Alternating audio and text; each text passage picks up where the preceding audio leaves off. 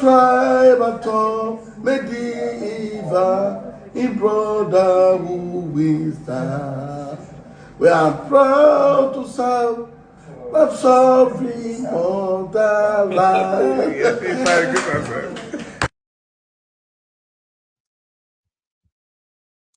Ọmọ Nigeria we our own dear native land. Nigeria we our own dear native land. Those tribes and tongues may differ, in brotherhood we stand. Nigerians all are proud to serve our sovereign motherland. Our flag shall be a symbol that truth and justice reign. In peace or battle honor, and this we count as gain. Okay now. To person between my pen. I see. I see what I want to do when you forget me. Okay. I'm going to look film. I'm not getting it. I'm not saying I want me to go. I can now move the lumber. Oh, where would he get? I got to do the Brazil one. I don't know what they are doing.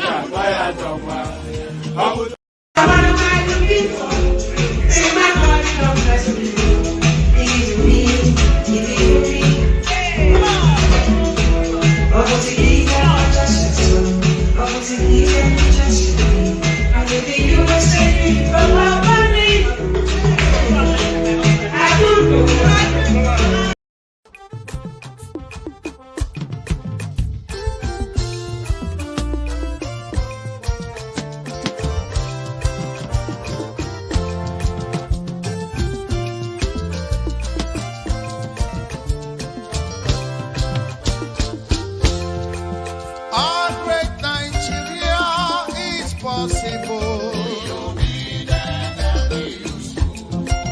Our great Nigeria is very possible.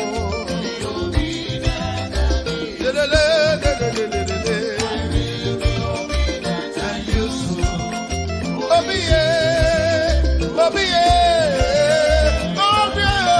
Obedient and useful.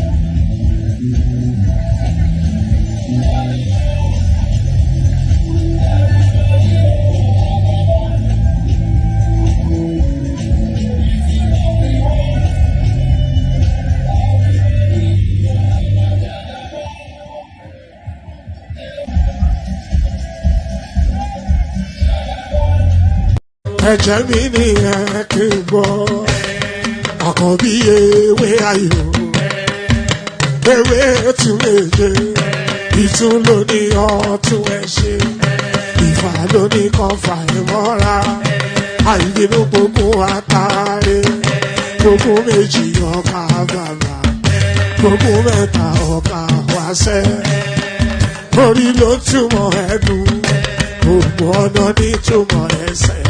Akọni ìmọ̀ tú ìmọ̀ ọjọ́, ìmọ̀ èmi ni wọn kì í dálẹ̀. Bọ́bá lọ mẹ́lẹ́mọ́, wá fi jóye ẹlẹ́mọ́. Akọni wọ́n bá lọ gbé fèrè, wá fi jóye ẹlòkò. Bọ́wọ́ wọn bá tẹ̀ mí, wá fi jóye aláre. Àwọn mẹ́tẹ̀ẹ̀ta parapọ̀. Wọ́n wá jọ ń pẹ́ mọ́, ẹ̀ẹ́mọ́ olóko jẹ. Wọ́n pa Akíntọ́lá ọmọ Ògún. Wọ́n pa Ìyọ̀dà ọmọ Àtàràbọ̀bà. Àkànbí wọ́n pa Jíṣà Tádàdé ọmọ ọba Ìjẹ̀bú Mèrè. Aṣíwájú Odògbólùkẹrẹ Ajagun lólòdì ọ̀run. Tó bá ṣe pé tìyẹ, tó bá ṣe pé tìyẹ, lọ bá ń darí jọ wí. Àgbèrò mi kún gbọ́wọ́, ọgọ́ tí ṣìgìdì máa gbé àgétì ló máa ń gbé àyàn tí ìlàyàn ewúrẹ́ ọlọ́run dákun má padà lẹ́yìn ẹ kó má gbàgbé ọ̀rọ̀ tẹ́ aṣíwájú ọlọ́run dákun má padà lẹ́yìn ẹ kó má gbàgbé ọ̀rọ̀ tẹ́ àkọ́bí ọlọ́run dákun má padà lẹ́yìn ẹ. Oh, that wasn't where it was meant to land. I usually remove that just as that music is playing so that when it finishes, it lands on this. Yeah, you may well say that that is a better spectacle, but there it is. You just have to endure it. So, good day to you. Good to be in your company, and how are you? So, good day to you. Good to be in your company, and how are you? Hope you've had a gloriously wonderful week. So, the week cascades to yet another Friday to roll into a weekend, and then we do the cycle again. It's an endless grind, isn't it? So hopefully you are catching moments of happiness in between. Very important that you catch moments of happiness. You know, life is for the living, not for the enduring. So don't endure life. If you're enduring life, then make the necessary changes so that this is not an endurance. So here we go again. As always, the usual protocol. Click on the like button just as soon as you come in. Subscribe if you haven't done that already. Hyperlink that says StreamYard invites you into the studio, and the $sign at the bottom of the screen that invites you to make a contribution towards the platform. So don't do anything derisory like a do $2, $5 nonsense. So don't do that. If you're doing that, then don't do it at all. So do something handsome. Give a super chat as handsome as your host. That is the expectation. We have the anticipation of a minimum of five super chats in the course of any streaming, and we've been hitting that fairly regularly. So let's keep that consistency going. So click on like, click on subscribe, click on that hyperlink that says StreamYard if you want to be an active combatant in the cost and the thrust and whatever metaphor I was looking to use. So if you want to be an active combatant, click on the hyperlink that says StreamYard. Up it pops into a studio space.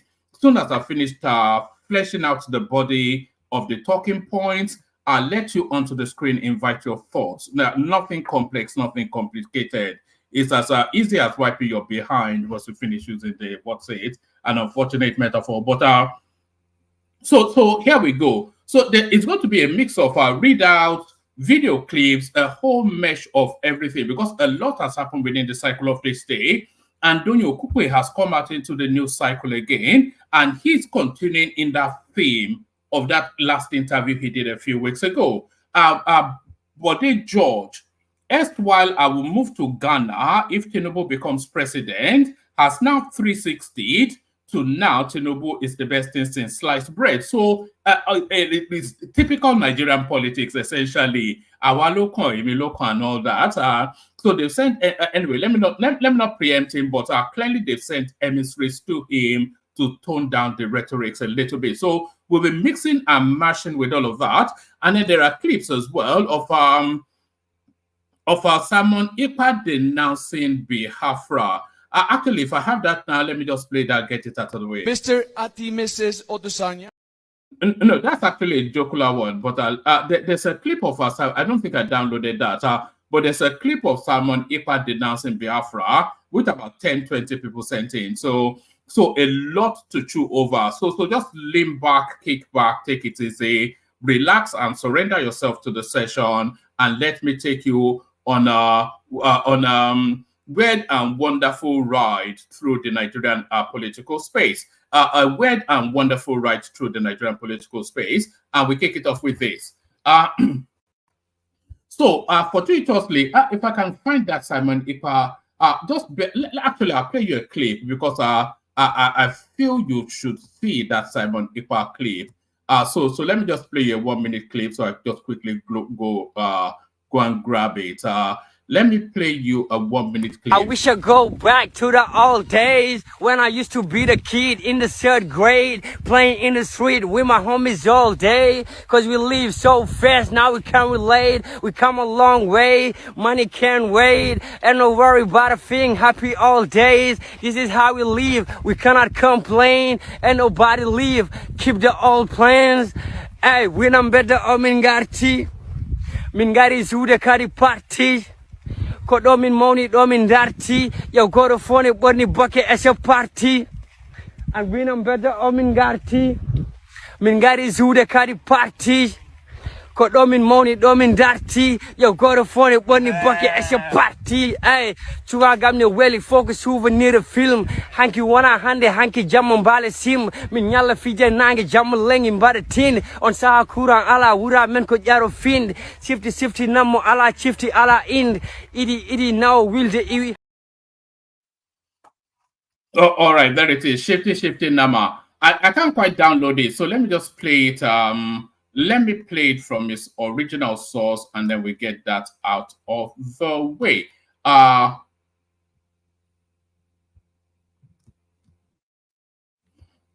right, let me play you this. It's just it's a viral video of Simon Epa denouncing the Biafran narrative. So let me just play you this, and then we get it out of the way. Biafra is dead. I'm Stop saying Biafra is dead and gone. Forget about if they say it, they want you to talk. So stop talking. Just pretend that let us talk. We have a lot of things to talk about.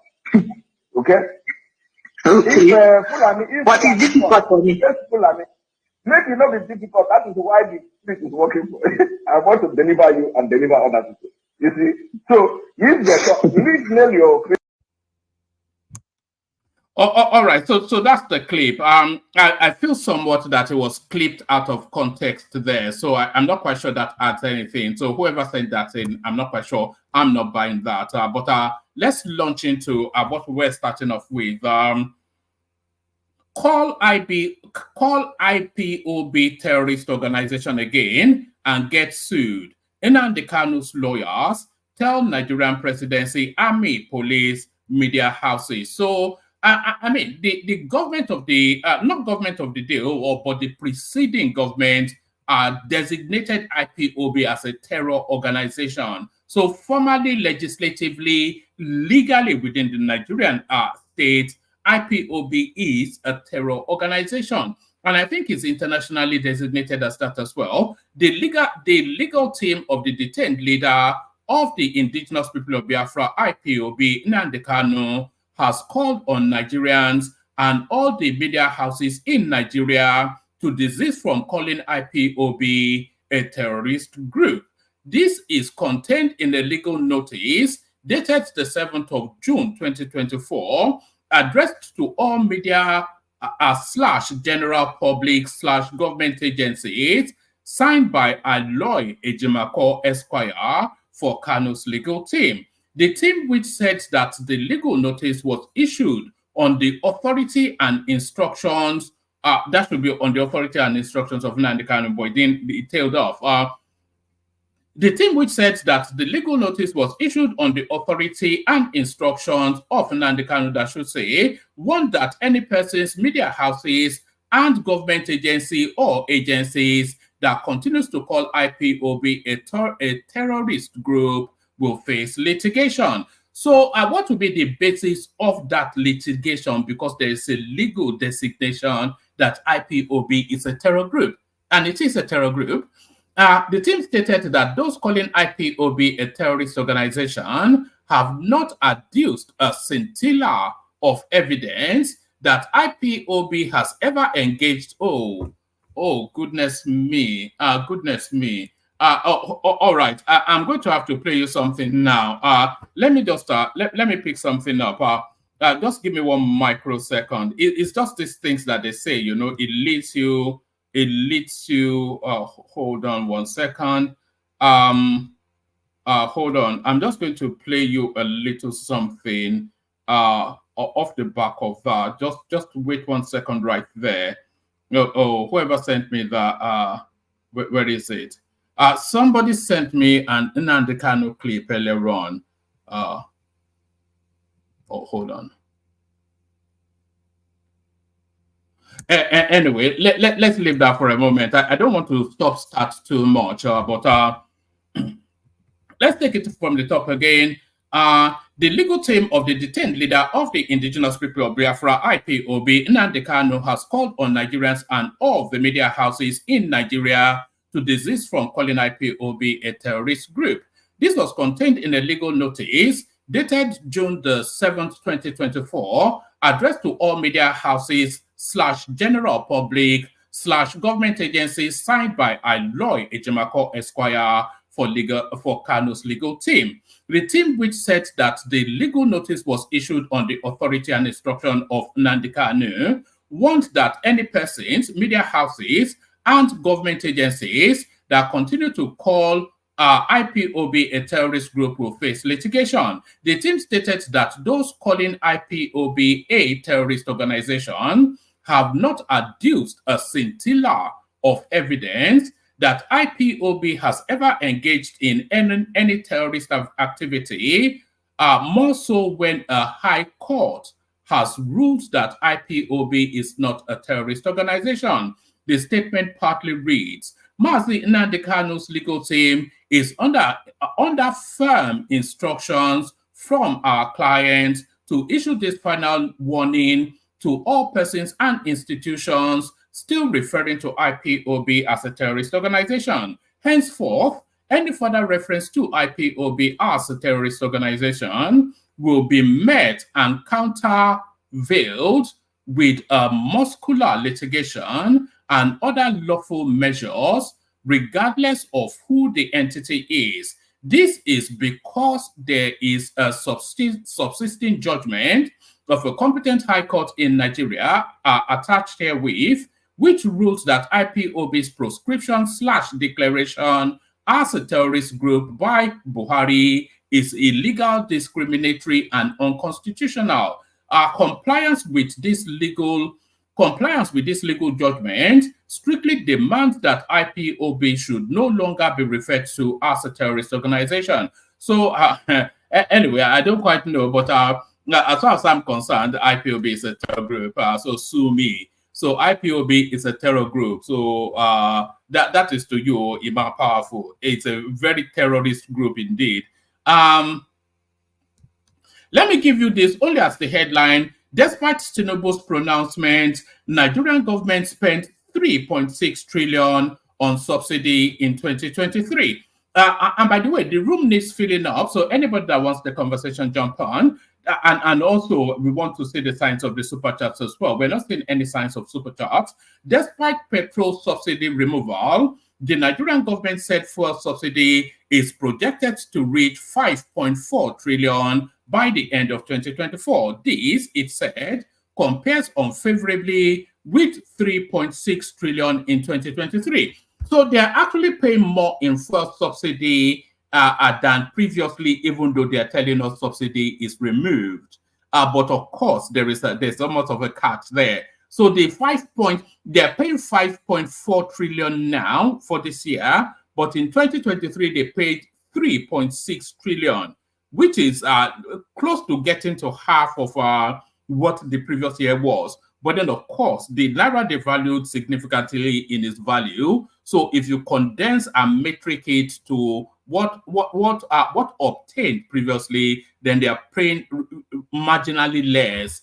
But still, they shouldn't be paying at all because they told us subsidy was gone. This is contained in a draft copy report of the Accelerated Stabilization and Advancement Plan, ASAP, presented to President Bola Tinubu by the Minister of Finance and Coordinating Minister of the Economy, Wale Edun, on Wednesday. At current rates, expenditure on fuel subsidy is projected to reach 5.4 trillion by the end of 2024. This compares unfavorably with 3.6 trillion in 2023 and 2 trillion in 2022, the report said. Tinubu had, in his inaugural address on May the 29th, 2023, announced the removal of subsidy to lift a major financial burden off the back of the government. So there it is. Well, there's people call it intervention now, but a dog by any other name is still a dog, or whatever that metaphor is. A subsidy by any other name is still a subsidy. I'll only give you the headline for this. This is somebody trying to come back in from the cold. Former Ekiti Governor Fayemi lobbies for appointments, mobilizes Governor Makinde ministers to beg Tinubu to make him an ambassador. So there it is right there. I don't quite know how he played himself out. He was one of the people that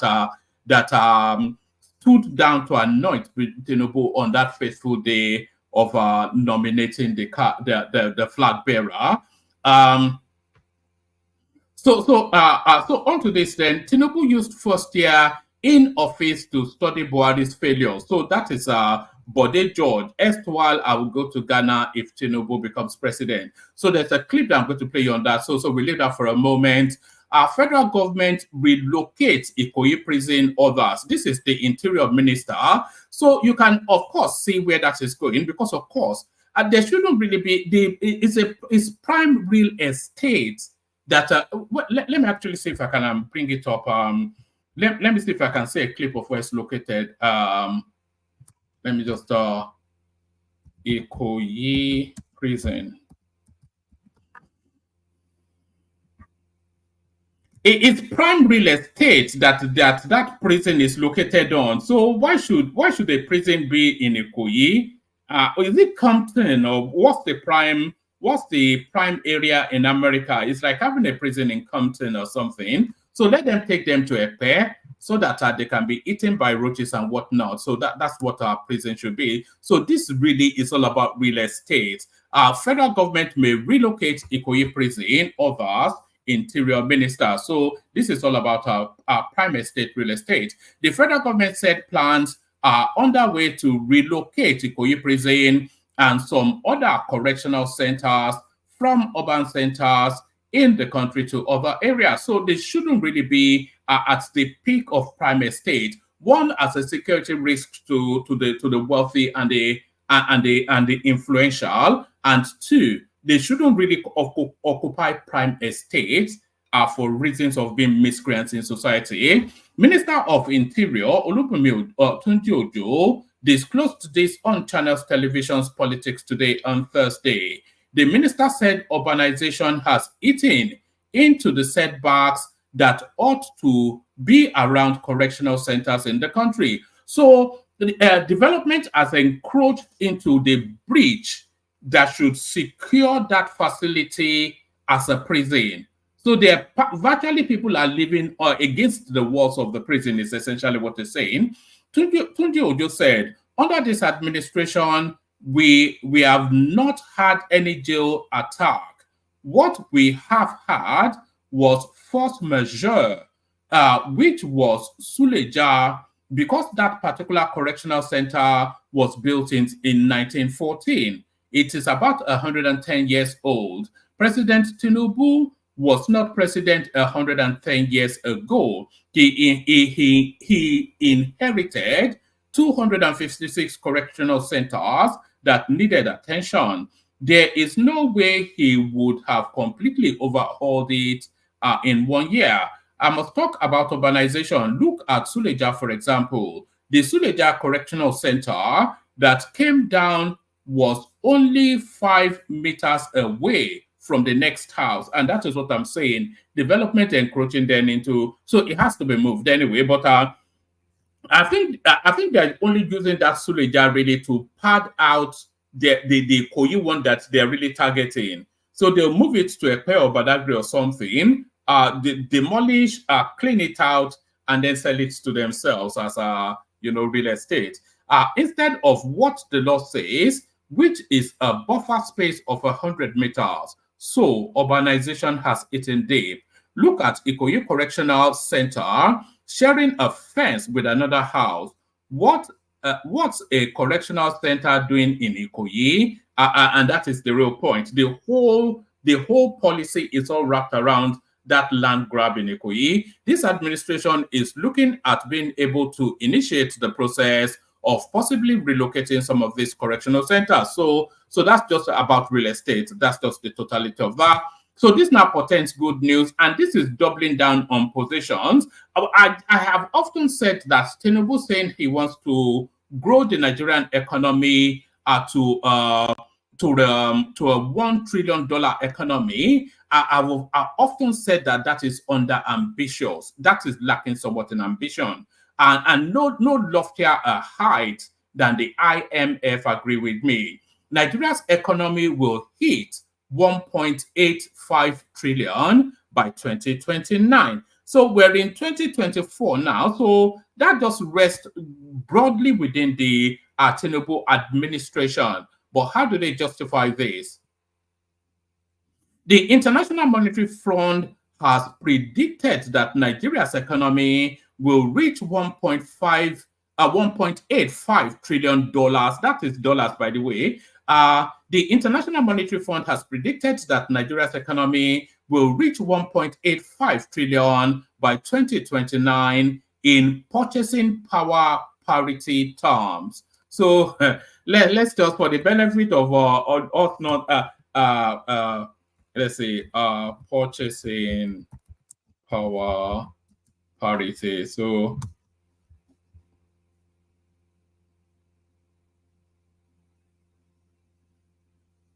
it says compares economic growth and standard of living in different countries with a common currency / basket of goods approach. So that's even more confusing than not having to check it. But there it is. The International Monetary Fund has predicted that Nigeria's economy will reach $1.85 trillion by 2029 in purchasing power parity terms. The projections suggest a significant growth trajectory for the country's economy over the next 5 years. According to the IMF data, Nigeria's gross domestic product in PPP terms has been steadily increasing from 1.39 trillion in 2023. So I think this is a different metric from the actual net worth of the economy. So maybe I think we have a maker in the, hopefully maker will turn up and explain all of this to us.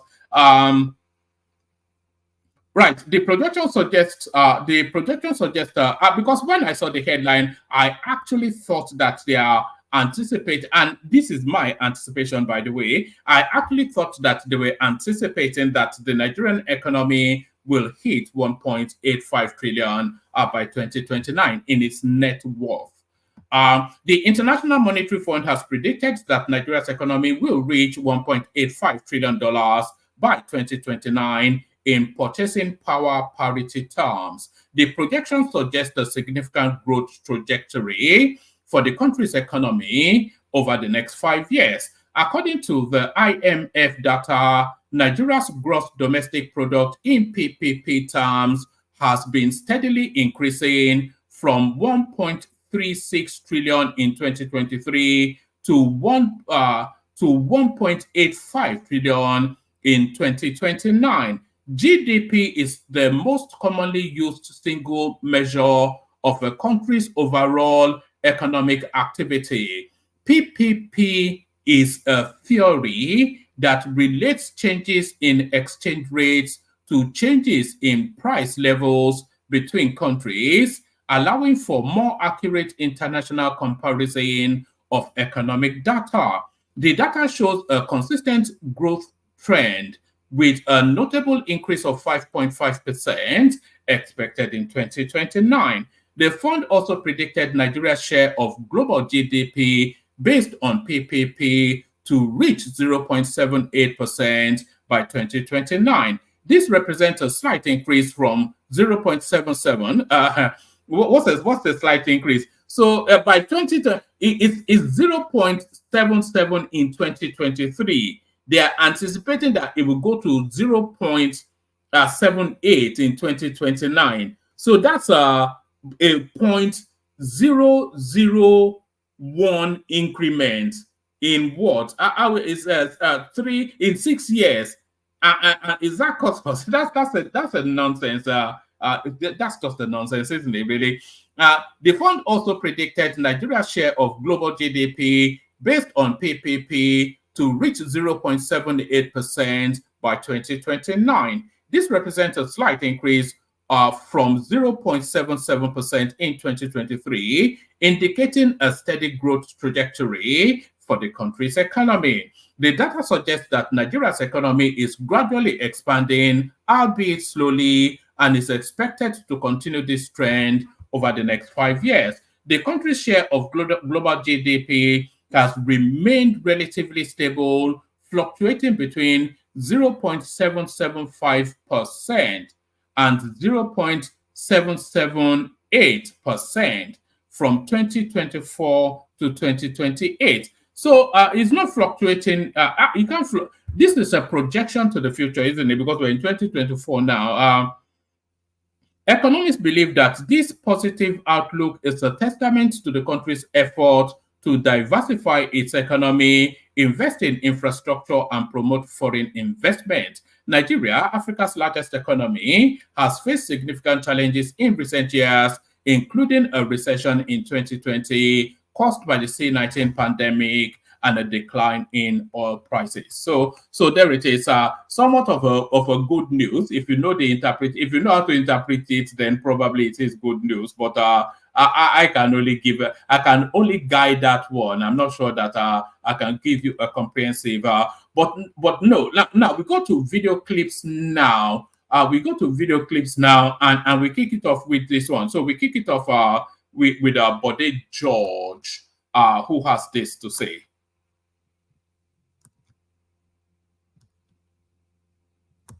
Into the management style of his administration, because he wasn't the one that had been there for the last 8 years. But now the 9th year, no difference. All right. Everywhere you go, still the same. All right. Chief George, interesting, because if I hear you, we should give the president another 1 year before we come back to evaluate, even though you had initially said 1 year. Right, okay, but the president did say that he was very aware of the situation on ground. He knew how bad the economy was. In fact, he said nobody should pity him. He took the job, knowing fully well the situation we're in. Are you not giving him a pass, an easy pass? Because he has made some, there have been some policy directions. If you look at the removal of fuel subsidy, he's come under quite a lot of criticism with regards to the way and manner it was handled. We look at the floating of the naira, the unification of the foreign exchange, its attendant effect on, on prices of goods, on inflation, and other things like that. These are some indications. We look at his appointment of his team. We look at some of the things that the team have done or haven't done. There's so many areas that we can look at, even in 1 year, because he has made some policies. Even if we're not able to fully evaluate, at least it would be a signal or an indication of the kind of government he'll be running in the next the last 3 years that he has for the first term, in this first term. I'd like you to talk about those things in terms of the handling and the manner in which it is being done. And do you think he's on the right path to success or taking this economy out of the doldrums in the next 1 year? Young lady, there's a hell of a difference. If you had been in government, national government, you know how long it takes you. He had never served at that level. He had never served at that level. And he was, you would have said they were all part of the same party that formed the government. There's a hell of a difference of taking over and now leading the team. I am being fair to my conscience and to my creator. I want to be fair.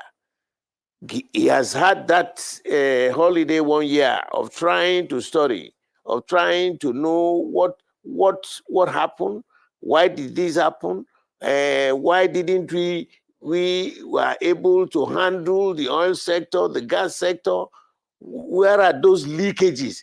I have given him that 1 year of grace because now he has seen it. He has lived there.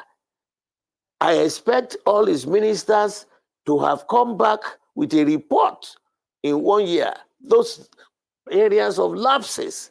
Now, I said, You know, even when Baba became president in 1999, when he won, the first 1 year, he was still grappling and rolling and trying to find out what happened here, what didn't happen there, why did this happen, why should we go this way and not that way.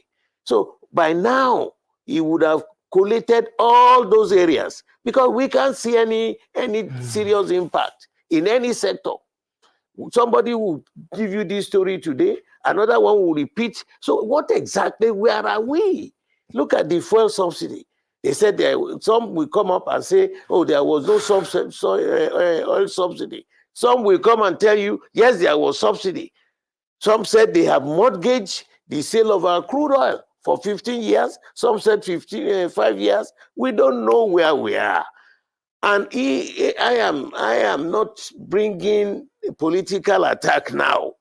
I want to give him that chance because, you know, there is an old saying, let those of us at this age give our best of today so that there can be much better time for tomorrow. So we've given him. Okay, we will see which sir. direction. I told you that people are still hungry, people are angry, and so nothing has moved. Nothing. Okay, sir. Baba, sir. This is your son, Rufai. Amio. Yes, sir. Thank you so much, sir. But, sir, I will have to be firm, Thank you. I will have to be firm. Sir, this was the same President Tinubu. Yeah. That your famous question is, you should tell us. All right. They say 24 hours is a long time in politics, but 24 months is like a century in politics. So let's teleport back 24 months and listen to the same man. Then Tinubu versus Bode, what has it got to do with the price of milk? I said to you that if I want to relocate, now, by that time, 78 going to 79, if we had been shouting, and I am happy the president has signed the new electoral bill, if by whatever chance he gets to the villa, I won't be part of this country. And I'm not joking. I'm not joking. I can go to Ghana, live in Ghana, and be watching you with a binocular.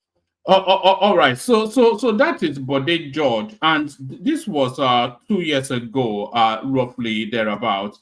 So he told us that if Tinubu becomes president, he will move to Ghana. But now Tinubu is president, he's telling us to give him 2 years. So there it is. It's just it's unbelievable. So apologies, but I should actually play that before, but I have to just play you that clip now again where he says give him 2 years. Doldrums in the next 1 year.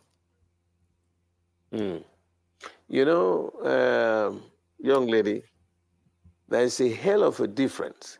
If you had been in government, national government, you know how long it takes you. He had never served at that level. He had never served at that level. And he was, well, you would have said they were all part of the same party that formed the government. There's a hell of a difference of taking over and now leading the team.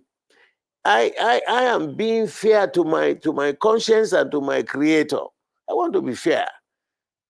He has had that holiday 1 year of trying to study, of trying to know what happened, why did this happen, why didn't we were able to handle the oil sector, the gas sector, where are those leakages?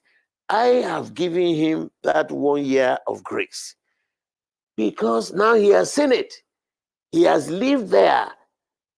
I expect all his ministers to have come back with a report in 1 year, those areas of lapses. Now, I said, you know, even when Baba became president in 1999 when he won,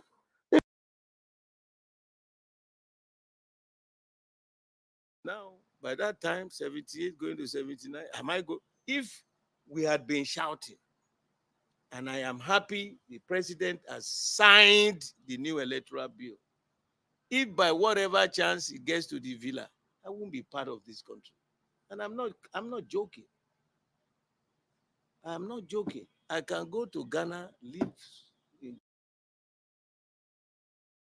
And there it is right there. So that is why they call Yoruba people Alabosi. That's why they call it. Look at just the rank. Even I cannot justify that. You know, you have to if you adopt that stringent, that tougher position, you have to double down on it. You can't. It's just that. But there it is. So there that one is like I said a couple more videos still to play you. Donyo Okukwe came out in the media space. So we have a listen to what he has to say just about two short clips on that space, and then we'll kick off the conversation. Hold on, yes. So just a couple of clips on that space, and then we kick off the conversation. So let's have a listen to. And by the way, he's going further on positions previously adopted. Donyo Okukwe. Listen to this. To difficult situations. You have only been on the outside of government during Buhari era. So you've seen on the inside during Obasanjo, you've seen on the inside during Jonathan. Yeah. You didn't see much of the inside in Yaradua. You didn't play much role there. For what you have seen across almost 25 years now, would you say the Bola Tinubu government has listened enough compared to other presidents? Let me tell you for a fact. He's only spent 1 year anyways, but... Well, I've always said that you can never and should never, ever judge this administration like you judge other administrations. You know, because this is an abnormal situation in which this administration came to life. I mean, you know, after such a prostate economy for 8 years, you know, the government and governance was totally abandoned. You know, anything went at that time. So, you know, things became so bad. I mean, there was a period of time that we were actually spending 90 cents out of every dollar we earned, you know, to pay debts. So, and that was the point at which this administration came in. People are forgetting. You know, I mean, are you giving this government a chance? I'm not giving them a chance. I'm giving them more than a chance. But you did not agree. You did not think that Bola Tinubu can do it. No, that's not true. You pitch your camp. No, that's not true. You pitch your tent with Peter Obi. Sheon, that's not true. I was in PDP, right? And I also wanted to run for president. You know, on the 20th, I will remember my tweet. On the 21st of March in 2022, I was an aspirant for presidential election under PDP.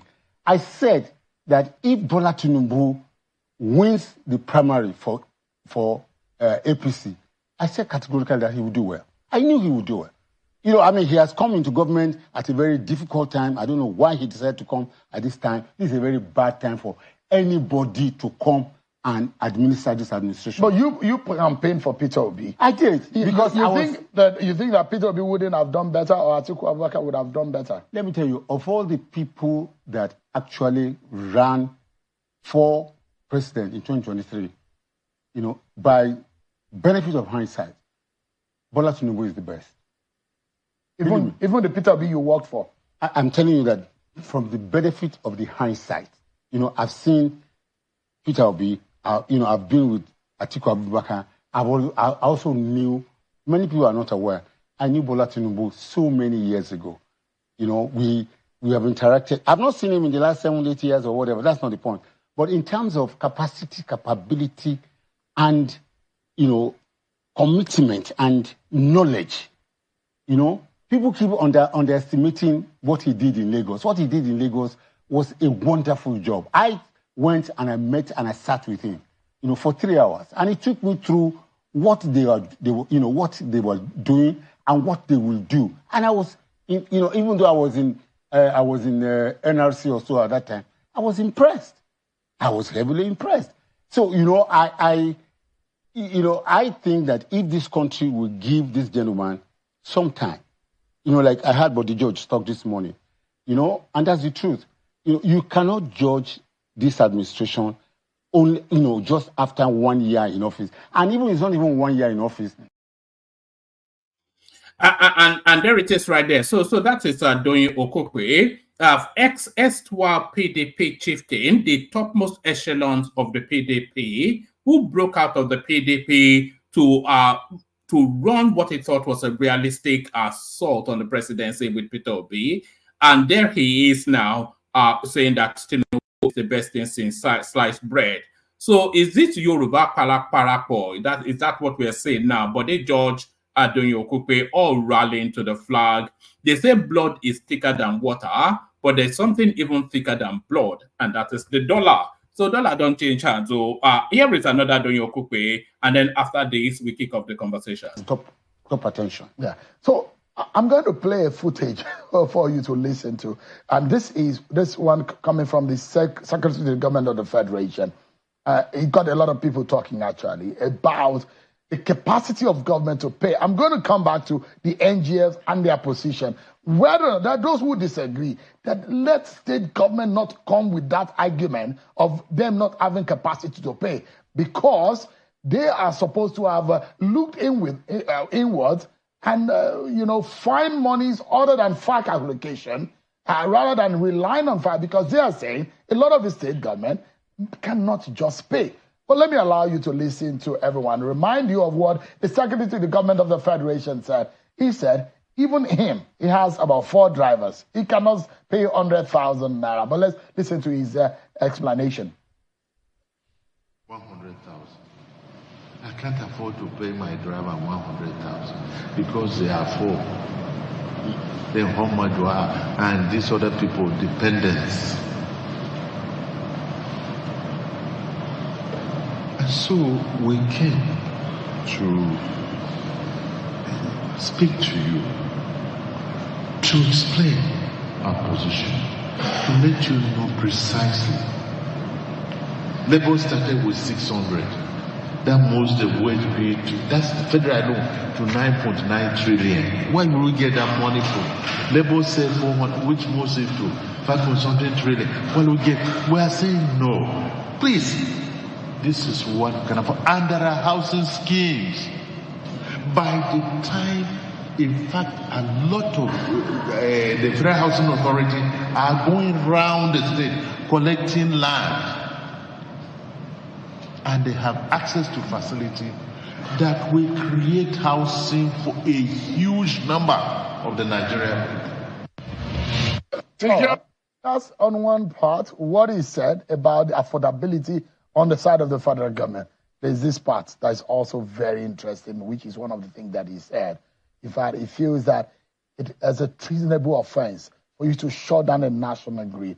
And he's picking an offense and picking all in the decision of the organized labor to shut down the national grid for those 2 days. It's been shut down since 2 a.m. of Monday up until about evening of Tuesday. That hurt really badly, and the federal government felt the pinch, and they were very unhappy. Take a listen to the SGF on that. Everything this government is doing is people-centered. President feels it. Our people must rise up. They must have something in their pocket. It's not just a question that you say you want 100,000, if you want 100,000 and there's no productivity. And all we're looking at what productivity, power sector, this is what we're doing, and so on and so forth. Look, when you go on strike, you give 15 days notice. They didn't.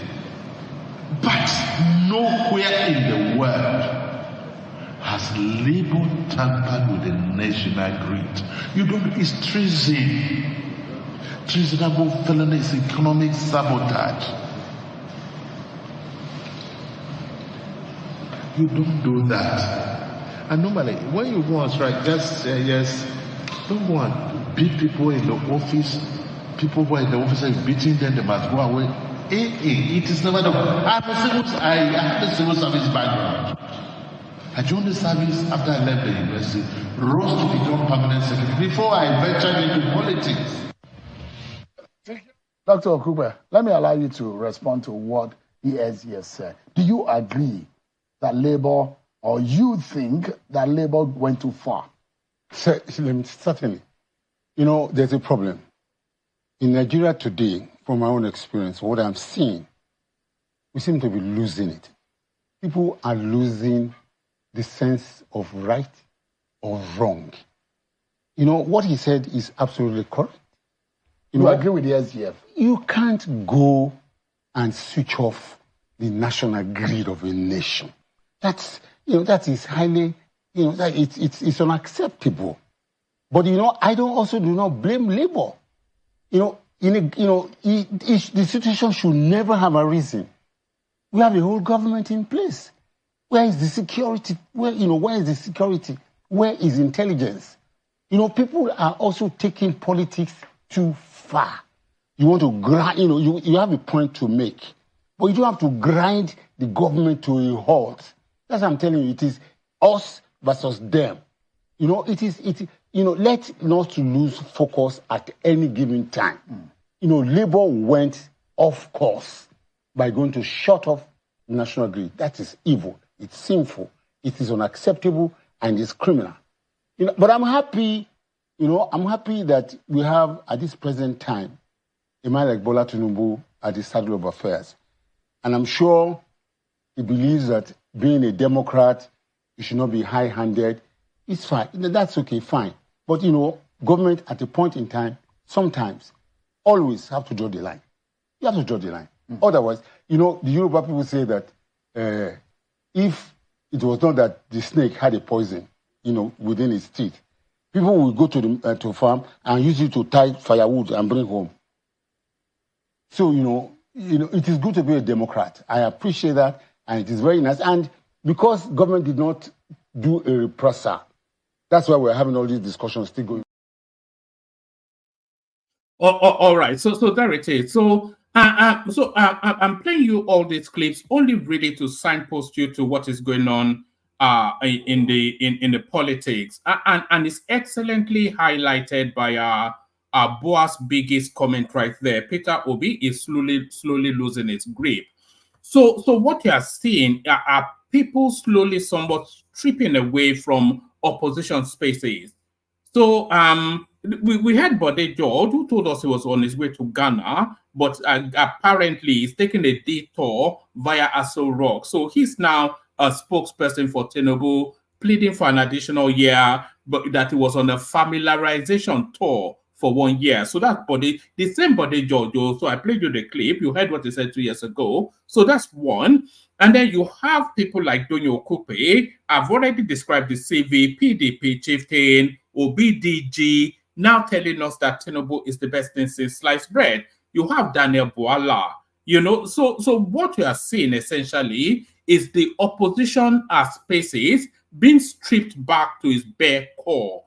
And when they strip the Peter Obi space back to its core essence, it will ultimately land in that Biafra narrative and a few stragglers, which is where it already is now, essentially.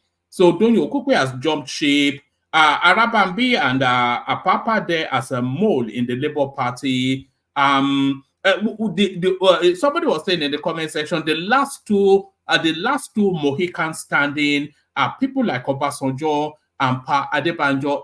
And very soon you'll hear Obasanjo making somewhat conciliatory sort of commentaries towards the government of the day.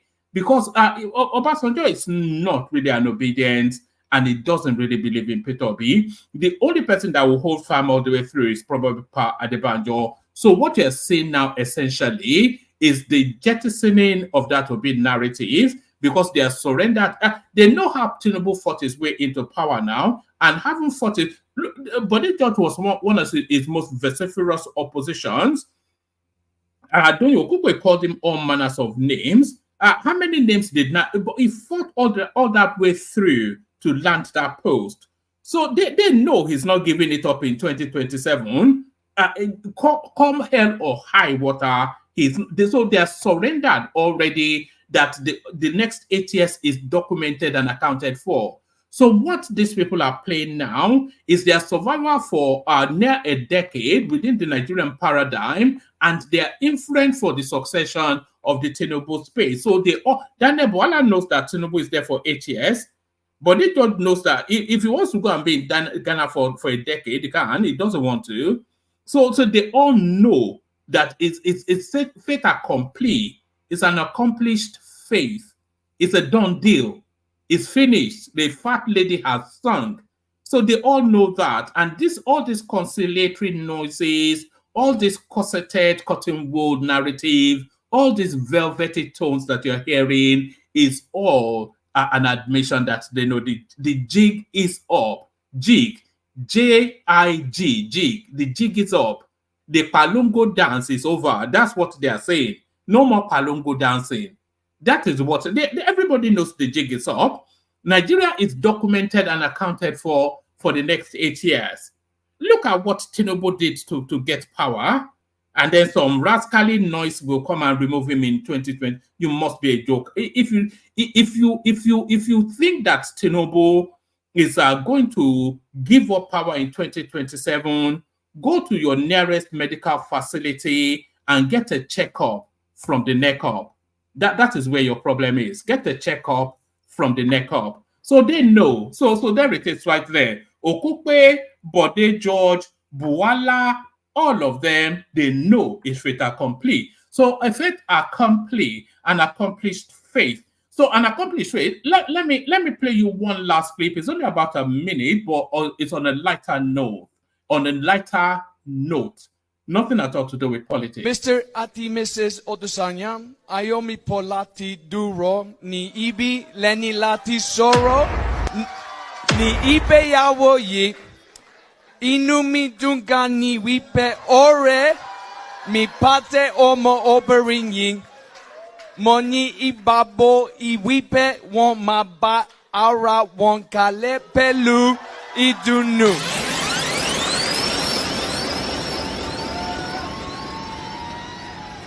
Oma wumi lati ba yin ni aleyo si Iceland ni yape oyo lati se itoju yin bi ese toju wa ibi yi. Eshe.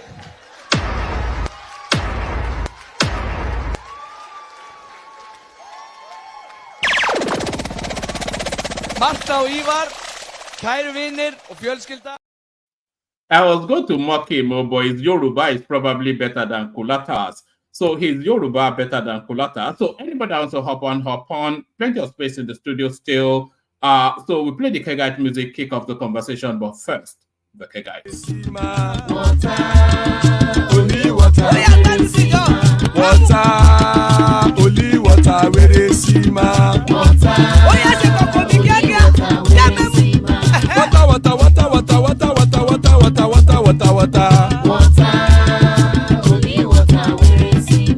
Hapa o naido.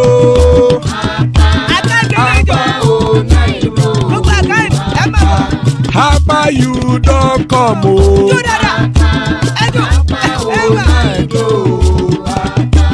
Hapa o naido.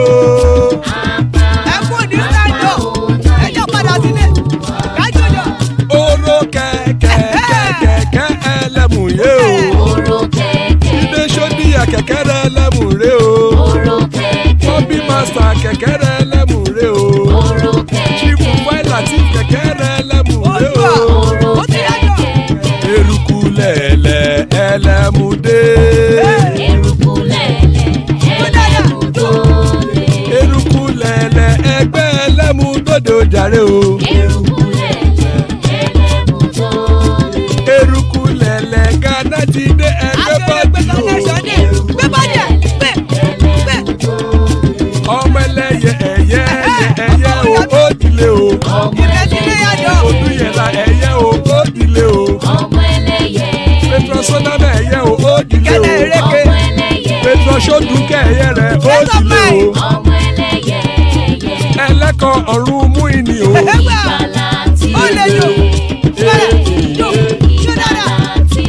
Àkùkọ ọ̀run méjìkọ.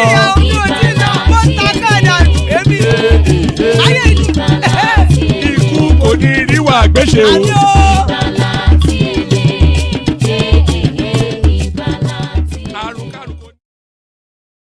And there it is right there. May death have nothing to do with us. So amen to that on behalf of myself and you, my friends. Joining us, Patoski. Always a delight when Patrick is here. Baba makes time for us. Good to see you, Baba. Isaac Black in the house. A real treat, Isaac. Ekene in the house, the Jagaban of Africa. Father of the bride, Ajan Lekoko. So plenty of spaces. Anybody that wants to join, hop on. Let's kick it off with Ekene in deference to the fact that it's in Nigeria. Ekene, Wagwan. Honorable one man. Gapata. How far? How we go do this thing now? But this judge say maybe we give Tinubu an extra year before we condemn him. Before, what we go do before? We don't give an year already now. So nobody is fighting Tinubu now. Tinubu already has all the years to perform now. So the only thing we did was to justify his first 1 year in office, and he did nothing. So but for 1 year, the same body judge tell us if Tinubu become president, think go Ghana. No, when you talk about politicians, that's how they behave now. I'm not surprised with their change of attitude, especially their attitude to align with the party in power. Always have a soft landing. So if you are surprised by their attitude, that means you don't know politicians. That's why politics, all these guys are career politicians. And these are most of our major problems. When you have career politicians, people that don't have nothing to fall back to apart from politics. You see them fight for chairmanship, either at a party level or local government or whatever. And that's how they survive. Only position themselves to share campaign money, to share this and to share that. So whenever they bring rice or maybe there's token being shared, they position themselves to receive those things and put it in their pocket. So that's how they behave. So what we have is career politicians. We don't really have leaders. And Nigeria knows how to play politics. Can we say that about somebody like Bode George though? Because Bode George is long in the tooth, been wealthy most of his adult life. Is well in his 80s now, knocking on 90. So I'm not quite sure if this guy is still in pursuit of a dollar. I think he's probably more aligned himself along tribal lines. They sent emissaries to him and they are seated. Yeah. What Bode George is, I can't really say that this is what he has done outside politics for himself. I can't really say that. Yeah. So, and that's how you know career politicians. I can't really, a lot of our politicians today, I can't really say that this is what they have done, this business they have handled, this is what they have been able to do before they become politicians. The only thing you will see is that after they become politicians, they were able to, maybe from the money they stole, they were able to invest in some things or whatever. But before they become politicians, how many business have been? Can I say something? You are one man. There's anybody that watched that Bode George video. There's nothing he said that showed that he's supporting Tinubu. Well, I don't really care what. Sorry, Kene. When he said the 1 year should be deemed as a familiarization tour, and then we should give him is that not support? What did you say? Well, for me, I don't see it. I don't see it as a support. What did one man said? No. I said when Bode George said the 1 year Tinubu so far, which a lot of people say they've not gotten anything out of, even though they got a lot. When Bode George said that 1 year should be deemed as a familiarization tour, and then we should give him an additional 1 year, is that not support for Tinubu? Is that not him walking the flanks for the president? No, he said clearly there that he want to be very fair to him, to Tinubu, because of the problem he met on the ground. There is no way that 1 year it can transform that country. He said, giving him another year, he believed that within 1 year, he will have, got the understanding of the problem very well. And another year will be for him to start solving the problem that will be well noticeable to people. Because after 2 years, it And that's not support. That's not support. That's not support to me. Look, let us not. That's support, Ajanle Koko. From a man that told us that it's out of the country because Tinubu is totally useless. That is not support. You see, when we are trying to misrepresent what these people said, then I think we are misinforming the people. When we are misrepresenting, Ajanle Koko, we are not misinforming the people. Since when has Bode George been reasonable to Tinubu? If anybody cannot see this as a clear pivot, then that is the misinformation. Did you guys listen to the entire interview?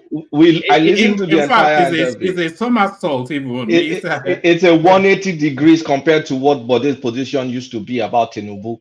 Compare what is old rhetoric to this newfound rhetoric. Let's not deceive people.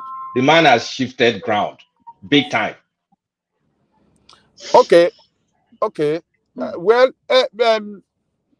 Different people will interpret, that interview, different way. The way I interpret it, I think, I'm going by what you said, that I want dollar to change over Ajanle Koko. Dollar to change over.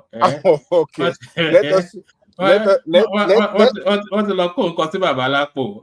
No, he said in that interview that when they came to him, he told them to hold on. Then he called other leaders to come so that they can be at the meeting together. He didn't. Yes, but they went to hold on, Ajanle Koko. They went to him pre the elections, and he told them to get lost. They went to no. The same thing he did pre the election. He did not meet them alone. He called on other leaders to be at the meeting. He refused their entreaties then. So what's changed? No, he didn't. He didn't. Maybe I don't know whether you what you have been reading to us. Maybe you forgot yourself. He didn't refuse because they are all Lagosians. They know themselves. They were raised in the same community. So he allowed them in, but he said he will not meet them alone. This is Yoruba Parapo, Ajanle Koko. No, I don't think so. Look, politics of bitterness, politics of, I don't want to show understanding to the opposition, considering the enormous problem we met on the ground. I think that is what he's speaking to. He said he doesn't want to play, he said his boss, Buhari, he destroyed the country. He said there is no way Tinubu can. But he knew that anything. He knew that post the election. He knew that before the elections. Now, but at the same time, he still criticized him on some of the policy that is not working. Did you guys hear that? Did you hear that in that interview? And you got to be fair to that, Baba. Don't just go after him and be describing, he's a politician, he has taken money. But I played the clip where he told us that if Tinubu became president, he would leave the country. that one is politics. Forget about that. Oh, right. But this one is not politics now. Yeah. That one is politics now. You can say whatever. That one is politics now, before the election. But, he still criticized some of his policy that, that are not working. So he just saying that, look, I'm an old man. Let me be fair with him. He cannot solve the enormous problem that Buhari left behind in 1 year. He said no, except we don't want to be fair. And he said it's between him and God. You know, Ajala Koko, so all this new for saying Buhari, it's only Buhari that rule that country. It's the whole of the APC now. They are part of them. They all spoil the country. Why people just tagging Buhari alone? Buhari is not the only one that rule that country. All of yeah, I them, agree like, with you. It's their party, but they Buhari destroyed was the it. manager. Now Buhari was the manager, and Buhari was the one with his own cabal that governed that country. And quite Buhari and his unfortunately, cabal. this Buhari that you guys are calling, I've So not seen any different thing that Tinubu has done in his government, apart different All from right. what Buhari. Can I, because we have a full house now, I'm going to do like a 6 minutes quick whip round so that our voices are not held for too long. So you get the first go. So go at it as you will. One man, I'll come next. My battery might go down soon. So I'm not impressed with all these politicians. So like I said, what we have is career politicians, and I don't expect them to criticize the government like that, because a lot of them still have what I expecting from the federal government to be of a benefit to them. Sorry, one man. Can So, I quickly ask you a question? 5 okay. seconds. Yeah, So, carry on. is the definition of a career politician someone that starts, for example, someone that starts from PDP, goes to APGA, begs to stay in APGA, goes to PDP, from PDP goes to Labour Party, and then No, that's not the bouncing back? definition of that's not the I said, definition. well, I'm asking one man. Sorry, Ekene. No, that's No, not the I'm not asking you you. know what you are talking about. That's not the Ekene, definition I'm of not a career asking politician. you. Kulata, I think that is what the dictionary said. That when I read it, No, that's what the dictionary it's not said. what the dictionary said. Okay, Career thank you, one politician. man. Ekene, carry on. Sorry, carry on. Career politician is somebody that has one man, never what shown the any. dictionary said. What Kulata just said is what the dictionary defines as a career politician. Career politician is somebody who never had anything done in his life apart from politics. So, and you can call that. You see, Wike is a lawyer. Where have he practiced? A lot of them, both this Bode George, we have many of them. Even the accountant that is ruling us, we have never where he's accounting. Yeah, so all this stuff. So Deloitte and you would have Touche show us Mobile. your office. Show us the office you have held before. Show us your business. Show us what you have been able to do personally. And you have retired on that, then you join politics. So that's my definition of a career politician. So, and a lot of them has nothing to show apart from politics. And that's why you see them, all these cycle funds everywhere, anywhere Belle face. Just go there, take your own share. So, and that's what today we had our meeting today. I know what I told them there. So whenever you talk about, we're about to have councillorship election, and everybody wants to partake. I was shouting at them. Everything politics, people want to partake. You want to become councillor, this and that. So it's quite pathetic the way we see things. But for me, this is not my major concern in what we are facing today. A lot of things that we are supposed to talk about, the governors coming together saying they are not able to pay 60,000 naira minimum wage. It's a sin. It's a complete sin to Nigerian workers, which means Nigerian workers will be continue to be treated like nobody. So, and this is quite pathetic. Nothing, 60,000 naira at this economy, and the governors came together and say we are not able to do it. That 60,000 naira is even much. And we're even talking about 150. And men, we have a long way to go. And today they launch 21 billion naira mansion for the vice president. And we cannot pay 60,000 naira to the workers.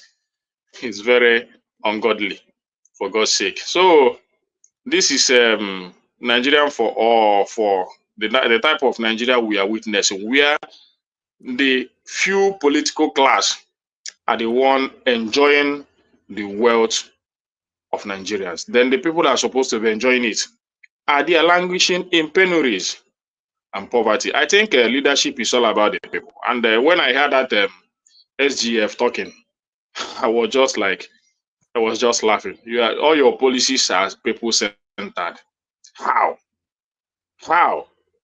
You just plunk a lot of Nigeria into poverty and you say your policies are people centered. You should have given us how it is working now. Is it the fuel subsidy that you said you are not paying?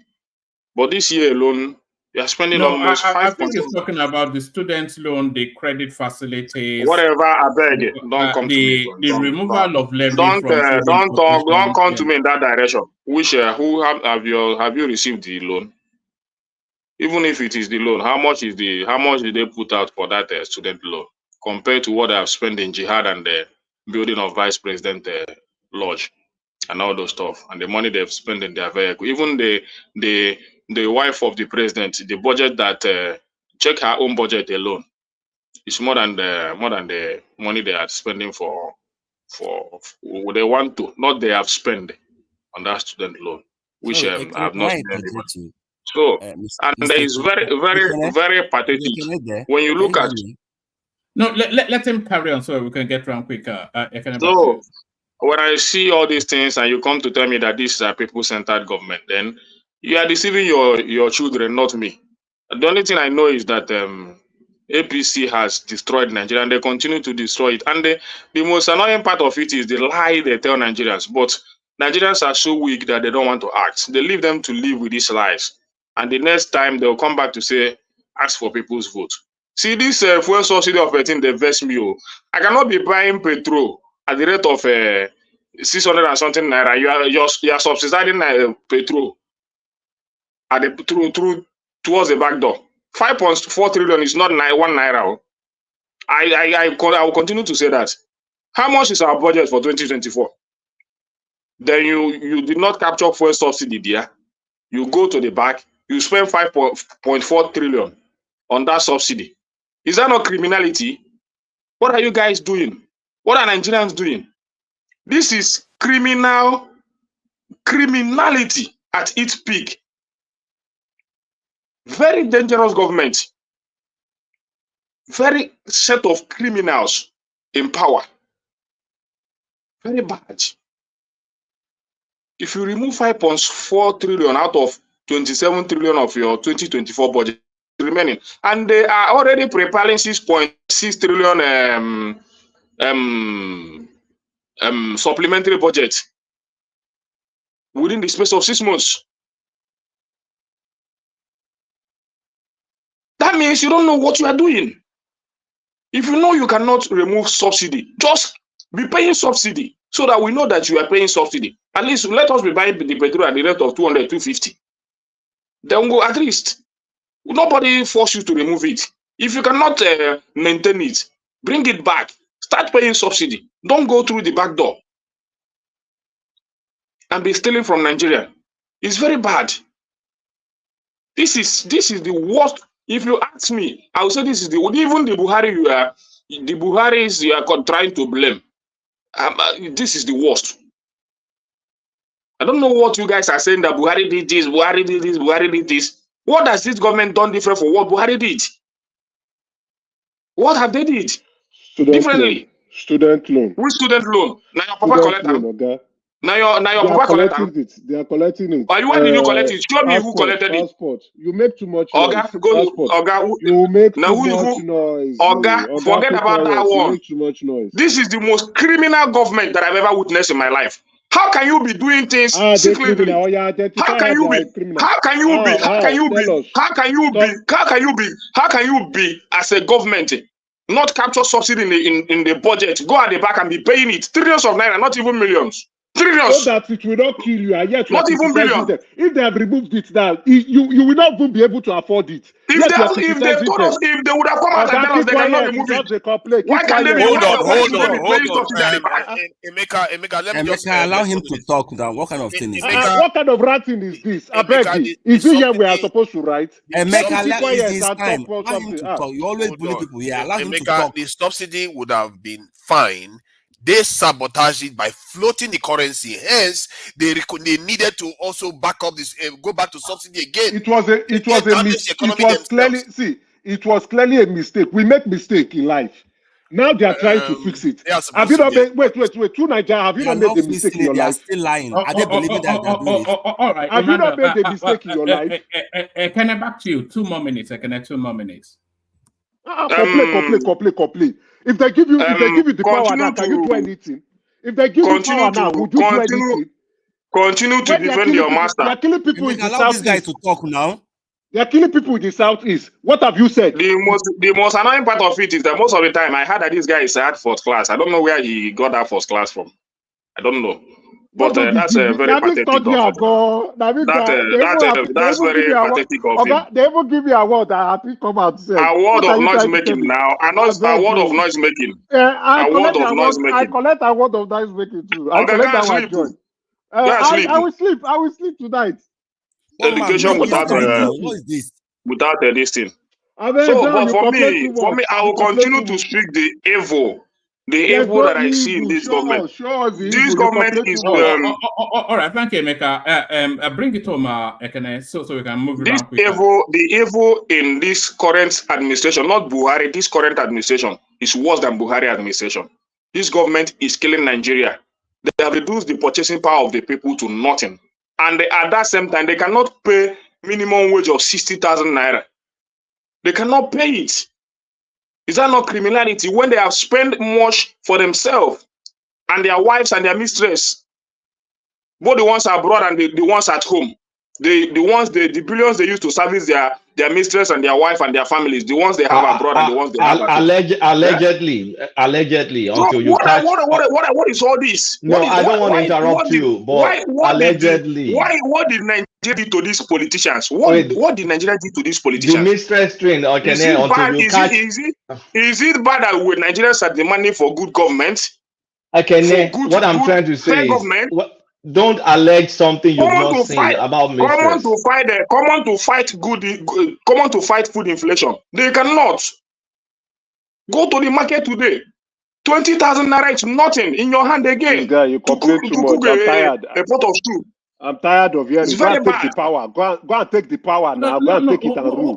Hold on, Emeka. It's allowed to vent its plane now. He's feeling the weight of it. But it's not every time now. Every time I come on, this guy is always. That is what we see every day. I'm not seeing this Bode George of what I see every day is how Nigerians. Hold on, Ekene. Hold on, Ekene. Let me explain something. If I'm complaining like this, I will go and hold on, Emeka. So there are two things. Is either we don't let him have free expression or we do. But if we let him have free expression, then he has to express freely. So that's him expressing freely. Let him express with empathy now. It's not easy to rule. But he has to express how he feels it, not how you want him to say it. But can I bring it on? So one man, I'm not here to fight Emeka. Emeka can fight whoever he wants to fight, but I will continue to say whatever I see every day by day and what I experience as a Nigerian, because I live in Nigeria. And if you say that I don't feel it or I am criticizing the government too much, then no problem. Come, let's live together here. We are the one fighting for it. We are even a card carrying party members. We don't do it for pleasure or for money. We do it to know how we are going to do it the next time, to be able to secure this country from the hand of evil men. You understand? So you can stay in abroad and be telling us that we don't know what we are doing. We know what we are doing. So if the criticizing we are criticizing is paining you, what you just do is to come back. You understand? So whatever they are doing, they are not people-centered government. They are self-centered government, centered for their personal reasons and personal benefit and all that. So it's not for the people, because nobody will say that have benefited. Is it your increment in tax? Is it your interest rate increment? Tell me, is it the increasement in electricity bill and all that? So what is the people centered there? Is it the federal roads that you guys are building here and there? What people, is it infrastructure? What is it? What are you doing as a government? Is it the minister is it that you appointed good ministers to pilot the affairs of the nation? So one man in conclusion, what I want to say is that people can continue to defend whatever they want to defend. But for me, I will continue to say the way I say I see, because I see Nigerians every day and I know how they feel. So if I go to pharmacy and I see somebody buying drugs, but because of money, he cannot buy what he was supposed to buy. I was standing, I was looking at him, a full grown-up man, because of money. He even thought that the money he came with was going to buy him all the medicine that he wanted. But at the end of the day, the money was not complete. I was looking at him, a full grown-up man. The guy was that was. Did you step in? Did you step in? Yeah, yes, I did. Very pathetic. Drugs, and these things are supposed to be the things that will be affordable to Nigerians, at least for their good health. Can I want to move it around? And the America is there shouting. Thank you, one man. Let them continue to shout until this country. All right. No problem. Let me tell you what I'm doing. I'm doing 6 minutes round, so I want to get to all of the voices at record speed, and then we do a more relaxed open session. So we'll go to Emmanuel next. Emmanuel will be somewhat rigid with the time. So Emmanuel, you're up next. Do you want the headlines or you want to free flow like I can? Yeah, one man, I don't want the headline. I want free flow. And I actually want to, the other day, I think that was February, one man, when the news broke out that I've been asking you this question for some time now, that Tinubu has given the Senate or the member to, to finalize the Orosanian report in 6 weeks. That was February. That it will work on 6 weeks. And I remember some of the things that is in that Orosanian report, which is some of the cutting cost of governance. So till today we are talking, this is almost 3 months after, that day one man you were eulogizing, praising, you almost jumping on top of the roof from the way you are saying it. Okay. 3 months later, down to the drain, there is no single thing they have done concerning that Orosanian report. And instead of them not even to do anything, they are even hyping it more. That Hajj 90 billion is part of the thing that they're supposed to remove there. But he promoted, after condemning it, he promoted it.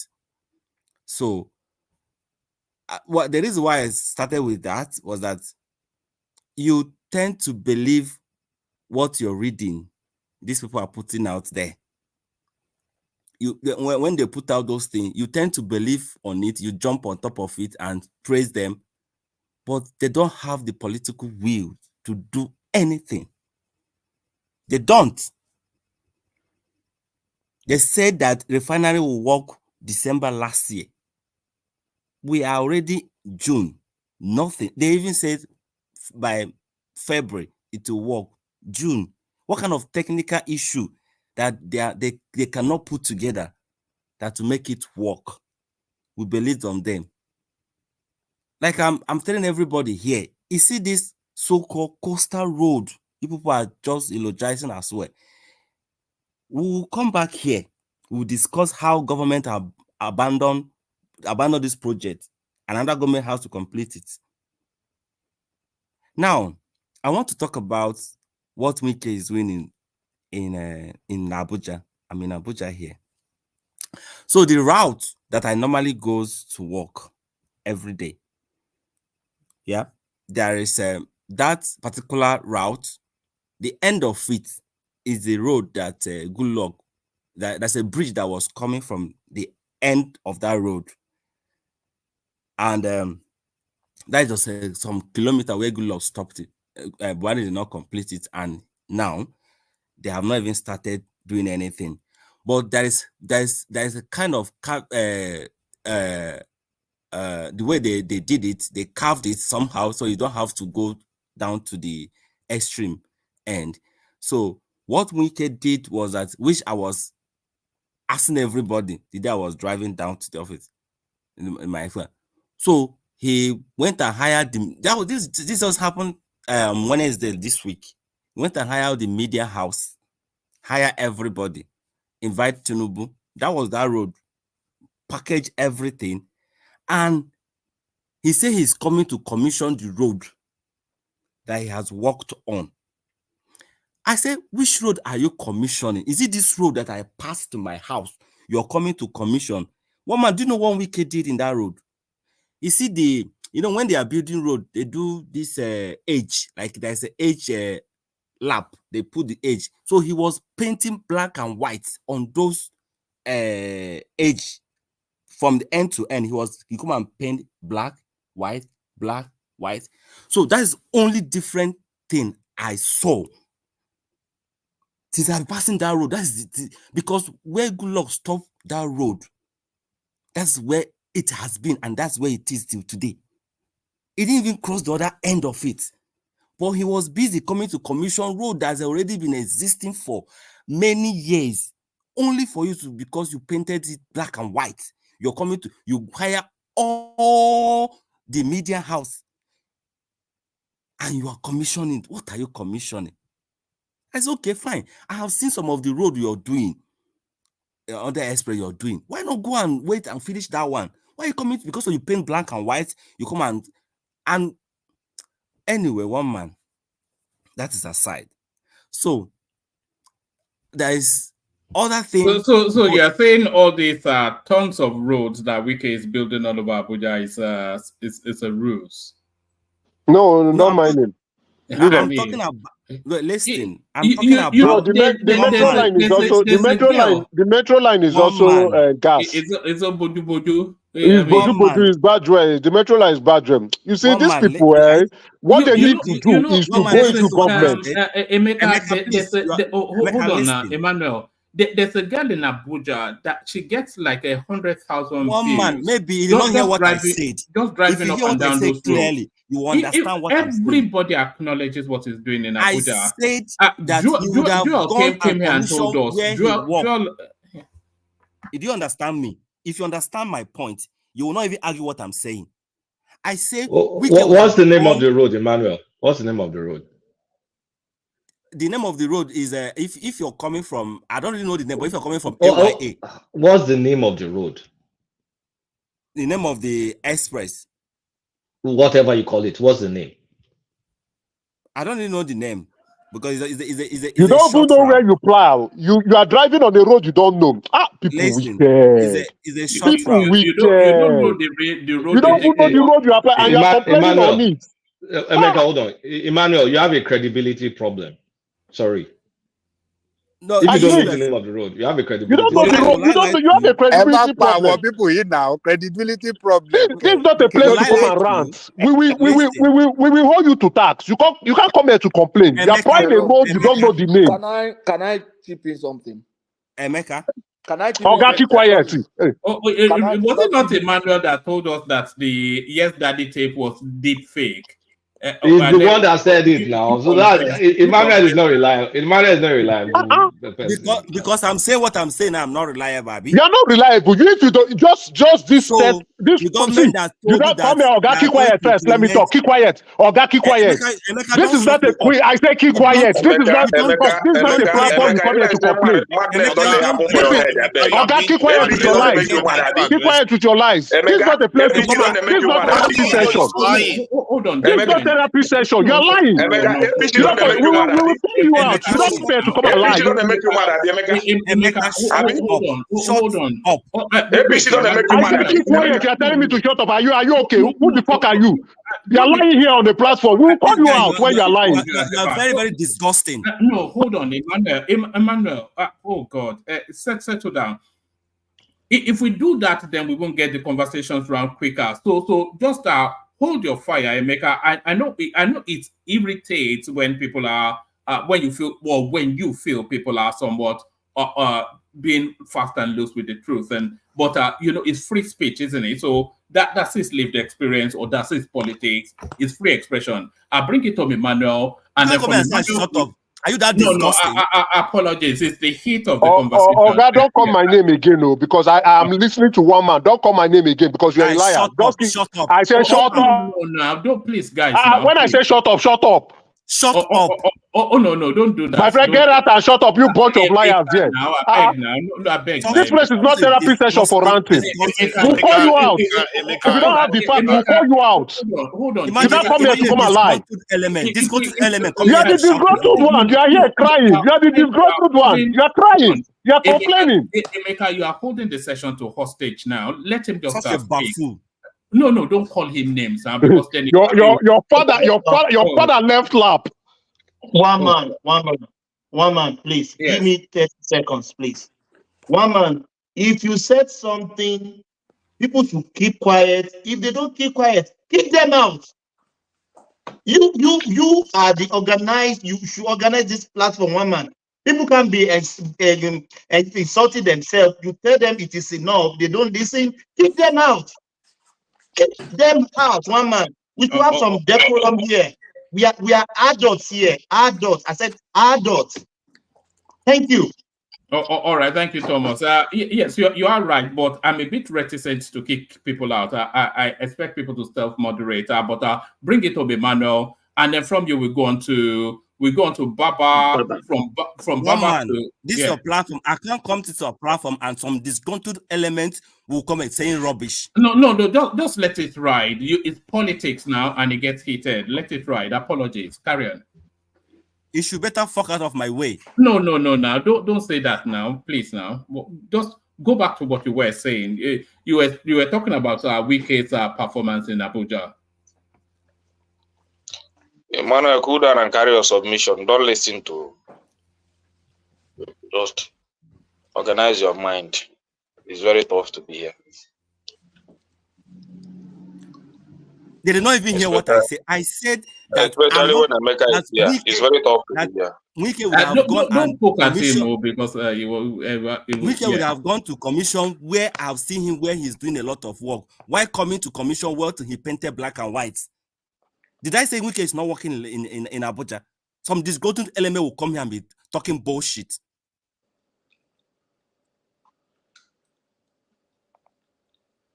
All right, bring it up, Emmanuel. 2 more minutes. One man, I'm okay, I beg. All right. So we look back around to you again. Baba, rescue us. Baba, sorry, but who put me backstage? What did I do? No, I think you are the problem of Nigeria.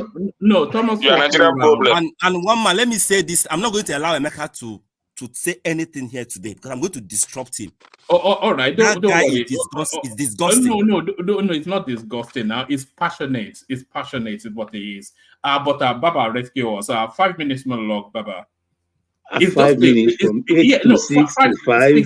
I was the first year, if I'm not mistaken.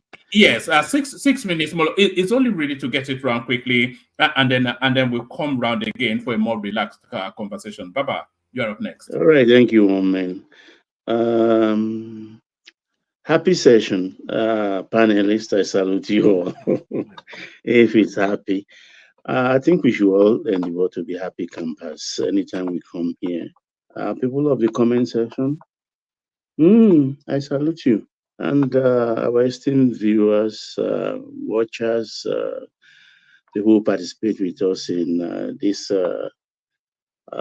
discussion every day, I welcome you again formally. Please click the like button if you've forgotten to do so. And by all means, subscribe and super chat later if you can. Yes, woman, I will go to Baba Bode George's list.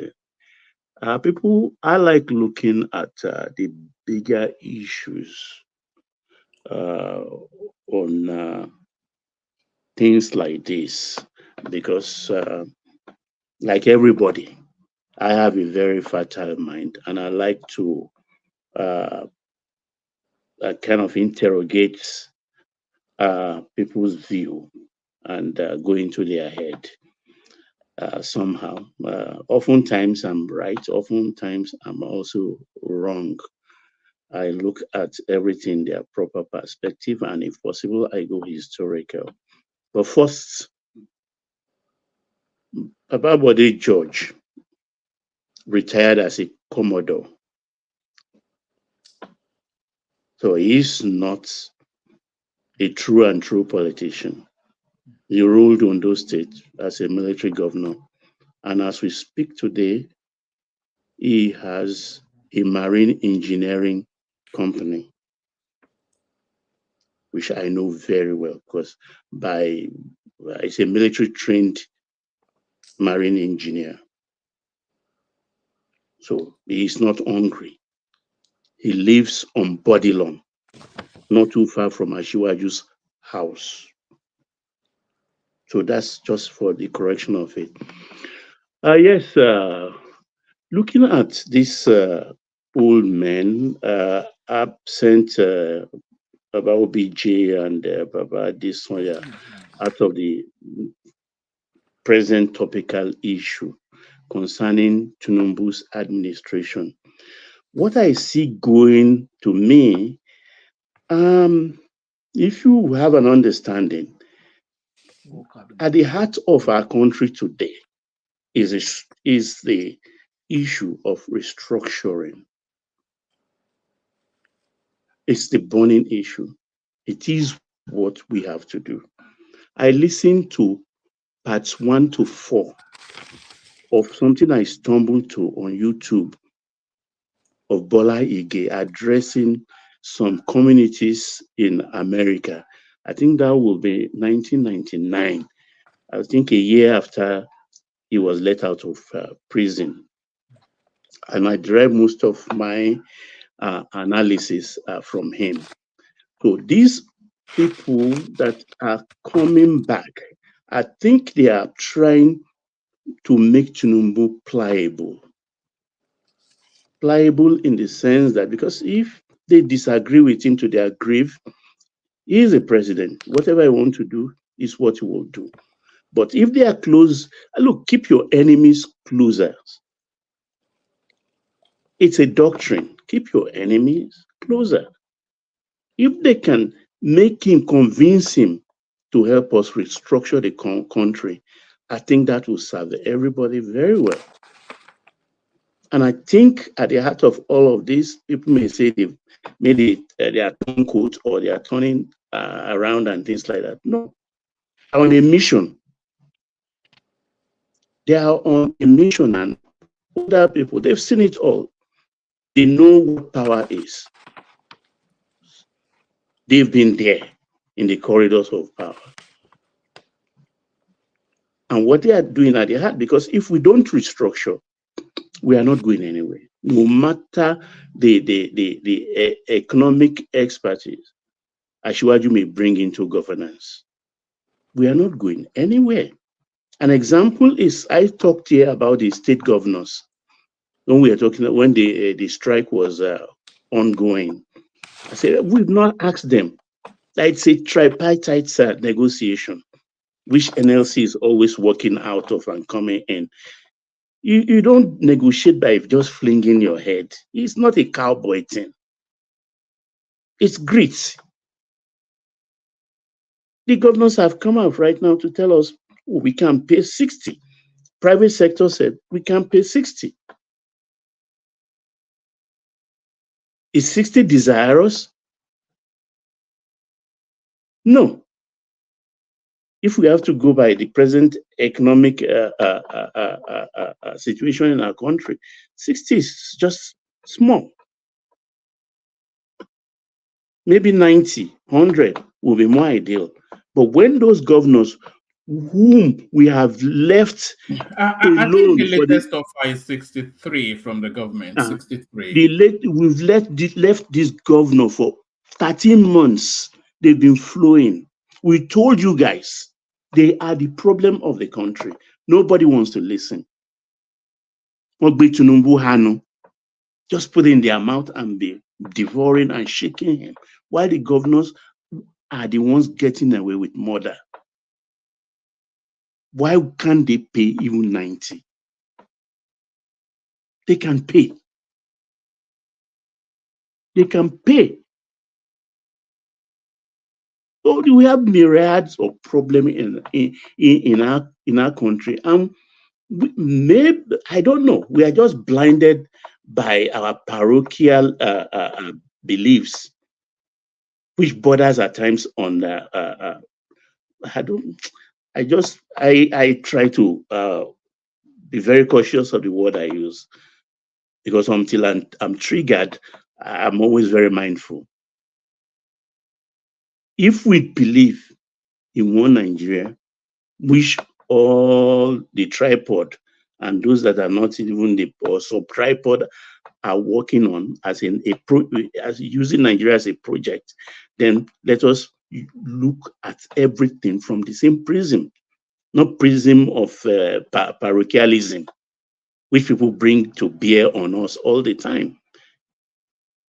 Governance, like I said the other time, starts from local government to the state government before the federal, but nobody wants to listen. We concentrate now. Why wouldn't they be bold to tell us they cannot pay 60? Of course. So let's leave these old men to sort themselves out. Tinubu was part of them. Most of these people come from Nadeko.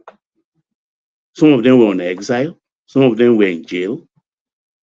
So they discussed something in Nadeko. Tinubu was like a secretary to them. So they can always remind him and turn him around. Because if we don't restructure that country, if you like, bring Jesus Christ to come and rule Nigeria, nothing will happen. Nothing will happen. That is just the bare fact of it. So don't go and deride, because I listen to a lot of false things are happening that you need to open your eyes wide and have your ears to the ground. I watched Araba and B today, and I sent you that clip. For the first 10 minutes, I was speechless. Yes, I watched it. After we've done the whip round, maybe we'll play that clip. A lot of things, they are now under the wings of Abure, and they are now begging Obi not to leave the party and whatnot. But I still see them as moles somewhat in that setup. Well, we've said before here, but you know, when you say things at times, people don't have memories long enough to remember that even Peter Obi was an instrument used to defeat PDP. Was an instrument used.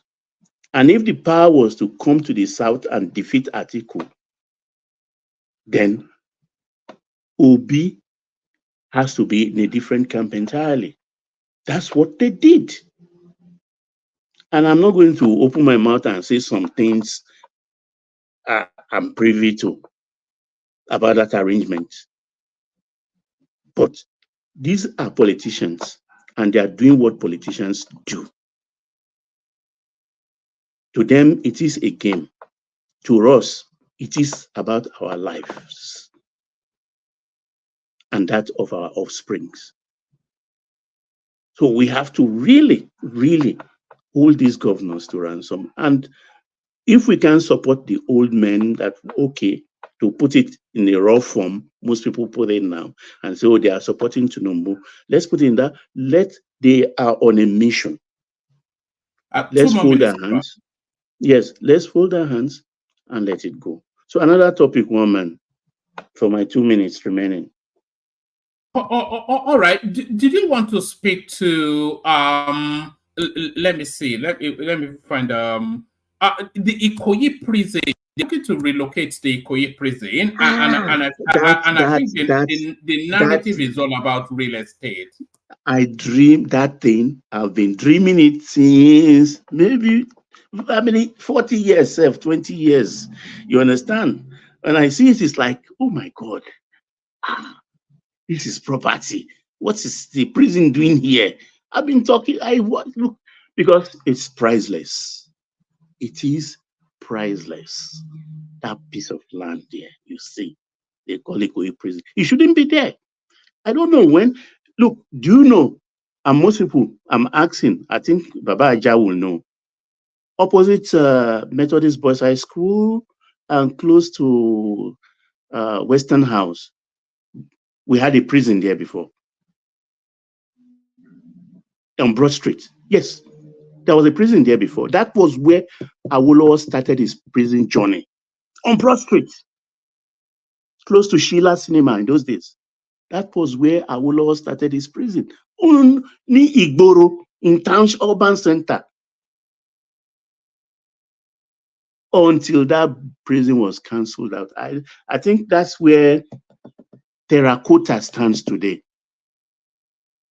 And I think that piece of land was originally owned by Austin Peters' family. Austin Peters was a brigadier in medical corps of Nigerian military. That's this Ikoyi thing has. Yeah, Terraculture. Thank you. That's Shifafe Bawala's first daughter.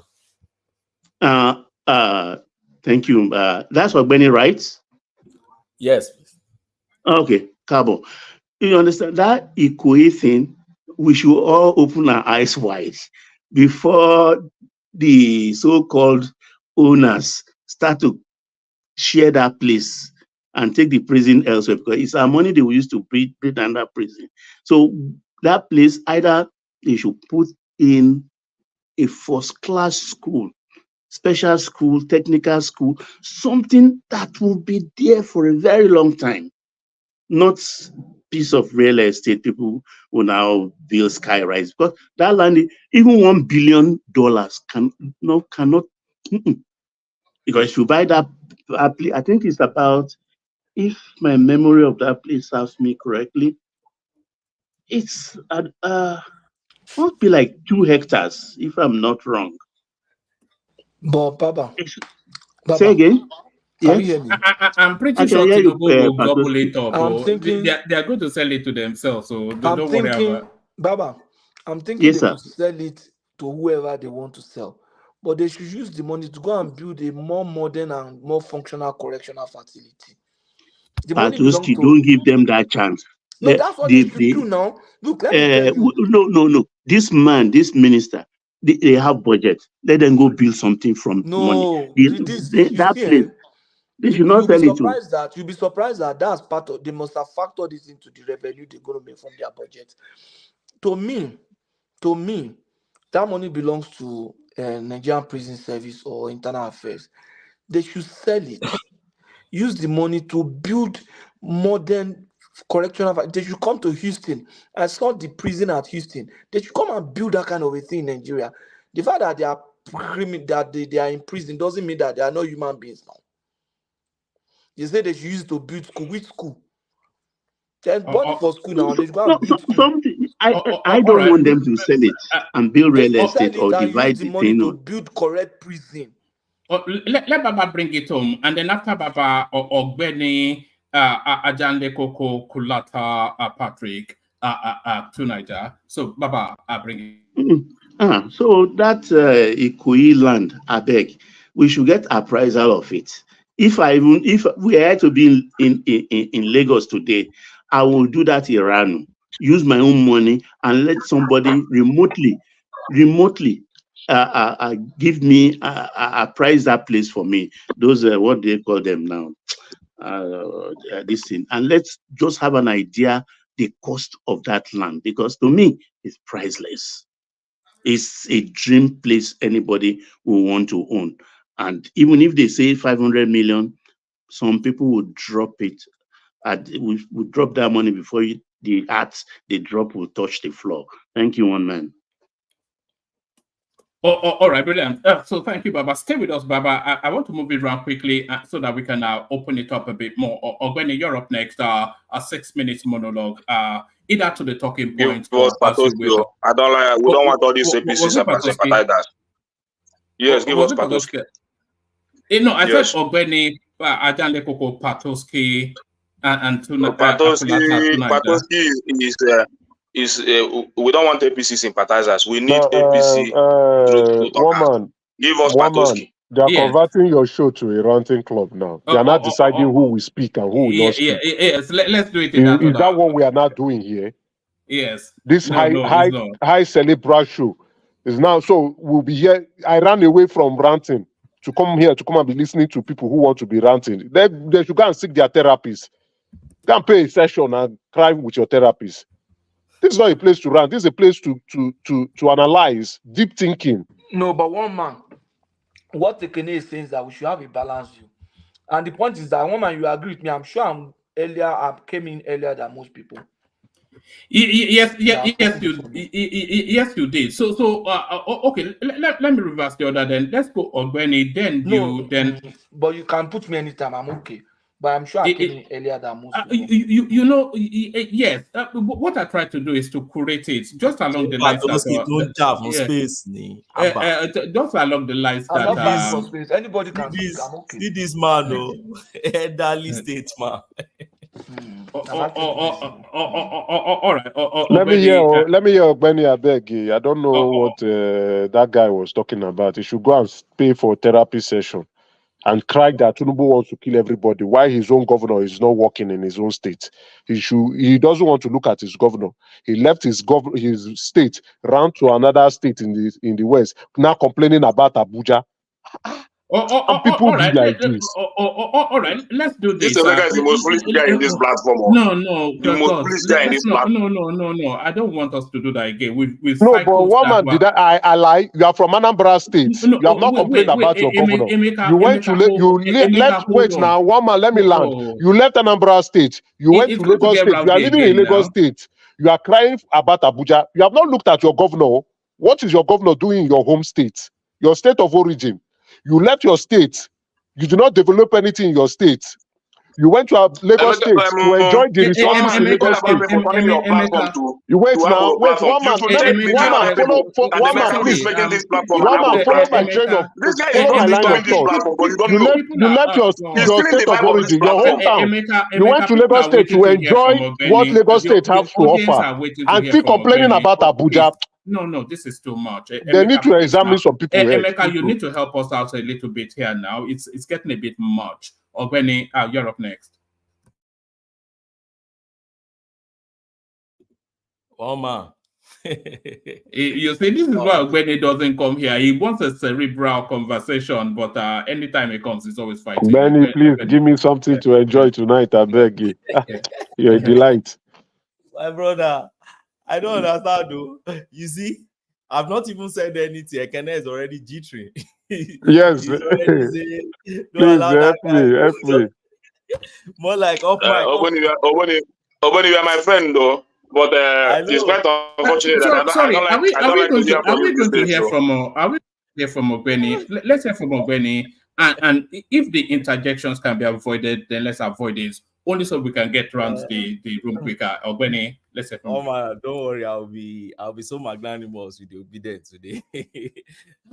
You know, I said something the last time I was on this program that we should refocus the vision or mission or the way we carry out our assignment here. For me, I'm a kind of person that I like doing self-assessment or reassessment of what am I spending my time to do. And when I joined this platform, one of the fundamentals, things I thought about is, okay, it's a platform where intellectuals come together from different walks of life. I know Ekene will always tell you it's not intellectual, but you are. At your own level, you are. Where people come together, we brainstorm, and then we try to chart a way forward.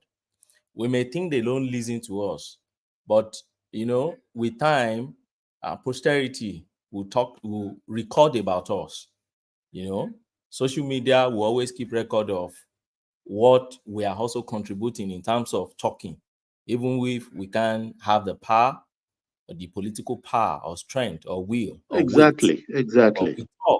We talk, and they will listen. One day, you just be surprised that probably one of us or somebody who enjoy listening to this program will one day become chairman of a local government, member of House of Assembly, or whatever, whichever political, and you will start. That's Ekene now. That we've expressed. Oh, do you want me to contest? I have the privilege to contest now. Will you support me? I want you to contest now because you have been complaining too much. You gotta put what you complain about into action.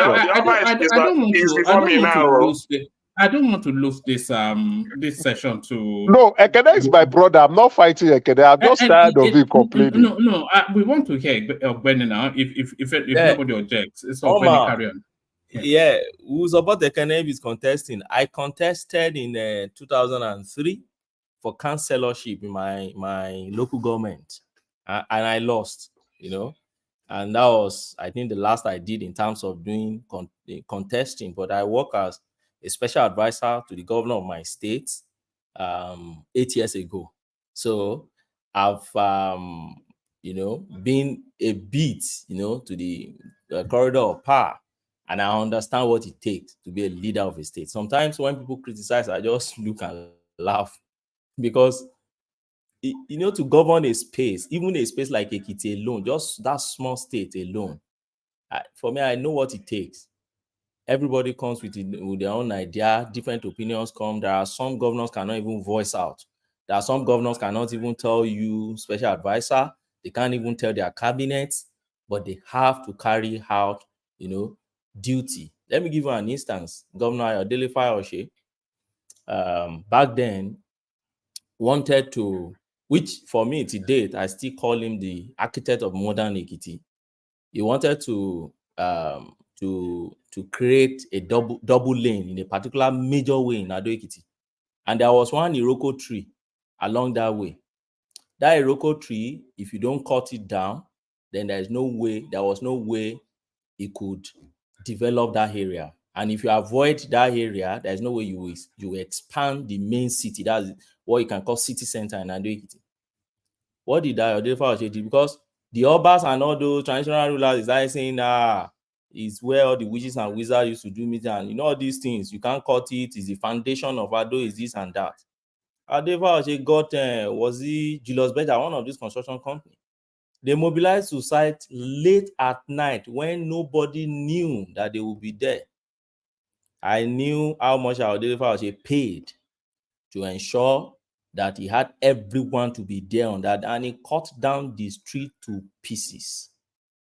And today, if you interview Ayodele Fayose, he won't tell you what went on behind and the consequences that he faced for cutting that tree alone.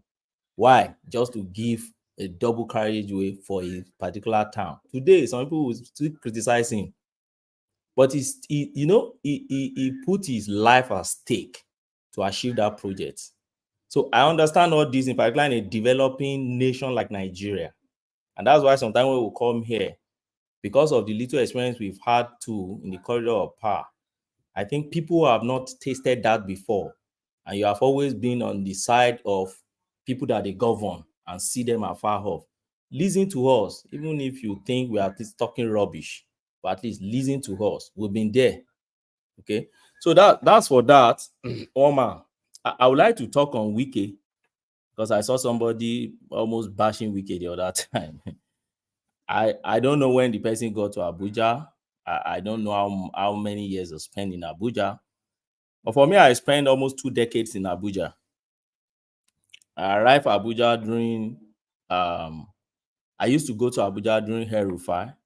Towards the end of El-Rufai tenure, I arrived Abuja. I started living in Abuja. I had properties in Abuja.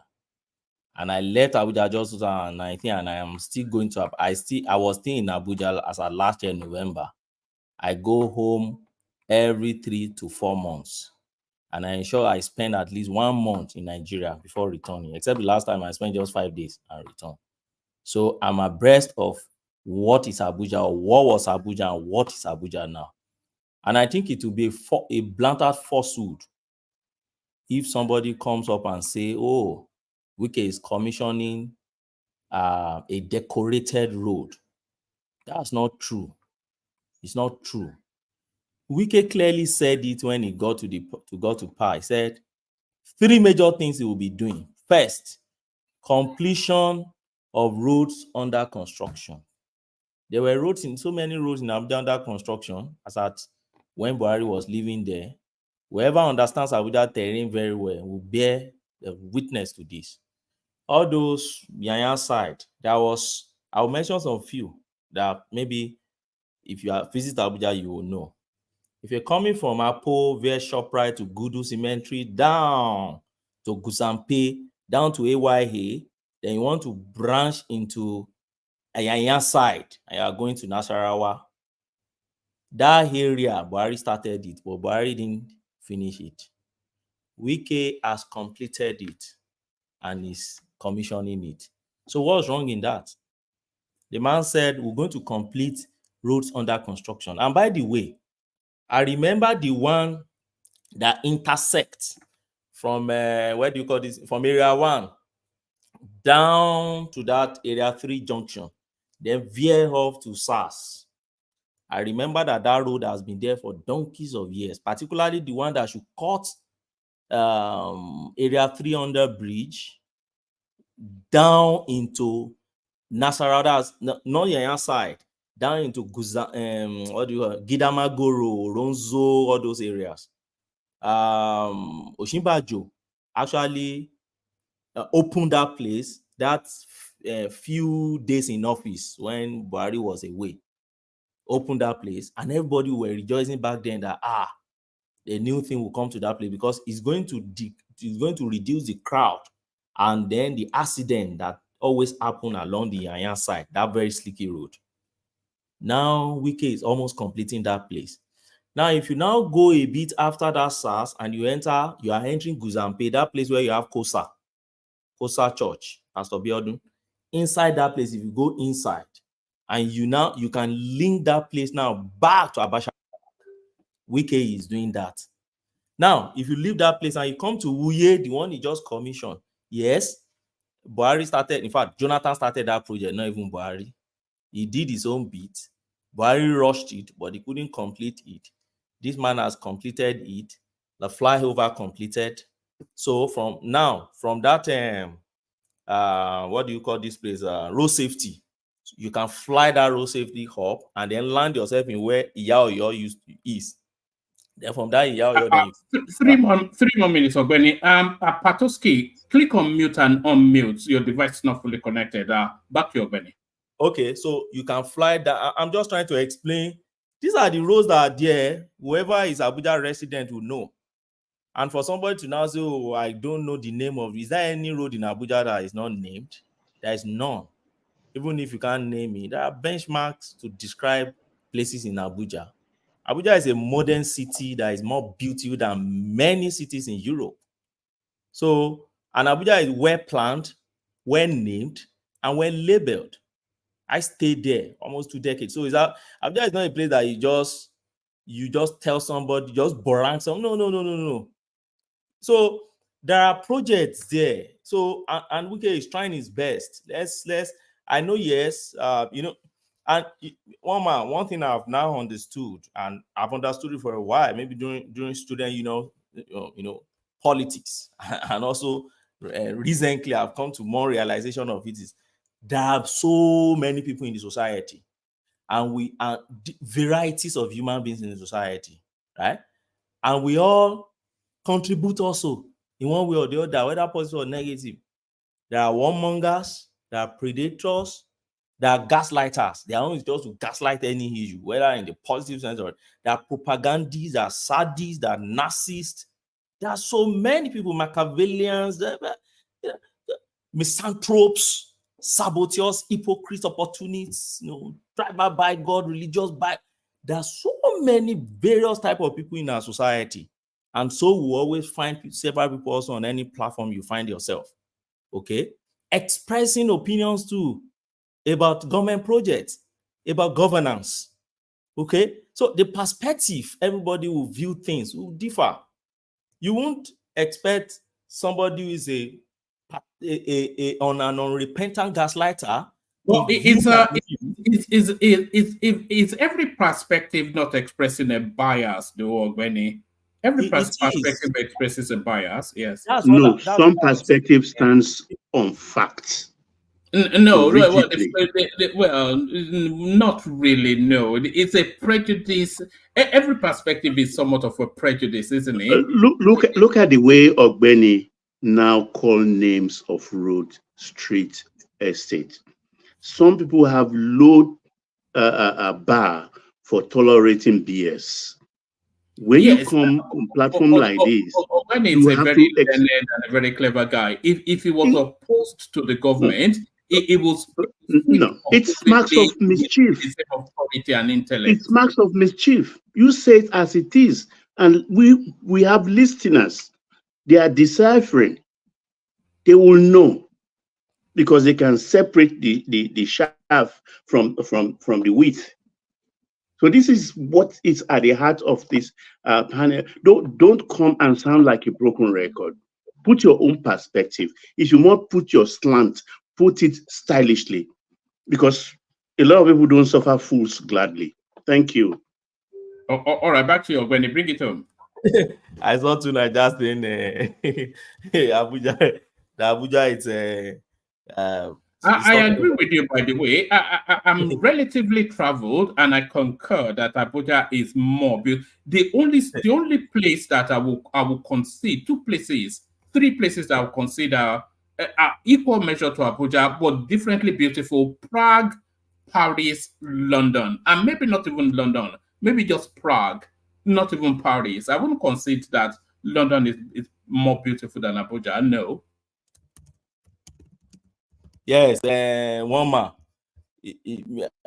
Well, in my own little, let me say, exposure within Europe alone, at least I've been to 6 countries within Europe, and those ones I've been to, I know Abuja in terms of road networking and in terms of beauty. Abuja is more beautiful. Now, what sometimes is the issue with Abuja is just put the basic facility. Woma, do you know it is in Abuja for the first time before coming to Europe? I know that there is something called council tax. That is why sometimes I tell some Lagosians, you can be in Lagos. The things we do in Abuja is not the same thing you find in Lagos. It's not. In my place, in my Tama, I stay in Lipopo Street. In my Tama, that's where I stay. I stay next to the fence of the pilots. It used to be Eric Pilots. There's after Fruit Market. In that estate, it was I think Babangida built that estate. In that estate, we used to pay council tax. We used to pay 10 mm rate. We used to pay water rate. We used to pay all these things. Okay. So, but well, when people come to Europe, they tell you, they saw council tax for the first time. I say, well, this thing is not in Nigeria. It's some places in Nigeria in the real sense. So I've been to Portugal. I remember my first time in Lisbon. I was comparing to Abuja. I said, Abuja is more beautiful than this place. So, well, that's by the way, and I will leave it there. Please, Wike is trying his best. Let us encourage him. Let me quickly talk. I know I have a few minutes to go, maybe 1 or 2 minutes. Let me talk about Bode George. I don't see any reason why you should castigate Bode George. Ekene said they are professional politicians. Fine. They've taken politics as a career in Nigeria, and there's no crime in it. Yes, they are professional politicians, and I don't see any reason why. Right from the time I'll be saying it, Bode George was part of those guys who were actually not directly for military, but worked with the military, and he was governor of my state. He was governor of Ondo State back then, but who had these affiliations with the Nadekos when they were fighting Abacha. So, and our advice, let us talk less about people we don't know, we know very little about. Bode George was a career military officer. A career military officer. And forget. but they just tried his best in his time. And so for him now today to be talking about Tinubu and everything, yeah, one can change. You can change your political affiliations. You can change your position. It doesn't mean that you should stay in a place, particularly. And that is why in law, there's something we call superior arguments. When you have an opinion, you're expressing, another person have a superior opinion, you submit to superior opinion. But you become a sadist when you hold on to an opinion that you know is no longer genuine. You've seen a superior opinion, but you are holding to it. Then it takes you to become a Machiavellian. Somebody who believes, it's only this and then nothing again. It's more like dogmas. So that's for that. Lastly, let me talk about you see these Arabambi guys. Okay, you said we'll play Arabambi later. Okay, I'll leave it at that. Let me my 6 minutes should be off by now. Thank you, Woma. All right, Milan, that's the excellent Ogweni. So that's the excellent Ogweni. I was going to go to Patoski, but Patoski, you have to click on, I can see you in the background, but your device is not connected to the stream. So if you click on mute and unmute, then that should connect it. I'm not able to do it from here. So there it is. So there it is. Let me go to Patoski next. Only really to maintain some sort of a balance in the conversation. So Patrick, your 6 minutes monologue starts now. Yeah, thank you very much, Woman, and thanks to everybody on the platform. I will just I'll speak to some topics in some areas, and I will just gyrate around like that free flow. Basically, one of the things that shocked me, I felt very, very unhappy. Let me not say disappointed. Is that we have removed the subsidy, and we bragged about it. It was championed as one of our achievements.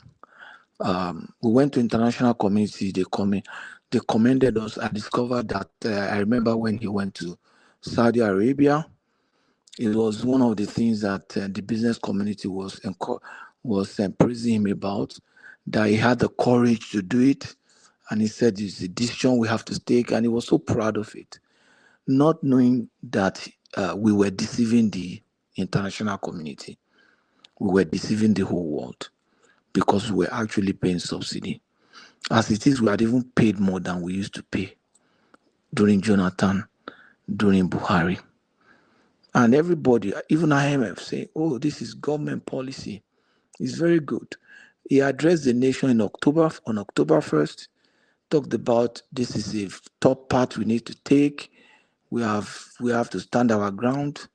And Nigerians are paying exorbitant prices for everything. And they are saying it was because of fuel subsidy removal and that we needed to endure. And we were going to see the results and the outcome, only for us to find out that they were deceiving the international community, they were deceiving Nigerians, they were still paying subsidy. As somebody who supported APC in the past, I still support him now, but I must say that I'm very, very unhappy with what we are going through, and the gain that we thought we had been able to attain. The gain was a mirage because we are still paying subsidy. One. Two, another thing is the way we prioritize needs in this country. With the way they have prioritized needs, it's making Buhari government look like it's a very good government. Think about it. When Buhari said we are closing the border, we are not going to allow rice to come in, we are going to encourage rice production.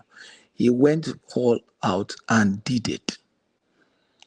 Even though it wasn't sufficient enough to bring down the price, but we saw rice farms in the country. We saw individuals who came from abroad to come and start planting rice.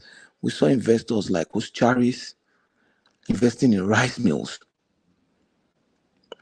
Those were just gain. At a point on record, they say Nigeria is now a major producer of rice. But also, sorry, let me just inject something. That was the very beginning of our food hyperinflation.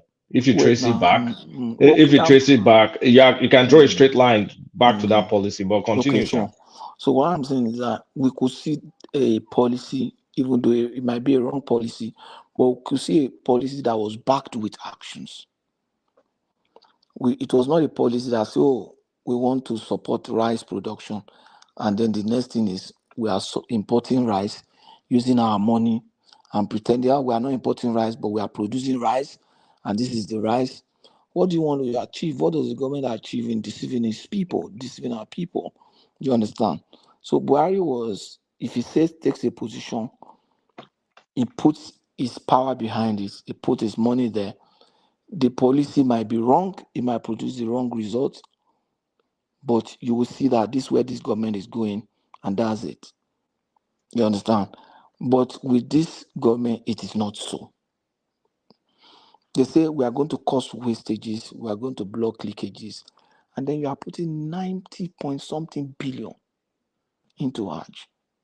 Even the Buhari government that we thought was an Islamic fundamentalist, it wasn't doing that.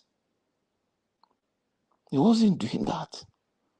We are putting 90 something billion into Hajj. Now, what is the economic benefit of that in the midst of this crisis? Even Islamic countries, Islamic Republic of Egypt, that's an Islamic republic. I'm sure they are not investing that much into Hajj. How can you sponsor people to do their faith? If somebody is ready to support do his faith, he should be ready to lay down his life for his faith. Not like you are doing that. The only thing you can do as a government to encourage people in their faith is to create an atmosphere where they can freely worship their God. Not by taking money from the rest of us that don't believe in that faith and using that money to support a particular faith or support my faith, or even people who don't have any faith, believe in anything at all. You are taking their money to go and support what they don't believe in. Patowski. I'm hearing. Sorry for disrupting. It is Arab Republic of Egypt. Is the Arab Republic? Sorry, Islamic Republic of Pakistan. That's what I want to say now. But you get the message. Thank you for that correction. But the message is that even Islamic republics. Can you give me 10 seconds, please? Yeah. The last time we spoke about this, I remember Ogbeni told us is under the purview of the president, like he have a commission. So if they have a commission taking care of that, don't you think all this our lamentation will not work? Or for us to push more in the House of Senate, in the two houses, to push against it, they should remove it. Because they will continue doing it. And they will back it up with it's under the presidency commission. There is a commission about that. You know that. Yeah. So that's my continue. My friend. I agree with you. And also, when did Egypt become an? I thought it was an African country, but there we are. Carry on. Now we have commission. The fact that you have agency running a particular thing does not mean you put that much. For example, we have a Ministry of Education. Now we have a National Student Loan Commission. So why are you not putting more money in that commission? I'm not saying that the fact that a commission does not exist, the fact that a commission exists does not mean that you put all your money in that commission. No. There are other commissions. There's National Pension Commission. Pensioners, there are pensioners who are increasing pay now. Nobody's thinking about those pensioners, whether they are going to increase their pay. Those pensioners are going to the same market. And they are suffering what Nigerians are suffering. They don't have tools like labor with which to make demands on government and put pressure on government. But those people are just left to die. In most cases, when they fall sick, their money cannot even buy medication for them. And we have somebody who, because there's a commission, is putting all that money into Hajj. What kind of Hajj do you want to go? Do you think God will answer the prayer of that government when he has left his people to suffer like that? That's not how things run. Those are the kind of things. Those are the kind of things that I. Yeah. Yeah. This jihad of a thing because it's Hajj. Don't call it jihad before they come for you. It's jihad. I don't know what hard, but it's Hajj. You know, I know this policy. I think did it start from Obasanjo period because I think that's part of the resolution Obasanjo had with all those northern Muslims during when they wanted to enforce Sharia law, and there were a lot of conflict in the north and all those stuff. I think subsidizing the Hajj has always been with us, like I think forever. The National Hajj Commission is not just a northern thing. Okay, it has been there before that that Sharia law. Yes. Long ago, even in the 60s. Even non-northern states like Ogun or all of them, they have their Muslim. So, Patowski, sorry to shock you. You know the one that surprised me? I saw Fubara handing out envelopes containing $300 each to River State pilgrims. After he had given them previously $400 each, said they should go to River State, Mecca, and pray for them.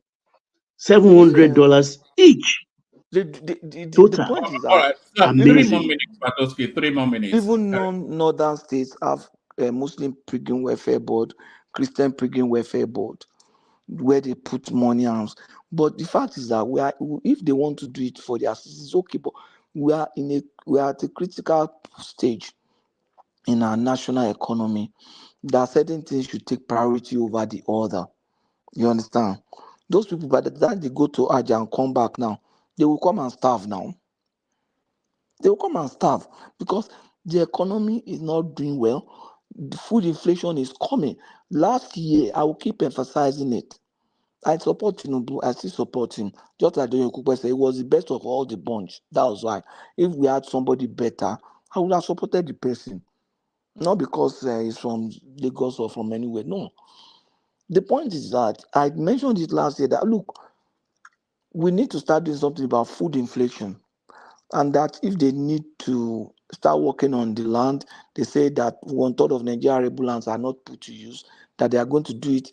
I thought by now they will have cleared all the roads. I keep saying it. All those roads you see, all those bush you see around on the express, when you look at your left and look at your right, I thought by now you will have cassava, maize on all those places. That was the promise they made. Only for me now, for them to say the governors are the owner of the land. Is when you want to make excuse for president, you say the governors are not doing anything. He knew the governors were there when he was making those promises. He knew the governors would not do anything. He knew the governors were not serious. He himself was a governor. Everybody knew, even me and you, that we've never been in power. We know the governors are not serious people. So he was supposed to have considered all that before he started making all those noise. And he said he would leverage on his relationship with governors. He was a governor, he was going to do. The first year, the first planting season is gone. So that means that food inflation will be there. Now we are taking shortcuts by Patoski, saying... sorry, I hear this word. Start to bring it on, Patrick. Yeah, Patoski, sorry again. Just give me 50. I'm surprised I still hear this word, seasonal planting, in this 2024. Banana should be planted all around the year, apple, we are not there yet. orange, everything. With technology, we are not even there, but let's even use our primitive technology to take advantage of what nature has offered us. That's what we are saying. Let's take advantage of what nature has. But let's start telling them, bringing those technology, they will now start budgeting. They say it's going to take time. Let's even use what nature has offered us. Let's start planting. I said it last. Say, no, the government is already working. It's doing something with the state now. He's believing taking shortcut. He has reduced tariff on food. Will custom allow that to work? No way. They will still be collecting that money on backside, frustrating the importers, and which will still increase the price. The tariff you are reduced on food, your exchange rate is going to make it worse. Now you are increasing salary, which will increase inflation, which in turn will wipe out all the gains you have made in exchange rate, because inflation and interest are major factors that drive foreign exchange rate. So it looks like this government does not really know. They have not really found their bearing. Look at key priority issues and go for them. Close your eyes to every other thing for now. Address food inflation. That's immediate. Those are the low-hanging fruits that he was supposed to have addressed. And I'm surprised that he didn't do that. Coastal Road, fine. If somebody wants to sponsor it, let them sponsor it. But get people to eat. Hungry people and dead people don't ride on roads. If you don't have food, people can die if they don't have food. But if you don't have that road, people will not die. Lack of food or inflation, high cost of food can cause unrest in that country. And that is the truth. And you can't blame them when you see certain things happening. I still support him, but I don't think he has put this way. Let us forget about this tribal thing. Maybe you are a Yoruba person, you are now supporting him, or you are an Igbo person. Because of that, you are antagonizing him out of hatred. Because you could also criticize him, and your criticism is lined up with hatred. That's what we also don't want. You understand? Your criticism is tainted with hatred. We also don't want that. Let's have objective criticism. Let's not just support blindly. Let's not criticize blindly. Let's look at the people that are suffering back home. My brother, your brother. And let's not let these politicians divide us.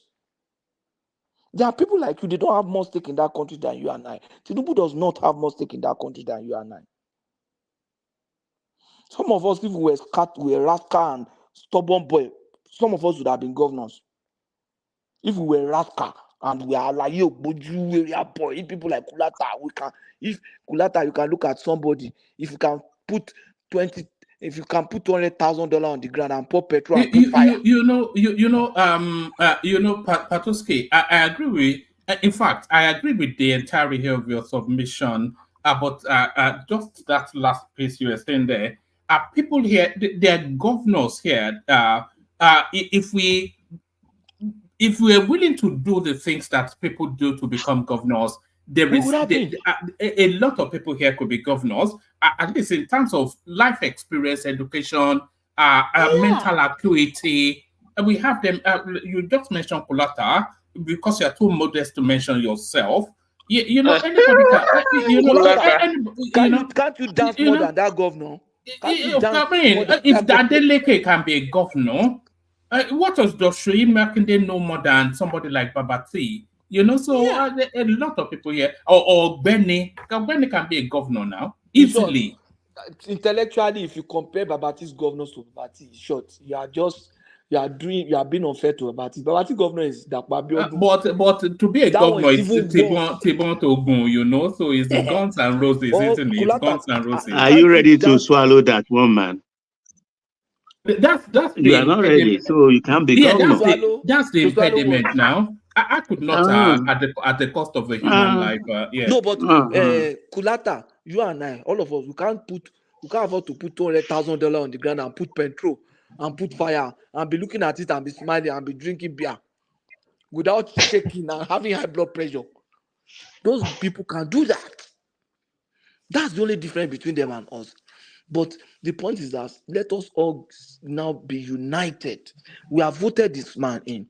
If putting pressure on him will make him do well for Nigeria, let us collectively do that. Everybody just wants you are not talking about the cost of healthcare. Let's even look at that strike, for example, labor. Okay, let me even address one topic issue, labor. You see, labor. All right, you use that to bring it on because I think you've gone past. Look at what labor has done by shutting, because I saw that the analysis, by shutting down the national grid. It means that if somebody is in the theater under the knife or on life support and there's no generator, or there's no diesel, or there's a problem with generator in that hospital, that person could die. What kind of labor union is that? That will say, let's shut down the national grid. Let health work, chasing people out of hospital. I saw them chasing people out of. That's murder. That's murder. Because you want salary. There are some people that are on the dialysis there. There are some people in ICU.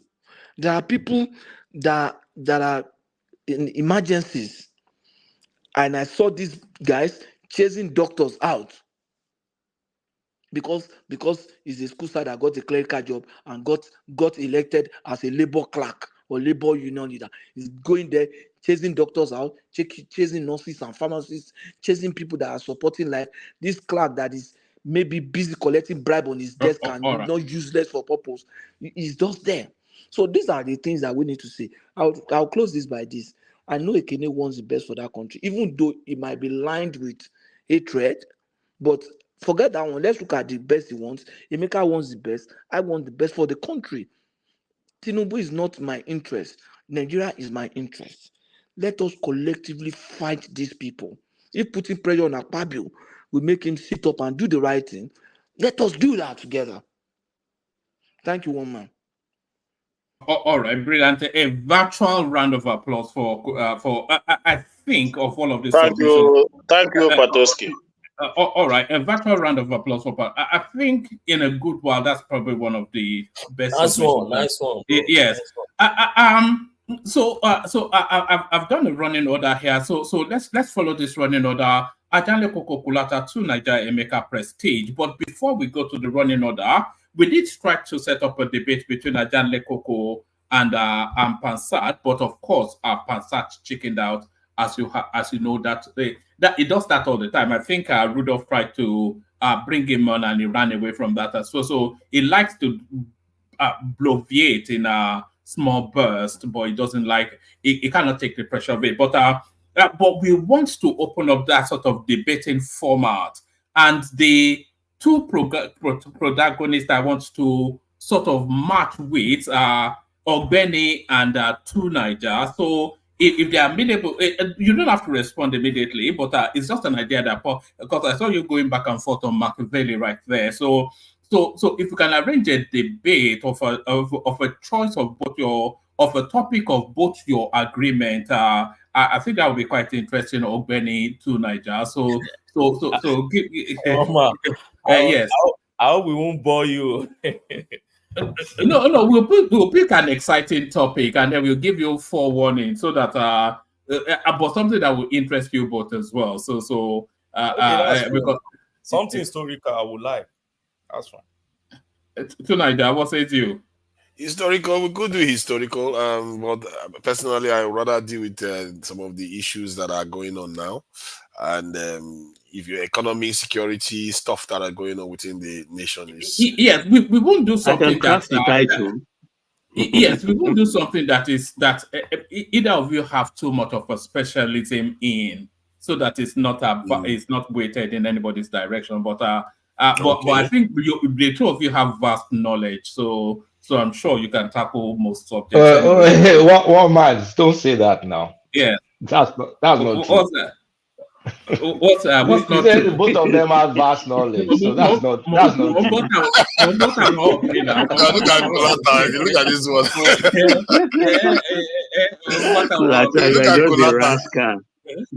Who is the trade job to? Let me know. Vast knowledge.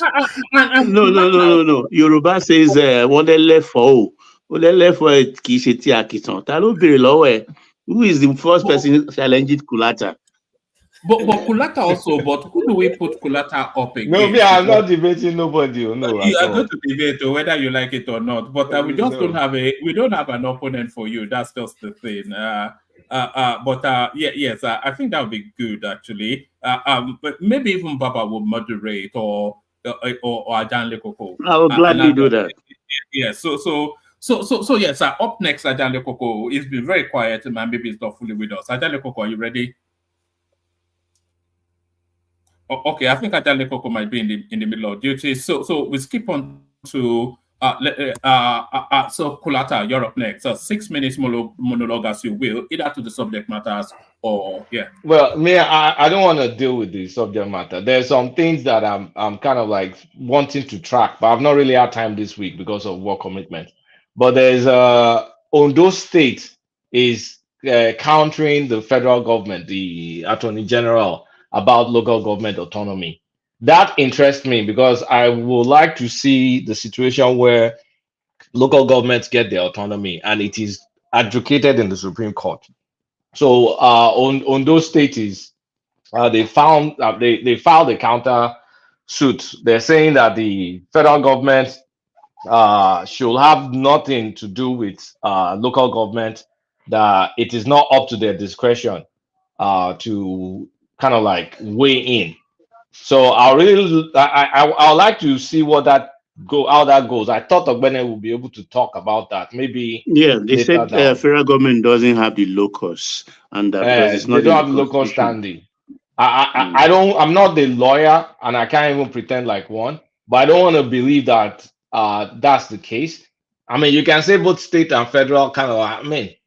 I don't know. I'll rather let an expert talk about it. Maybe later on. I'm even shocked that Ondo State is the one challenging first. I was surprised. Like, why? I mean, out of it, why will Ondo State? Why will the Southwest State be challenging local government autonomy? Like, very strange. It's very, very, very strange. I saw that headline as well. It was a function. It wasn't even. It was just a functionary within Ondo State that was saying.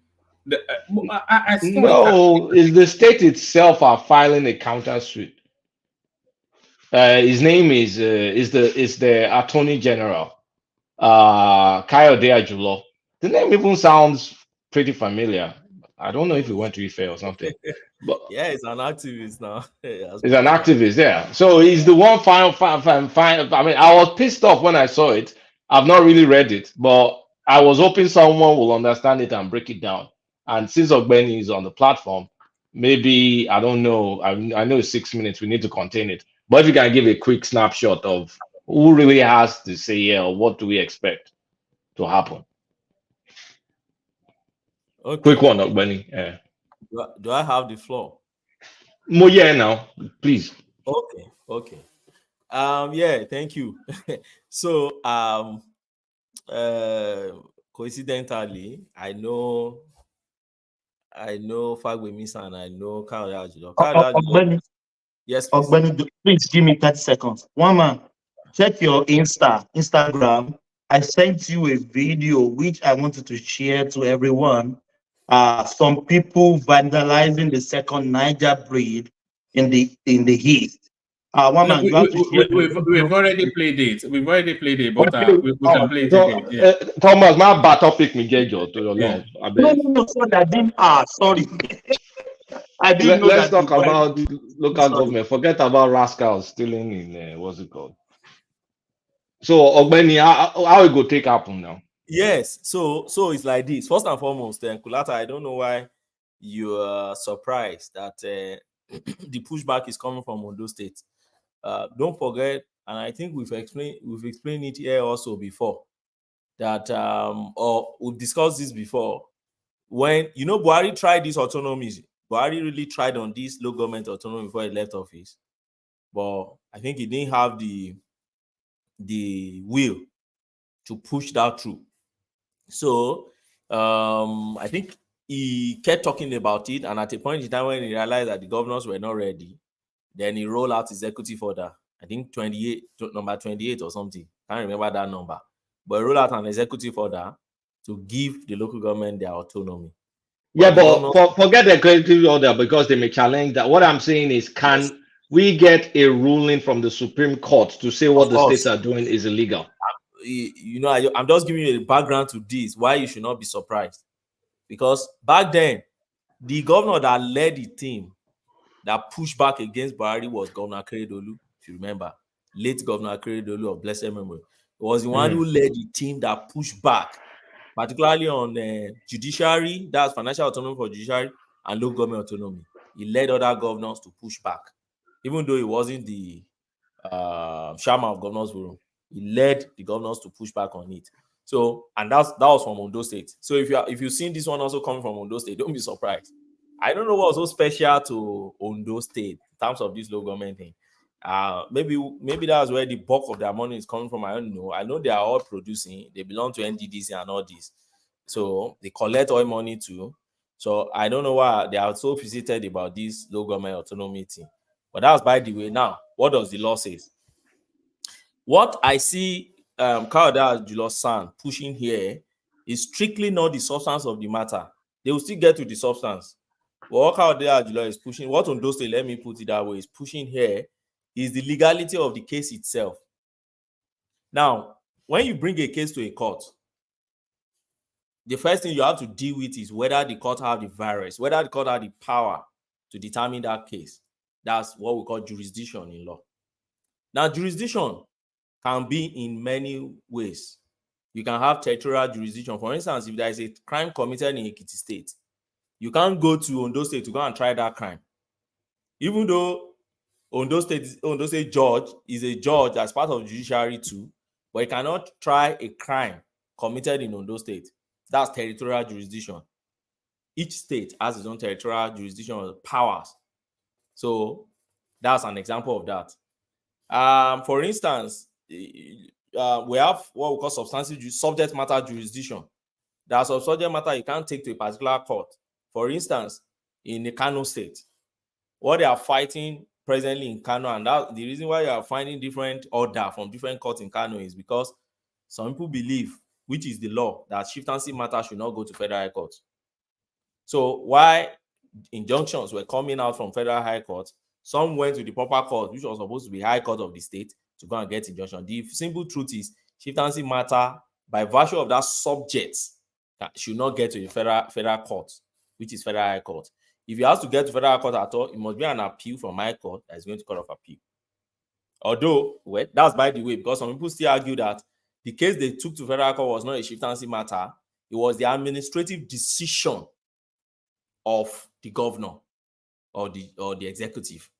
So regardless of the subject matter, the administrative decision is what matters to them, which you can take to Federal Court. So they see it as administrative law, not chieftaincy law.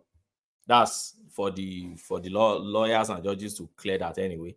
But just to give you a glimpse of how this thing plays out. So there are cases, for instance, now you can't take a case of rape to a Federal High Court. They don't have jurisdiction to do that. At the same time, you can't take a case of gas pipe vandalism to High Court of a state. It must go to Federal High Court. So these are the intricacies in the jurisdiction of the court. So now, when you now place a case before a court, the first thing the court must decide is, do I even have power? Not that can I even look at this, but do I even have power to be competent enough to even look at this case in the first instance? And we always say that the bloodline of any case is the jurisdiction. Once the court lacks it, the court must wash its hand off straight from such a case.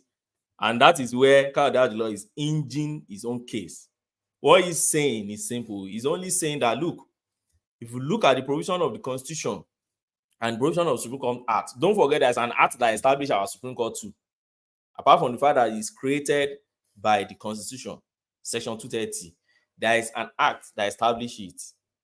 So he's saying, okay, Section 1 of the Supreme Court Act that established that Supreme Court, if you conflate it with your provision of the Constitution, that such a case should not be presented before the Supreme Court. Don't forget what Fagbemi San is doing here, what AGF is doing here is invoking the original jurisdiction of the Supreme Court. Don't forget that generally, you don't go straight to the Supreme Court. Generally, you must first go to the court of first instance, whether magistrate court or high court or customary court. Then you start traveling from there and get to Supreme Court, if at all you get there. Now, but our Constitution now has earmarked some cases that Supreme Court can entertain as from their original jurisdiction, meaning that you can approach them straight. And what the Constitution says is this: when you have a case that is a case between a state government and another state government, you can approach the Supreme Court. For instance, Kogi State is fighting Endo State on disputes, on boundary disputes. So Kulata, that would teach you to ask a lawyer a snapshot question. So snapshots more. Okay, no, I hope you enjoy you understand. I understand. So, but bottom line is, what's the likelihood of this? Like, I mean, getting the right judgment. Meaning, they will surely get judgment out of that court. Why did I say so? I believe this Ondo State case is shallow. Why do I say it's shallow?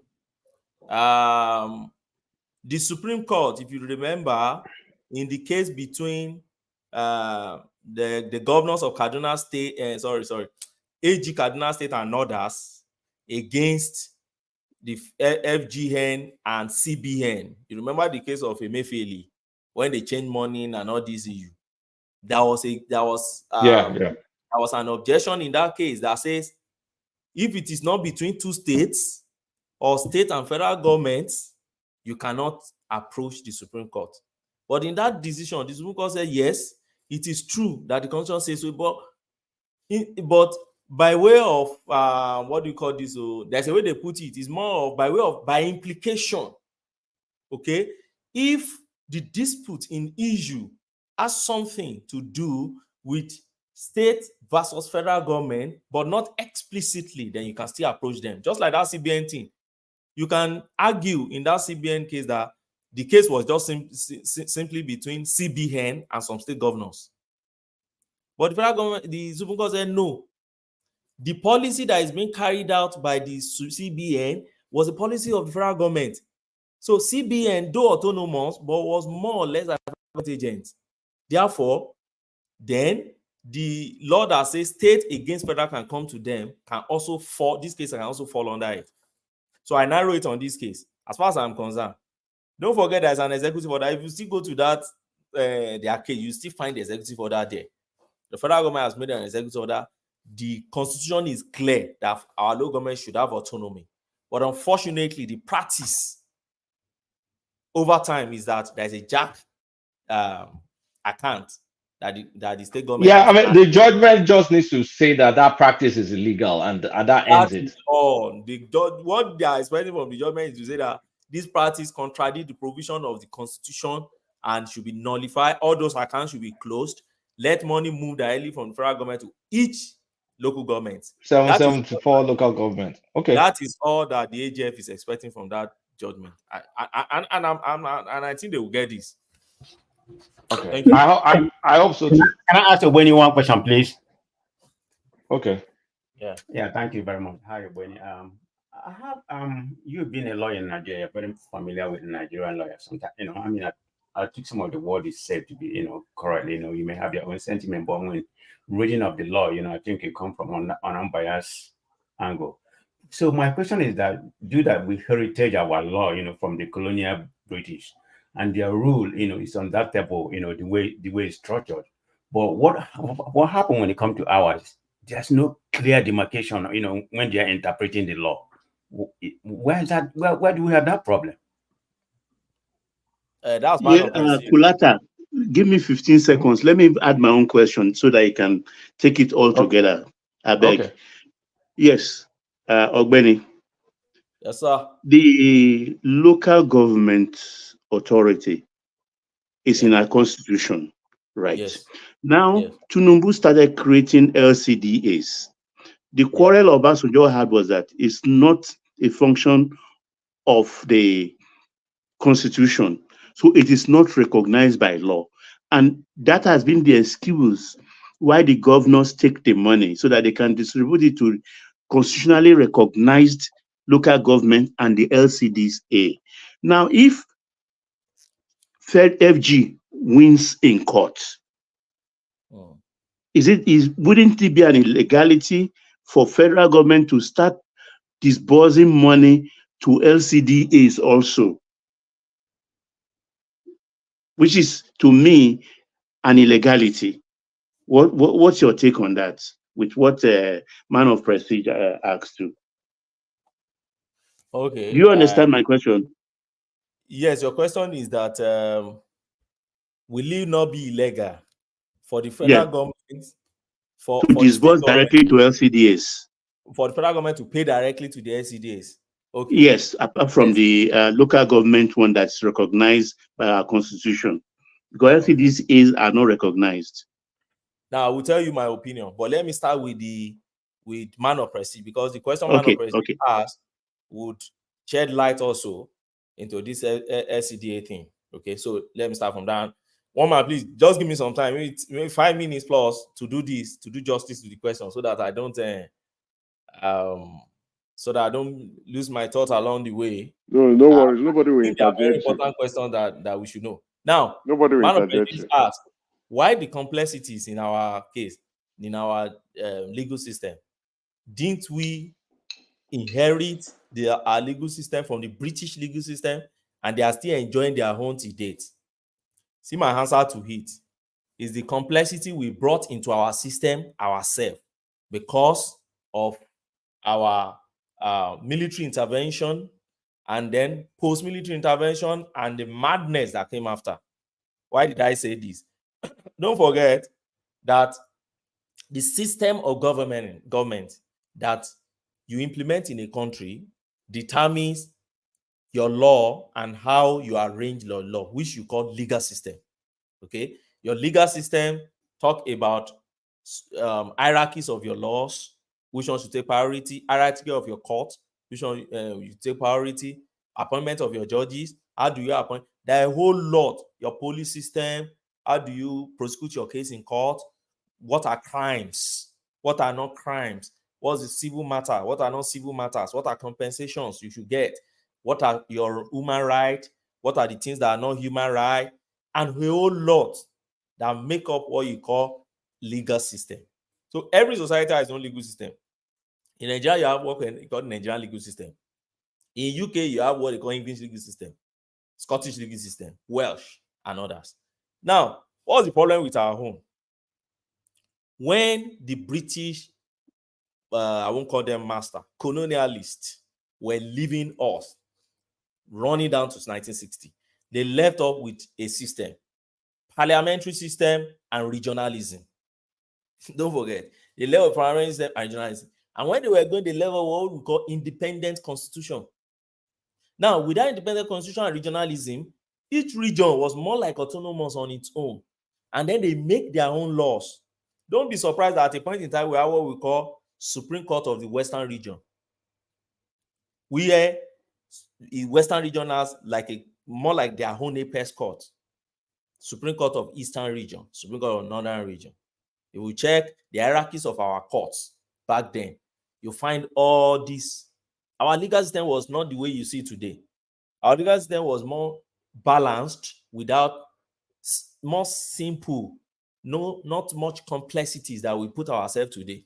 But what happened? 1966, a man called Aguiyi Ironsi took over the government, nullified regionalism, cancelled parliamentary system, suspended independent constitution, and then brought in what we call unitary system.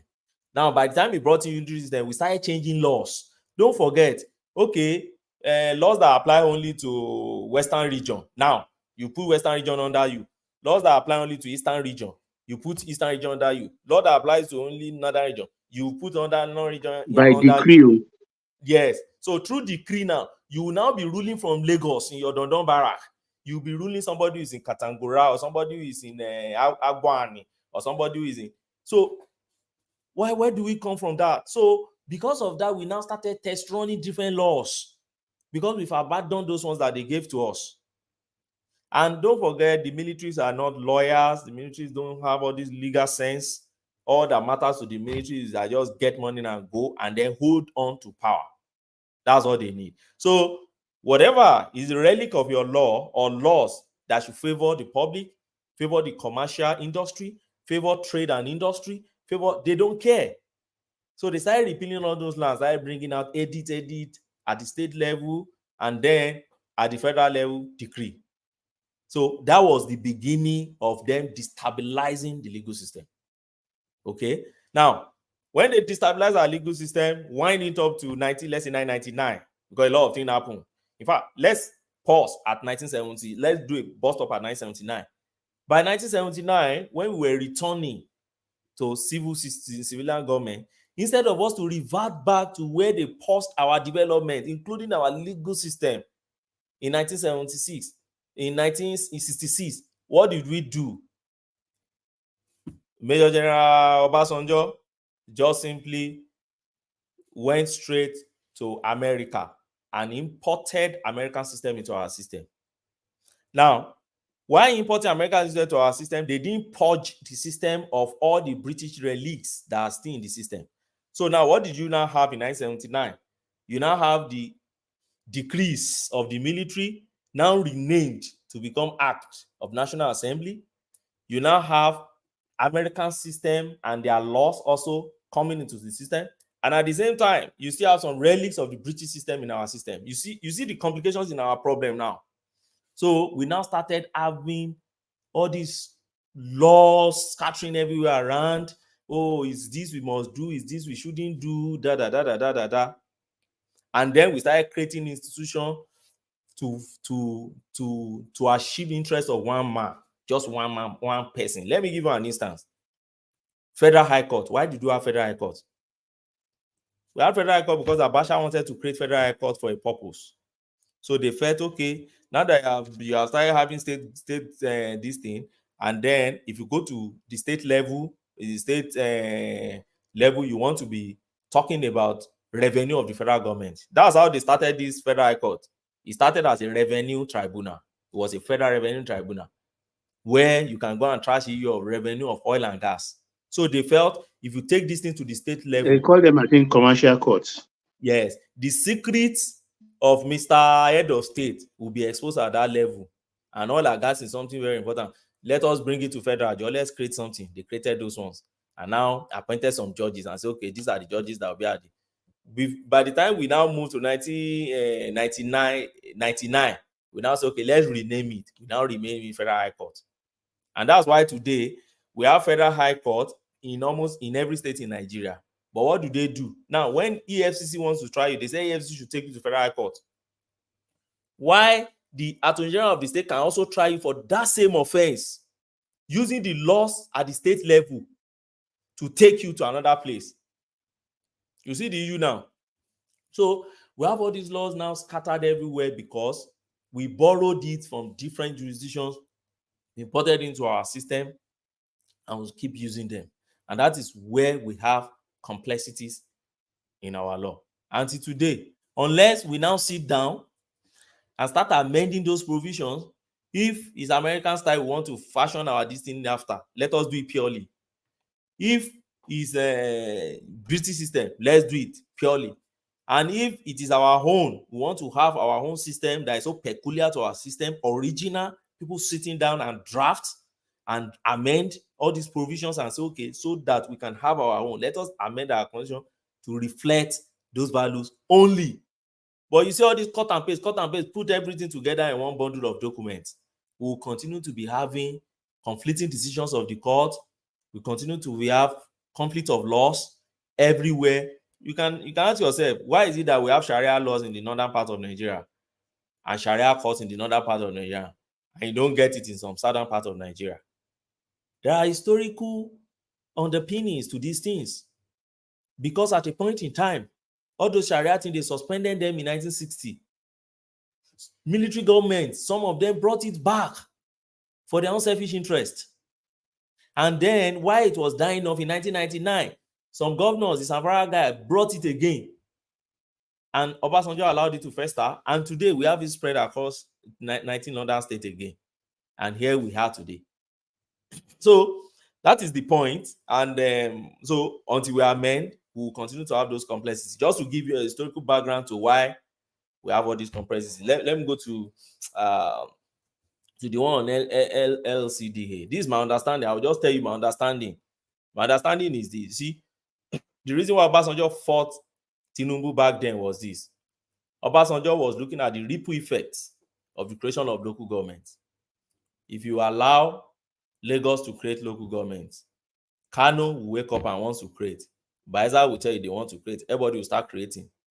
So what Obasanjo was looking at is that if you start creating now, well, apart from the fact that ill motive of if you allow Tinubu, don't forget there was this PDPAD, issue back then. So apart from that, legally speaking, the Obasanjo case in court was that the constitution does not allow it. Why? Because if you look at the schedule that established our local governments in Nigeria, it listed how many local governments we have in Nigeria and put a full stop.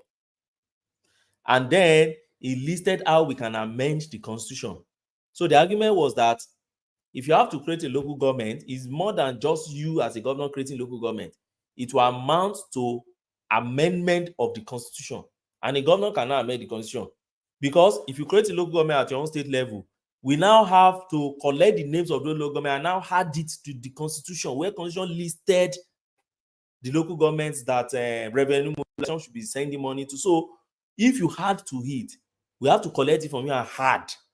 And we cannot add by the fact of the executive. We have to go back to National Assembly. So what Obasanjo was simply saying then is that if you want to create local, go to National Assembly, let them create it for you. Whoever wants, go there, then they will create for you.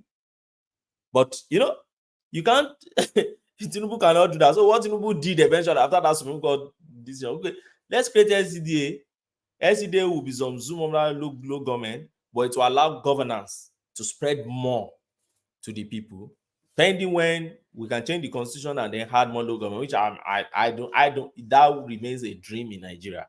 Nobody will add one single local government to those local government we have. I don't see anybody adding anything to this. The military have done that havoc in our system. Unless we restructure the country, that federal no longer feed the local government. If the federal government keep feeding the local government, we're not going to have any local government, because the ripple effects would so escalate that nobody will be able to stop it. And so the LCDA, if the federal government, for me, pays the local government directly, As far as I'm concerned, that is what the Constitution envisages. It won't breach any law at all. Why? Because the federal government doesn't need to pay LCDA. LCDA are not known to the Constitution. They are not listed there. All the Constitution expects the federal government to do is to pay the local governments that are listed in the Constitution. They are clear there. Sometimes, lawyer, we just like complicating things to make it. So how do we solve that thing? How do we navigate that conundrum? So, I think it's the step Mr. Fagbemi has taken now. They'll be begging the governor. They refuse to do it. They've used executive order. They refuse to obey it. Late Akeredolu kick against it. They push back until Buhari submitted to their wahala. But now, the AGF has gone to the Supreme Court and said, okay, this is the apex court. Help us to determine this issue and nullify all those Jackson and co. And then order me as the federal government to start paying the way I should pay in accordance with the Constitution. And if I'm wrong, well, tell us to go back home. So if the Supreme Court now say this is what you should be doing, I don't think say they burn any governor to now say Tinubu should not pay directly to the local government. But politically anyway, he still needs to persuade them, because don't forget that politics is local and he still needs those governors. All right, brilliant. Thank you. Okay. So Kulata, back to you. Well, my next topic, which I'm also willing to learn. Maybe I'll throw it to you, one man. There's this bill going in the, is it in the Senate? The anti-grazing bill, and I believe it's being passed to the committee level now. It's passed like 2 readings or something. I just want to test the poll amongst people that, do you guys think Tinubu will sign this if it becomes law? If they pass it out of both houses? I think this is the window of opportunity. So many things that you have to be grateful that Tinubu is there, because they are fast tracking it. A lot of resistance from the north. Somebody sent in a clip of some northern woman. There was one woman, I did send it to you. She was kind of like aggravating cows and human beings. I was shocked. Yes, I love Akpabio's question. Are cows now citizens of Nigeria? They put that question to a senator who was saying cows are part of us. Are they citizens of Nigeria?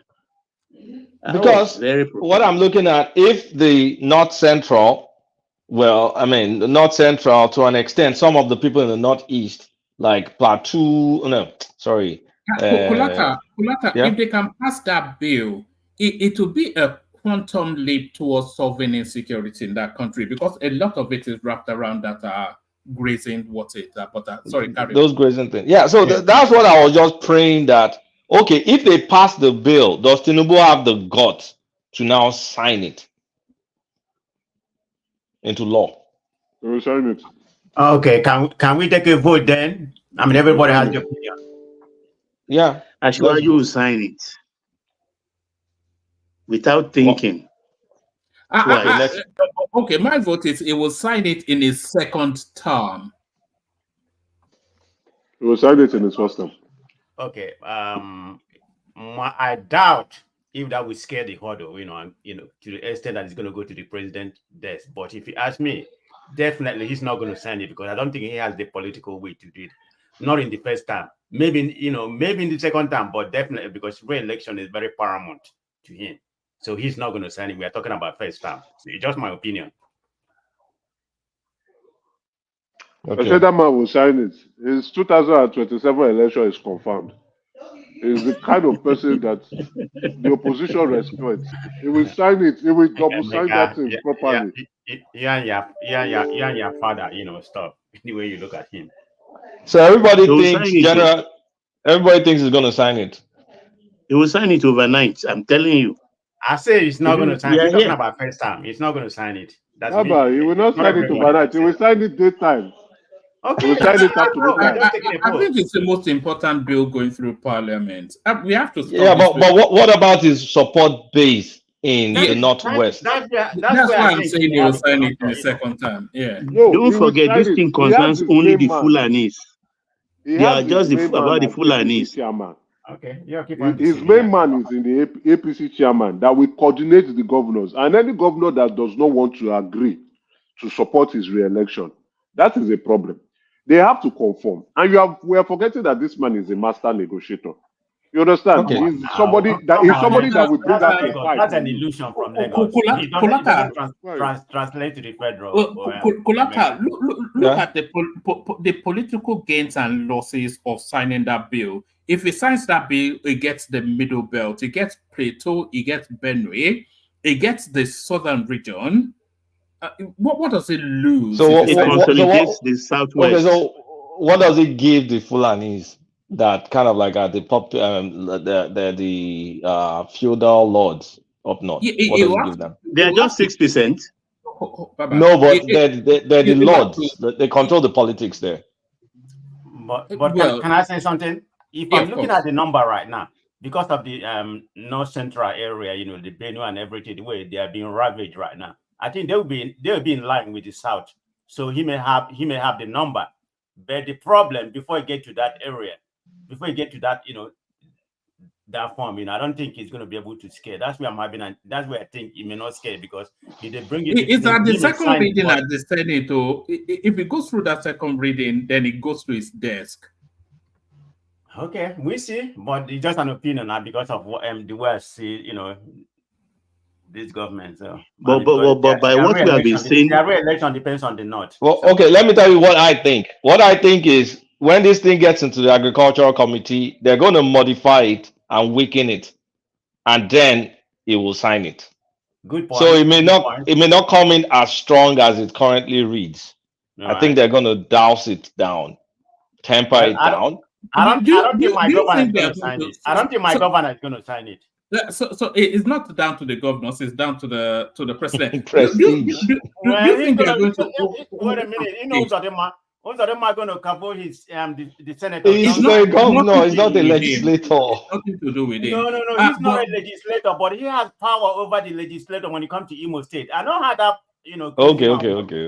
I get you. I know he's not a legislator, but I mean everybody in Imo working for him, so that's where I see it. When you said they are going to water it down, Kulata, do you think they are going to regionalize it? Well, because we really don't have anything called region in Nigeria, so it's going to be by state.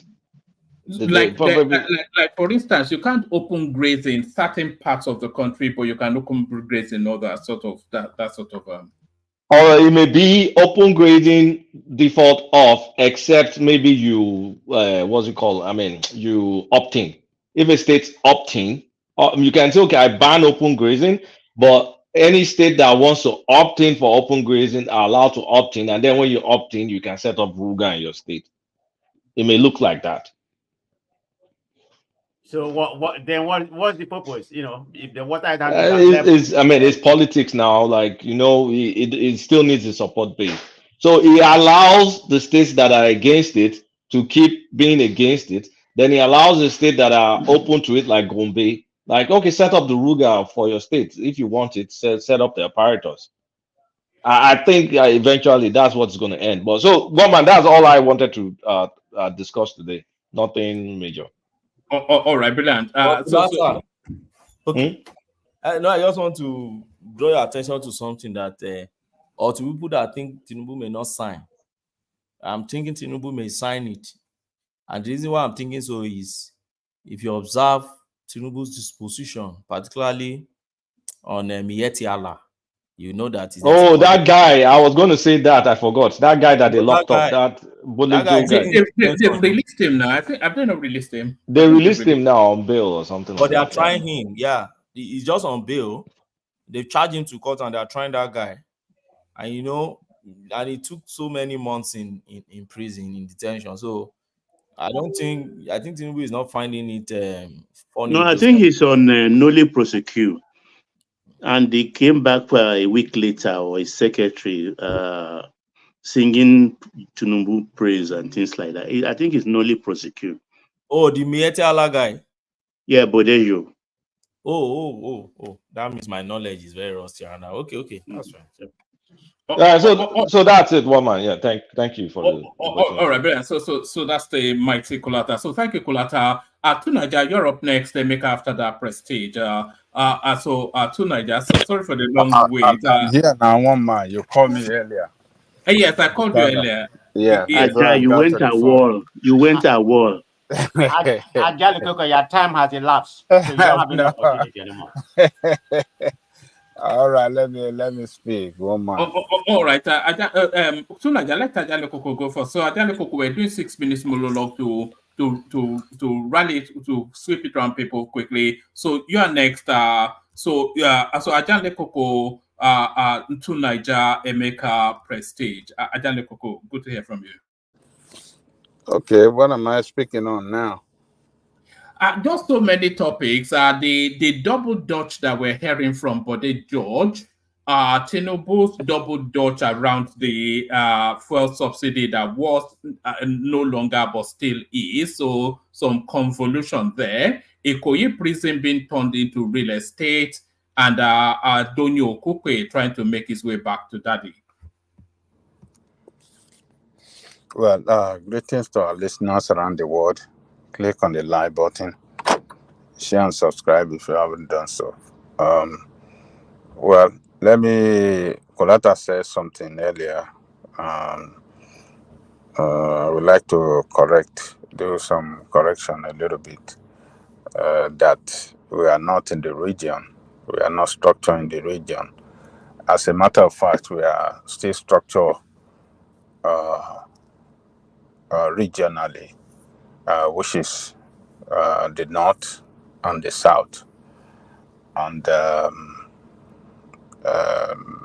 that reason is is why you see the governors before Buhari's term of office expired were calling the entire governors in the south were calling for power shift to the south. Though we are not in a regional form in the real sense of it, the way we operated in the First Republic, but for balancing of power or struggle for balancing of power, north and south is still, we are still regionalized in, north and south. So that by the wayside. But Ajale Gogo, my point is, if it's going to pass a law, right, you can't regionalize a law because there's no such thing as a region in our constitution. That's what I mean. Not like I agree with, yeah, you're right. I agree with you. Yeah, I agree that, yeah, you're right on that. Yeah, I think what they can do on that law is to leave it for the state. Whichever state that want to allow, what do you call this,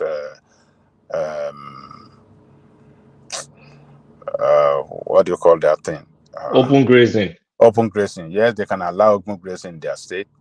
So, and I believe there are no state in the south that we want open grazing. So they can pass the law and just leave it to state, make it clear in that law that it is open to state, to make a definitive law in that respect. If they want open grazing, they can pass law to that effect. If they don't want it, and that law must be fully implemented according to what is passed by each state of the federation. That is what that is, because it looked like a lot of those northern politicians doesn't want.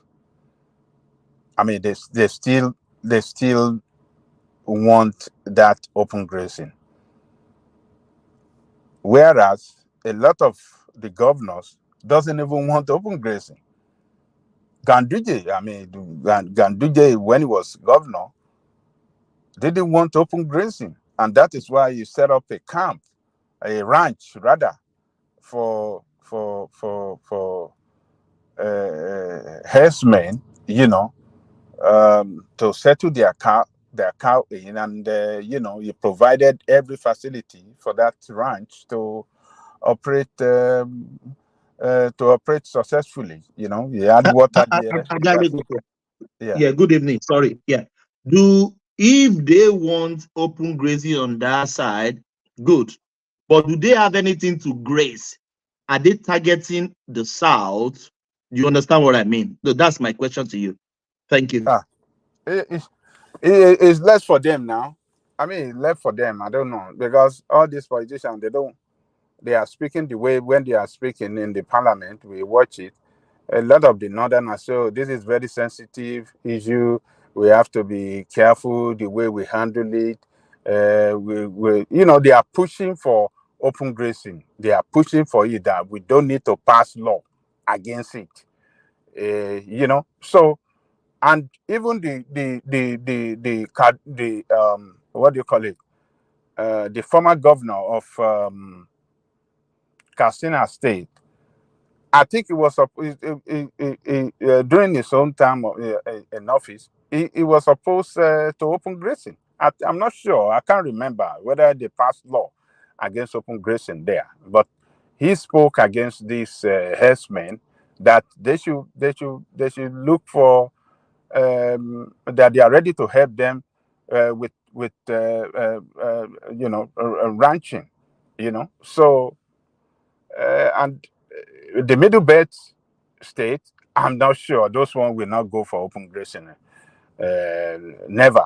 So they should just pass law and leave it for the state to handle it the way they like. So that's on that. So Donyo Kupe, I didn't watch its interview, but these people, there are some obedient want to go after or chastise and start calling them, describing them as what do you call them?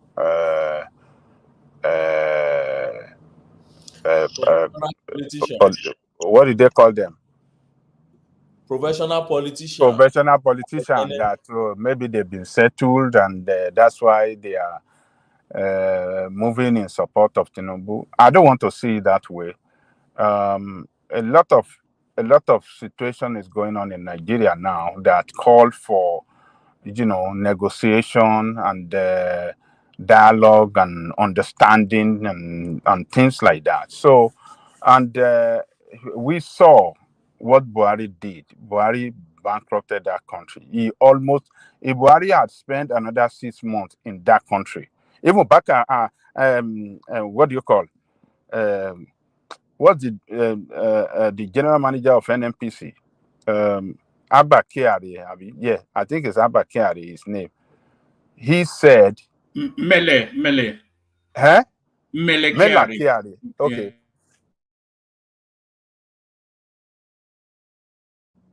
Tinubu had not stopped that subsidy.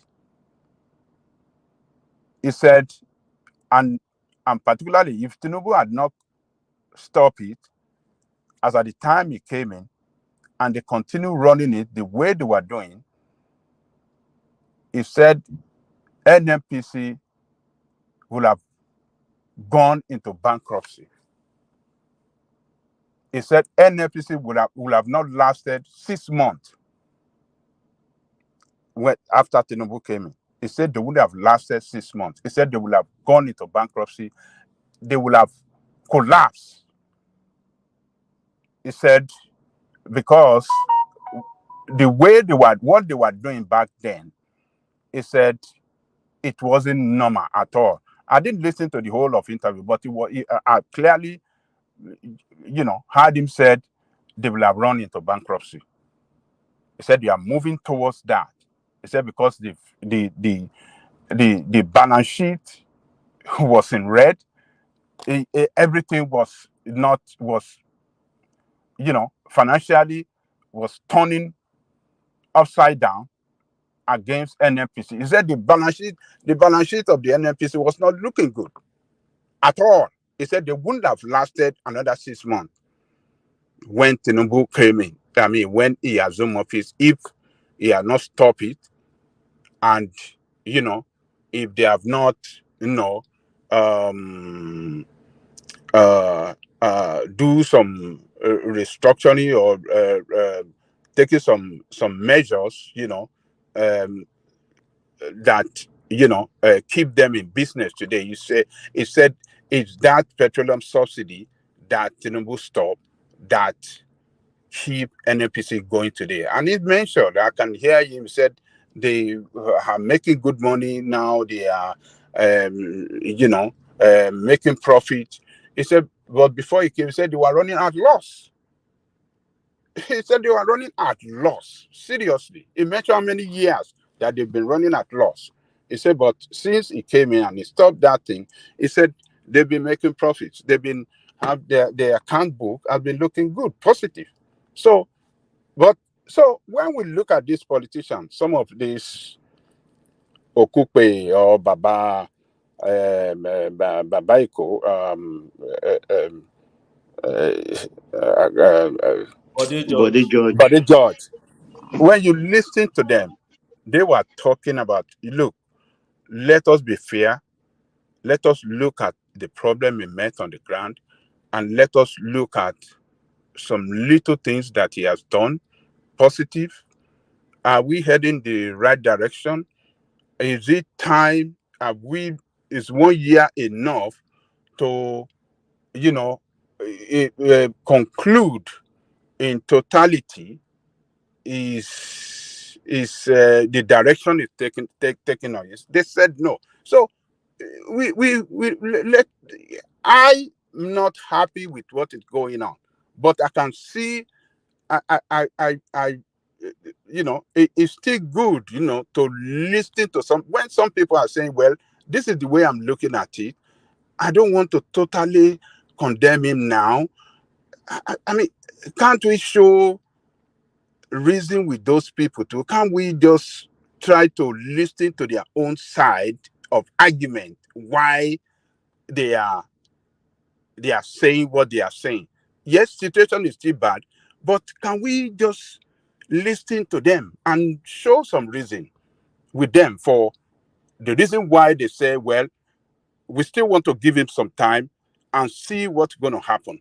So like Baba Bode George said, well, you want to give him another 1 year, that by now he believes he has collected all the information concerning the problem within the government, and he believes for the next 1 year, it should be able to start solving the problem, in such a way that, Nigeria can start seeing some positive and good governance. So does it make sense? To me, I think it makes sense. That is the way he feels he want to, show some fairness with Tinubu. Give him time, fairness. But I don't like the situation on the ground. And in that interview, he condemned the policy, some of the policies that are not working. But is it enough? Is 1 year enough to totally say Tinubu has failed, or to say, oh, he has done too well, or he has no? 1 year is not enough. He has 4 years.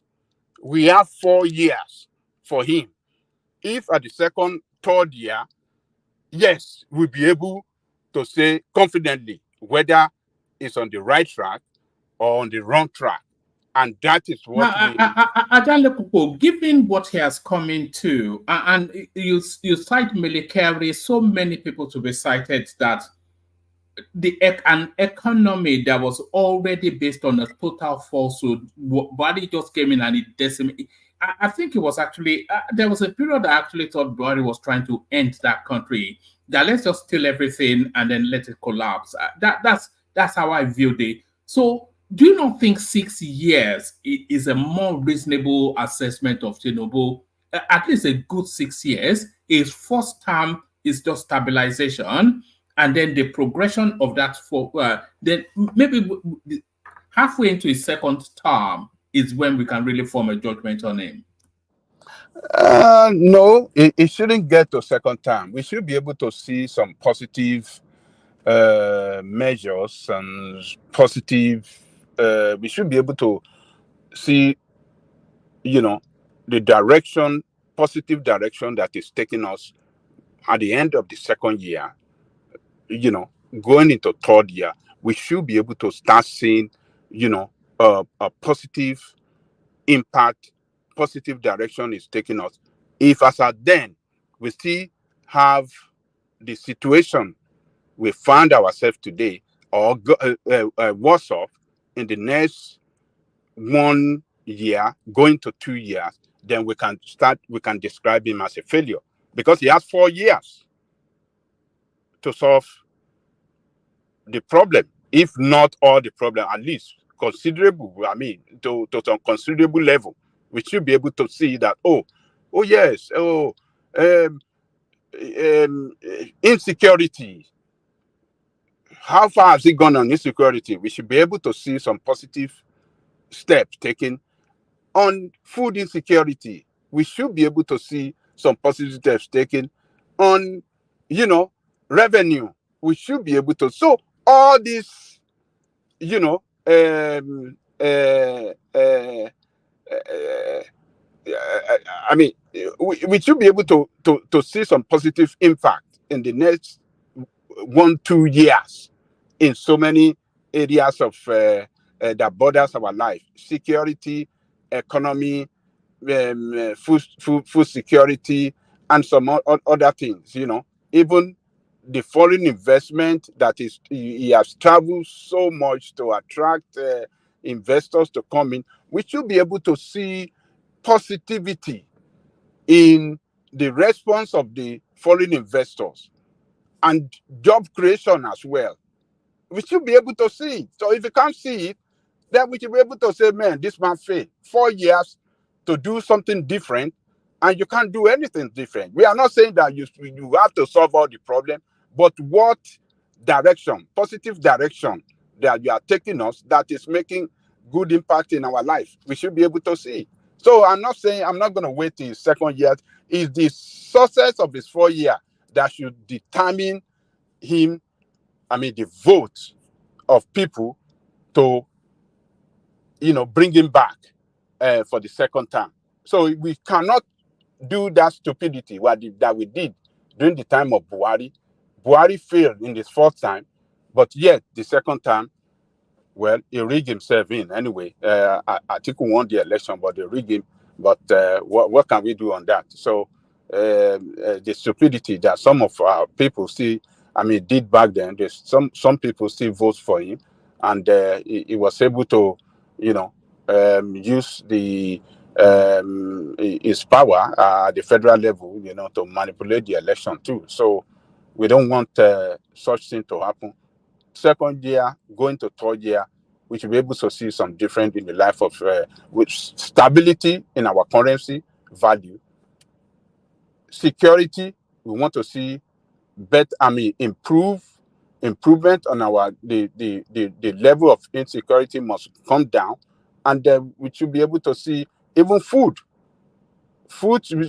price of food must go down. Inflation, we should be able to tackle it well. So many things that border on our economic and security life, we should be able to see some positive things in it. So those people should not call them names. Baba Okupe, Donyo Okupe, and our Baba for Lagos. Please, obedient, don't go after them.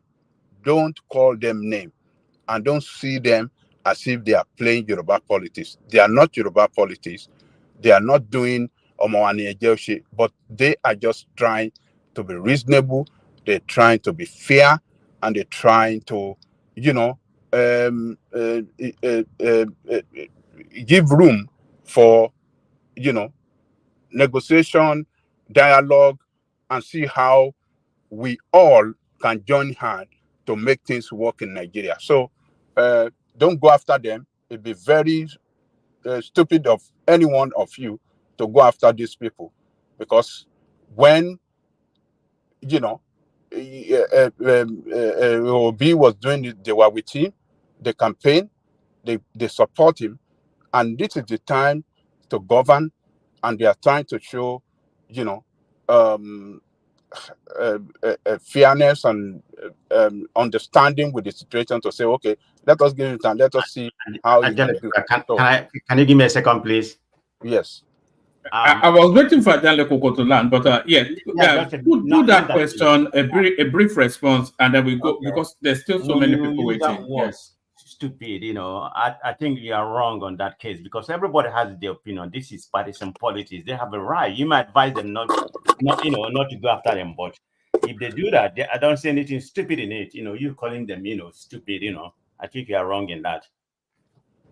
No, what I'm saying, they should not go after those people. They can go after the government. You said they are stupid to do that. No, they should not go after Donyo Kupe and what do you call Baba for Lego. I don't know why he's the Bode George. They should, because they are playing their own politics, right? To call Tinubu, and they can continue on Tinubu. That is justifiable. But these two men, they should not go after them. They should leave them alone, because that will be tantamount to dirty politics, and that will attract tribal response. Are we not playing the dirty politics in that space? What are you talking about? What do you say? Are we not playing dirty politics in that space? So what are you should talking we about? encourage dirty politics?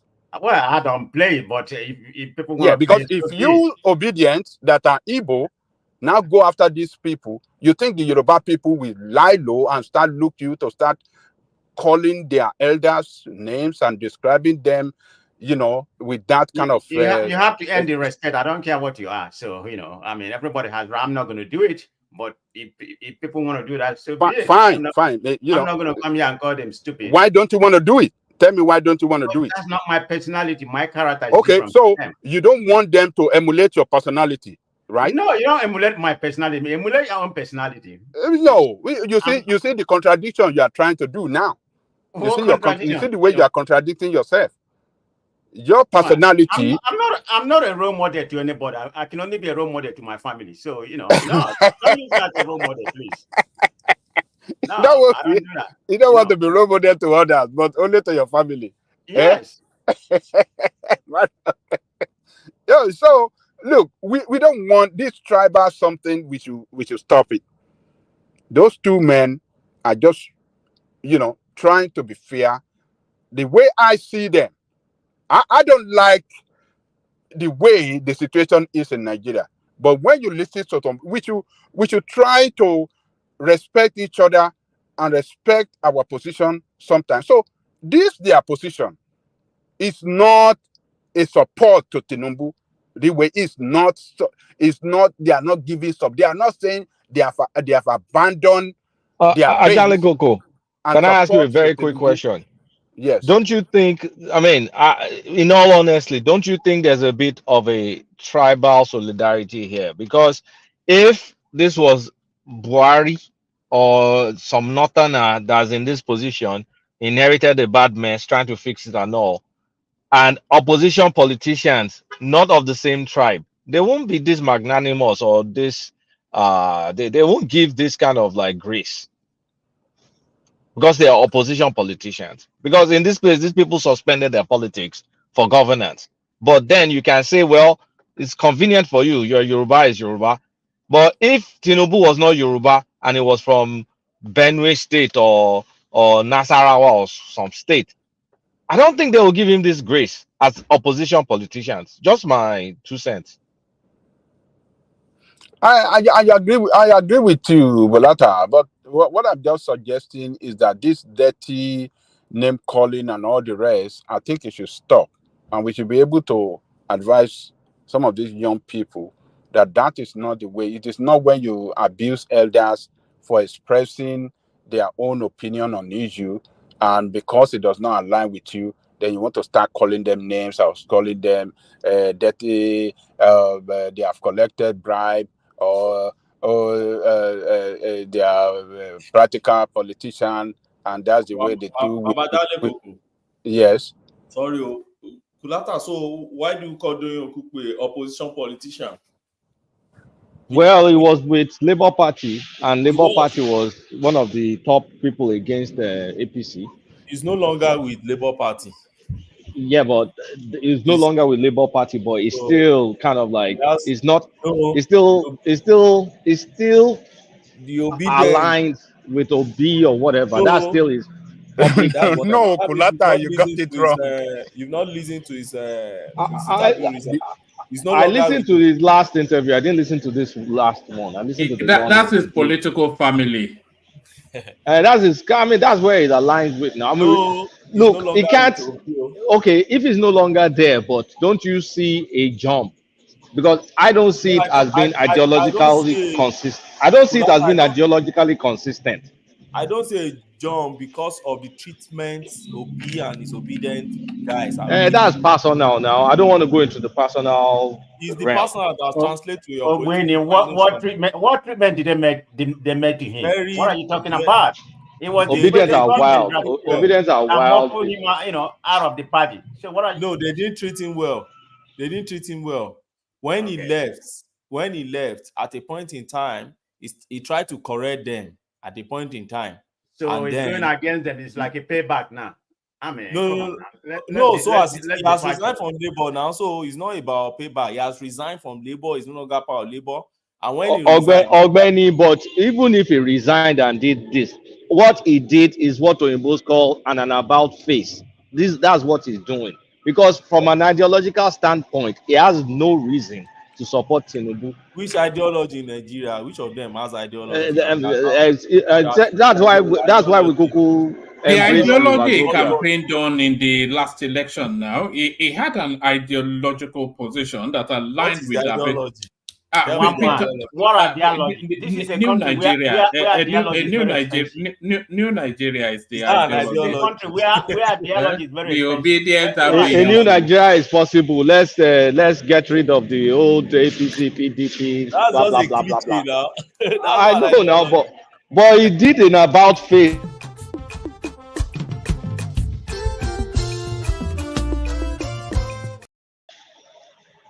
Exactly. So, well, we shouldn't run for the fact that the guy, like, he turned, and it just shows. I mean, if I'm not, I don't even whether I'm Yoruba or not, doesn't matter. It does look like some tribal sympathies, because I don't expect Okupe, nor that Bode George, that is very rabid in his There's criticism. Yoruba parapol going on. That's what's going on It's now. almost we cannot say it's Yoruba parapol. It's for Yoruba people. Latter. So, Junel, you see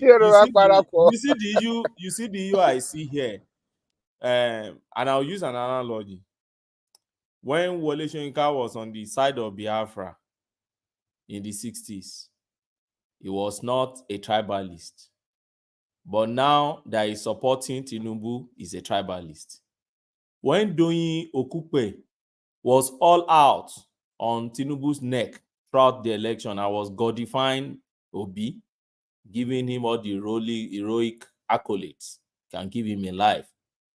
Oh, he's a statesman. He was a statesman. Oh, a very good man. But now, and a detribalized man that, he can even go against the man from his tribe. Same with Bode George and others. See them, they can even condemn the man from their tribe. But because now they are making a U-turn to say, look, we can't still see anything bad in this man. They are now doing parapol. They are now tribalist. We can't be. Do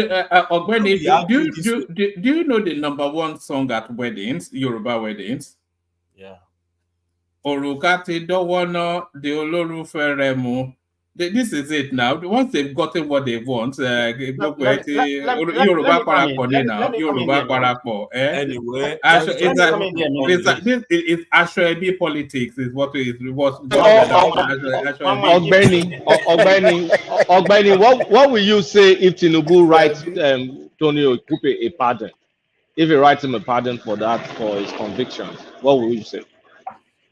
Tony Okupe's conviction was for a fine now. Did he so he can pardon him to get it off his record. Like it's up to the president. It's his prerogative to say, okay, I pardon him regardless. So if he pardons him, what are you going to say then? What do I need to say? Like what? If Tinubu pardons Doyin Okupe, is going to be on record again, just the same way Jonathan pardoned Alamasaya and attracted a bad record from Look, what I just want us to do. You're just making what embarrassing. Let me land. See, what I want us to do is we can't be before election. We can't before election be saying this guy, his party is this, is that, is this, and then a year after and say, okay, let's just conscience. It's not easy. It's not this. It's not consistent.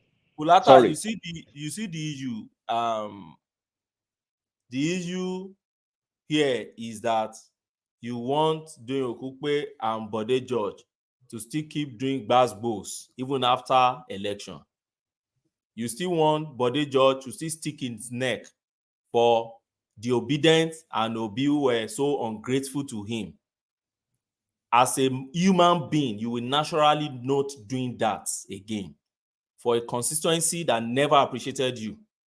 And he has expressed this severally, right?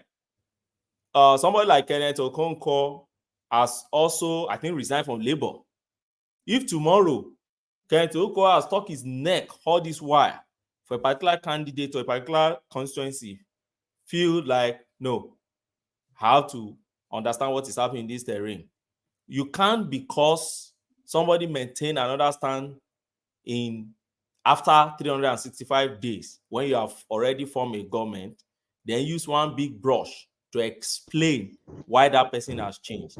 And then the next label you bring is tribalism. That's what I'm trying to correct here. We are always quick to do that and say, see, it's tribalism. But when he was on the other side and was doing the serious gbas, he wasn't playing tribal, but now he's all of a sudden has become a tribalist. We should be one man, give me a minute. I need to push back on Ogbeni, please. Just a minute. Let me push back on Ogbeni, please. Sorry, Patrick. Let Prestige go first. I think if we wanted to go. Okay. Because I've had a lot of people say something, about what Wole Soyinka did during the Biafra. Okay, that was good, but I don't think he's the only one that did it. Just because he did it at that particular time. I don't know, we're talking about, being tribalist. I mean, I'm not in his mind. I can't even read everybody's mind here because some people just say something to state. I can't really say who's tribal, but I'm calling it how it is. So people doing both. I don't know what his mental age is, what his mental mind is right now. But man of prestige, you're a tribalistic man. Hold on, let me finish. I think the issue I have was when you call people scammers, why do you you expect us to be quiet? Just because he has, like you claim, he has rescued Biafra or whatever you claim he did, that doesn't justify it. I don't really damn what he did. If you call me a scam, I'm gonna call him out back. All right, let's do this. Obedience. Baba, please hold on. Let's do this. Let Patrick have that interjection, and then let Ajane Koko bring it home. I'm conscious of how long to Niger, Emeka, and Prestige have been waiting, and Isaac Black is also in the backdrop. So have your interjection, Patrick. Ajane Koko bring it home. We hear from to Niger, Emeka, Prestige, and then we'll swap somebody around for Isaac. Okay, sir. Sorry, Ogbeni. I think what we should be asking Doyin Okupe is that. No, don't engage Ogbeni in a conversation because I want to move it around. Yeah. Now, you see Doyin Okupe, they asked him that is Tinubu better than Obi? He said yes. So which means you knew somebody that was better. You were selling an inferior product to us. Do you understand? You say, is it better than the person you are, even the person you were supporting? Patrick, you have bad battle. Patrick, you have bad battle. Which means he was selling an inferior product to us, and he knew the better product. So I don't believe in somebody like that. You understand? He was deceiving Nigerians too because of his self-interest. He was ready to give us the bad or the poor one or the substandard one, and he takes just to enjoy himself or to at least participate in power or partake in power. Patrick, are you saying that P2B is a barmaid? No, I won't say that because it's coming from somebody that is not truthful. Doyin Okupe is not truthful. So am I sure he's even telling us the truth that Tinubu is better. If you could do that to a guy, you were selling somebody to us yesterday and you say it was the best. Suddenly you say the person is no longer the best. So the problem is not with Obi, the problem is with that person. You can't trust him. That's a valid point because if Obi had won off the back of what Okupe told us, he was telling us to go to jail now. So, do you want me to push back on this, or you just want us to go on? No, let's go on. When we go through, and then we can open it up. Ajale Koko, back to you. What Patrick just said now is a total misrepresentation of what Okupe said. Okupe made that point with reason. He said, yes, Tinubu is better. That is why he won the election.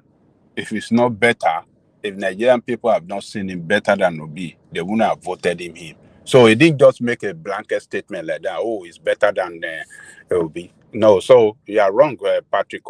You are misrepresenting what he said. What you just said now is total falsehood, and it's not good. I'm going to fact check you. Yeah, no, just let Ajale Koko land and proceed. No more interjections. Yeah. You go and fact check me, and So, but what he said is not true. He gave a reason. He said he believed Tinubu is better. That's why Nigerians voted for him. That's why he's president today. So he didn't just say, "Oh, he's better," and he stopped there. No, that's not what happened. So let me round up one more. So the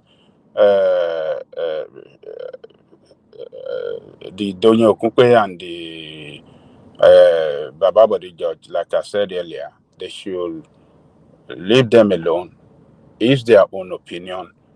And Donyo Okupe, if you may remember one man in his first interview, not the latest one, the one he did like 3 weeks ago, he said that they shop from one party to the other after leaving PDP before they finally arrive before Labour Party finally accepted them in.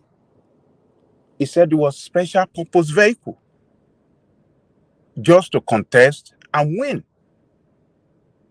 So, and today he said he has resigned his membership of Labour Party. He's not with Labour Party. Obi is Labour Party. He's no more committed with Obi or Labour Party. He's a free man. He's a non-party man now. And a Nigerian have the right to express his opinion on issues, on the president's performance, on anything politically. So this man is not committed to all this. He's not committed to Labour Party. He's not committed to Obi anymore. It's a free man that is not in any party for now. So people should not look at him as, oh, if you want to condemn me and start want to say, oh, he doesn't know what he's saying, he has taken money. It's not in any party now. So you can't say that, hey, he's still in this party and is speaking in favor of the opposition party. It's not in any party as of today. So you should take a look of that before you form your judgment on him and on what he says. So that's the way I will end it, one man. So people should leave them alone. And Baba Bode George, they should respect them, particularly Baba Bode George. They should not go after them. If they go after them, some Yoruba will come up and push back hard. So enough is enough of this. Why are you making it? No, please just let him land. So otherwise, I'll just I'll leave and then you guys can carry on. Yeah. And one man, let me end it there so you can go to another. Thank you. All right, to Niger, you're up next. I think we've lost him. Thank you for having me. Unbelievable. So you've exercised that much restraint. What's this new? Is this my influence? I've finally trained him more to be. Oh, look at that! A part of the back from me. No, I don't. I see when I see mental midgets talking, I just let them talk. This is it. So okay, take us then to elevated heights. My God, your monologue. Oh my God. All right, thank you. I think first of all, I'm just dabbling into the previous the debate regarding this in Bode George and Ogupe one. I don't know too much about his previous Ogufeke, that's a good thing. Ogupe. Yeah, I don't know a lot about his previous pronouncement, but the Bode George one seems to call into question integrity, isn't it? If you said something specifically about a specific candidate and then you find yourself saying something else, then you have to ask yourself, where does integrity come in, and where does the elder position come in? And I think this is something that our society is struggling with. Sometimes we forget that elders have interests. Elders can be compromised. Elders can make mistakes. And how do you hold them accountable? How do you hold an elder that is saying something specifically about a specific issue accountable? Because you have to. What if an elder that has accomplished so much in life says something stupid about an issue? You should just say, oh, because he's an elder, you keep quiet, and then that issue goes on to be compromising to the society. I think there is no one person that owns a society. Everybody is accountable to the entire society. If you do something wrong, they should be able to say, you know what you are saying, I disagree with it, and these are the reasons why I disagree with it. To say that if you say that, then people just go tribal. Good luck to them. Let's hope that that tribal thing saves them, because that's what got us here in the first place. The tribal thing, that you don't control anything, you want to do your tribal games. So I don't think our society is really, really wrestling with that. They don't know where to draw the line that, you know what, even grown-ups have interest. If nations have interest, grown-ups do. They can be some of the most devastating. I've tried a lot of people in the diaspora talk about families that have been devastated by their own parents. We're not talking about just general grown-ups. Their own parents doing stuff to them. How do you hold them accountable in a society like ours? In the West, they know how to hold them accountable, but here it's a little bit more complicated in terms of Nigeria, because we just think that grown-ups don't make mistakes. They're infallible. They are fallible. They have advantages, and it's good to listen to them. But where you disagree with them, you disagree with them with reason and question their listen. Everybody has to make themselves accountable at all times. All times. It doesn't matter whether you've done great things yesterday. Today is a different day. We can't allow somebody, just because they've done so many great things, because they say something silly, you don't question them at all. It's one thing to question their opinion. It's another thing to attack their person. You don't go as saying you are stupid, or you don't know what you are doing. You're an old man. You are insane and all. No, that's different. But you have to say that if you are saying this now and you said something different 2 years ago, I wonder whether I should believe what you are saying now.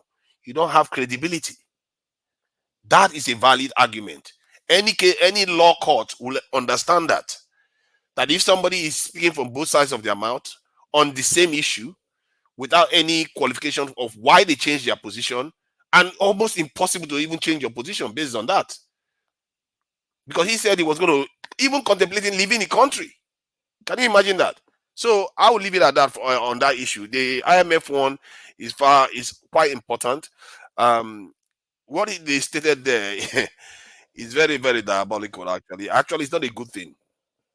What he said there, that it will hit 1.8 trillion dollars. Because right now it's 1.44.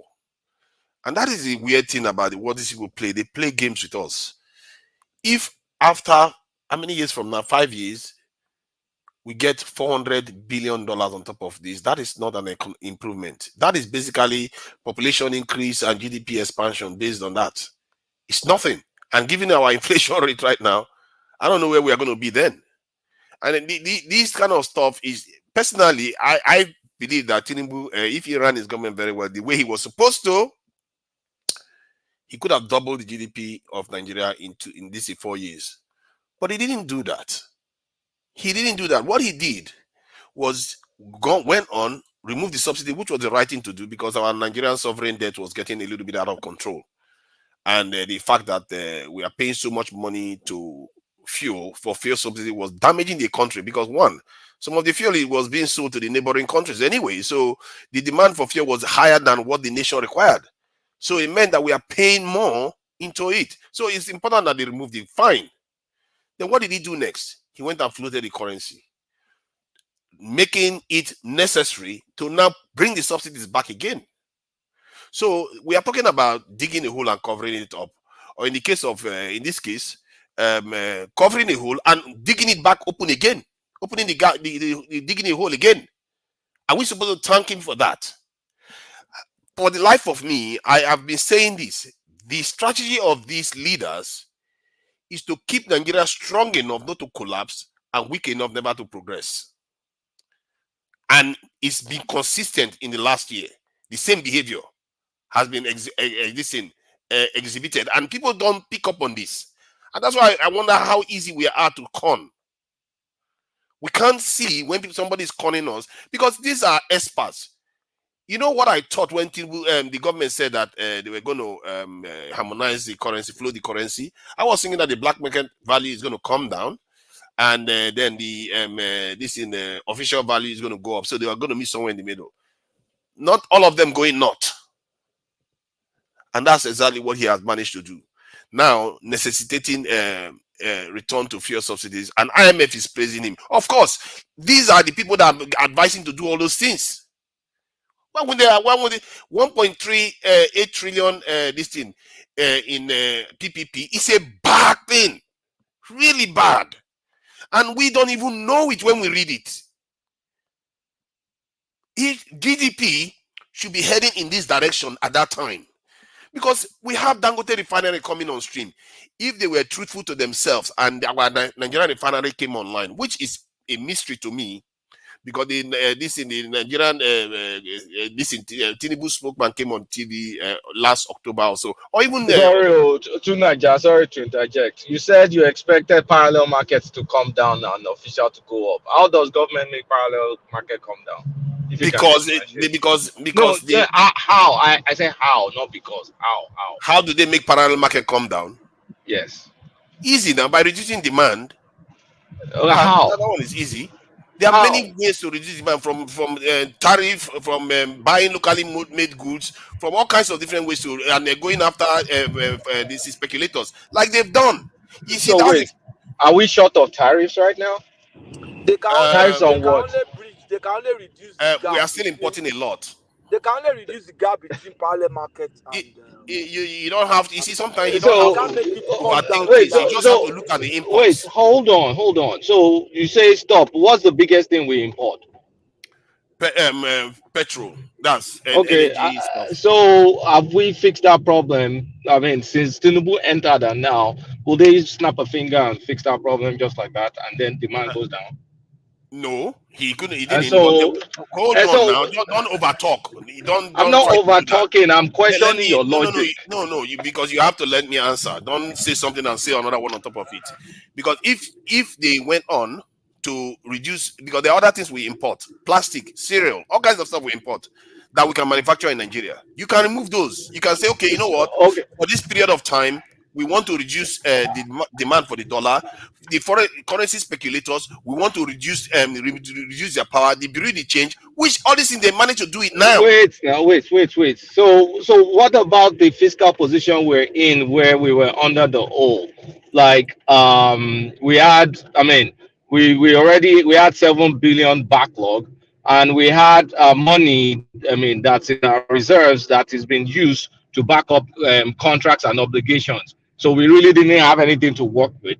And there was capital flights. There wasn't capital coming in. So how could you do all these things that you're wishing into existence? It's very simple. You've already removed subsidy.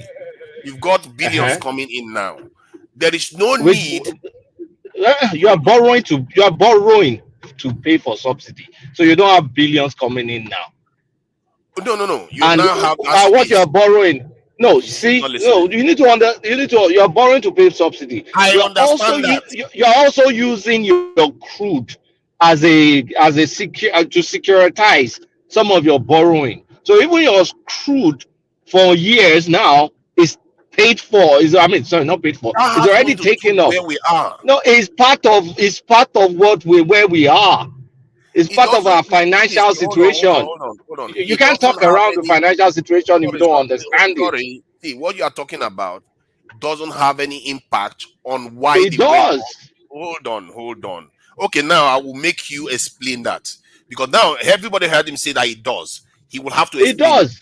And I'm going to explain if you let me now. Good. I'm going to give you opportunity. Now, what I will want you to explain is, how does that petrol price that you just mentioned, the price, the fuel, or I don't know what you are referring to actually, how does that now go into the reason why you have to float your currency? Now go ahead and explain it. Let me explain it to you. Now go on. So right now you have a situation where you're under the water from a fiscal standpoint, and then your earnings, the cash you should be earning, you're not earning cash because your crude is already leveraged for some borrowing.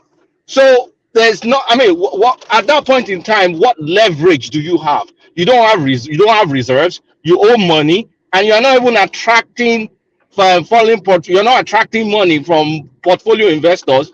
And by fixing your rates, a lot of what's it called, institutional investors, they've run away. So at that point in time, you have nothing to back up a fixed rate, because fixing a rate. Hold on, Is that let your me talk now. explanation? Hold on. Fixing a rate comes at a cost, and that cost is your reserves. And we did not really have that much. We did not really have that much reserves to begin with. It was encumbered. Oh my God! So how will you That is defend that crazy. fixed rate? How will you keep defending that fixed rate? There's a fault with your assumption. One, can you hear me? I'm hearing you. Sorry, I'm driving too. The So assumption, the fault with your assumption is this: if they leverage the crude, they leverage part of our reserve for our borrowing, it doesn't mean that they cannot keep producing. For example, you have maybe 2 billion barrels in reserve. You are leveraging I like where you're going. I like where you're going. You are Continue. leveraging 1 billion. Pato, you want to overshoot your OPEC quota, Abi? Who will buy from you? No, your OPEC we're not quota. even, before you even overshoot OPEC quota, I don't know. See, we are even going further. Let him go where he's going. Let him land. I think you would like him to keep going in that direction, because it's just in the weeds. That they still have free components of their. You see, there's a quantum of their reserve that is still unleveraged. So, $2 billion. You said? As of some point in time, it was 2-point-something billion dollars. That was left unencumbered. Yes, as documented by what's the name of the other bank? Can you now let me deal with what's the name of that bank? Hold on, Niger. That's bad. Why are you talking to somebody that you're not supposed to be interacting with at this time? You were the one that was asking you a question.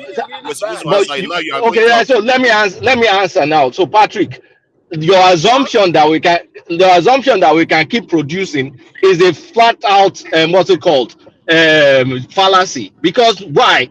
The reason is there was no investment in our oil sector, so there was no way we could just increase production. Till today, we're still looking to how we're going to bump up investments in our production, because everybody says, oh, it's because they steal oil, they steal this. No, it's because we've not invested in that oil production in a very long time. They did not pass BIB for the longest. So since they destroyed that stuff after Jonathan left, what's the new investments that has come to our downstream sector that has bumped up from 1.3 million barrels we do to the 2.4 we used to do before? Do you think we'll just automatically change it from 1.3 to 2.4? What is the whole your group that you are talking about? Hold on. Let me talk. So, Nigeria, why are you shouting all your? No, I am getting fed up of this nonsense that God, what just you're not understanding what we're talking about. No, he's not saying the wrong thing. Let me finish He's what not I'm saying saying. the wrong thing. Let me say what I'm. All right, finish now. Let's hear what you are saying. I don't want people to come and bamboozle people here. So now, Kulata, what is the current this in the National Reserve? National Reserve is 33 Okay, or something. 32 or 33. Now, good. Where did it come from? Do you know the meaning of encumbrance? Let's talk about that first. Answer the question. Where did it come from? Because, oh God, it's always been there. But when it's there, it's always been there. So then listen, why did you bring it up? Okay, that's why we need to explain. No, hold you on. don't understand what encumbrance means, and let them explain it to you. I'm asking you a specific question. Why do you now bring the national this reserve up when they talk about the currency? Because out of that 32 billion, you've already staked an amount on some things you owe that you can't touch. Encumbrance means you're under obligation to use that money for a specific purpose. There's pre-encumbrance, there's encumbrance, and then there's expense. So when you owe the money, you can't touch it because it's spoken for. And the amount that was spoken for was like $2 billion, according to, was it Chase Bank or one of those? I can't remember the specific bank, one of those American banks. JP Morgan. You're talking about JP Morgan. So that's why I said you need to understand what encumbrance means. Interrupting. Let me deal with Kolata here. So do you understand the meaning of encumbrance now? I've heard what you said. You see, it's just you've heard it, but do you understand it? Can you let me understand? Do you understand it? Answer you then. Don't say it's a yes or no thing. Do you understand it? I understand it. Can you interrupting? Jesus Christ. Do you understand what encumbrance means? Once and for all today. Can you say yes or no? Hold on. I understand. Can you let me talk? Let Kulata flog you today. Can you just shut up then? If you want him to flog me. Who are you shutting up? Are you talking to me? No, whoever is talking there. So now, let Kulata flog you this night. Emeka, just shut up. Just shut up. Okay, so under the bed where you should belong. Okay, so Tunaja, 32 trillion. Okay, continue. Don't run around. See, I'm not running around. You need to kind of acknowledge some concepts. I'm acknowledging it now. Encumbrance. Okay. Oh yeah, fine. Let's continue. Okay. Encumbrance that you mentioned is a form of saying this is priority in terms of priority debt and all. It's not priority. No. You're obliged. Yeah, you're obliged.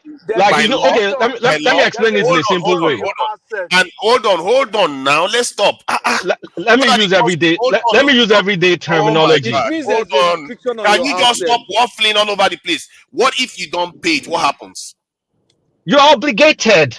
No, what if you don't pay it? What happens? See, Tunaja, if you want to buy something, if you want to buy something, wait, Tunaja, if you want to buy something, you open a purchase order, like a contract. Okay, I'm buying this.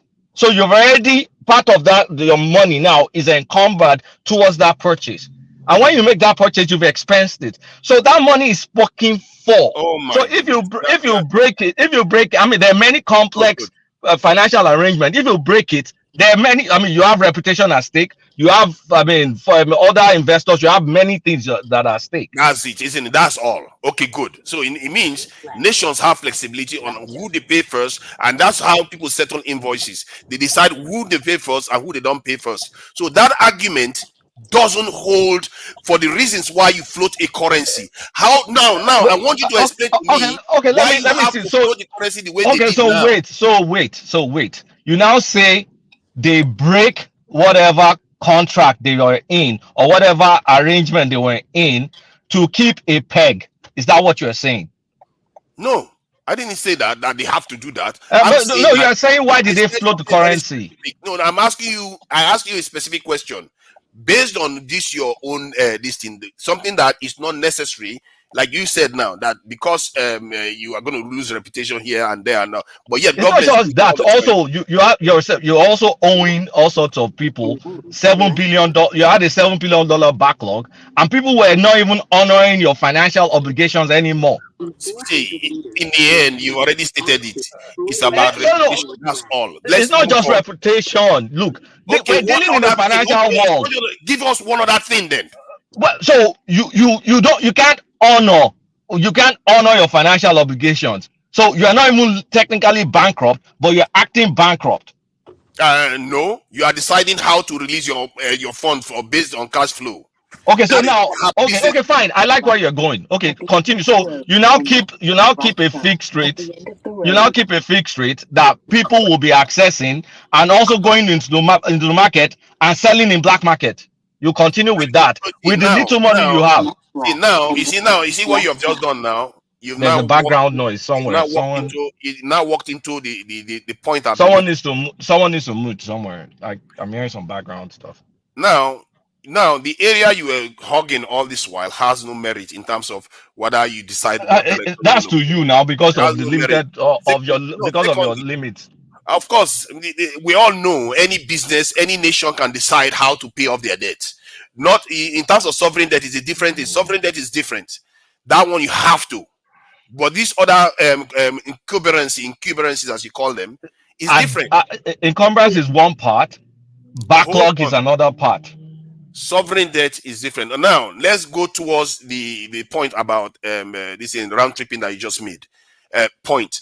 The round tripping point is a problem. That is one of the reasons why Nigerians supported that policy. They thought his approach was just going to remove that round tripping and the whole thing will become okay. Okay, so how do you remove the round tripping?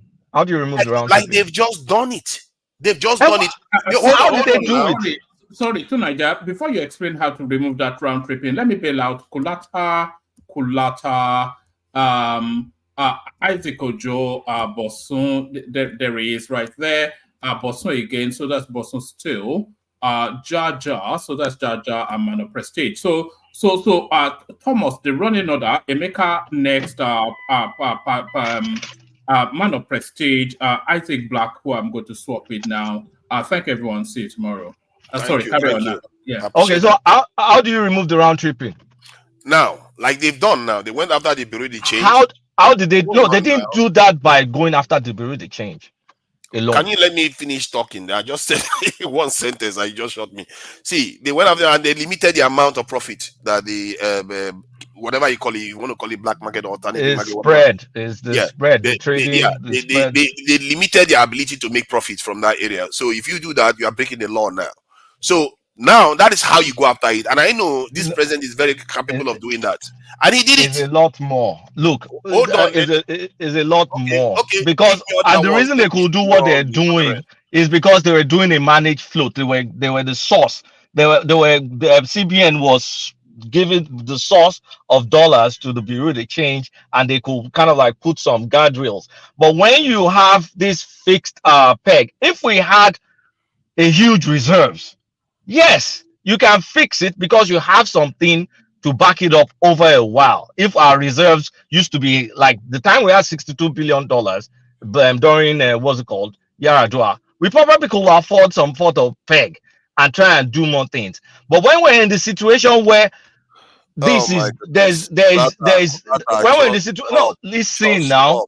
No, you can't be saying crap, especially when you are not addressing the specifics. Doesn't make sense. No, what you are saying doesn't make sense because you cannot say I willingly will just use the reserves just to do this, and then I will forget about the remaining obligation.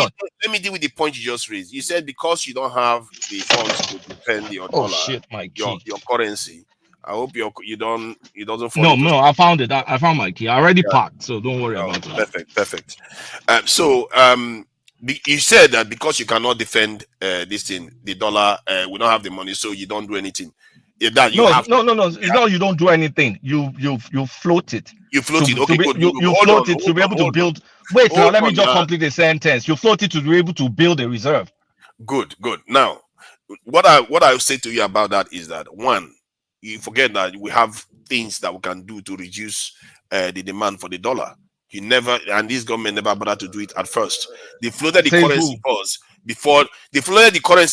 before they tried to control the demand, and they didn't even succeed. No, yeah, there are some issues on how they went about it. Yes, Hold on. yes. See now the pattern. Now, don't interrupt me now. Let me just finish. So you see the same pattern again that I described coming to fruition again. Now they try to limit the demand for the dollar from or speculation and all the rest of it. They did a lot of various measures to do that, and also did some measures to even increase dollar supply within the Nigerian space by asking the banks to release some of the currencies and all the rest of it. They did all that. Then what else did they go and do? They went and removed some of the restrictions on some of the on what we can use our foreign exchange to do. They went and removed the restrictions on it. So what do you think what will happen when do you know why they removed those restrictions? Hold on. That's why I say she don't interrupt me. Hold on. I want to ask you a follow-up question. Hold on now. Don't interrupt. Yeah, you how many seconds? 15 seconds. I'm going to land. When they remove those restrictions, guess what's going to happen?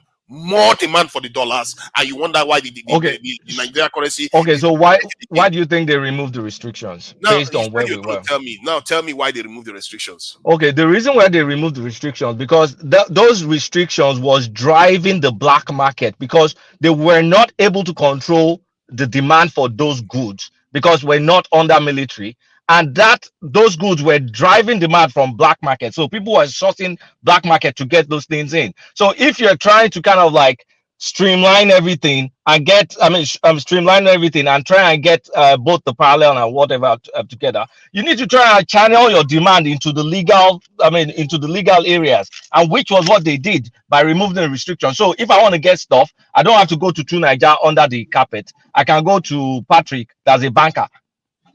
So in other words, you are saying the government is so incompetent that they cannot control their own space, that they are not military. That's the word you used.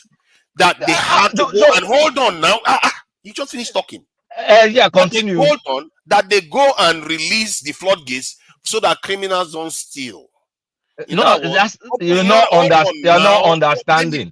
My point that you open the prison because prisoners are figuring out a way to escape. So there's no point having a prison. That kind of attitude is the kind of stuff I'm saying. That let's get real. Let's get real. You have goods. You have goods entering your country. You know the limits and you know the limits of your country, right? So you're not going to automatically just get like you dream of 50 million soldiers to go and be doing everything. So when you know there's a demand for a good and you know the kind of market you've structured, first things first is facilitating serious black market demand. You want to control that market. Stop. It's not top organ. You have to control that market. Otherwise, listen right now. Listen, you are talking out of ignorance because you don't know how things work. You literally said. So when they were how do you convert the market? Excuse me, Thomas. Are we going to get time to talk? At the time, wait. At the time you were talking about it, after they did that. No, listen. At the time they did that, there was a disparity of 300 or 400 between the parallel and the official. After they did that, it converged. So what are you talking about? The currency now has you said they have to converge. They did that move and it converged. So what are we talking about? They converged north of the currency, the rate that they met. They depreciated the currency. You cannot get it at the rate that they met because first of all, we already printed 23 trillion naira. Where is that going to? Goodness, Jesus. No, Christ. So where is the 23 trillion naira we printed? Where is it going to? Is it dollars we printed? Go inside your bullion van. Where did your 23 billion? And don't forget Binance intervention. And we also had Binance intervention. 28 billion passing through Binance. What you don't understand this stuff. To Niger, okay, answer me this question. Buhari printed 23 trillion naira. After that, Tinubu printed another 7 trillion naira. It's in naira. So when you automatically just wake up and print naira, what exactly have you done to your currency? It's not you didn't generate dollars, you just printed naira. What happens to your currency? Why do you have to generate dollars? Because when you print naira, No, just answer me that simple question. They print. I'm talking about the now, facts. let me They tell you what printed happened. 23 trillion naira. 30 trillion came out of thin air. Then what do you think was going to happen? Now, let me tell you what's going to happen. Don't interrupt me. If you print more currency versus the foreign currency you have, what is going to happen is that people now have your more local currency at their disposal to demand for that dollar, which means the demand for the dollar will increase. But so what's the value of your currency? Oh my Is it goodness. going up? No, I want you to go somewhere. Is the value going up I am or going down? there. Or I am remains the getting same? there. I am getting there. So now the demand for foreign currency is going to increase.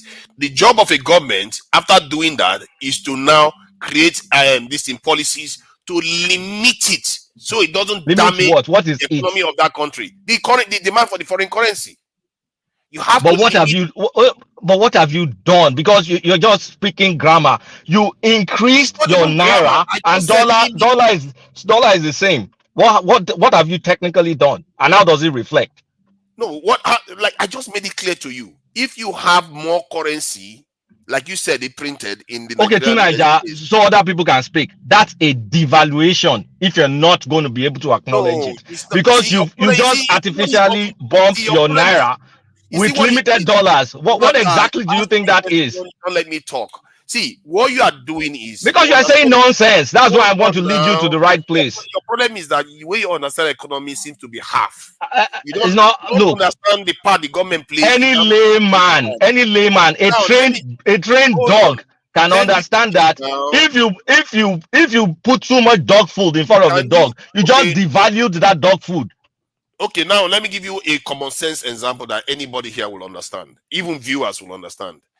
If a family parents, they have let's say 50,000 naira in their account, and then they have $100 in their account, and now their children say, okay, we want to buy stuff. Some of them, most of the children go and demand stuff that require them to spend $500, and then then they know that there's an equivalent of the same amount, around 20,000 naira in Nigeria. They will say, you know what? Don't demand for that dollar. We don't have dollars. You want to go and buy the ones that we can afford in Nigeria. Is that clear? No, you did not know. That's not relevant. You did not say that daddy you want me to also connect it up so that you can understand it. No, that doesn't make any sense. You did not address the fact that daddy more than doubled the naira, while whatever dollar stuff still remain. Okay, so now you have more double naira chasing after the dollar. Now let me double it in your own narrative. Say now daddy now has 100,000 naira instead of 50,000. Where did daddy get it from? He went and borrowed it inside Nigeria. He didn't borrow it. If he borrow it, that's still trade. He printed it. Let's say, he printed it. Let's say he printed it. Now he can now even spend more. What did he use to back up that printing? Nothing. Nothing. That's my point. But you don't seem to understand where the limits. You are not understanding. You created money out of thin air. There's an impact. Now, hold on. Normally, when that happens, people use that naira, that 100,000 naira. Now they have more money to buy dollars. But okay, so is the value of the dollar supposed to be the same or go lower or go higher relative to the naira? It should go higher. Okay, so that's a devaluation. Yes, that's a devaluation. Okay, so we're getting somewhere. Thank God, we're getting somewhere. Okay. But what you fail to understand is when I said you can limit that demand so that devaluation doesn't happen. How can that devaluation will not happen when one remain constant and the other one you printed it without nothing to defend it? Like you're not making any sense. You understand something in one half. This is kind of like kindergarten. You said you created something out of nothing, and then you have one commodity, one thing that remained the same, and you just artificially bump one up. You now said I'll keep the value relative the same by what? Magic tricks? Like, yes. What are you talking about? I think your understanding of these things are quite you are too. No, this is common sense. Ask anybody on the panel. Ask other people. When you print naira, you have nothing to back it up, Dollar is dollar. You're not printing dollar. Dollar stays the same. You have more naira going after the dollar. You now says you're going to keep the same value you had when naira was when you have fewer No, nairas. automatically when the money supply What the of fuck is is that? more, you have devalued it. Is that what You've Tunaja already said? devalued. You've already You have devalued the devalued currency. your naira now. Is that what Tunaja said? You guys say your understanding He of said no. He should be able to. He said you should be able to Take keep my the time. rate the Take my same. time and finish. Take my time and flop to Naija very well. I mean, do you see the kind of inane arguments we're having? I said when you finish talking, I talk. Okay, let's try Wait, let him take my time. Thomas, give my time to Kolata. Good. You see the kind of like stupid arguments we have to have, like kindergarten argument. Your argument is limited and is stunted because America. Okay, So you explain to me how you keep the value the same. I'm asking you to explain to me now. Let me talk. Don't spend your time lamenting. Explain. I'm asking you to explain. I just told you now. That's what I'm saying. Okay, I'm listening. Can you listen? America prints currency all the time. They do quantitative easing all the time. UK does it all the time. You don't see their currency devaluing. Now, because they know how to control the demand. Your problem is you talk about the demand as a fait accompli. That is your problem. Oh, God. You don't seem to understand any concept of economy where you is Nigeria America is a reserve currency? Is Nigeria a reserve currency anywhere?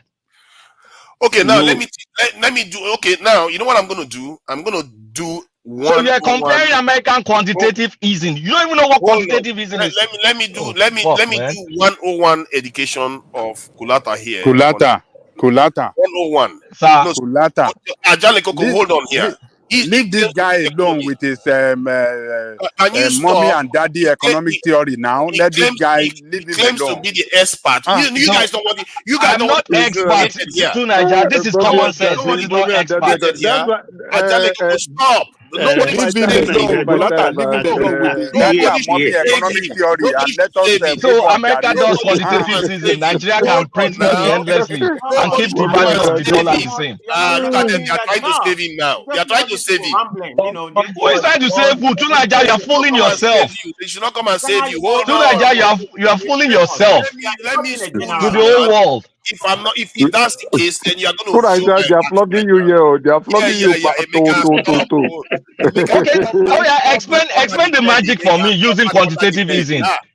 Explain it now. I'm listening. Now let me say this. Okay. If Nigeria, now this is a thought experiment here.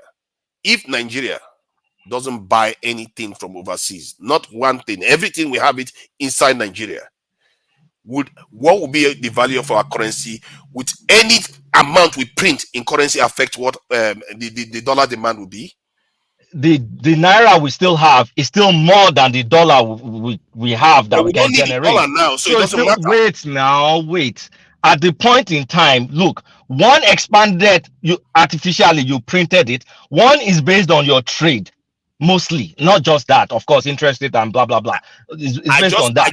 Hold on now. You want me to talk, and I'm talking. So I'm saying, so one is inflated, one comes in limited. So you now start controlling the levers. You just generate. So how does this still change anything? Sorry for interrupting. I just want to narrow your argument.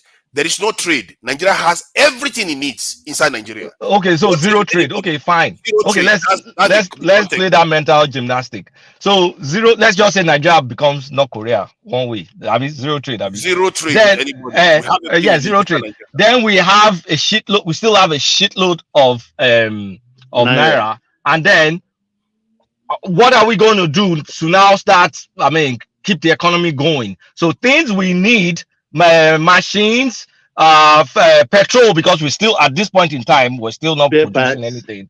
Spare parts, everything gone. So what do we do? You are still not sorry. No, so how does the economy move now? And how does it not become worse? You're not listening to the okay, explain it again, Joe.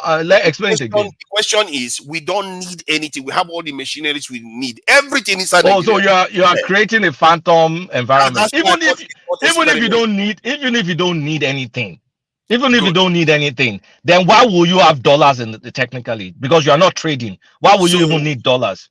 Now, what does that mean to the dollar? What does anything we do, does the dollar affect it then? You're talking about a situation where we're not even dealing with dollars. So No, he's not what sort of answering. argument? So Answer what sort the of argument are question. you making in the first place? No, he's not listening. I'm just trying to get people to see the area he's completely ignoring. Situation where we're not trading. If we're not trading, we're doing everything in. We need dollars for. Okay, so now you understand that it's our interaction with the dollar. I don't understand because you're saying bullshit. Because first of all, you're talking about a situation where dollar doesn't exist in our world. So duh, what am I going to say? You can print as much money as you want. That's going to be naira inflation. But when we're talking about the real world where dollar, you still need dollar. If you print your naira more than the dollar you're earning, and then you're also in the hole, you're owing airlines, you're owing many people dollars, and your what's it called? Your balance sheet is messed up. Your reserves is spoken for. Where are you going to get the dollars to back up these fanciful pegged rates that you're talking about? Leave this guy alone with Papa, Mama, Pekin, economic theory. I give up. I'm going to go inside. I'm going to go inside Kroger. I'm going to step inside Kroger now. I'm going to go buy my milk. I'll keep quiet. You can keep talking. I'll mute. I'm going to mute. People, please understand where I'm coming from here. Russia has been under heavy sanctions recently, and Russia's economy is growing greatly. Why? Because Russia knew it doesn't necessarily need the West and the dollar as much. What we seem to not to understand is that you can control the demand of the dollar. This is what I feel like they make it like it's a fait accompli when this thing, what they call it, there's currency supply, you increase the currency supply. It's a fait accompli that we have to use it to buy dollar because we rely on import so much. These are the equations that need to be changed. And I told you before, when they remove subsidy, the government had a bit of leverage in terms of resources that are going to come into the country, not to mention the useless petrol that we buy that is just going to the next door nations and subsidizing their energy costs. Now he's got that money. Then what did he do? He went and floated the currency. Now he needs to subsidize it. Sorry. Apologies. I'm in the store. I got tempted. Hold on a second. You got tempted again. So wait. Let me flow now. Russia trades in rubles, right? Who's going to trade in naira with Nigeria with the shit? With the currency you just printed out of thin air. Who's going to trade? Who's going to trade with naira? Maybe people like you are using your full potential in analyzing the situation. Maybe we'll get there instead of doing all this half-hearted analysis. And just I don't know why we do this thing. Personally, I don't like talking about anything I don't have anything to do about. Because you are making up scenarios that are not earthly. It's earthly. You see, I'm just giving you the ideal. That is the ideal. It's not an ideal. You cannot trade in naira. Who is going to trade in naira when you just go to your central bank and print 23 trillion naira, and then you sell? That's like over close to 33 decades ago now. Forget that engineering background. You understand the concept of ideal situation, conditions, and when you have an ideal condition, what does that tell you? It reveals the imperfections of any other system that comes your way. Hence, I created an ideal condition for Nigeria where we have everything we need. We don't even, it's not perfect because perfect one is that we are exporting and making a lot of money. We don't have to import anything at all. However, this is moderately ideal condition, and it should reveal to you the imperfections of what our leaders are doing. Let me ask you a question. So I am India. Let's just say this your out of the world situation. You're not trading whatever. I'm India. I want to buy your oil in naira. So you now for one reason or the other, you've been printing naira anyhow. So how will I want to trade with you when your currency has no value because you're just devaluing it? Are you, except you have a physical good that you are using to back up that naira, but it's a fiat currency, so you're just printing it out of thin air, and I'm going to want to trade in you in naira. So what value of the naira am I going to use to trade in your oil for me to be able to keep the naira? No, I hear what you are saying. For me to be able to keep that naira in my own central bank. I hear what you are saying. This is the argument everybody comes up with, but then I keep saying it. You don't go further back. Answer the question with reality. We're talking about people printing naira. The question is is on the premise that we can't control demand, and we don't have any major exports that we are doing, more value added exports. These are the areas the government should be changing, but you don't see them making a lot of moves in that direction. That's why I mentioned the idea that the refineries that are supposed to be coming on stream that would have increased our foreign added value added manufacturing. That will not make a dent when you've devalued your own currency. It will make Jeez. a dent. Hold on I now. mean, it's why do when you I say keep not saying make that? a dent, you There's can't some keep the economies. same. Wait, you have to acknowledge some reality. If you've devalued your currency, it needs to reflect somewhere. It It's doesn't not need. free. If we can, you see, let me. Oh God, you think That's there's why. magic? There's no magic. Hold on, there is no magic, but there's something that comes close to it, which is controlling demand. Your own point is that I've spoken to Indians that told me that, you know what, their country, they are very, very good at protecting their own this, Then I said, okay, you are good at protecting, but you didn't do manufacturing like China did. They said that was their only mistake, that they protected the economy so heavily. They don't import cars, and if you want to try to import cars into their country, I don't know what they're doing now, but before, the restriction was so great to make sure that this is their currency and they cannot, leave the economy for foreigners to just come and take over the economy. But what we did was we said, you know what, anybody can import, even the oil that we produce on the ground, we can't even process it. We send it overseas, then we import into the country. Those are the kind of things you need to change. You forget that you have control over what comes into your country. We do have that control, and if you limit it to zero, you 15 can't seconds. stifle 15 imports seconds, that are productive. 15 seconds, Look, I'm okay. coming. 15 seconds. If you limit any demand into the country to zero, nobody has control of your currency anymore. It doesn't hurt you anymore. It doesn't hurt you. Anything coming, Okay, so I agree. Hold on, please, guys. You don't have monopoly of knowledge. I mean, you all are so arrogant. I mean, you're not the only one here. Other people have to talk. You saw Ajali talking. Look at Bode, he's getting upset now. Ajali Gogo was talking for 30 minutes. You don't have monopoly of knowledge here. You have been Nobody has monopoly of knowledge. These two people are just arguing. Have anything to talk to see? You're just prolonging. You're repeating everything you said already. Man of prestige. Sometimes I'm tired of you. Okay. I understand your frustration, man of prestige. I understand your frustration. To Niger, they say if you move away from that papa mama picking economic theory. Oh, now you don't like mama papa they want economy. to talk. I will say it again because everybody will understand that. And as a matter of fact, I should say it to most Nigerians. They understand. Okay, to Niger, so man of prestige can talk. Let me do my last interjection. Prestige, chill. This is my last interjection. So to Niger, so let's shut off the demand. Let's turn Nigeria to Afghanistan, and somehow, some way, it will be better for us. Okay, I never said that. What I said was my own recommendation would be you limit the import of things that are useless to the Nigerian economy that Nigerians can actually manufacture, so that you can start building local manufacturing capabilities. Hence, later on you start exporting these things out. First, you supply the local market. When you started, we need importation to manufacture. Yeah, but hold on now. Did you hear what I said? Useless things that we can manufacture. I didn't say you stop import of computers that we cannot manufacture. I didn't say so you keep those ones coming until you can start manufacturing them. And if I was the president right now, I'll be going in the direction of acquiring intellectual property rights so that we have the capacity to start actually manufacturing some of these machineries that we import.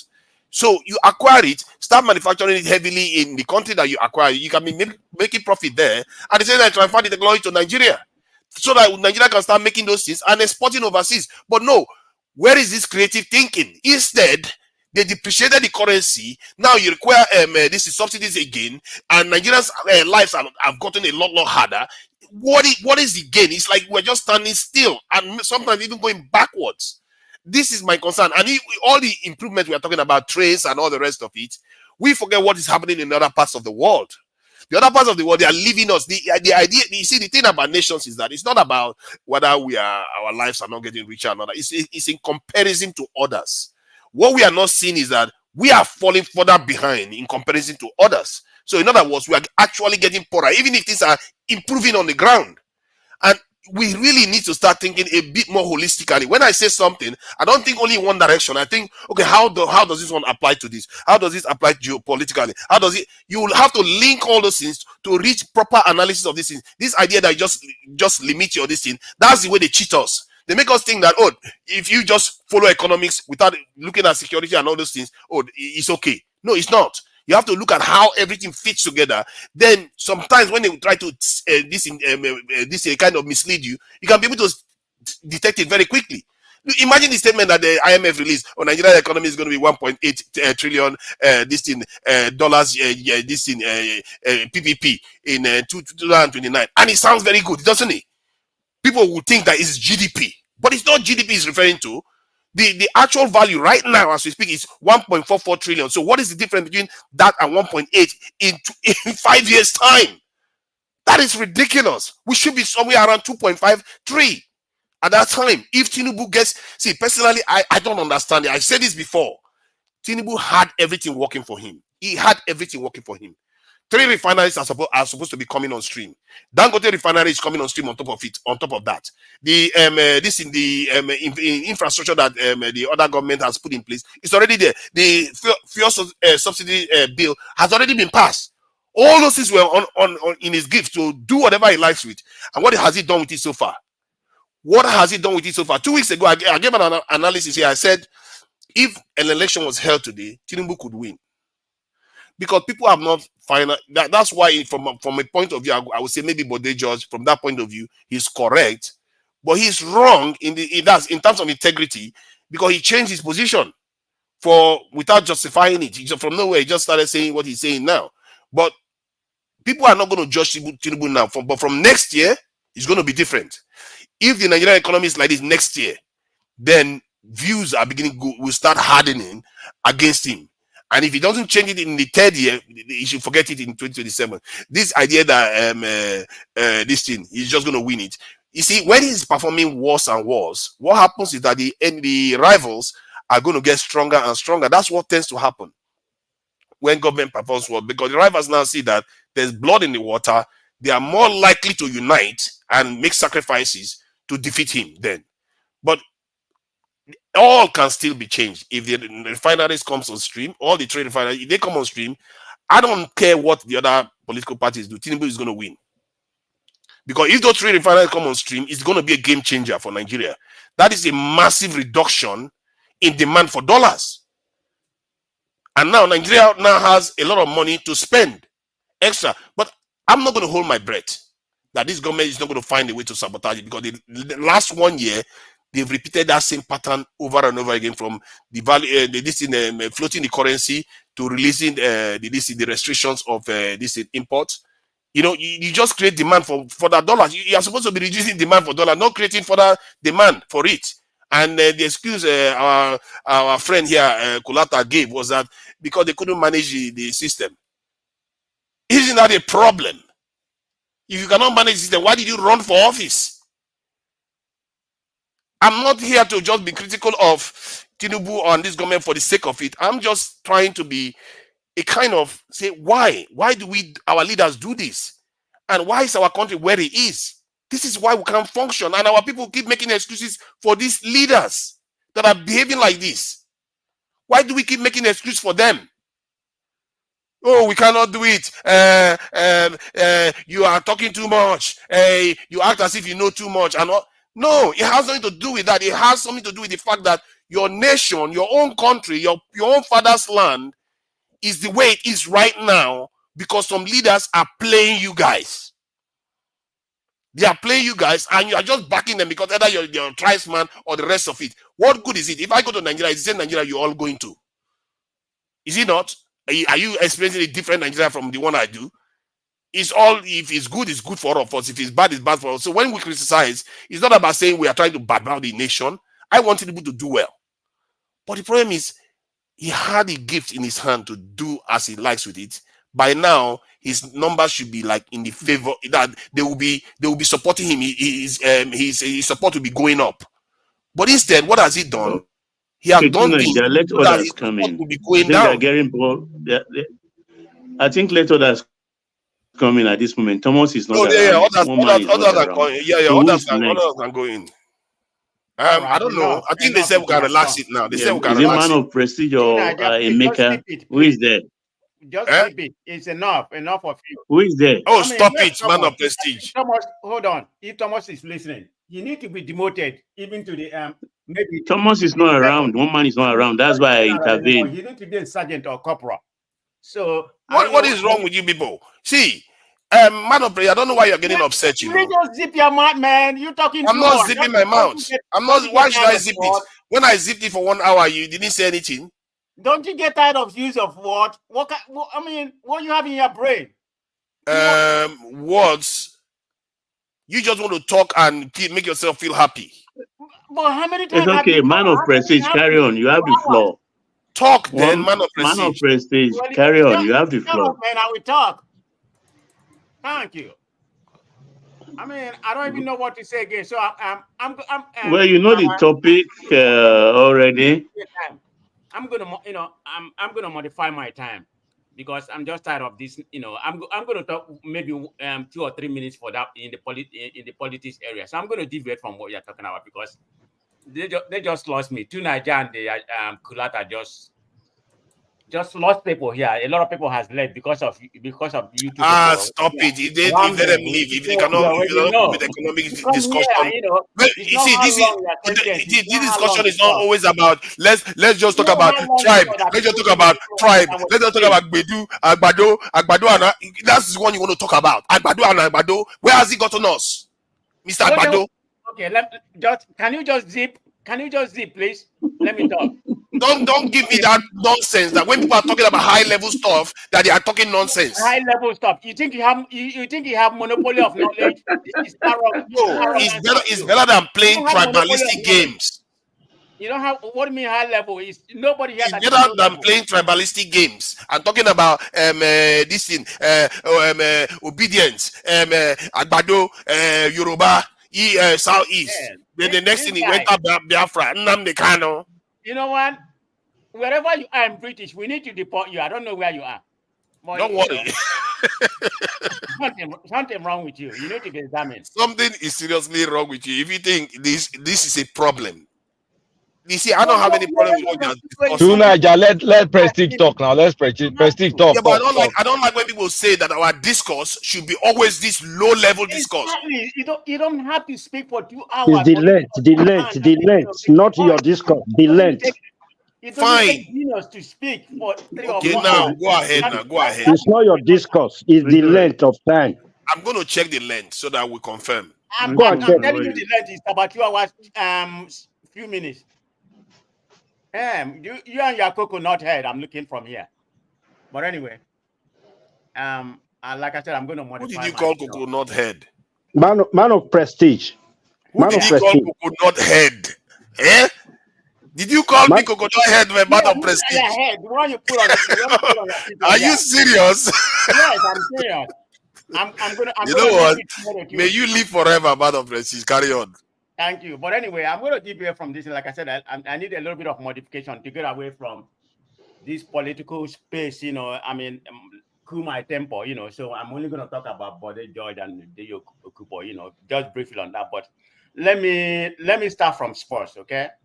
The era of Finidi George has started. It hasn't started, on a good level because Nigeria played a boring draw today. I mean, both sides has equal chances.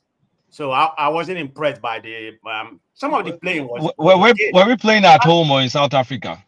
What? Were we playing in Nigeria or in South Africa? No, it was Nigeria. Uyo. Yeah, and South Africa. South Africa landed yesterday in Port Harcourt, so they should have been tired. I mean, the match was equal level. They had opportunity to beat us. They scored first. We have to equalize by Bashiri. I was watching the game. I have the means to watch, to watch it here. The game was okay. But the tactics Finidi employ, the defense was a shadow of itself. I mean, having Didi to play this, to play the center back. Of course, that's where he started from. But he hasn't been playing that position for a long time. You haven't Didi playing. I don't know. I mean, a Congo, whatever. Our defense was the problem, in my own opinion. I mean, most of the players were playing out of position. Ajayi, that's not his normal position. You know, I mean, he know how to play, but you can see, you know, I mean, he hasn't started. I mean, I wish him good luck. There's still many more. There's still many more matches. I think there's about 5 or 6 teams to play in their team. So you know, they have played 3 matches so far, and they are like, I think they are like in the 4th or 5th place. You know, Is this the World Cup qualifier? Is it World Cup? Is it for World Cup? Yeah, this World Cup qualifying, this may be the 2nd year. The so-called giant Africa may not go. I'm hoping it's going to turn because we still and the next World Cup is here, right? Prestige is in America and Mexico and Canada, right? Yeah. So I wanted them to come. So, you know, we can enjoy them, but so we can enjoy them. Yeah. Now, I mean, I'm not saying, you know, there's still chance, but we have no excuse for drawing with South Africa. You know, we have no. I mean, the guys were tired. They get opportunity. South Africa get opportunity. So I can't say they played South Africa. It was an equal balance team, but they should have beat South Africa. So his era has started on a bad note. So I wish him good luck. And I mean, I like him, but there's nothing to write about. The tactics that he employed.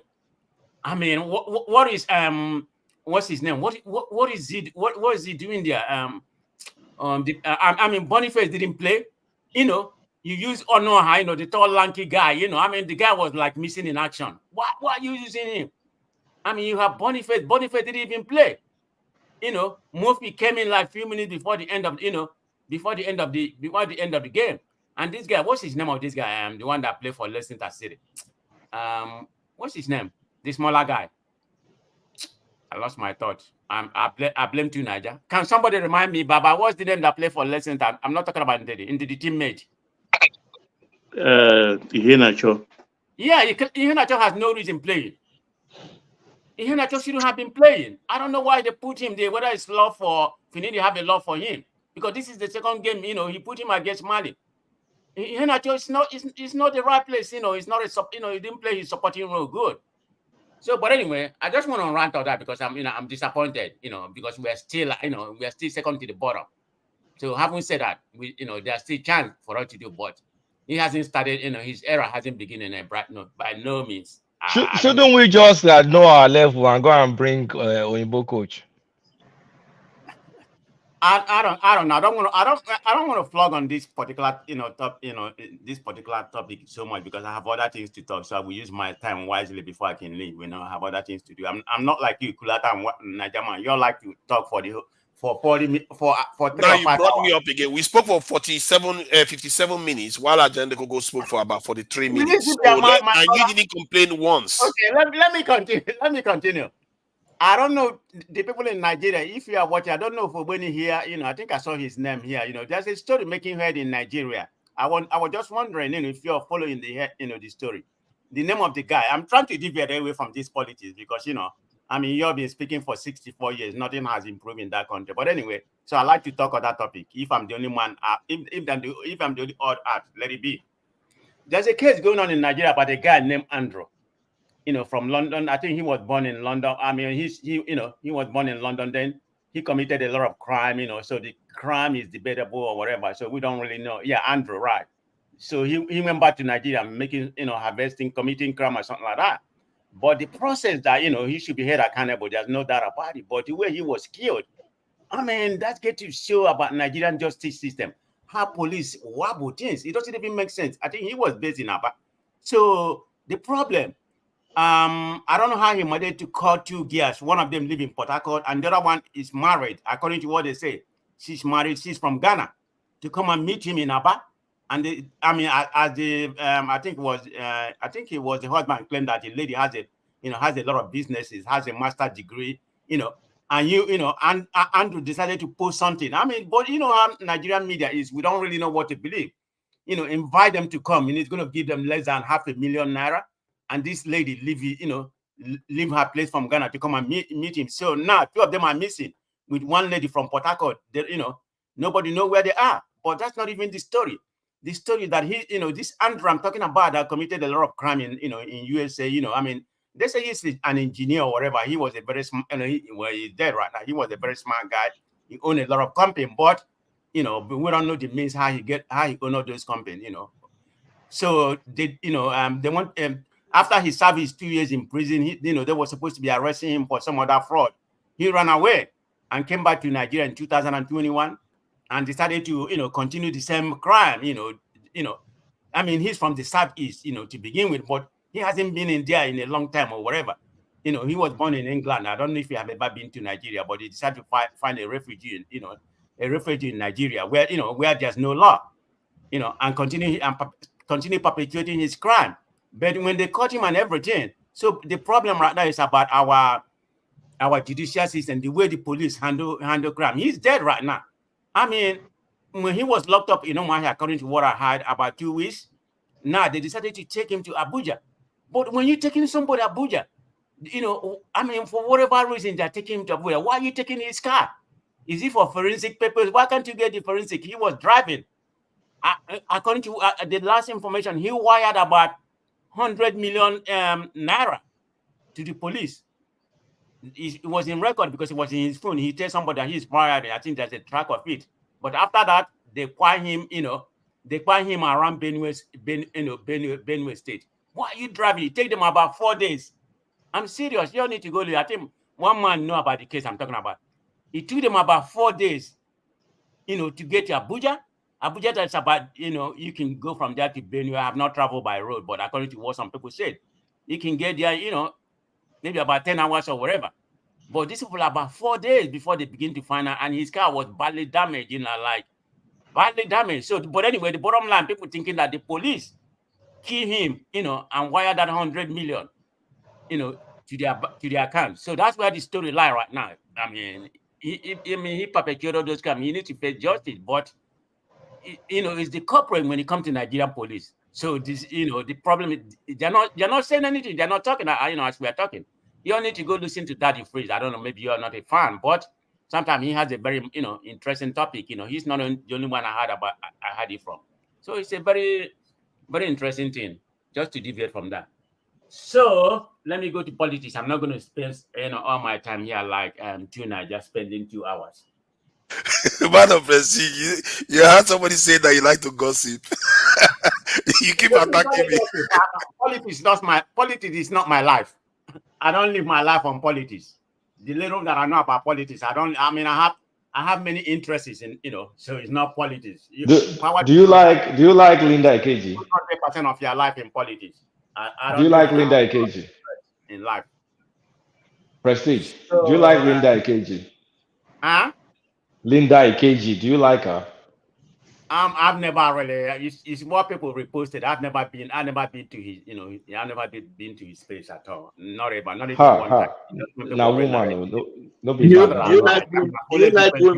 Entertainment and everything. You like women? So I'm a man of many interests. Prestige, do you like women? Huh? Do you like women? Say what? Do you like women? Women. Do I like women? What does that mean? Do I like women? I'm telling you, we need to demote you, Thomas. I said we need to demote you to corporal. What are you doing here? What do you mean, do I like women? What is it you like? Is there anything you like besides women? What kind of nonsense is that? Go on. I was just joking. Don't take it personal. Go on. I know you're joking, but it's still a nonsense. It's still a nonsense.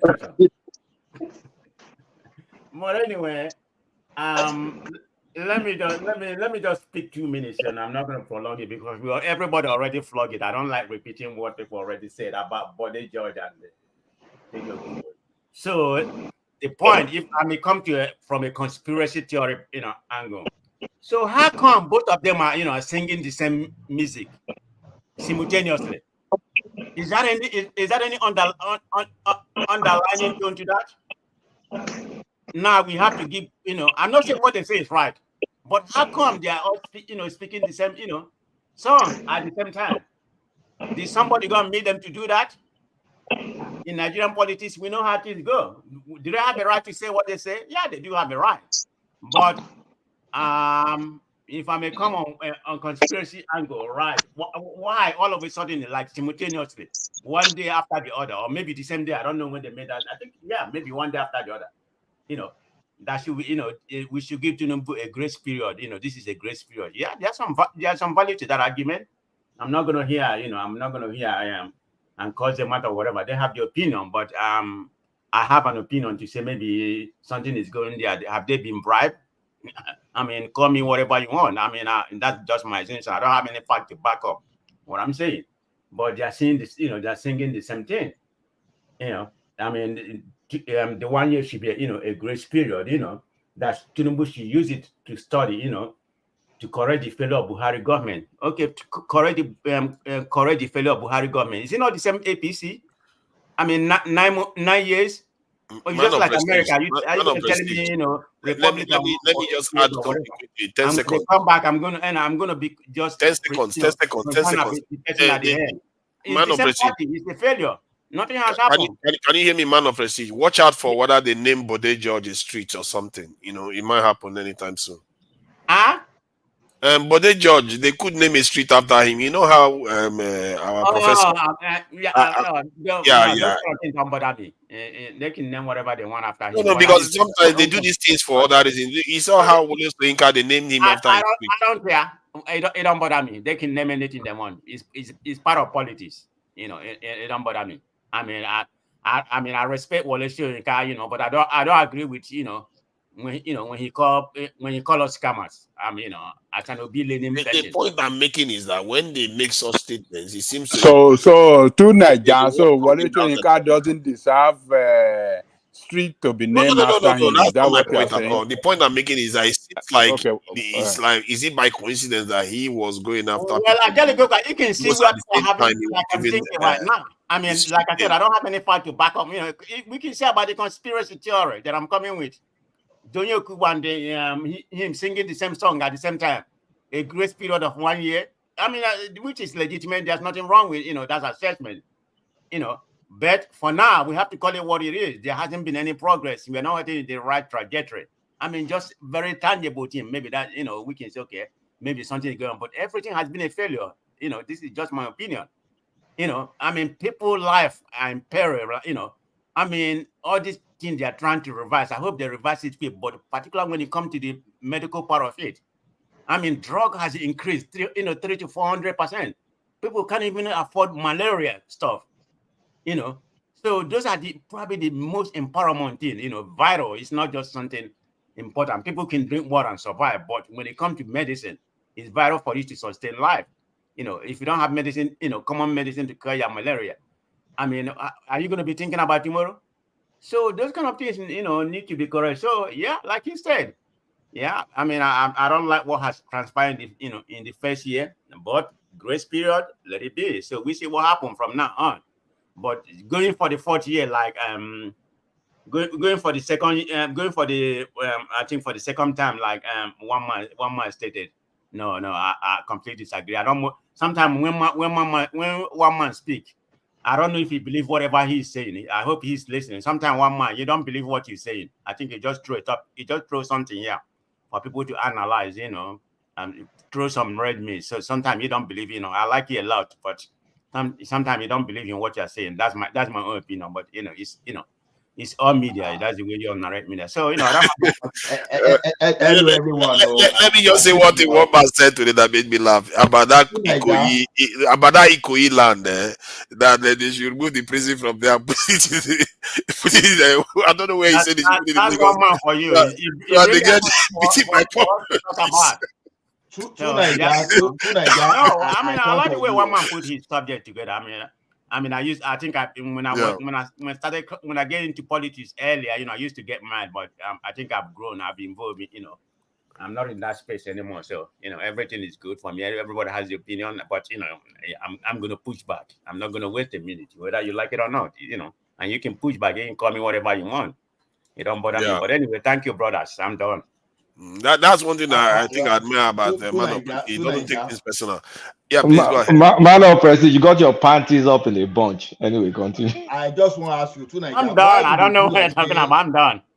Why they do like say you understand politics and the economy of Nigeria? Because I listening to waiting you they talk and they say, oh my goodness, if to say computer get a way to exchange punch, I forgot it. You understand? How you You're crazy, man. What are you talking about? You the Messiah, you evil the elegant without. You don't have a clue what you're talking about. Okay, you want to start that one with me? Let's do it then. If you are correct, I will own up to it. I'm not here trying to pretend as if I know it all. I just need people to clarify that. Okay, these my assertions. How are they wrong? Hold on. One man called me a closet mega. Oh my God, that is far from being true. Oh my God. Okay, one man. When I see you, we talk about it. Closet mega. Make America great again. Is that it? Is that where you are, man of prestige? Someone know that. You know where I stand. I'm very progressive. Wait, Prestige, what happened to Biden? I heard he shot on himself during the soldier possession that Macron was there. Did you see what happened? I didn't want that coronation that much. You know, I mean, He shot. They said he shot in his pants. I don't know if it's true, that's but impossible. That's impossible. they had to walk him off the possession. Honestly, it was an embarrassment, and Macron was now stuck with American soldiers. Did you see it, or is that Republican talking? I saw it. I saw a video, but I mean, I've not watched CNN in like 4 years. But I just saw a video on social media. Okay, tell me what happened. Like I said, Okay, this was what happened. You know, initially, the president, both president and their wives will stand in attention and whatever. And then all of a sudden, Biden turned opposite direction. Like everybody's facing one direction. Biden turned opposite direction. Jill was in front of Biden. Next thing I saw, Jill was walking Biden out of that old possession. Oh like God. It was very weird. It was very weird. You're gonna eat him as a meat alive. Oh my God. Man, I'm not going to vote. I can't vote this. I can't vote. 1 years old. You know. Why is he running then? But it is what that's all they have right now. I mean, am I going to vote for? Do I like Trump? No, because his character, you know. I mean, just defeat. Smash subscribe. Yeah, you're talking about the embarrassing D-Day moments. D-Day, pivotal event in World War II. However, the things, President Biden appeared to engage in an unusual action on stage. Footage shows Biden moving in a way that has sparked a flurry of speculation and memes across social media platforms. To many viewers, it seemed as though Biden might have been experiencing a rather embarrassing moment. The internet was quick to react, with countless users sharing their theories and humorous takes on the incident. While some saw the humor in the situation, others expressed concern or confusion about what was actually happening. Was it just an awkward moment, a misunderstood gesture, or something else entirely? Subscribe to Blux for more awesome news and content. Come on, man. It doesn't mean do now. Come on. They walked him off. Immediately after this, the wife walked him off. It was weird. It could be for many things. Now it could be that he felt we don't know, some but kind it of doesn't pain really or something. matter. Unless he's dead. But if he's still going to be alive, because America has structure. So I'd rather have him here than Trump. Americans. My life is not going to change. Go ahead, Thomas. Americans. But you guys are always blaming Tinubu is old. Look at this man now. It's just like a vegetable man. Somebody walking. No. America has structure. No. That is why what is working for you guys is structure. It's not really the president. Okay. You remember sometimes they were guiding. Hold on, let me know. Biden is far more active than Tinubu. I won't even say one sentence. Hold on. You know where I'm going. You don't know where I'm going. Just hold on. Calm down, Americans. One day I saw him. They were guiding him to somewhere else, and he was going in another place, like somebody that doesn't even know what is going on. Why this is adult laugh. We shouldn't be doing this, you know. I'm not sure this is healthy. Why are we laughing at grown-ups? Do you blame from Nigeria talking about Tinubu? Remember during the before the election day, during pre-election, he was exhibiting some ill-health situation. So you don't blame him. Wait a minute, he's not as strong as he is right now. Whatever happened, I mean, good for him. He's more healthier right now. During the election, the obedience were editing his videos. Okay, were you there? Do you know what they did? I could see what they were doing to him. Like, I mean, do you Okay. think all of a sudden Okay. he just I mean, becomes I healthy know overnight? what I saw. He used to have all those drips, I know what this I thing saw. on I'm his not arm. saying he's Now as bad as he looks Biden right healthier. now, but I know what I saw. So you don't really blame people for, of course, somebody with Biden, mental IQ right now, it's on everything that he's going. No, he can be in Nigerian space.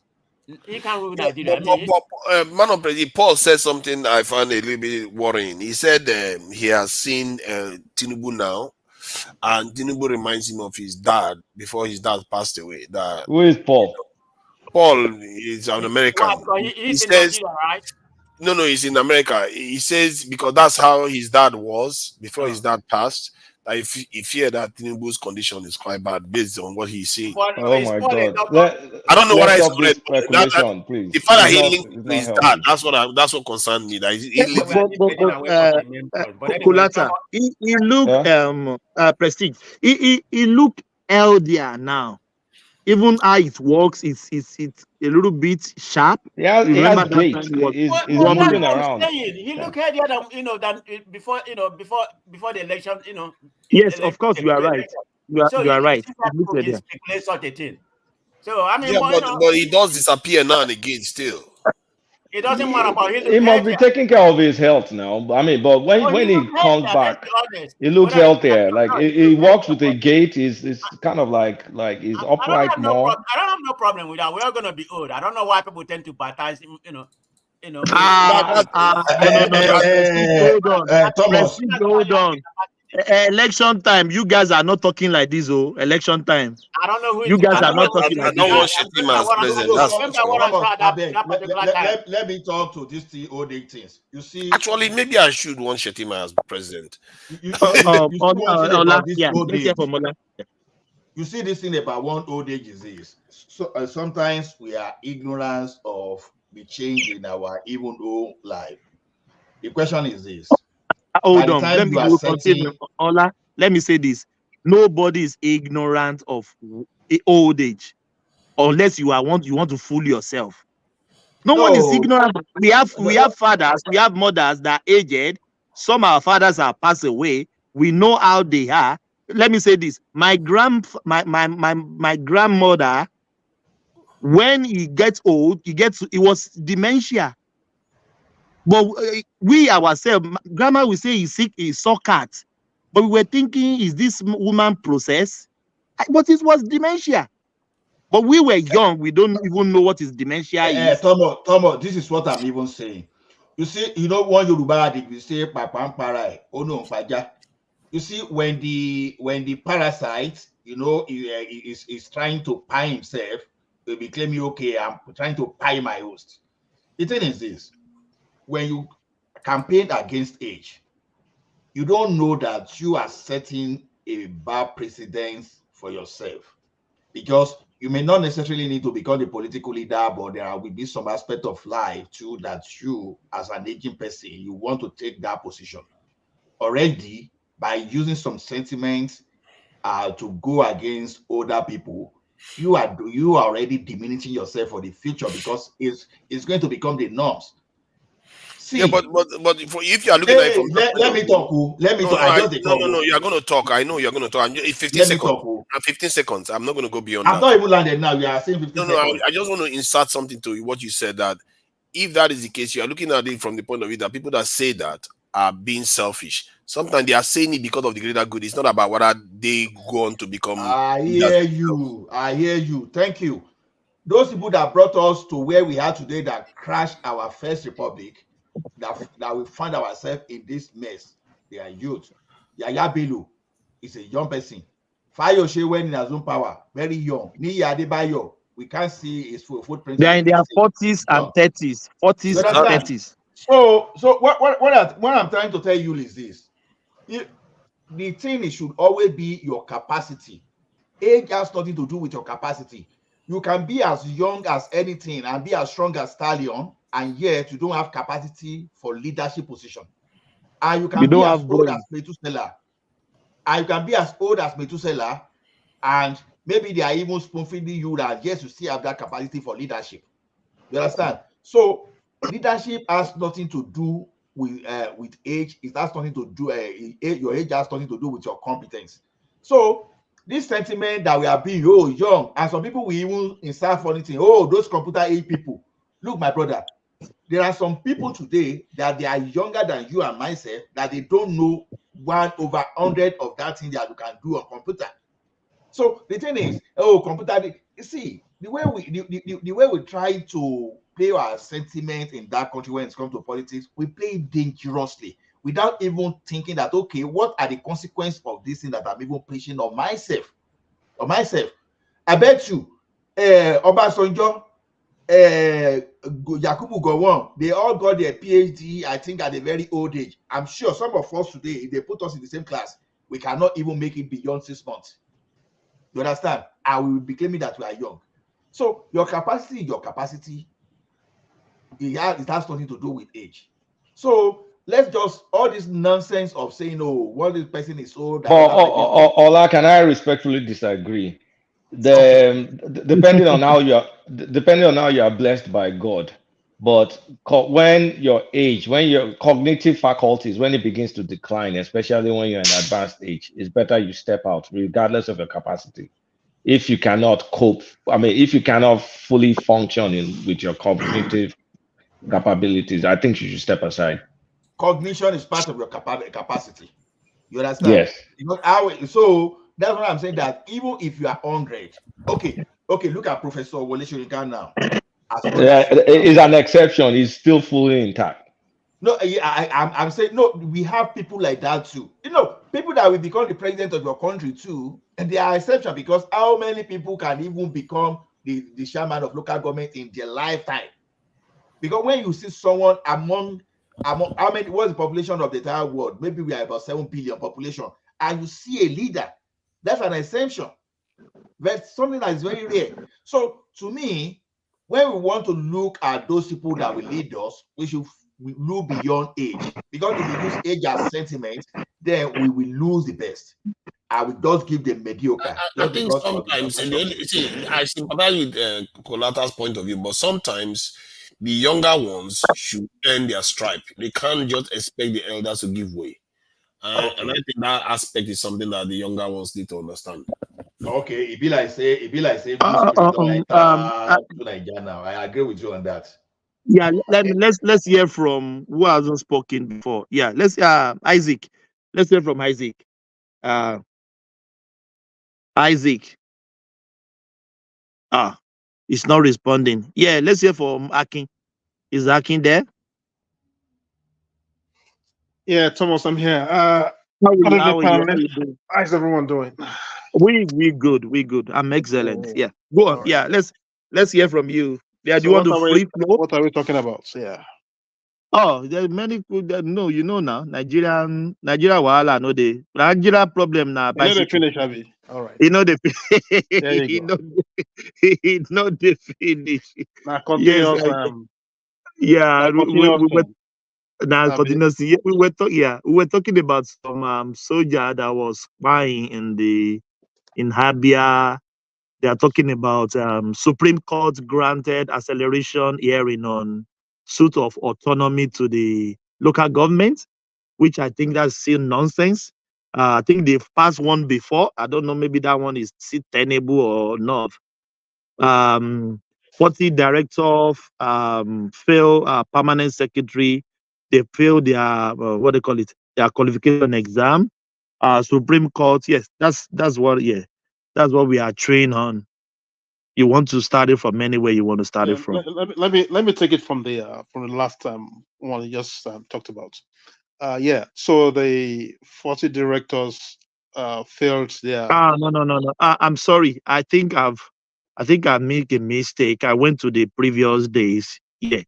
I think okay. Yeah. No. Yeah. We're talking about federal government allocating Ikoyi prison, relocating Ikoyi prison. Tinubu give Tinubu another 1 year of grace. Yeah. That is from Baba Bode George. That 1 year is not too enough to call him like a appraiser. So then we're talking about IPOB organization give suit, or yes, Nnamdi Kanu lawyer tell Nigerian presidency to about the IPOB, whatever. I don't even understand this thing one man wrote, but Right. just take it from there. Yeah. Okay. Yeah. Okay. Let me try and talk about Bode George. Of course, Bode George, he is speaking as number one as an elder statesman, who of course he is, and secondly, speaking as um, a politician, right? So I wasn't expecting him to say something crazy or out of the ordinary. Yes, in the past, he has said it that if Tinubu comes to power, he would move to I think Ghana, if I'm not mistaken. You know, but as it is right now, if he's appraising Tinubu uh, at his first year of being in office, if he's appraising him as well, he's done very poorly. I think that would be very uh, that would be very unfair for him to do. So, as an elder statesman who he is being very, of course, cautious, and try to see the way the administration is going before he actually embarks on whether he is going to give them some bass boost or those nonsense. So But Akin, to yeah, you, can you appraise a president for a whole 365 days, and dividing in mind your Buhari 8 years is just like, I don't even know to explain that to you. So can we appraise him on that just 365 days? yeah. So that's why I said for somebody like Bode George, 365 days is not enough, right? And of course, I personally I would want to give this administration a break for the fact that the last administration that was there really did some grave damages before they left. So it's very difficult for. I mean, I'm not. He's not a magician. I mean, if anybody is expecting that, okay, Tinubu is going to come in, in a year and clean up all the mess that he met, that person must, must still be dreaming. I mean, forget what he had promised prior to becoming the president. Yes, promise is one thing, and of course, fulfilling those promises is it's very key. I understand, but given the uh, mess he met, so it's very difficult to just come in and just say, okay, if I start putting 1+1, it's going to give me 2. I mean, it doesn't work that way in government. It's a process. So that is the angle Bode George was coming from. It's not like he's supporting the government wholeheartedly, but he's just telling Nigerians to give this guy a break because it's a work in process, right? So whatever promises Tinubu has made prior to becoming the president is still a work in process. We probably not going to start seeing the dividends of his promises for another maybe 2 years, right? So and of course, let's pretend, okay, for a second. Let's step away for a second that he didn't meet any mess, right? He maybe came in on a clean slate, and of course, you still have to give him a break. At least let him just cruise for maybe about 2 years. Then before we start saying, okay, well, he made promises with regards to security. He's yet to fulfill it. He made promises with regards to electricity. He's yet to fulfill it, and all those, all those other stuffs. But as it is But right now, Akim, yes. can we blame Nigeria for expecting too much from him? You said earlier on their campaign promises, people, and that could be a political, just to brought people to its side. Yes. But can we, go on. Yeah. Yes. I mean, I'm not going to blame Nigerians for not being patient, given the, given where we're coming from. Everybody's tired, and of course, that is what prompted the obedient, I believe, movement, right? So, however, if we maybe just fold our arms and say, okay, well, Tinubu has, he has promised to that, when it gets there, we're gonna be having 24-hour power supply. Come on, that person will be a joke. He must be dreaming. It's not gonna happen like that. It's Yeah, still but gonna be a work can in I progress. ask you a question? But if all Tinubu adversaries, if all of them keep folding the way they're folding, at the end Yeah. of the day, who is going to keep the president accountable? Because it's just Atiku that's the only credible opposition left now, and we know Atiku is done. Peter Obi really is not a factor. So if everybody is kind of like folding and folding and folding, then how are we going to get a robust opposition? How are we going to No. keep him accountable? Yes. I mean, opposition is still going to be there. We need them. We need the opposition to do what they're doing right now. Yes. I mean, of course, we cannot, uh, we cannot say more than what we're saying right now. Atiku has a duty, he has an obligation to actually come out and say stuff that he is saying about Tinubu's administration. Yes, we need somebody to keep this administration on their toes, right? That would actually, give them a rethink that, okay, I think the step or what we've rolled out before, somebody is actually watching, and of course we need to go back and try to see where those things are not working, so we can actually redirect them where they should be working. So yes, we need Atiku, and of course not just Atiku, but other opposition leaders to step up and of course start talking. Okay, but would want them to do it in a way that it's, they're not saying it from a point of political, anyway, it's okay to be politically biased, but they're not saying it from a personal, vendetta, that this guy, they honestly, they're not saying anything that is right about this guy's policies. Everything is rolling out is it's not just working just because it's not them that is in power. I mean, if you see something that is working, give it a credit, give it what is due, right?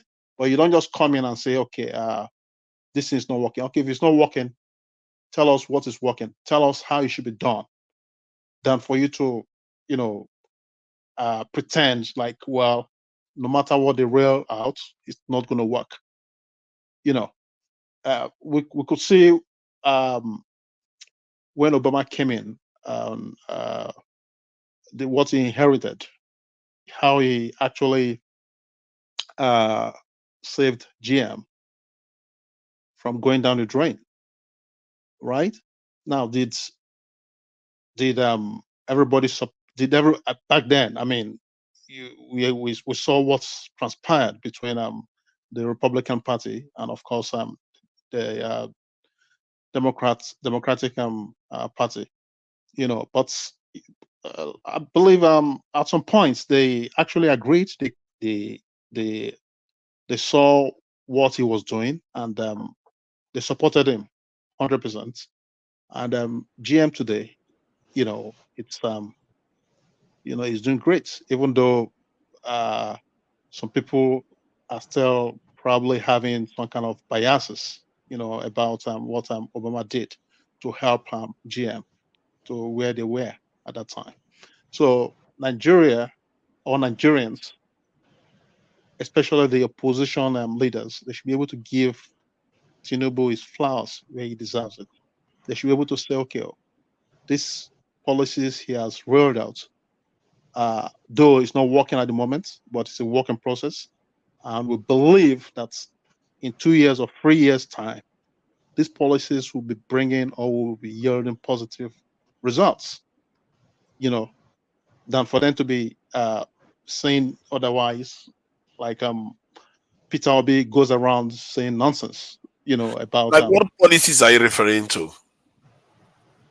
Okay.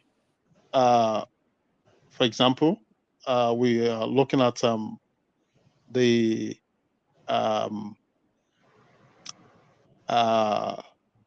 interventions, right? Interventions for our education program, okay, and of course, we're looking at agric, right? We're looking at the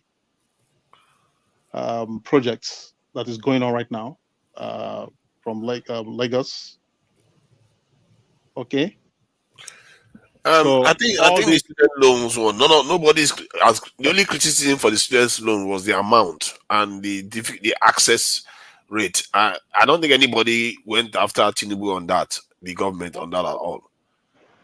Of course, people. I don't know. Maybe it's not you. Who is talking? Is this This is True Nigeria talking. True Nigeria. Okay, yeah, good. So True Nigeria. Maybe I never heard you criticize Tinubu with regards to the Southwest projects. Okay, but of course, I'm sure you must have listened to a couple of obedience who actually disapproves of what's okay. I believe Ekene talked about it and said, hey, instead of doing that, I think that money should be redirected somewhere else, or maybe fixing all those bad roads, all those stuff, right? That is very problematic. I agree with you on that, and I've said it to them that when they keep saying that, it betrays. It says it's not even. It doesn't necessarily betray Tinubu necessarily. It actually betrays the people that they are looking, because the South they are hearing a lot of Southeasterners say this, and they will start thinking if whether it's true or not, that is because it's not their region. That's why they are saying it, and that could be a trap for them, and they don't seem to know it. So that one, okay, I'm not even sure anybody can land a strong criticism against the government on that, because they just started it, and if they actually get it done, I don't think anybody's going to. If you ask me, the area people are really, really finding difficult with the government is the difficulty that their lives are, the difficulty that they are experiencing right now, and they don't have any sense that it has been worth it, because they remove the subsidies. Yes, that's difficult. People were willing to bear it, but now subsidies is back, and people are feeling the pain at the same time. Oh, can I interject a little bit, please? I think there is no subsidy that is back. When you look at the budget for the year, there's always a budget for subsidy, and it's not there. But when you look at government in totality, there is always some subvention that they will use if there's anything that happened that the need that the government has to come in as quickly as possible. Example, if there's a national calamity, or all of those social service that I always do, give money to this people, give money to that one. And the government said when they removed the subsidy that if there is need, government will come in hand to help. So these are what we call subvention. It started from subsidy. First, we must understand what is any subsidy you are talking about must be in the national budget for the year, and it's not there. So, but the problem, Remy, is there's no appropriation for the subsidy. Yeah, thank you. That's what I want to say. There's no appropriation for that. So don't mislead people. But from what you just said, let me tell you something. Everywhere in the world, whether it's in the Western world, there are always these kinds of subventions because there is something Let's that say I agree with your subvention argument. so don't Let's say I always agree say with it. subsidy, Hold subsidy. on now. Let me just say Yeah, something. you are If I agree learning. with that argument, what you are implying is that they created a disaster. They needed to No, you apply cannot this. say that. Oh, Why should you say can you that? finish? That is your own words I'm using now. When there is a disaster, hold on now. I'm using your own words now. Hold No, on. let me ask you a question. I will ask you a very simple question. The question is very simple. The allocation the governors are getting before has now been double. Some are even triple. Where did they Yeah. get the money? Can you answer? Just a simple. I don't want us story. Subsidies. Okay? Where did they get the money? From the subsidy removal. That was the initial. So what are we talking about? So how can source. they now create another artificial problem so that they can Because find that is part of the title of it. You know why? Because No. you are not We letting are me not. talk. Can you Everybody just is let me planning. talk? Yeah. You can't just So keep you talking. know what? It's not your time. You have had enough. Let's No. get I'm allowed to respond to your claims, Okay. and Yeah. I don't take long. 15 seconds, I finish. Remy, give him a second to land his point. Let me hear. Yeah, 15 seconds. If you say the subsidy the removal is working, then this title that we had today that they spent about 1.8 trillion, it wouldn't be there, would it? It means that they are paying subsidy because if they don't pay subsidy, the petrol price will be around 1,000 naira, and you know Nigerians cannot take it. That's it. Okay. Well, am I paying as a Nigerian that we are going through this turmoil? Of course, yes. You know, even if I'm not directly involved, but of course I have families, I have friends, who are going through all this daily. So I think what the administration of Tinubu should be doing at this moment, with regards to subsidy or no subsidy, is to come up with some smart ideas. Of course, that would bring immediate circle. Like of course, which of course I'm aware that they've started doing, like the CNG, converting the But Akin, yes, let me ask you this before you proceed, please, if you don't mind. yes. There is a narrative out there that subsidy itself is not a crime, but it is the corruption behind subsidy. So, what is your belief about that? What do you think about that? Thank you. Yes, subsidy itself is not a crime. Of course, if you hear we hear that here in the in the Western world that I believe you and I live, we experience this every day on a daily basis. Subsidy, in every facet of our daily life. So subsidy itself is not a crime, but the mindset, the people that are directly involved to actually see this through, to ensure that these policies of subsidies are being kept. They are the ones with the questionable character. I mean, questionable character that we should actually be going after, right? So yeah, you're right. If you say subsidy itself is not it's not a crime. It is not a crime, but the people in charge, are the ones with questionable character. That we should be asking questions. That's, hey, you said this, but it's going the other way. What is going on? Can you start talking to us? So having said that, like I was saying, that what the government should be doing right now is to come up with smart ideas. Like When it comes to, if I can know the question correctly, but when it comes to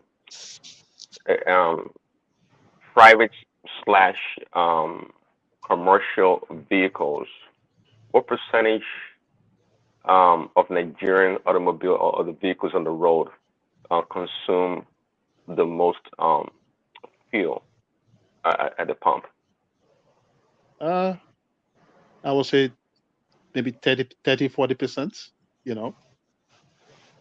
30-40% what? Private vehicles? You're talking of in terms of population, right? Or in terms of No, in terms of actual vehicles on the road. Okay. I know why I'm asking the questions because look, I think the subsidy benefits a lot, the people that live in luxury or well-to-do. Of course, if the price of fuel is high, then public transportation would be high also.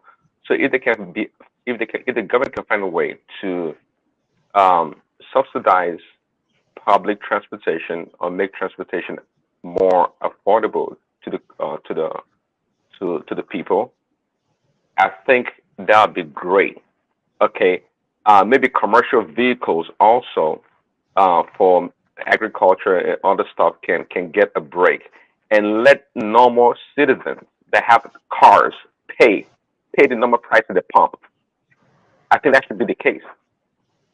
Let them pay the normal price at the pump because just like Thomas said, the big problem is the corruption in subsidy. The subsidy itself, it's fine, but the pass through to the average Nigerian, I don't think it's not visible. I don't think we should find other ways to subsidize Nigerian people's life. Okay, maybe the subsidy should pass through some kind of agricultural program, not vehicles, because there's a lot of cars on the road, and it is not benefiting the average Nigerian. I don't think that's the benefit. Prince Daddy. Anyway, you just said it. Remy, 1 second. I'll let you comment. So you just said it, right?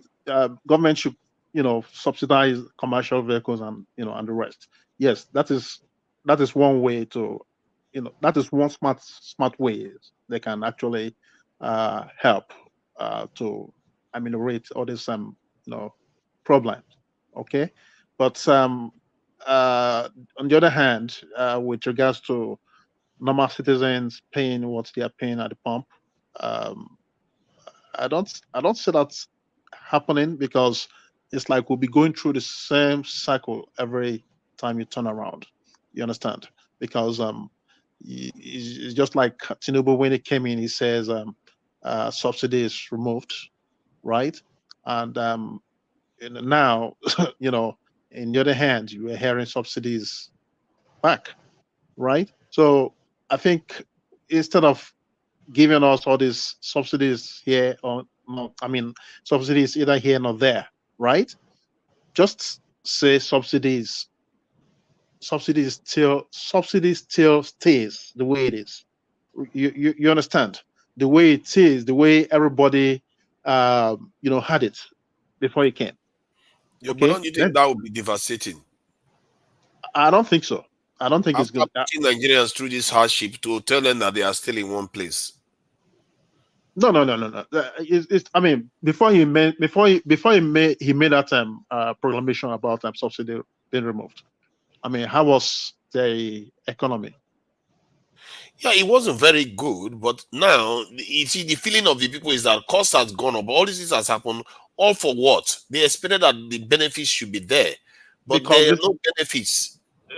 Good, because whatever. Sorry, let me quickly interject. Before you became the president, Nigeria is in a total mess. We do not have any savings. We have a lot of forward contract of our crude oil. We are in total, if it continue with that subsidy, and even in that budget, there is subsidy removal as from July of 2023. So we don't have money. We are borrowing money for recurrent expedition for God's sake. We are not even going to any capital expedition anymore. If we continue that way, I'm betting you Nigeria will be in turmoil today. Maybe that division you are trying to divide Nigeria will have divided ourselves, maybe into war, who knows? So you have to ask yourself, where are we coming from? Where are we today? People forget easily.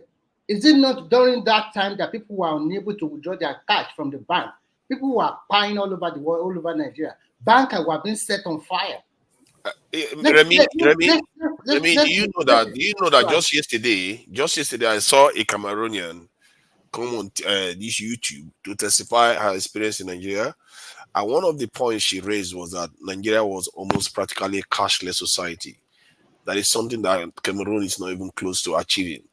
And this is the thing that people don't know. The scarcity of Naira at that time forced a lot of people to go cashless, which is an advancement. I'm not talking about cashless now. I'm talking about your country extremely broke.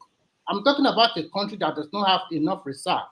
I'm talking about a country that have engaged in lot of a forward contract, sold your oil away. You are not getting any revenue. But we have enough reserve. What is this? What are you talking about? What is this?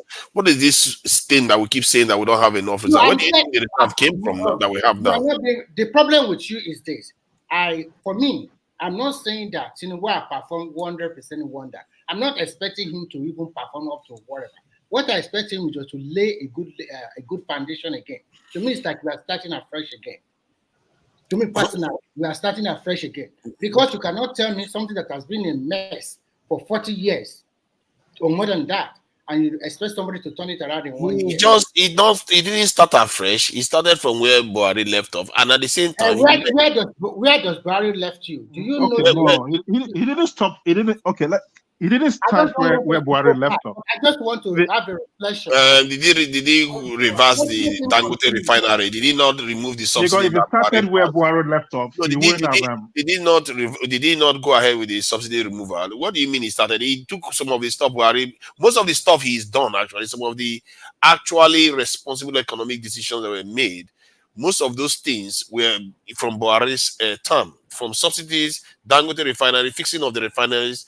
They were all from Buhari's term, and those are the good things. And those good things, the only one that is still standing without being compromised is the Dangote one.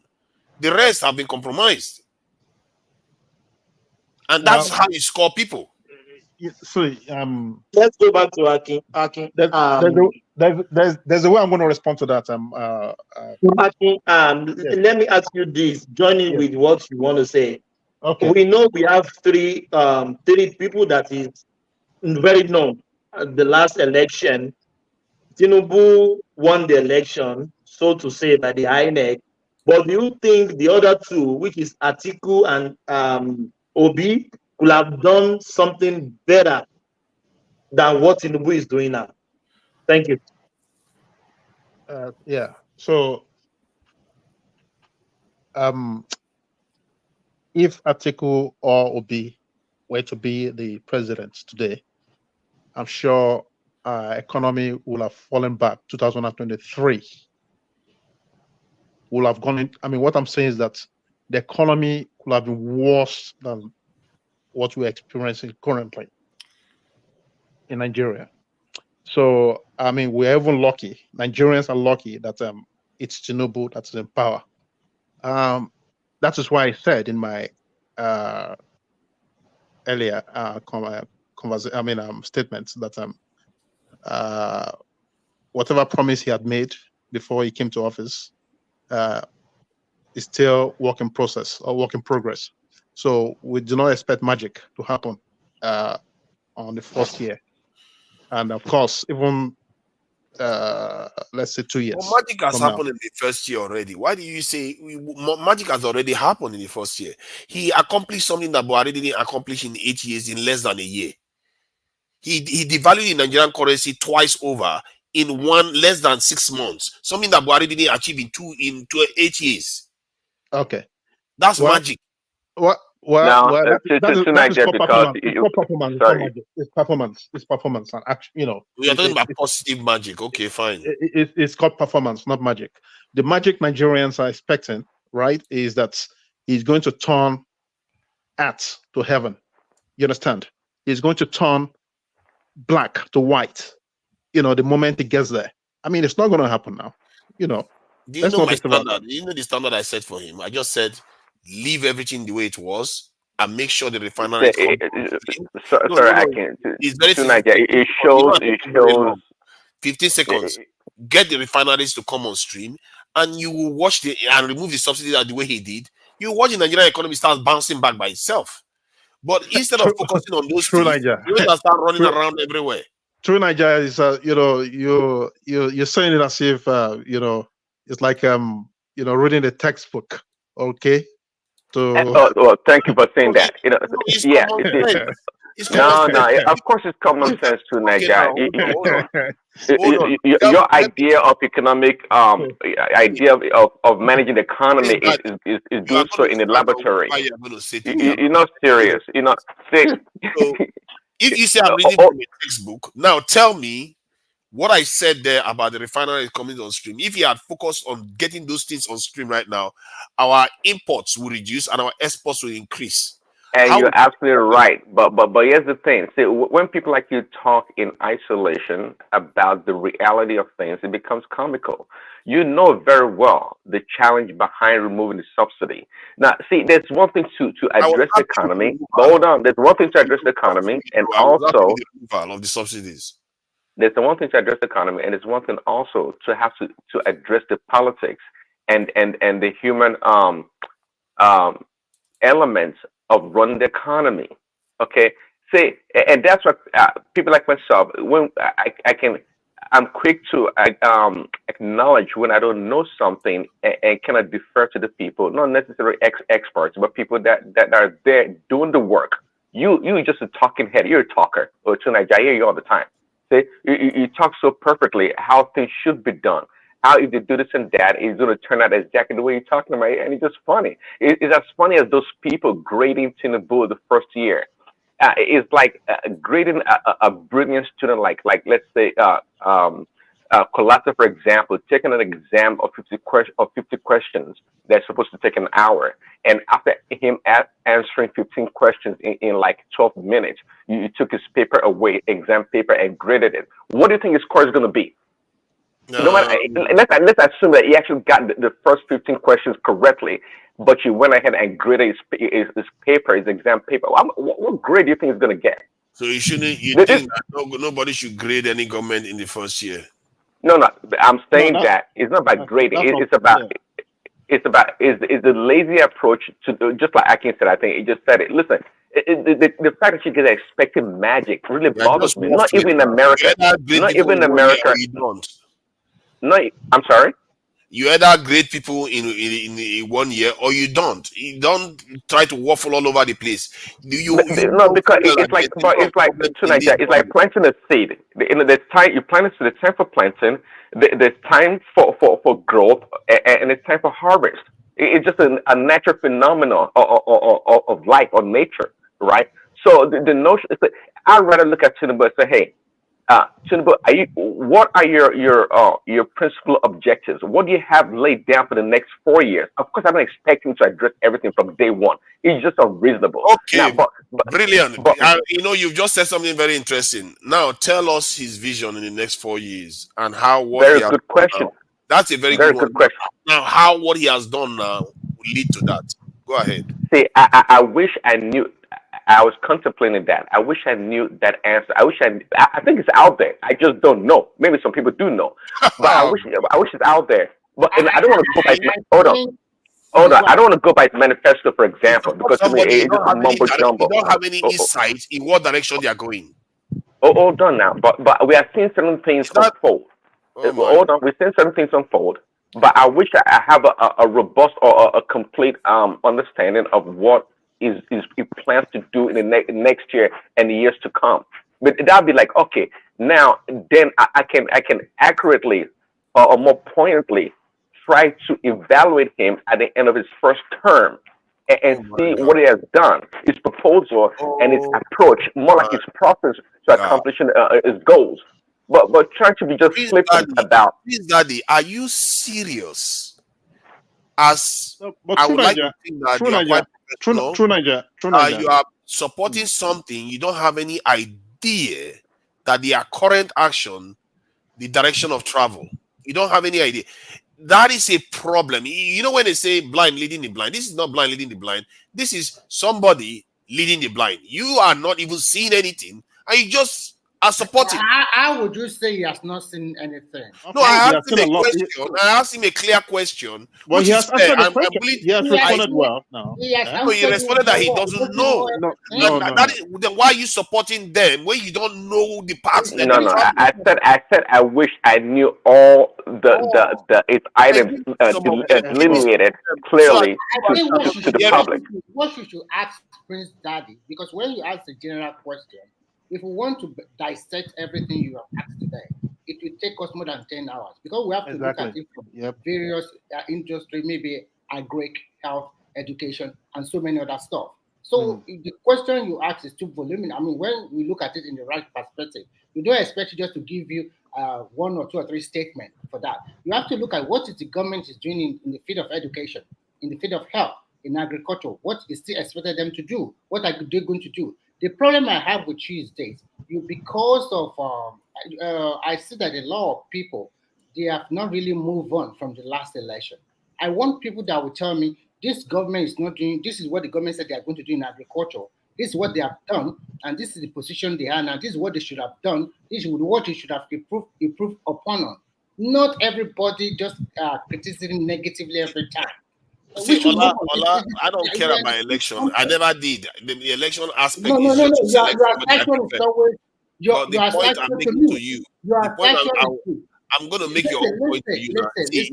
One person talk, we talk to each other. One direction. Guys, give me 30 seconds. I just want to know who is with us because there are some people in the back end that wants to come in. Let me just know. Is Ogbeni there? So I can swap people around. Ogbeni, I think Ogbeni is not with us. Yeah. Yes, I won't kick you out. I'll just put you in the background, in the back end. Yeah. Yeah. Let me bring. I still do, Thomas. You did. No problem. Yeah. No wahala. Yeah. Go on. Yeah. Tunaja. Yeah, see, Remy, I think I like the way you are responding. You know, at least that's better than what Prince Daddy did when I asked that question. Because Prince Daddy, if you are supporting somebody, just try to say some of the things. When I ask, what is he doing now that is going to lead us in the direction that you think they are? Where are they taking us based on what they are doing now? You didn't know that, but at least Remy tried to shed light on the fact that don't shortchange me tonight, John. You do that a lot. No, I told you. I said you don't want to listen. You just want to prove your point. I said I wish I had a robust idea, a more outlined. What you know. But we know about the student loan. Okay, let's start with student loan. For example, student loan is great. I like what Kiyama's doing with the aviation sector. I like the project they're doing from Lagos to Calabar. I like that they remove subsidy and actually trying to manage the economy monetarily. I like what else?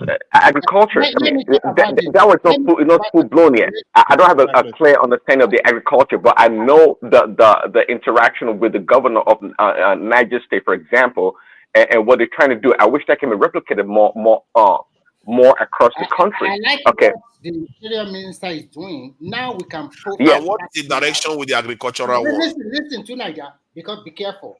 No, Remy, wait. If Remy, please wait. If Niger ask me the same question, the answer that Prince Daddy gave to him is the same I will give to him. You can continue. Thomas, when you called me the other time, I was here. But then I was like down in the spirit, so I couldn't respond. So, but now I just heard the President's voice, so I said, okay, let me just. I was here. I just pretended not to. I will give you the same answer. What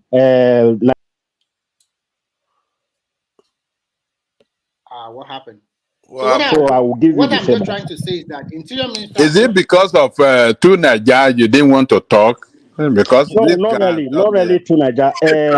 Because this Tunaja guy has been Baba something. He doesn't even know what he's talking. Of Baba course, I don't know what Ajale, I'm talking. Of course, I don't know what I'm talking about. I'm just opening my mouth, blabbering all over the So place. I just want to inform you that not only Will he ever even stop talking? This two Niger guy, he's been talking never for stop like talking, over and 3 hours. Will he ever stop talking? not tired. Eh? And it's going from platform to platform. I've not been talking for 3 hours. Look at Ajale Koko now Are talk you really for this not minutes straight. What are you talking about? He never allow others to talk. Only him talking all through like Coco Dogo. Eh? I'm trying to find out. I'm Locomotive asking train. questions. Eh? I'm asking questions. I Those are just want to inform the panelists that Nigeria immigration have a big data center and they can profile you before you arrive Nigeria. So this is the beauty. And in real-time online system, they can see how many people are going to the 5 airport, international airport in Nigeria as you are, and the e-gate will open soon. And secondly, the Interior Ministry have started manning our border through using technology. And now they give a lot of... I mean, can you explain the e-gates? Sorry, can you explain the I e-gates? think that we need to ask a few questions. Simple. When you arrive in Nigeria, instead of you going through the normal immigration to stamp your passport, that era is gone. Just put your passport on the machine, and the machine will scan your face and scan your passport. Yeah, on the scanner, yes. I think on the scanner, yeah. And then it will open, and then you go inside. That's all. I think that's why the US upgraded And apart from status. that, Nigeria now be the first country to profile air passenger that will arrive in Nigeria, first in Africa, or first in West Africa, sorry. I did say first in West Africa. Yeah, I heard about that. But you said something interesting. If you are a person of interest, they will just pick you up immediately. So you said something interesting, Remy, about data centers. Yes, are you saying that we have a data center in Nigeria? So the new data center in the next 3 months, if you want to renew your passport, there's no need for you to go to the embassy or consulate anymore. So far, it's a renewal. They already have your biometric. You just submit all the things online, all the required documents, and you pay the fee. And then if you want postage, then they'll post the passport to you. Are the data centers in Nigeria? Yes, it's in the immigration headquarters. Okay, fair. That's good. That's a good development. Remy, what about railway? What about railway? Railway, I learned that they want to start doing from Ibadan to Abuja, standard gauge, standard. From Lagos to Kano. The old narrow gauge has been repaired, and they have test-run it. So both cargoes and passengers can now be traveling by train from Lagos to Kano.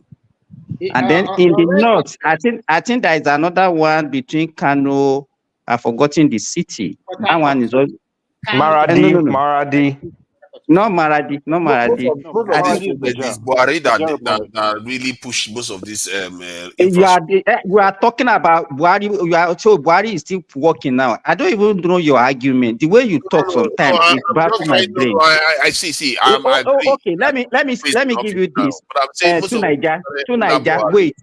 Wait. You are talking about refinery. You say it's okay. Buhari that set all of them in place. Meanwhile, during the 8th year, just mention one completed refinery. Not new one though. That refurbished. No, just tell me. Because you know the problem. When Buhari was there, we are busy. Excuse me, let me talk. We've been talking since now. We are busy castigating him. He was a useless person. Now, because this one now is seeing some of this project into completion, you want to take the credit away from him by saying, oh, he's Buhari that actually put all those things in place before he left. And I mean, why this same Buhari, you people are saying that he didn't achieve anything when he was there. Which people? Not me. Including you. I'm talking about you. Hold on. Earlier on, you are one of the reasons why I came on the platform. Because you always prove as if you know everything, but what you display this morning, let me finish. What did you display this morning? It shows that your knowledge of economy is very, very shallow. How can you say somebody comes in and say, okay, leave the economy the way it is, as if It was a stationary object that you just say, okay, stay there. So You understand? That's Wait.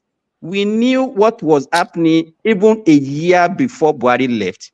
The same old subsidy that everybody was crying about. How can you be borrowing money to pay subsidy for God's sake? I said I supported the subsidy removal. Did you not hear that part? Let me finish. I'm talking. Because what you said is that, okay, you should have left it the way Buhari left it. Because Buhari said it's a subsidy removal too. Was it Let not me Buhari finish that what passed I'm the law? saying now. Let me. You know, if you know the route, you are borrowing money to pay salary, borrowing money to do virtually everything, and then you now think that somebody will come in and that economy will remain that the same way. When you borrow money, you are borrowing money to do everything. You are not even generating any revenue, and you think that the thing will not continue to nosedive. No, before the thing will settle. That was a very simple explanation. He's already removed his subsidy. He has money in his He pocket. did not. Let me tell you, somebody that has a common sense of economy. We know that. Okay, let me give you for example. You say, okay, you remove the subsidy, you put it at 600. Then tell me one country where the price of oil will remain stable. Looking at even the fluctuation in the currency, looking at even the fluctuation in the price of the crude in international market. The price of crude on average has been higher under this government than under Buhari. I'm not Buhari talking. So if the price, hold on, if the price of crude has increased under this, so do you think that the price should remain the same? No, my point is that's why I said things are favoring him. He could have that subsidy. Let me tell you, that removal. The advantage that I had, it did not last up to 3 months in this regime, because Nigerians were crying. Everybody was crying. How can you be buying fuel for 600 naira, 700 naira up till now, and you think that is the normal price that subsidy has been removed? Nigerians are suffering. 700 naira. Go to the neighboring country. They have started what's it called now? Smuggling our fuel all over the place again, because that is not the standard price. So Nigeria should not even be talking about subsidy, because that okay. How do you expect even Nigerians to be buying oil petrol at 186 naira in this present day economy of the world? What is your point? What is your point? The government should not pay any subsidies, or is that your point? My own. I don't even like this idea of subsidy of something commodity that people will buy. Because look at our country, we know our border is very porous. The only thing that I can appreciate is that maybe you should subsidize something like education, health, and all those things cannot be exported out of Nigeria. But anything like commodity, even transportation, I don't think Nigeria should subsidize. There's no way you would do it. How do you want to do it? If you ask the private public transport to go and see, I'm Simba. My issue is that the investment in transportation. That's how you're going to do it. I mean, they do it everywhere around the world. Prince Daddy, we have tried all the possible models in Nigeria. It has not worked for us. Before, even Nigerian Labour Congress, government gave them money to buy public transport. Where are those vehicles today? Oh, see, the reason why it doesn't work is because it's not designed to work. So hold on, Simba. Let me make my point to Simba, please. Hold on. 15 seconds. My points don't last very long.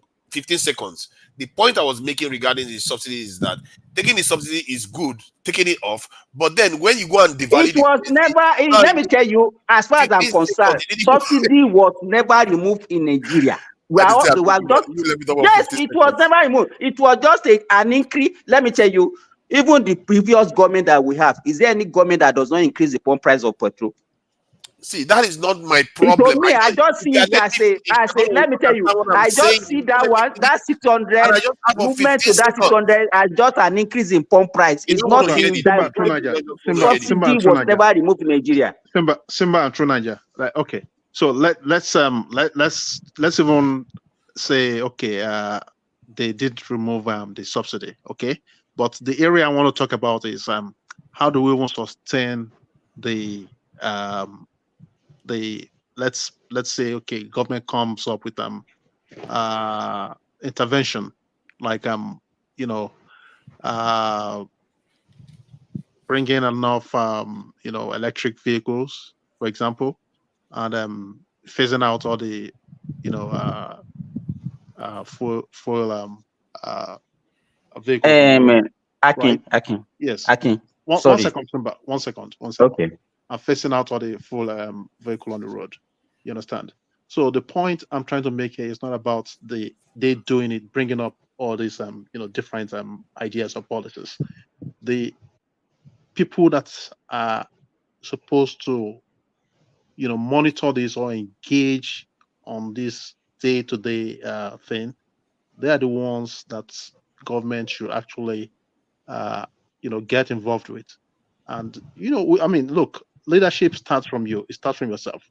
For example, see what the minister of the FCT is doing currently. Though he might have his own little issues here and there, right? But he is working, right? And if you have such people like the minister of the FCT in places, give them things like this to do, like you say, okay, you want 100 buses in the city of Abuja, for example. I'm telling you, all these things will be sustained and there will be accountability. It is why I supported Wike for president. It's just that PDP didn't became the candidate. Yeah, but hold on. About that renewable, I have something to say something about it. Go ahead. Akin, let me respond to this electric vehicle that you are talking about. Let me tell you, even in a country where they have all the discipline, there's rule of law, and if you are caught to have stolen even 1 naira, you go to jail or they killed you. They tried it. I could remember I stayed in Saudi Arabia. All the vehicles that they use in their airport are electric vehicles. And they have the financial wherewithal to even maintain all these things. Do you know what? They've abandoned all those things. Why? Sometimes because why? Let me tell you, the way they will talk about electric vehicle and everything. If that thing is actually working and is actually something that we think that is the future of why the world. did they abandon? Let me finish now. I'm talking. You will have seen it everywhere. Everywhere, everybody should have been using it. Let me tell you, Akin, those things are not easy to maintain, and we have not getting to that era for now. So it's not a solution. You see, that is the point I was trying. That's what I was trying to get at from you. You said maintenance, but you didn't answer. You didn't answer why they abandoned them. Yeah, why you didn't answer. The reason why they probably I cannot claim. Let me tell you, I cannot claim I know the full reason, but I know that if those things are actually easy to maintain, you understand, and it's good, they will have maintained them and they should have continued using them. Well, say quickly. Let me say part of the reason why they abandoned is one voice. Everybody. Part of the reason has to do with for example, in a lot of countries they don't have a lot about charging stations, right? And quite frankly, all these charging stations that we're talking about, these electric charging stations, they still need fossil fuel, to power those charging stations. And also reliability. You cannot tell me that Saudi Arabia will not have charging station or enough electricity. They are more than abundant. I don't think that's why would Saudi Arabia want electric vehicle to succeed? Exactly. Why would Saudi Arabia want electric vehicle excuse me. When they are oil producing country? Okay, let me tell you, if you know the investment. Let me make my point. It's just 15 seconds. No, you can't make your point because Ajale is asking me a question. Let me answer his question. I wanted to see, you've already said something. I wanted to respond and you all stopped me from making. You will talk when I finish answering the question. I asked you a question, you didn't answer it. The reason why, can you let me talk? Can you just let me talk? Thomas, moderator. Thomas, please moderate. The reason Continue to Niger. the reason why they probably abandoned it is the same reason why I'm against it for Nigeria, because we don't manufacture batteries, and battery these days is quite high technology in terms of the Are lithium you sure ion we don't manufacture battery batteries? for I cars. think We don't manufacture lithium Let ion me battery. let him we finish. are doing Let him it now. finish. We are doing it in Nasarawa. You are not comfortable with what is going on. We We don't manufacture lithium battery now. What are you saying? To Niger? You are not We comfortable. manufacturing lithium battery. You now, know? at Yes. quantity, Yes. that can service the whole nation. If we are manufacturing and we are selling it full man. I mean, Can you share the a link to me, complete please? Can man. you share the link to me so that I can find out when we You started? Google it. Google it. Okay, let me check them. Ajale Koko. Yeah. Please, everybody, please hold on. Yeah, one voice. Ajale Koko. Sometimes I just things people think they know all, but when people is directing them that something is going on, the next thing is send the link. What is the meaning? We treated Ajale Koko. We treated it on this platform. Yes. Because I don't know. If I don't know, all the But people they are telling you, they are saying you are no. you can't tell me by words. I have to check Hold on. No, we've treated it here. We have a factory now in Nigeria doing that. I wasn't here when you treated Yeah, it. no, but they are telling you send the link. If you are saying send the link, did I say he's lying? All I can do is confirm what he said. No, that's what. No, that's all right. Go on. Yeah, go on. Yeah.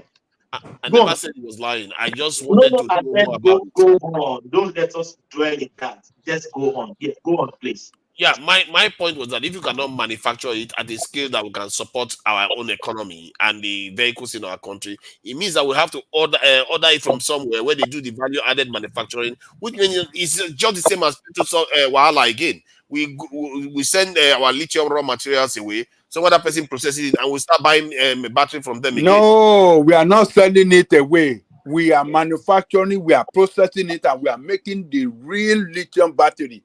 Good. And let me just confirm it now. That is what we are doing. We have a lithium processing plant in We have a Nasarawa, and lithium processing plant, and they're building a second one. That is one. There's another one that they setting up now in another local government that will produce more. Hold on, Ajale Koko, do you consider processing manufacture? You see, Processing and processing to a full battery, a complete battery. A complete battery for export. Did you bother to ask what value added this in processing is being done in Nigeria? Because if the value added is around 10% and they take it outside Nigeria and add 90%, guess what's going to happen? No, there is nothing like 10% or 90%. It is fully produced in Nigeria and they are selling it. The battery will be produced in Nigeria. I think I completely will produced in Nigeria. Kolata on this, because Kolata, so when you say the battery will be produced in Nigeria, are you saying that the battery is by and large ready to be used? Ready from what I understand, is first processing. I don't know if the full battery manufacturing has been installed, but I know that the processing plant is there, so there's no more. Processing is talking. So there's no ore. We're not exporting. Well, No, I'm not going to say we're not Kulata. exporting ore. We're Kulata, not let me supposed to tell be you. exporting ore. Kulata, And Kulata, do you know the value added processing that is being Hold done? on to Nigeria. Let's hold on. Everybody, please hold on. To Someone Niger. is talking. Don't talk over him. Let him To land. Niger, if Please. you listen to the interview, the governor interview on Channels TV on this manufacturing plant, he said that plant mine that lithium manufactured the battery to a full complete battery ready for export for use. It's a complete battery ready for use, not in form of raw material, not 80% processed, fully processed 100%. and ready for use. That is what the governor said. If he said that, then it's something to keep an eye on them, because me, I've not really seen that.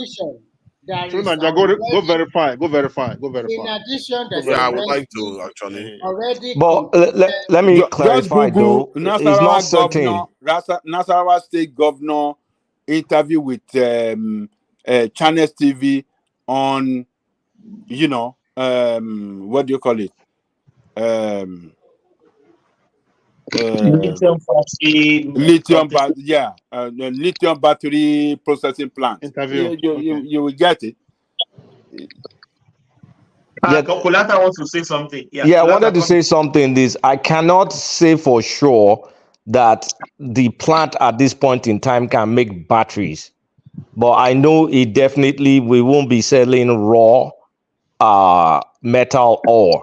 It's going to be pure lithium. But the goal is to make it a battery manufacturing plant by a Chinese company called Canmax Technologies or something like that. And then they also found another place that they want to invest in. So that old business model we're phasing it out. So at least ultimately they'll be making batteries in Nigeria. Hold on. Pure lithium. Maybe pure lithium. This is what concerns me. This is what concerns me, because I've heard the Ghanaian president say the same thing about cocoa, that they don't want to export the cocoa. They have to do the processing within Ghana. Question that raised in my mind was, what was the value added processing that was being done in Ghana? Maybe before they were doing zero, they were just taking the raw cocoa out. Or now they just do 10% value added, then they take it 90% out. Then what you get is still the same dynamics, where you get 90% brought back to the country. But the deal they signed ultimately is to make a battery manufacturing plant. But you don't get that overnight, right? So at least we'll process lithium. I had President Tinubu himself saying this is processing, but soon, even if they want to do manufacturing, that our people are talented enough to do it. Go and watch. In other words, it's just processing for now. One voice. And we don't know. They are talking on each other. True Nigeria, please hold on. Please, everybody, please, I don't want to hear any voice now. If we are talking on each other, no one is speaking. Someone is still speaking, you are trying to interject him, it's not stopping, you still continue. We can't have two voices at a time. It's not possible. Like that. No, don't laugh, please. It's not about laughing. And don't come after me. You know I don't like it. People talking on each other. The audience are complaining, too much voices. So land it, Remy respond, Kolata respond, then we go back to working. Please. Thank you. Yeah. The only question I always ask, and I hope we start asking this, when they use the term processing, ask yourself how much value added processing is happening in terms of percentages, because that is one of the ways they can use to deceive you again and you remain in the same place. Because if they are doing 10%, 5% value added processing in Nigeria and still take it out, there is just cosmetic in the end. They have to do high level, 80%, 90% processing if they are not going to manufacture the battery here. And I believe if any company does that, they are going to manufacture it here. They're not going to bother transporting it overseas for 10% value added manufacturing. When they do that, it's because they know they have something to gain by taking it out of your country. Thank you. Okay. Ready? Respond. Go on. I will implore everybody to go and watch Politics Today by that guy on Channels TV with the National State Government. There are three companies. One manufacturing plant is already completed that is going to be manufacturing those batteries. So that one is settled. Then they have another company that is going to explore that iron ore. They have another one. And the another one is also coming on board in the same state, Nasarawa State. So we have three companies in total. So what we are talking here is that they are going to explore the ore, and then we have a manufacturing plant that is going to use some of the lithium to battery for any kind of EV vehicle or tricycle or bicycle or whatever. That is a game changer, and that's a good news for Nasarawa State, and in all, it's a good news for Nigeria. So to Nigeria, don't exercise any fear. It's a good way. And don't be surprised when Nasarawa start turning around, because that is a very big investment from those 2 or 3 Chinese companies. So China. Let me say this. What I'm happy about is we are not giving out that raw material anymore. No. Yes, that is a game changer, Remy. It's a game changer. Stop talking like that, Thomas. The question is, I just told you just now. The question is, how much You've spoken before to Niger? No, that's enough, please. Let others speak, please. I'm very sorry. Sorry, so one thing I am not sure of. I mean, it depends on the stage. When you build a plant, everything just doesn't happen overnight. So the stage I can surely confirm is they're going to refine the lithium. Pure lithium will come out. What I cannot say for sure that I know is on the plans, but if they're going to produce the battery itself locally, even though there are plans to do it, but I don't know if there's full dollar commitment to do it, or it's part of what they're spending $200 million on and another $100 million on. So the only thing I can say confidently is we're refining lithium, but I can't say confidently that we're going to be building batteries in the next 1 or 2 years. Maybe I think if my memory serves me well, I think they said they're refining it to a pure lithium. Yeah, I think that is what the governor said. It might not be the real battery itself, maybe pure lithium. So, but it's good if someone, to Nigeria, want to go and watch that interview. The man said a lot of things. He said, the volume of, in terms of the tonnage, the capacity of the tonnage that plant will produce. There's another one that will produce more than that. And they said they discovered another area where they have more lithium that will produce a very bigger volume. So they're gonna have plant in 3 different places, and they're gonna be producing in large, tonnage. Remy, please hold on. Okay. Yeah, please hold on. Do you remember that time this guy Tesla came to Nigeria? That the minister chased him away? Oh yeah, that Yoruba minister. What is his name? I can't even remember. I think it's from Osun State, or where is he from? Maybe Osun State. Do you remember we were blaming him that time that he could have liaised with this Tesla guy, but that makes sense for stopping him because now we need it ourselves. Yeah. Okay. Let me respond. Thomas, I just posted the link on the private chat. It's going to be good for True Nigeria to go and check it out. President Zuma has already commissioned the lithium factory, and they tell us what they are going to be producing there.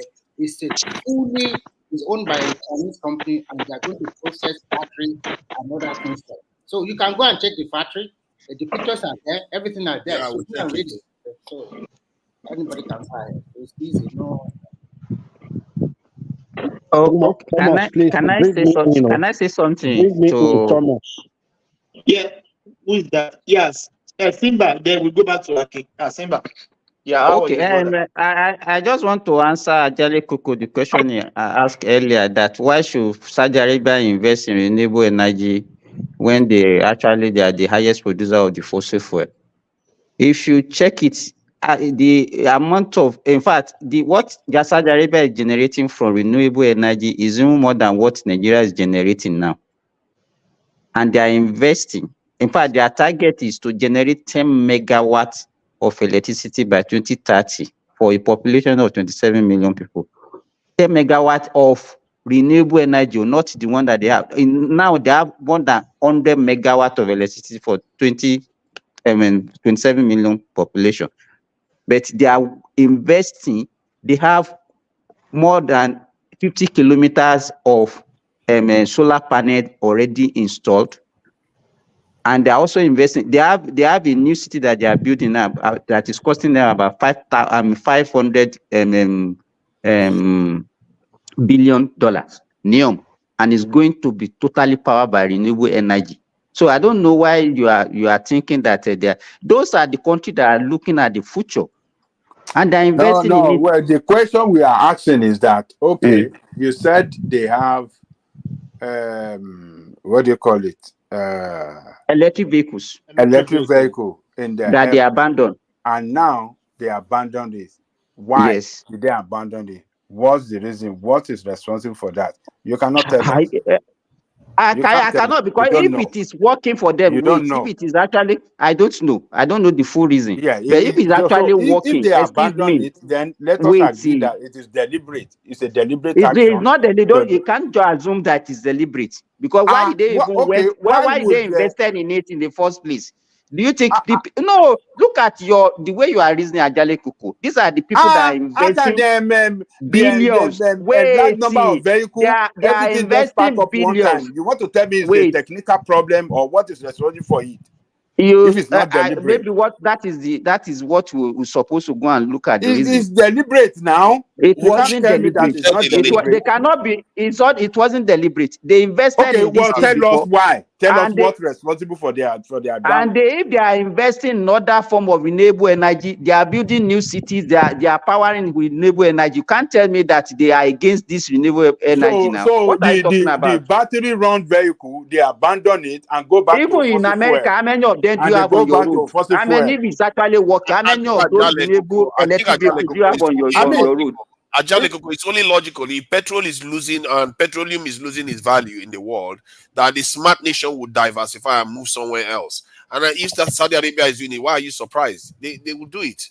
They have the resources. They are not like us. No. You don't understand. You don't understand the point of argument.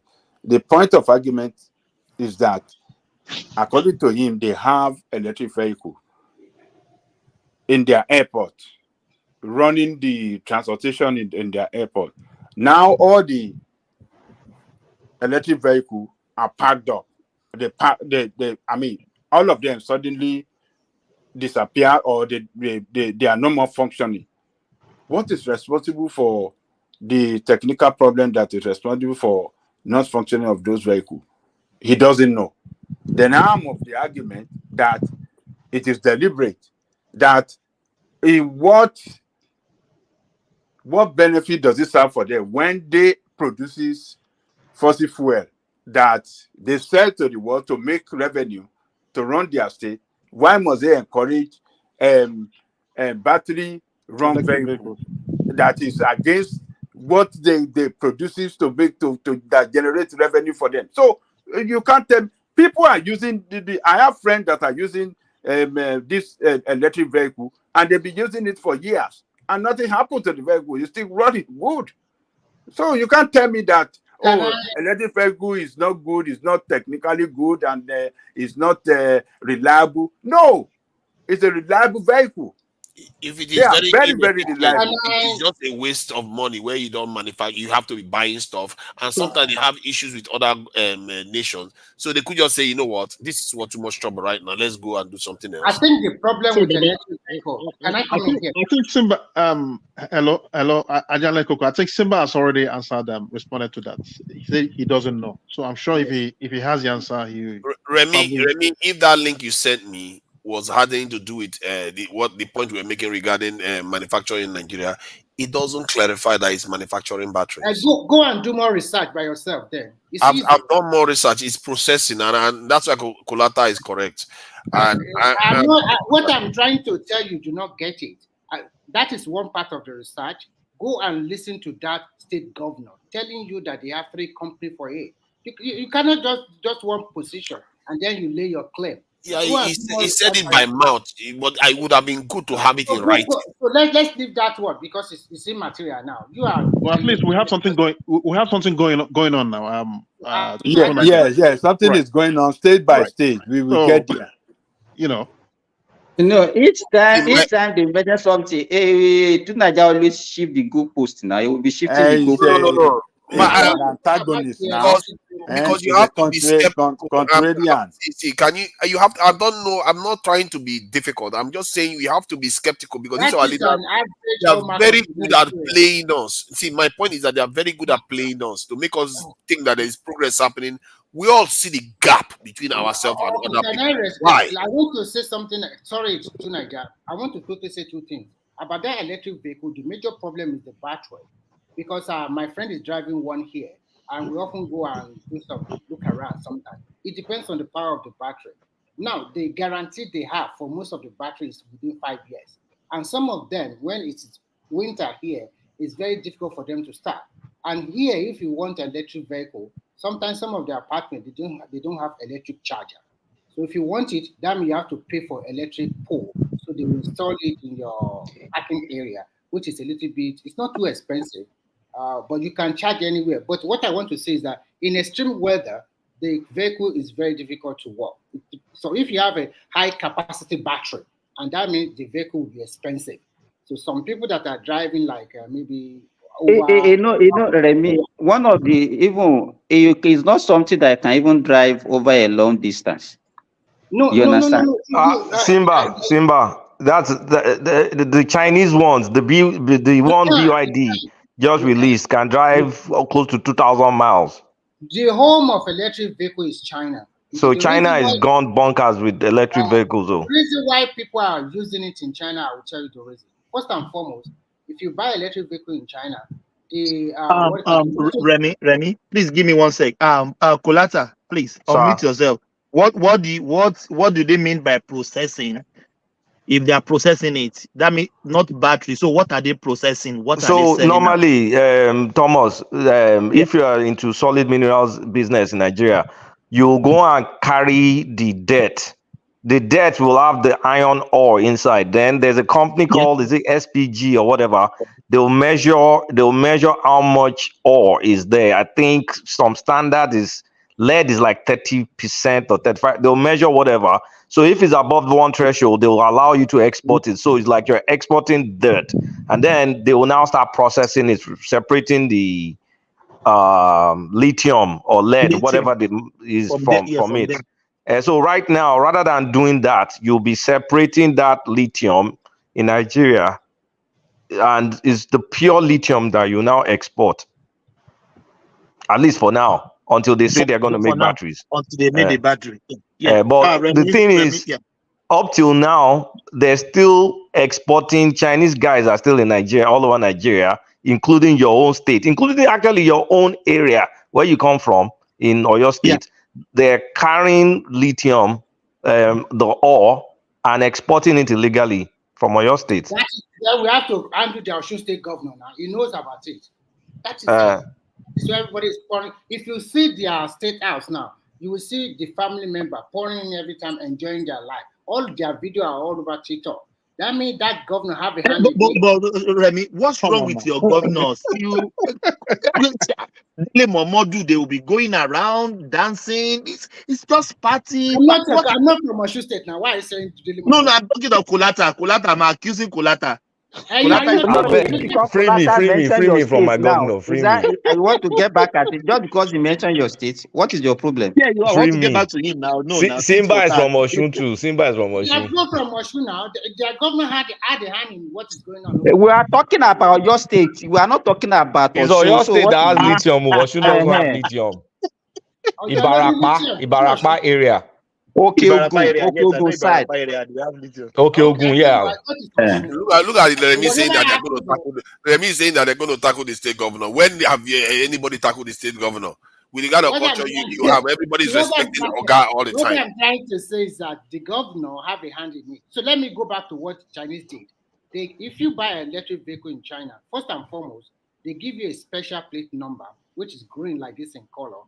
That means you don't pay kind of road fee, because when you buy a car in China, there's a huge lot of money, like a tax or duty you pay on that vehicle. So they slash it by 50%.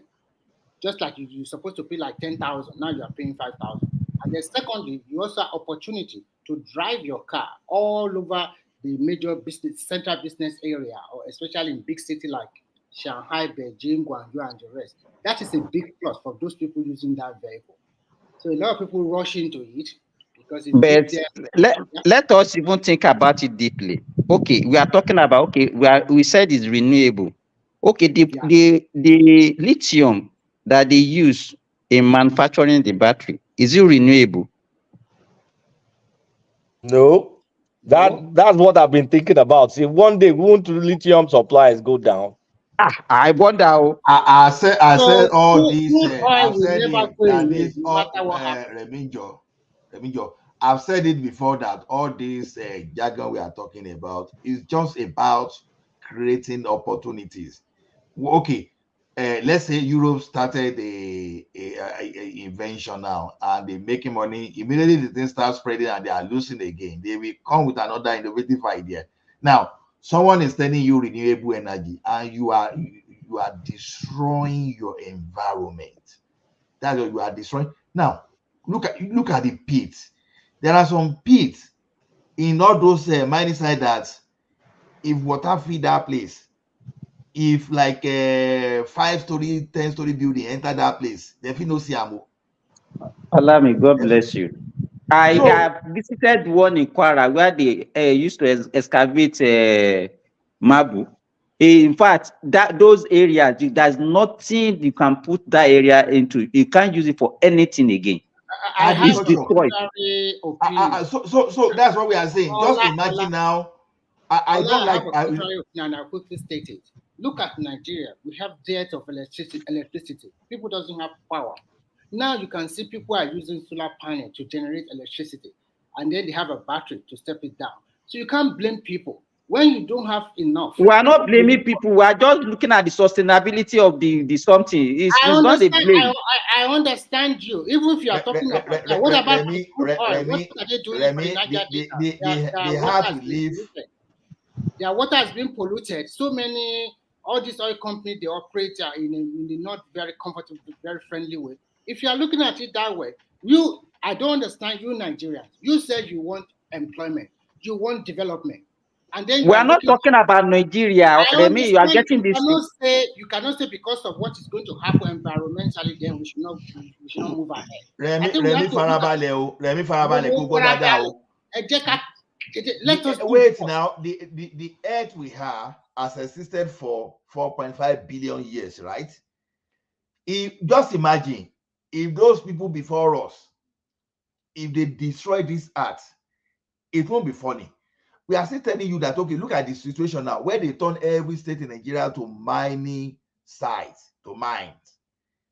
And the land that you are supposed to use for your cassava, agbado, again, all those things, they've already mined there. And don't forget that all this mining too come with some kind of radioactive element. All those things, they are not looking at it too. Yeah, I understand you. You understand? So you are poisoning the land. You are poisoning the land. So now just look at mining site that will take over, like, let's say, several hectares of land where they are mining. You can't build, you can't farm, you can't construct road. You understand?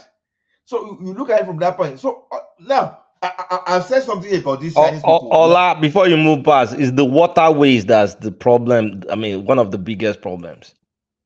The waterways, wastewater from mining sites is toxic. You see that one now.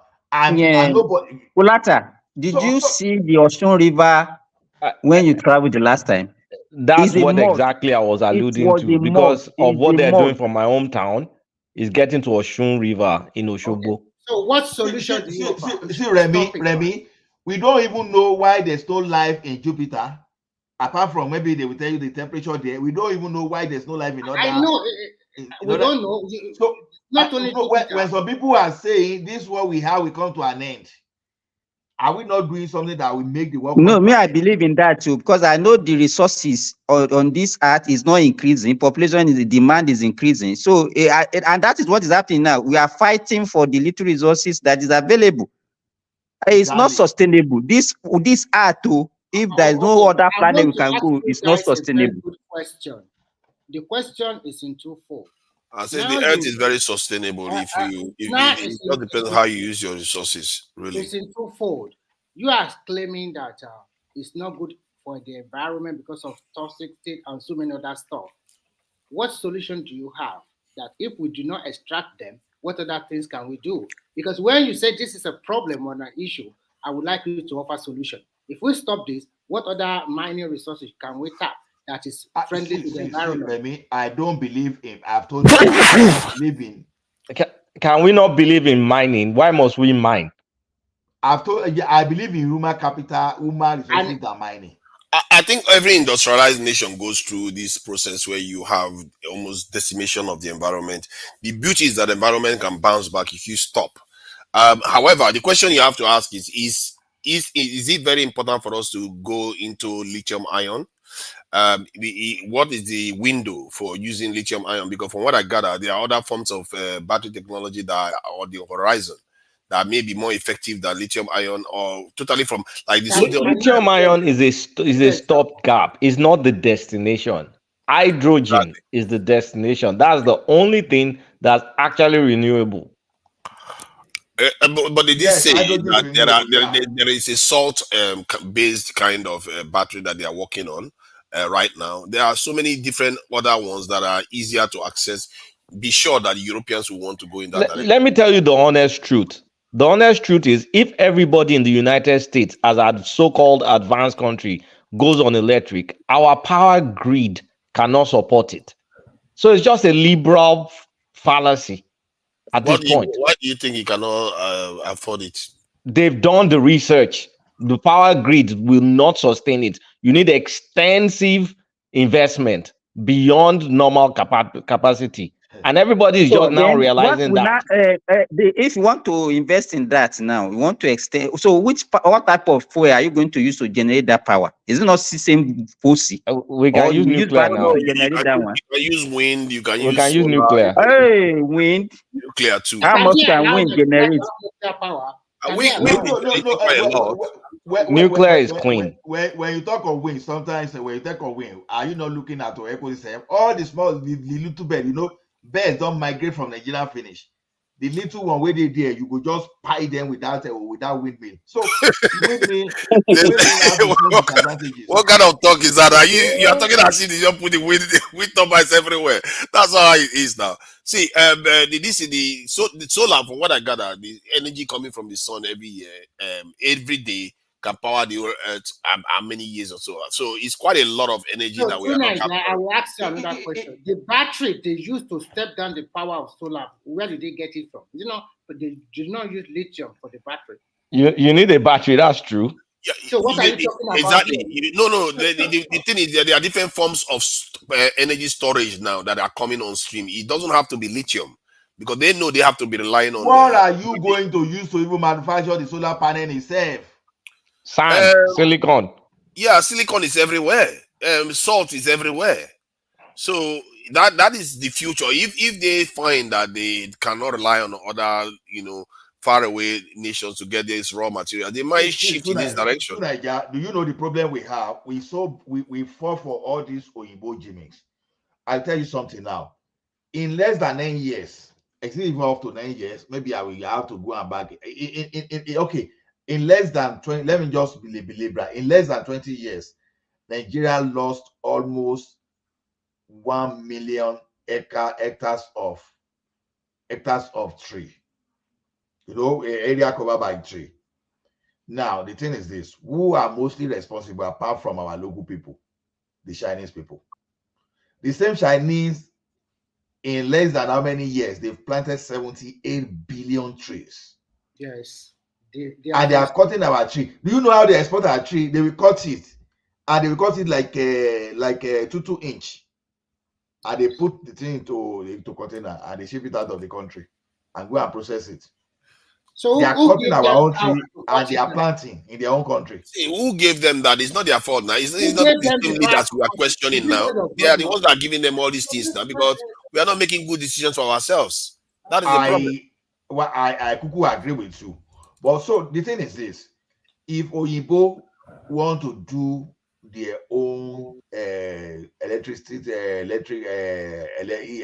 vehicle, see, nothing stop us from saying We look at Germany. Is Germany not back on their coal? Germany, are they not going back on their coal? No, most European countries are going EV.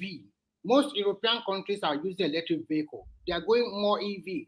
If you come to Europe, you will see more EV vehicles. That's true. They are going more EV here. In the So UK, you you cannot don't compare. even pay congestion You are charge. not getting it. Okay, now they are depleting you. They are depleting you to do their EV, and they are still telling you that global warming, all those stories, this thing, but they are destroying. I understand their double standard. It is weird. Electric vehicle is not destroying the earth from the point of view, because think about it. If you can generate a lot of power from the dam or from a geothermal power, let me tell you something. Have you done something before? They say responsible sourcing. When they say when you are sourcing the raw materials for building your product, they say responsible sourcing. I will give an example. Now, the like of what's the name of this popular coffee maker in America? Starbucks. The coffee woman that be boy. You understand? They will go to Brazil. They put planting there, planting storage, processing plant there. Make sure they employ the people, and make sure they are not paying people that they used to be when colonialism was still reigning. So just to make sure they do social responsibility, all those stuff, right? Now they have to make sure the environment where they do all those things, they are not impacting the environment negatively. So that's what we call responsible sourcing. Now look at our own environment. Now you are looking for lithium, you dip it all. You know that place where you don't do that thing, you know, say you can never plant anything there again. You can never build there again. There's nothing you want to do there again. And our population is increasing. They are saying we are going to eat 400 million when is in 2050 or what's that calculation? Now, and now we there now. We just build house like bed. I'm calling the Yekakiri. You understand? You understand? I'm telling you, the land covered by property in Lagos today, in fact, it's outrageous, because it's not so. The entire Lagos should not be as wide as it is. We have good planning. We should be having like 30-story building. Can we just zone it? Zone any solid mineral. Like there's some areas we should zone that never ever touch this pristine forest, this forest reserve, this farming area. Like we need to be able to zone regardless of what's under the earth. There's some areas that you say, okay, do not go there. Exactly. Area. How can someone be destroying rainforest like southwest of Nigeria, for example, like southwest? I mean, it would be terrible if there are mines all over the country. Honestly speaking, I don't even think it's worth it financially. Exactly. You know, we're just looking at the immediate gain. We are not looking at the long term. We are not even thinking of our future generation at all. Remy, as they talk now, you don't even know whether you are going to. Okay. You know the worst part of it? Anything that is mined in Nigeria, Nigerians cannot afford it. It's mined for export. It will be sold outside of the country. Exactly. Now, the question we are not asking ourselves is this: all those the proper Sahara, I'm saying Sahara, all those deserts, like all those Saudi Arabia that all wants to see mostly in their area are big sand and all those stuff. Maybe if we still go on with research in the future, for example, probably something like this for those people that were on this end before us, maybe something like this led to the environment becoming the way they are. So, and you read the history of how we come about the continent we have today, all those stories, Milky Way galaxy, I've forgotten all those jargon in geography, as a collision that break a particular region from others, all those stuff. You may find out that all those things are not necessarily lies. So we don't, whatever we are doing today, are we looking at the impact? Just imagine, okay, what is the entire Nigerian land is now? The entire Nigerian land is okay. My province now is about 2/3 of Nigeria, just one province. Now look at the situation now whereby you now mine more. You now mine more than half of Nigeria. Nigeria is very small compared to our population. That's exactly what I'm saying. We are very small. Because even Saudi Arabia is almost 3 times the size of Nigeria. Simba, because you guys, should we control population and enforce a family should not have more than 2 or 3 kids? We see, I'm still telling you that we can build. We don't build. Lazy. That's the problem. It is so lazy. The question, should we control the population? Because if you do not, our people it's not a matter of controlling population alone, Remy. It is lazy for us to rely on mineral resources. When in the history, yes, India they've survived through textile until the UK go Dabaru them. Now, the Chinese, they've always been surviving through the same system they are emerging from now. How did we survive before all this Oyibo came to us and they started teaching us how to agriculture, and our people does not want to do it anymore. So what can we do? Well, you see, that agriculture is what we should even go back, because the basic thing you need on. Who told you it was agriculture? It was slave trade that we used to survive. Oh God. I know it may sound funny, but at least I agree with Kulata, because you go carry people to slave and they see We were selling each other. That was a catastrophe. You know, the question Kulata asked just now, whether it is worth the trade. We never do ask that question. Whether the damage we are doing to our environment, whether it's worth it's not worth it. And just like we sold human beings, we never really calculated that. The Chinese people now, the crook Chinese people now, they were stealing at our iron hall, and we've not even made this iron hall to even be making hardware for our military. But when you want to mine it, you just mine and process and just send away from the country. The last time I remember was that Ajaokuta was supposed to be built and used to develop our rail system in Nigeria. What did that? They suspended everything. When they looted, they stole so many of those natural resources. The annoying thing is this. You know, okay, a person like me now, as I once spoke against all this Atlantic they are doing, because I said our marine, we were supposed to preserve in fact, our marine is supposed to be what we should just look at. Okay, everybody, we develop that in our story center. You start finding a way to compete with Dubai instead of Safili. So, because if they give us chance for that Lagos, we go Sanfil Atlantic Ocean. In the name of that, we want to build house. No, the area we have to develop.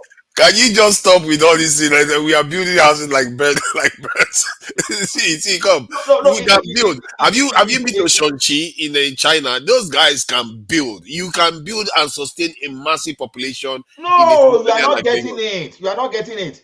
The plot of land that you are supposed to use for mass housing scheme, instead of okay, let me give an example. And a friend of mine, the first house in my life, when I wanted to build bungalow, my friend said, you are thinking like it just use something to describe it. Don't you know that what you will gain, you are wasting land if you are building bungalow?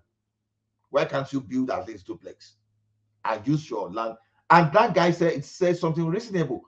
The decking that everybody was shouting, in fact, the decking, truly, I was afraid.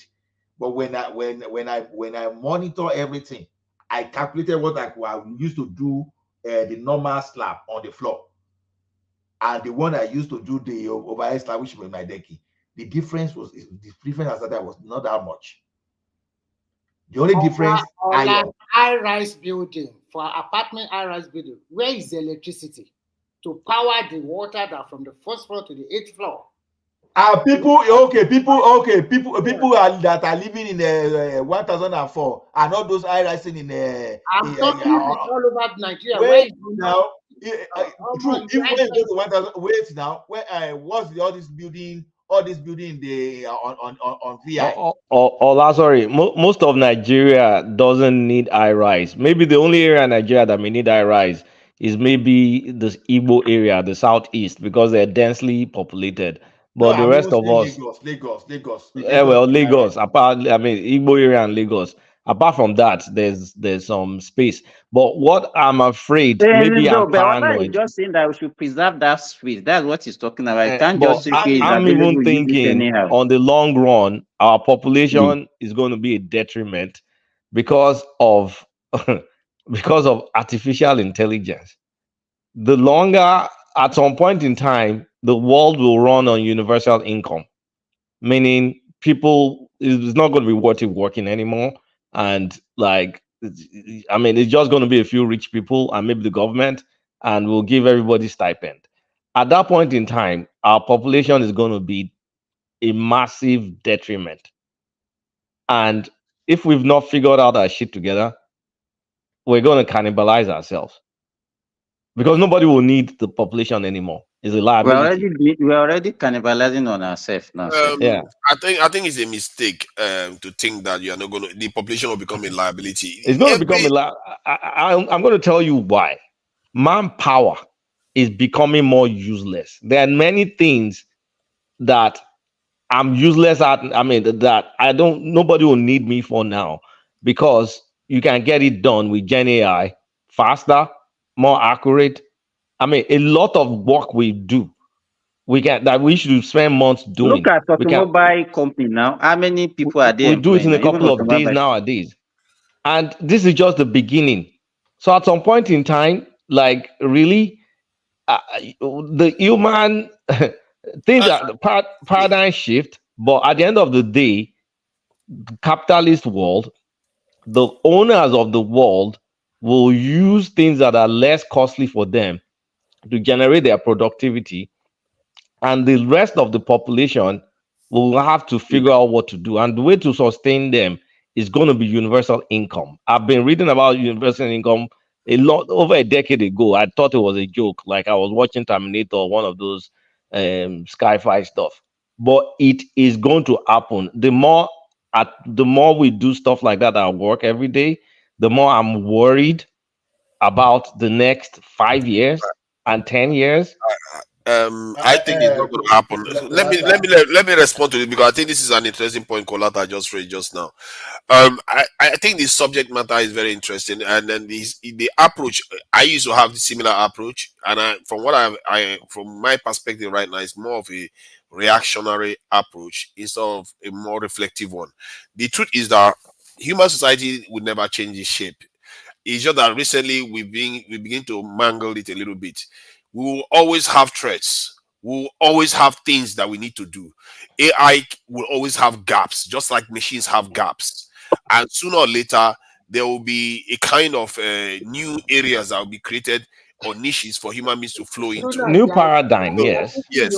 So, and we'll know how now questions that we didn't even know how to ask now, we'll be asking it then.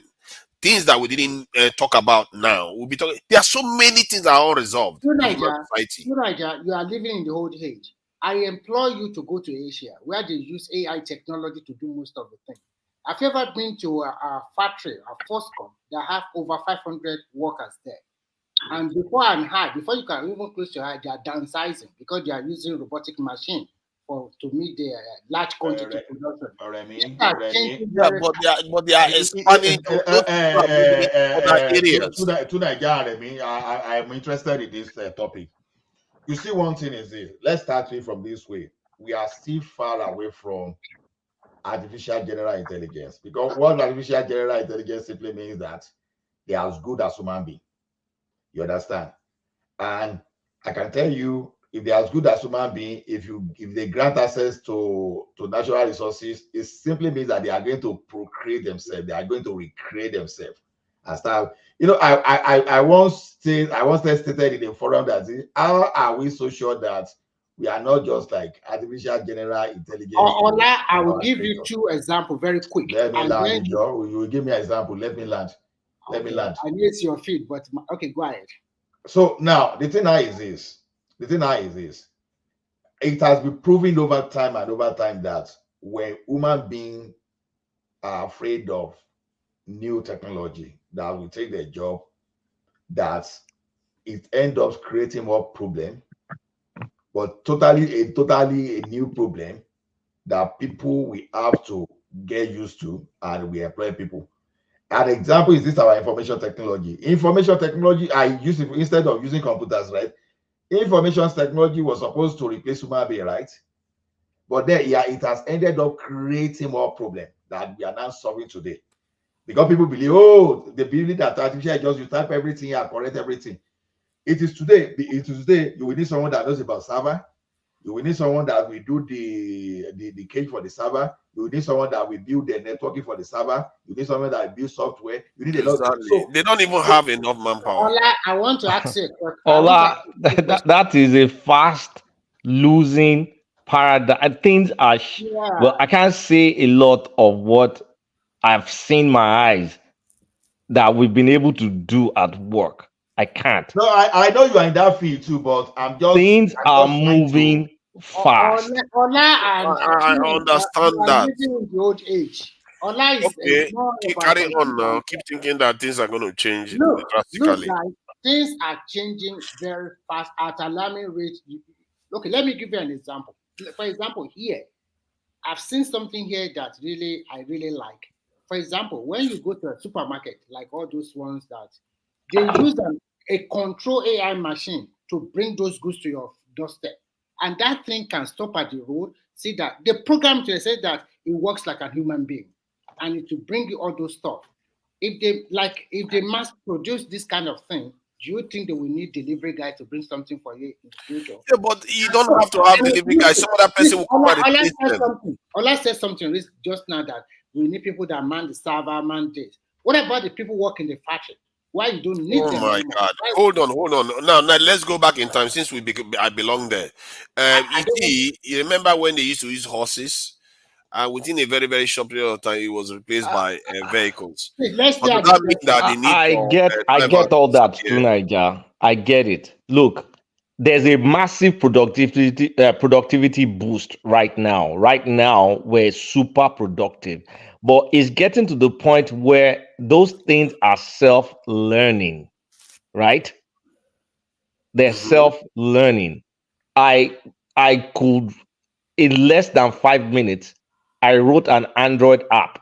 I've never done anything like that before in my life. I was able to get shit done like that and pass it to somebody just less than 5 minutes, just by me prompting my imagination. And those things are learning, super learning. So at some point in time, there's a lot of the nature of job will first change. We get that, and that's what we will be experiencing now. There will be a boost of jobs, but at some point in time now, then the diminishing returns of a human being will now start, and it will become less and less and less. Let me add to what you are describing. Hold on, please. Let me just let's allow some discussion to ascend a little bit. Trunaja, hold on now. Let me ask him Polata this question. So does that suggest that with this new technology we're talking about, the future of aviation, especially pilots, will be phased out? Oh my goodness! No, look, drag the conversation backward. The future of aviation, by right now, you can fly an airplane without a pilot. I mean, you've had the automatic pilot for a long time, but the future of aviation eventually will change. You may not need a physical pilot anymore. You don't need a physical pilot to fly and land a plane. You have what's it called, autopilot. You already have. We've had that since the 70s. Yeah, I'm even aware that soon they may not even. That is exactly where I'm going to, because all this AI we are talking about today, they've always existed as far back as the late 40s, if I still remember. But that was back in the day. You're talking about early neural networks. I know the capacity, the computing capacity is the reason we are now having this. Do you see what this guy's chip is doing in the market? People should stop interrupting me. Okay, enough of this interruption. If I'm supposed to respond, allow me to respond. Then you can respond. I don't even. Stop interrupting me. You are being rude, because if you are interrupting me, it doesn't show any sense of courtesy at all. I will kick you out of the studio now. It's unedifying. Come on, let's behave ourselves here. I will kick you out. The point Kolata made regarding the diminishing returns, which is the ultimate point he made regarding diminishing return of human labor. You see, the thing is, when you look at it, the trends has already started in that direction a long time ago. Like this benefit state that you have today, they didn't have benefit state 100, 200 years ago. They have the now because of the machinery is taking over a lot of stuff that people do, financing and all the rest of his instruments are taking over a lot. So now they can afford to pay citizens for their rent, sometimes to even take their children to care and all the rest. However, one thing will still remain: the need for people to give the prompt. And even when AI start replacing people, we forget that human beings can also augment with AI too. So human beings will become like, you know what Kolata said just now, like when he is able to prompt an AI to write a code, will become almost like spell casters, in for want of a better word. Will have to cast a spell for this AI to do something. The AI cannot just do it by themselves.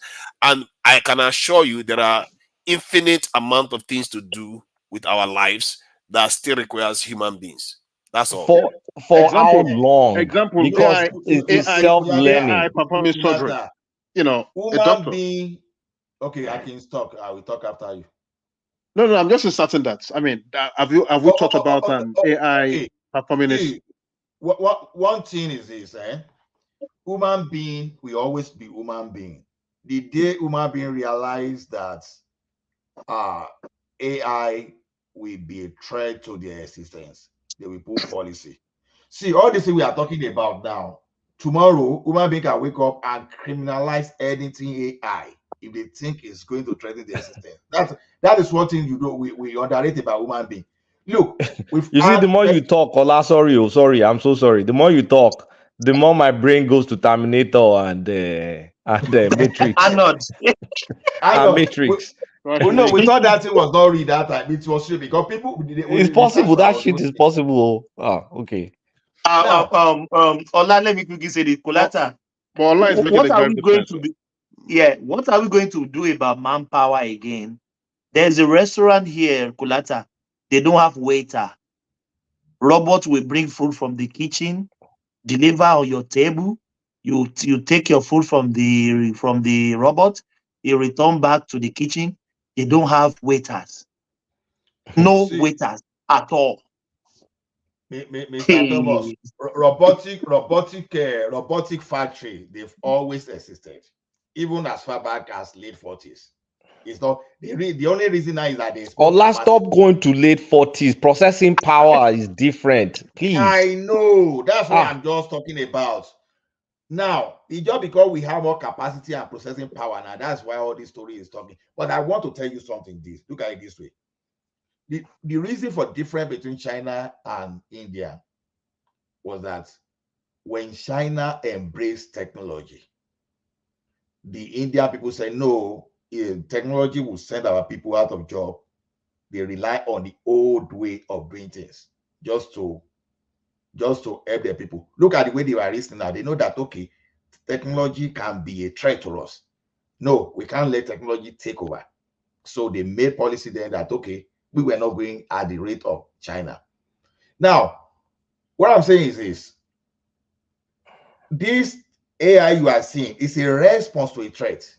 And I've tried to narrate that in here sometimes because the reemergence, I don't like using the word emergence, the reemergence of the Chinese crashed the European economy. In fact, it got to a point that Germany, they went on negative interest rate just to encourage people to start even increasing production facilities. When these people could not succeed, they look at, okay, how do we even make sure that, okay, we stop all these silly things? They say, okay, we are going to improve on, we are going to create cost efficiency. At least if you are manufacturing, because things are cheaper in China, right? We are going to do something here that whatever you are manufacturing in China is going to be cheaper. At least you are still going to borrow money to take that thing through your ocean. You know, that time you have a cost and transit, all those jargon. So that is how they brought Industrial Revolution 4.0. Already now, because of the threat of this AI now, they are working on 5.0 already. That will counter the threat of AI we are talking about. So what I mean is this: human being. Now we are talking of globalization. If you allow Trump, the like of Trump, you just need 3 of them in the entire global world. They just start protecting the environment, protectionism. They make sure that things that is coming from country, they make sure they won't Ola, sorry to interject. Trump means shit in the scheme of greed. In the scheme of greed, people want advantage. Trump is a pawn in the general scheme of things. Okay. You don't understand. I'm being figurative about it anyway. You know what I'm trying to tell you is businessmen want a profit. You are a cost in a cost center. I will, if once I can replace you with something that I can cheat, complain, collect my collect health benefits, I'm going to replace you. I know. Kolata, hello, but if you make a policy, because people are losing job, people are going, we go. And that's why I'm telling you the world is going to end up with universal income. That's what I started with because I've already thought this thing through. Sorry, guys, I would like to chime in on this. Universal income is not sustainable in the way it is because the argument the concern I have with universal income. Sorry, Abdul, you are going to go ahead. Okay. The issue I have with it is because if you go universal income, what that means is that the wealth is in the hands of a few people, yes, and the general population will just be a kind of what they call it, something not even meriting a peasant population. It's not even meriting a peasant population, and sooner or later that balance will not rest because it's unbalanced. You see, you're going to have a big problem on your hand. And doesn't it look like all those movies we watch? That's what's going to happen, guys.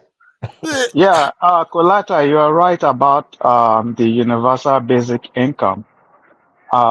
As a matter of fact, if you read this book, Homo Deus, written by Yuval Harari, he laid out how this is an inevitable future for mankind. And to Nigeria, I think you're getting Kolata wrong. Kolata is not saying AI will completely replace human being. What he's saying is that the number of human beings you will need on a certain task will be so much reduced that population will no longer matter. For example, in my field now, I'm a laboratory scientist, and in my field, tasks that requires maybe up to like 15 to 25 CLS to do because of the introduction of automation and now AI. You will not believe that one person can handle that same task with even increased number of samples. Because what they're doing now is that they use AI to train this machine to identify different things in a sample that you're trying to identify. And it's so amazing that it will even display it on a screen. You don't even need to look under the microscope. So the only thing you just need to do is verify whatever the AI has suggested, because sometimes there is misidentification. Okay, let me ask you some questions. Let me ask you a question that will reveal my way of thinking about these things. So now, when that AI you are referring to is able to do what they do, what does that imply? Does that not imply that they are going to accomplish a lot of things very quickly and a lot of breakthroughs with very few people? Yes. Okay. So because of the expansion now of awareness, what does that mean in terms of society? In terms of how people require, does that not open up space for people to go and learn more and use that AI to even learn more faster? You're right to a certain extent. So, as a matter of fact, the more hold on. No, hold on. As a matter of fact, he argued that in the book. He said there'll be a time that you will need to upgrade your skills every year, because whatever you learn this year will be obsolete the very next year. So that is true. But what I'm trying to get at is that when knowledge increases, you still need more people to understand the different areas it's branching into. See, Because Yeah, but the problem is as we advance, AI does most of these things. AI is advancing faster than you. Exactly, it's advancing even faster than you and is able to self-taught. So yeah, now but let me give you an example. Let me give you an example. okay, Let me go give ahead. you one example. You see, they're training robots to do surgery. Now it means you can have one robot, one let's assume they are not successful with that technology. It means you can have AI doing surgery all over the world at the same time without getting tired. What are you gonna do with the thousands of doctors all around the world? You know what Right you do now with that? we have a right now we have AI that that does the work of a pharmacist. As a matter of fact, there was a pilot project that was conducted in San Francisco. This AI made less mistake than a human being, than a Yeah, trained yeah. pharmacist. I Now, think you are To still Nigeria, just a mistaken. minute. You are still mistaken. No, to Nigeria, just a minute. So, see, we are missing this thing. Look, in that area of medical you are talking about, that's why that let us differentiate between artificial general intelligence and the one we have now. Let's all be very careful. You will still need a doctor, no matter how good your artificial intelligence will do research. It can never replace the dialogue of human being and the type of laboratory this thing that you are going to have before you even test a drug on anybody. If someone is saying that human beings are not credible, it's not true. See, even in diagnosing people, you can't just scan okay because you have some kind of data to look at those. No, sometimes you still need human. You see, see, you have a Ola, static. You're making a your static biggest view of. mistake is you are limiting it to today. Thank you very See, much, Colata. That's you the just point I'm limited trying it to to make. your understanding today. I'm not These limit. things That's are why. hold on, hold on. These things are expanding in scope and capability at an alarming level. The only thing Exactly. that can stop the only thing that can stop it is global regulation. See, Okay, so Kulata. let me ask quickly. Let me ask quickly. Ola, I Just 2 wanted to seconds. I will respond keep to that quiet. one point Just that 2 was seconds. made. No, let me respond to Kulata. Kulata, I'm still telling you that there is a big difference between artificial general intelligence. Whatever we have today, no matter All how of that is advanced they based are. on today. All that stuff, look, by one four That's what smart I'm telling kid you. We are will make still an more than. upgraded one. All you are talking Wait about will be now. null and void in a couple of Wait weeks. now, Kulata. We are still at least 100 years away from No, artificial you are general not. We're intelligence. not. You are You're not. wrong about that. Wait now. I There think. is no. Araba, let me just say what I need to say. I'm not going to take long. I'm not There's going to no be breakthrough in fighting artificial Colata general about this. intelligence yet. That's what I'm telling you. That's it, The artificial general intelligence that can do that, and there is no even still breakthrough there. Oh my! All right. In terms of the idea that there is exponential growth and capabilities from these AIs, that is true. But as long as they are still anchored to human beings, whatever they know belongs to human beings, and whatever, the more knowledge you open up, the more there is to know, except there is a limited level of knowledge to understand in the universe. And if that is the case, then we've reached the pinnacle of all forms of civilization. However, if they are moving outside our control, from the point of view they are outside our control, that's a totally different problem. And that means we even need human beings even more then, because now there's going to be a conflict between ourselves and these AIs. So you Welcome see to what I mean? Matrix and Terminator. So, but that is my point. Either way, human beings are always going to be in that equation, and this future of oligarchs owning stuff, it might be that in the next 110, 20 years might be the pinnacle of that, and you see society will heave and say no. We don't want this. We have to take control from these cloud billionaires and moguls that they have. So that's my Tunaja, thinking. please go and read that book. I just pleading with you. I've been following that. I've been following that what arena for a Nigeria is long talking time. is valid. See, it got to a stage they abolished the slave trade. It got to a stage we never thought that human being can start fighting for animals' rights.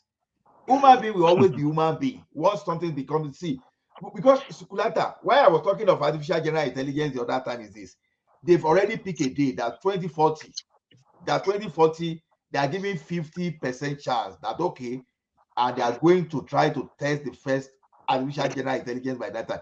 If 2040, if they are breakthrough there, maybe the end of the world has come, really, because if you have breakthrough in artificial general intelligence, end on finally, because it's true.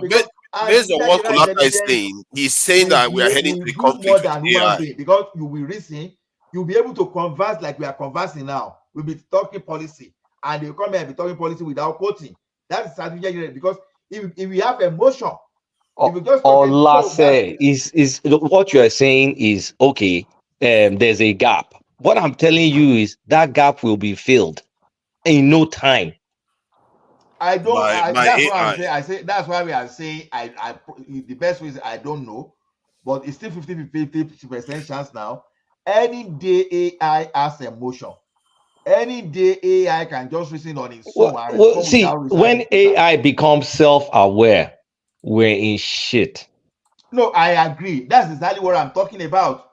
But how would get to that level is the AI on point. its own become self-aware? That's the question. Well, it has to do with more capabilities. And that is it. That is if they are not self-aware already, because we don't necessarily fully understand what No, they are not capability self-aware. of being self-aware is. They are not self-aware. When they are self-aware, you won't be able to control them. I think that's the point. When they are self-aware, don't we control human beings? We are self-aware. It doesn't necessarily mean wait. it. To Nigeria, I keep saying something. How are we sure that human being is not a form of artificial intelligence? But that's my point. That's my point. We don't necessarily know where the line is. We're just assuming that they are not. And if AI becomes self-aware, just because they don't have access to doing certain things, maybe they have a limit to their knowledge. Just all human beings are not the same. Some are more conscious than others. Maybe that's what AI is. And if they are self-aware, they are very, very intelligent. You may never know. What if the Colata is right? They are building intelligence. Do you know how quickly an AI can become more intelligent than a human being? And if they eclipse a human being, it's like an adult compared to a child. If they get to that point, it happens very, very quickly. It could happen within days or so if they become self-aware. Then what happens after 10 years or even 1 year?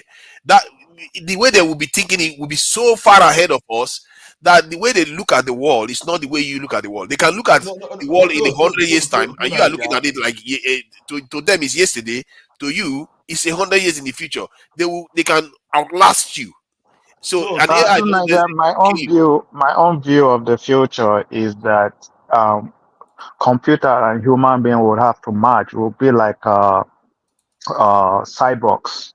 That's my own prediction of what will happen in the future. But that aside, I have a question for all of you. In that book, the guy argued that if Africa doesn't wake up and catch up to the current trend of technology, that the gap will be so much that Africa will never, never, never be able to catch up again. So that brings me to this subject, because earlier on you guys were talking about natural resources. But it then occurred to me that it seems Africans, Black Africans to be specific, it seems we're very lazy. It seems we have this defeatist mindset. We don't believe in ourselves. Because why am I saying this? We have natural resources. We don't have the technology to mine these resources. We depend, even in infrastructure, we depend on foreign technology to build infrastructure. For example, look at the Nigerian Railway Corporation. The one when I use the Kaduna Abuja Railway Corporation, that railway train, people were so proud. But when I got there, I was ashamed, because what I saw is China Railway Corporation. They built it, the services, they service it, they even drive it. What is there to be proud of? It's crazy. Nigerian cannot even drive train. Oh goodness. So I realize that we're very ignorant, and there's nothing wrong with being ignorant. But there's a lot wrong if you cannot even recognize your ignorance, because that's the only thing that will drive you to seek knowledge. So my question to all of you is that why is it that we Black Africans pay lip service to science and technology? That's And not necessarily true anyway. that's 100% true. Please tell me, even the production we do in Nigeria, which I one think is you are right there. indigenous technology? I think you are right there that we pay lip service to it, and I don't even think we pay lip service to it. We just don't pay service to it at all. Exactly. Let me tell you something. See, do we have all the technology you see around the world today? Forget about how the way everybody documents its own success or whatever jargon they want to tell you. One thing that is critical when you want to develop as a country, finance is like all apart from human capital, finance is like almost on the top of everything. See, when you have finance, when you are stable, you can always interact. You don't have to be the one to develop the technology. You can always learn from someone and now replicate within your society. So that we should have that Africa must be the one to develop it. That's a very wrong approach, because you will never catch up, because when people are developing technology, you can't just go back and reinvent the wheel. You don't do that. You only pick from what they have. But that is not the question he asked, though. He's saying that why is it that we pay lip service to science and technology? Why are we not pursuing even the one you are describing? I told you, I said finance is critical in anything you want So to finance do. is You the don't have problem. that Then what finance. is the just say finance is the problem? That is very, very, that is actually wrong. It's not finance. So In we have short, to how do you research. get finance? How do you expand your economy? The way you expand your economy is by discovering new things, because then you have something to sell to the rest of the world. That's how you get money. That's how the finance you're talking about. When you do research, when you invest in research and you develop something new, the money you will get is unimaginable. Can You can see, I just add something when to this? Nigeria sell crude oil, You China asked the sells question. silicon, they make maybe almost 50 times what you make selling crude oil.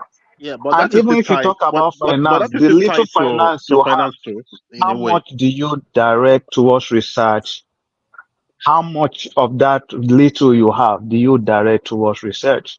What And the I'm just problem telling you is is when people have this kind of your mindset that you think finance is what we need and not technology, we don't you don't have if you don't value science and technology, even if you have all the money in this world, you still not invest in it.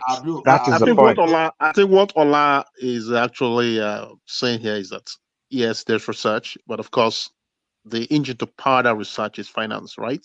Which of course is lacking. whatever you want to do is finance. You know, Hold on, China hold did on, not hold rise on. until Can I America just say went now. something? Hold on now. You China already did said not something on land rise now. until American investors started pumping money to China economy.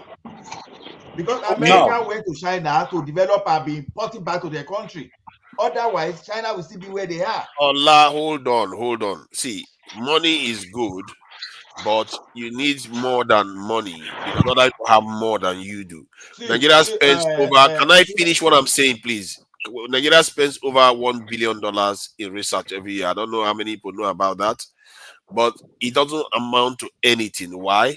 Because you can't even own it. Is there anything Nigeria uniquely owns that is useful to the world today? No, we don't. You Because are just not getting it, and you are still saying you want to hold respond. on That's now. not Let me your point. finish. Let me finish my point. To Nigeria, you're on point. My point is that we don't own it. One, because if we invent anything, there is easily going to be taken away from us or bought away from us. And secondly, if it's something that is very, very valuable, we can't even protect it. They will take it from us. So there's no point. Nigeria is such a weak state right now. If you cannot take care of your national security, forget it. Anything you make is for other people. They will come and take it. Wait a I will minute. do Now, it. True Niger. Wait a minute. Are you Naija sure Nigerian government or Nigerians? Nigeria as a whole. Nigerians invest in research. Is that what you're saying? Oh, Nigerian government invests in research. Yes. Nigerian Over government. 1 Okay. billion. What agency? What agency of Nigerian government? I don't necessarily know precisely, but I know that they invest over $1 billion in research. I was surprised. Can you give me? From the military to universities and to different institutions, they do. Oh, okay. Well, I'm not aware of that. The UK spends far more than that on research. To Niger, let me respond on that finance because like you are giving it. You are not getting it right. I said after human capital, then finance is another thing. Now you see China now. When they closed the economy, they were not reimagined. They used to be global power even up to the First World War before the economy crashed. Now, it was when American investors, because of the greed of capitalists, when they look at China that, oh, these things is cheaper to manufacture here, they started pumping money to China. They were even taking their technology down to China. And from there, people learn from them. Two things there, finance and human capital.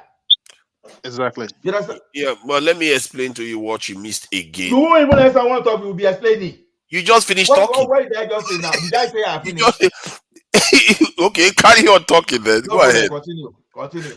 Okay, so the point you made just now, I took it on board. It's similar to the point you made before. You always see things from where the money is happening. You don't see what happens before the money. What happened before China got that deal that you're talking about? China went on through a very difficult period where they had famine and all the rest, and they developed their nuclear weapons in 1965. In 1970 something, the Americans came in and said, because we want to pull you away from the Soviet Union so that you can also assist us with Vietnam and all the rest, we are going to have a rapprochement with you. And the current leader of China, I've forgotten his name, it was in line with that. He said, okay, fine. If that is the case, as long as you're going to do nice by us, you're going to give us resources, you are not discriminating against us because we are communists, fine. And they went ahead and did it, and it turns out to be a massive success in the favor of China. Yes, the Chinese will learn from what the Americans were bringing in, but they put themselves in that position first. Otherwise, whatever they learned, Americans will take it again, take it back easily. Now, America cannot take it back because they have the clout to keep it. That's what we never did. We never have the clout to keep anything we invent.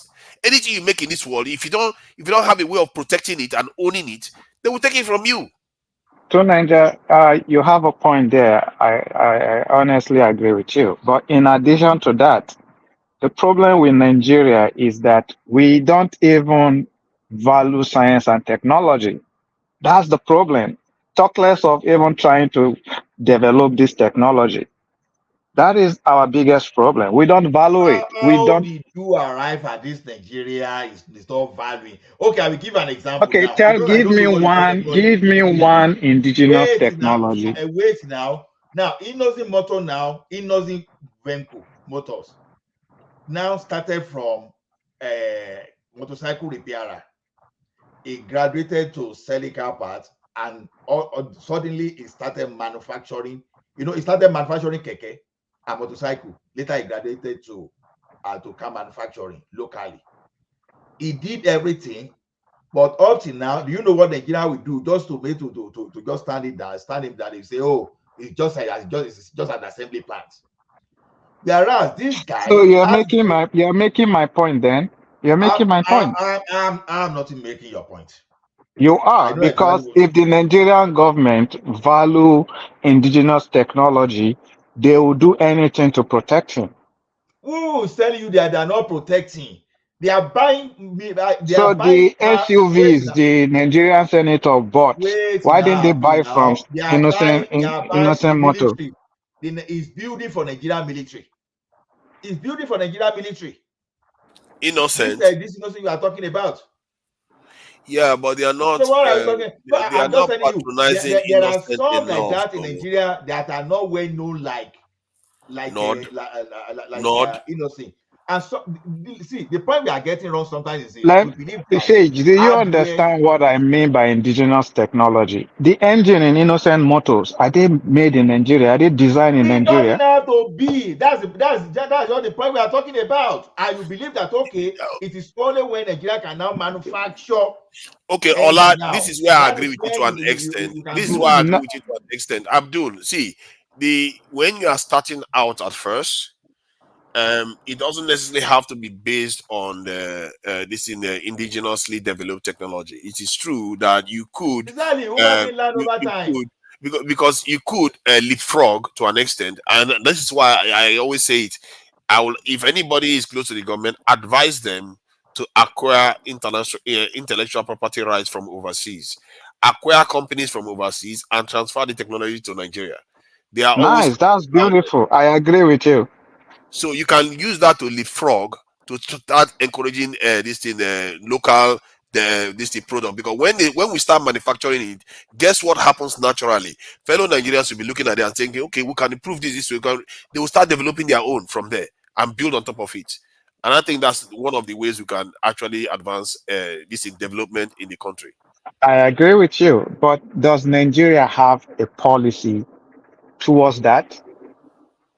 Not very clear one that I can see. We are moving slowly. Thank you very much. And that is what we need most. In short, they should declare a state of emergency in that aspect, because that's the only thing that can liberate us. That can save us. Yeah, that's true. Technology is extremely exceedingly important, and I always say that first of all, before you put all those things on top of it, because they'll come and take it, you have to secure your country first. Start speaking with your own voice. Once you do that, now if you do anything, nobody's going to blackmail you anymore. Nobody's going to try to threaten you, because they know that whatever they want to threaten you with, they have more to lose if they try to come and take it from you. You have to give them that equation. So far, the equation is they can come and take it from us. Nothing is going to happen to them. That's the equation, and you will never develop with that kind of stuff. This is why I say any government in Nigeria, if you want to see that they are serious, you're going to see them start moving in their security area. Most nations, this is how they approach it. If you are not secure, forget it. Lin Kuan Yew, that we like to talk about all the time. One of his security policies is he call it poison shrimp policy. That if you come and try to take stuff from them, it's like eating poisonous shrimp. It's going to poison you. So you have to have a policy that says, don't mess with me. You don't mess with me, I'm not going to mess with you. But if you want to do good business with me, I'm going to do good business with you. And look at the country today. The country is flourishing. That's what other nations do. But we never do that. We don't even protect our people, not to protect our intellectual property rights. We don't have any. And that's where, if you want to build, you have to build from base. This is why I always argue for security, because if I was an Oyibo man and I see Nigeria like this, what do you want to invent that I'm not going to take? I will take it. Because if I take it, I will use it in my country, make more money, use that thing to manufacture stuff, sell it to my people, make more money. Then I will sell it to your people again, make more money. It's win-win for me. Why would I even give you the chance to develop if I can take it from you? I don't. The forces that are at work taking our wealth away is almost inevitable. It's meant to happen. They are going to do it. Why would they resist? You can't expect an antelope to plead mercy with the lion and expect that thing to go well. It will never go well. And until we fix that thing, everything we do will fail eventually. So Nigeria, I can't agree with you more. There's a book I read, I can't remember. They said in international politics, you don't have when you have a problem with another nation, you don't have a policeman to call to come and save you. You have to try to be as strong as possible. Exactly. So I agree with you 100%. And that's the area our people have not recognized. Let me tell you this thing. Have you heard of Proforce before? Do you know the company called Proforce? Yes, I've heard of it. Very good Where company. is it located? South West. I think somewhere in Ogun, isn't it? Ogun. So what do they do? They manufacture armored vehicles. I think they are looking to go into drones now. So how many of those the product you think they export? I think they export quite a few now. They export to UN and this in the Belarus. I think 2 years ago, or I think if I'm not mistaken, they do this. There's a reason of telling you, and that's an indigenous company that has its own product design and is even exporting a more personal carrier outside the country. Now, it's only that if they're giving this guy, they acquire the right licenses, they will be manufacturing some other weapons. And yes, I think they started doing that actually. I'm just saying this because number one, for people that work in the banking sector and those people that have information, they know that this thing exists, especially when the AIG that time said he will no longer be giving his police to be following a bullion van. They cannot find a way to protect. So what I'm saying is this: sometimes we come here with our limited information and we think Nigerians, yes, we may not be at an accelerated, and we may not be accelerating like others. You understand? That's why that when I say finance is key, and you just laugh it off. Because number one, do you think when you want to establish something that, okay, look at Dangote now. When he wanted to even put his refinery in Nigeria, you know Nigerian banks could not even finance. He has to run around so many places just to get that money. Yep. You understand? So that's why I'm saying that.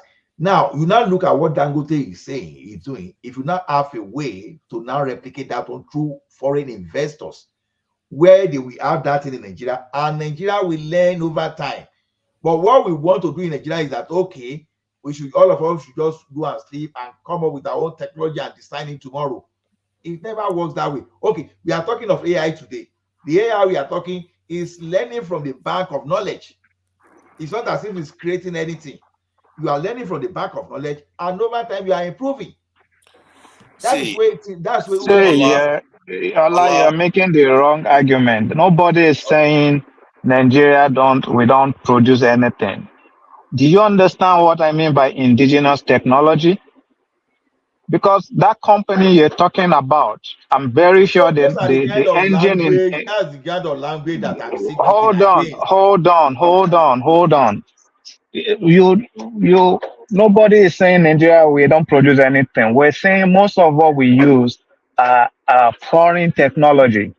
And I agree with you, Nigeria, that we can start from this using other foreign technology. Then from there we grow. And the point I'm making is that the environment in Nigeria, because we don't value science and technology, will not allow them to grow. That is the point I'm trying to make. Because the little money we have, if we could direct it towards science and research, I'm telling you, those companies you're just talking about now, would have something to build on. Look at SpaceX, Elon Musk. Most of those technology you see him using today is from the US government. Exactly. It's not all the technology that he developed himself. He gets them from the US government. Abdul. And this is what makes US very powerful. But Abdul, no, hold on, Ola. I want to ask Abdul something. Abdul, are you aware of the TRIP protocol of the WTO? No, I'm not versed in that. So what it does is they control intellectual property rights internationally. How China can invent stuff, America invents stuff, and everybody knows where it belongs to. So sometimes they have disputes and they can argue amongst themselves and then they settle it. Can you imagine Nigeria going toe to toe with any of these major superpowers, no matter what you invent? They can argue that they've invented it before. They don't have intellectual property rights and all the rest, and you go and argue with them, you're going to lose. Hence, sorry, hold on. Let me make the point because this point is important so that we understand the kind of forces that are keeping us down. If you go toe to toe with them, they have unlimited amount of money. $1 billion is nothing for America to fight you. And then in other words, our leaders are going to surrender the intellectual property rights to them. So, and one of the reason why I found this out was during the COVID-19 issues, where Africans know how to manufacture the vaccines, but they are not allowed to because of intellectual property rights. And that's when this is Ramaphosa and a few African leaders were saying they need to waive it so that they can be able to manufacture products that Nigerians, Africans can be able to use. So when I discovered that, I said, oh my God, that's another chain around our neck. And it tells you everything you need to know. If you don't have any way to back up anything you earn in this life, it can be taken away like that. And our people don't understand it. To Nigeria, you are very correct. As a matter of fact, in addition to that, during that COVID period, do you know this DNA vaccine that was developed? Do you know that technology is from Europe? But do you know America had to grab it from them? Oh, you see? That technology was developed in Germany by I think a Turkish scientist, or is it Turkish? Yeah, I think a Turkish scientist. But America used their power, money, and everything to grab that technology too and brought it to America. Yeah, one of the earliest examples where I heard America wielding its power even over fellow European nations or Western nation is with Canada. I was having these calls and they talked about how the Canadians invented this, great kind of craft and all the rest of it. And America just came and they're like, "Oh, yeah, how dare you?" They took the technology and took all the engineers to this in America. So it tells you that power matters. You can't own anything. Why do you think Canada, you don't see Canada inventing any massive aircraft and all that other stuff? America is not having it. So people don't understand. Can you say Our that world is again? Wait, to Nigeria. Canada doesn't. Canada, we don't manufacture aircraft. They make aircraft. I think the Canada or whatever they call this thing, one other aircraft they made. But in terms of the great invention that they made, there was a time that they were literally challenging America's supremacy. In terms of it's not as if they literally challenge American supremacy. Most of those great inventions came from Canada, but the inventors eventually migrated from Canada to America. They took them wholesale. Like, this is not. I didn't learn this from. Hold on now. I didn't learn this from a conspiracy website. This is the lecturer telling us. Conspiracy. I'm telling you what I know, and you are telling me you didn't learn something from conspiracy. Are you the only one learning? I'm telling you that some of those inventions you are talking about were done by Canadians, and those Canadians eventually were migrated to America, where they could. No, I agree with now. Okay, go ahead. Allah is correct. Allah is correct on that. No, I wanted to acknowledge some things he's saying. Okay, finish now. Finish. They now migrated to America, where they could have capacity and finance to carry out the invention. When I was telling you that you need finance to do something, and you are saying this. So when you talk of great inventors in the world today, you will find enough from Canada. So, but when they do that, when you look at the market value for whatever they want to do, they look at sustainability. They migrated to America, whereby BlackBerry today, if BlackBerry were to be done in America, BlackBerry won't be dead today. That is attribution. It was immediately they invented that. If they taking that into America straight away, and America was in control of that thing, they will see the BlackBerry in the world today. Allah, I agree with you. That's what I'm saying. That even the COVID-19 vaccine technology, America is because of the finance and everything that America can provide. That's why they shared it with America and they moved it to America.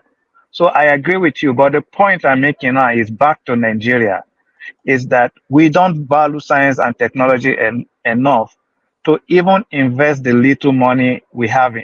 We don't, and that is the problem. If we don't acknowledge that, so how do we change?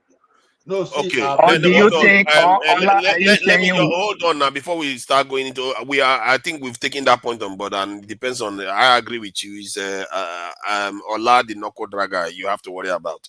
Hold on. Let me read this, please. Let me read this information about that Canadian issue that I was talking about. It says the aircraft you are referring to is the Avro Canada CF-105 Arrow, commonly known as the Avro Arrow. The Avro Arrow was a highly advanced delta wing interceptor aircraft developed in the 1950s by the Avro Canada. it was designed to serve as the Royal Canadian Air Force primary interceptor for defending against potential Soviet bombers during attacks during the Cold War. Something like that. So it says the Avro project was abruptly cancelled in 1959 by the Canadian government, a decision that has since been surrounded by controversy and speculation. At the time of cancellation, several completed and partially completed aircrafts were destroyed, and the project was abruptly halted. Following the cancellation, many engineers and scientists who worked on the Avro project was found employment in the United States and contributed to the American aerospace project. Notably, some of these Canadian engineers and scientists went on to work for NASA and were involved in the space program, including the Apollo mission. However, the claim that the US took the tech is more nuanced. While the specific technology and design of the Avro arrow itself were not directly transferred transferred, the expertise and knowledge of the Canadian engineers certainly influenced American aerospace attachment. So you see what I'm talking about? They destroyed their own aircraft. That is not normal behavior. To Nigeria, you are just picking this thing. So let's talk about Bombardier. Bombardier at a point in time was selling more than we have some airliners in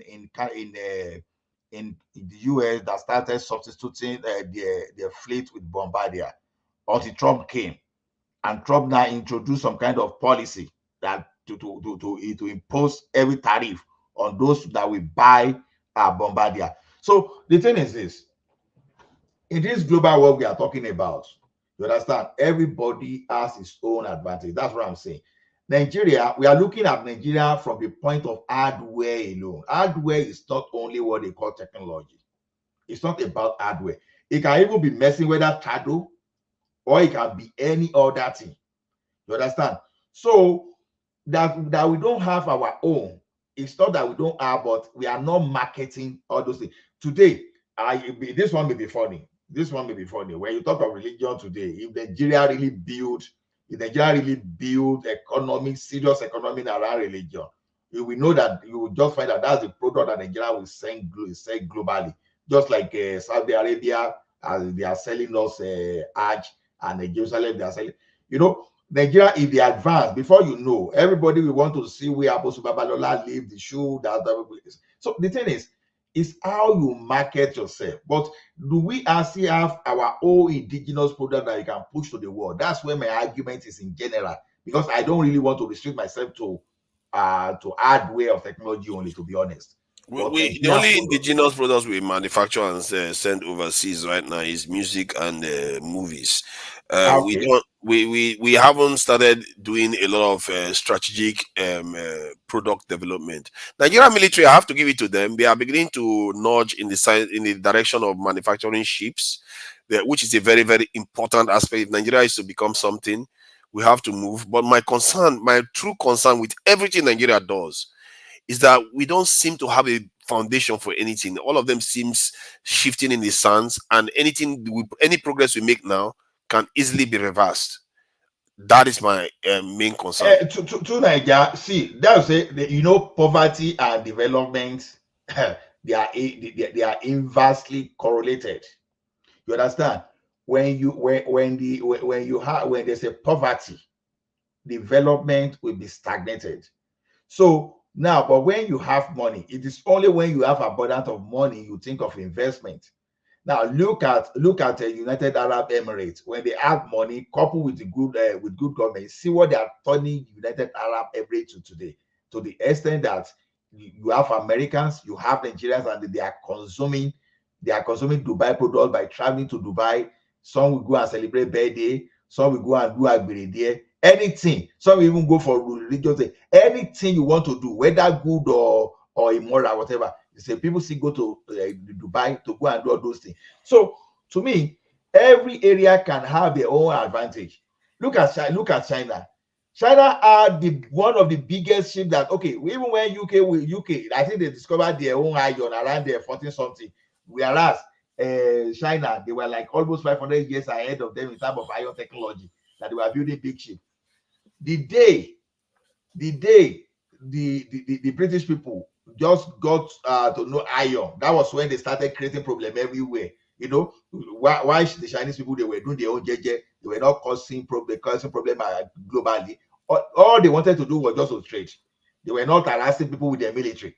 But immediately another people got it, the next thing is what to do, because the products that the United Kingdom brought to the world is advanced slavery. You understand? You carry people to go and develop your area. So what I'm saying, everybody will have their own strength. Where is the UK today, for example? Now, many countries have overtaken the UK. But what's the strength today? United Kingdom is still one of the world finance capital in the world as we speak, financial capital as we speak today. And it's a major hub. So it doesn't have to be when we have fire. It can just be like a trade. Okay. Why is American sorry, the UK is still technologically extremely advanced. They are very, very clever, you see. The kind of engineering they transfer to China, I know, the low-level engineering. I know, but when you are talking of the technology, I tell you, if you give a UK and India 10 years to go to, you'll be surprised that India. Oh, no. India, the entire Asian continent is advancing faster than Europe. But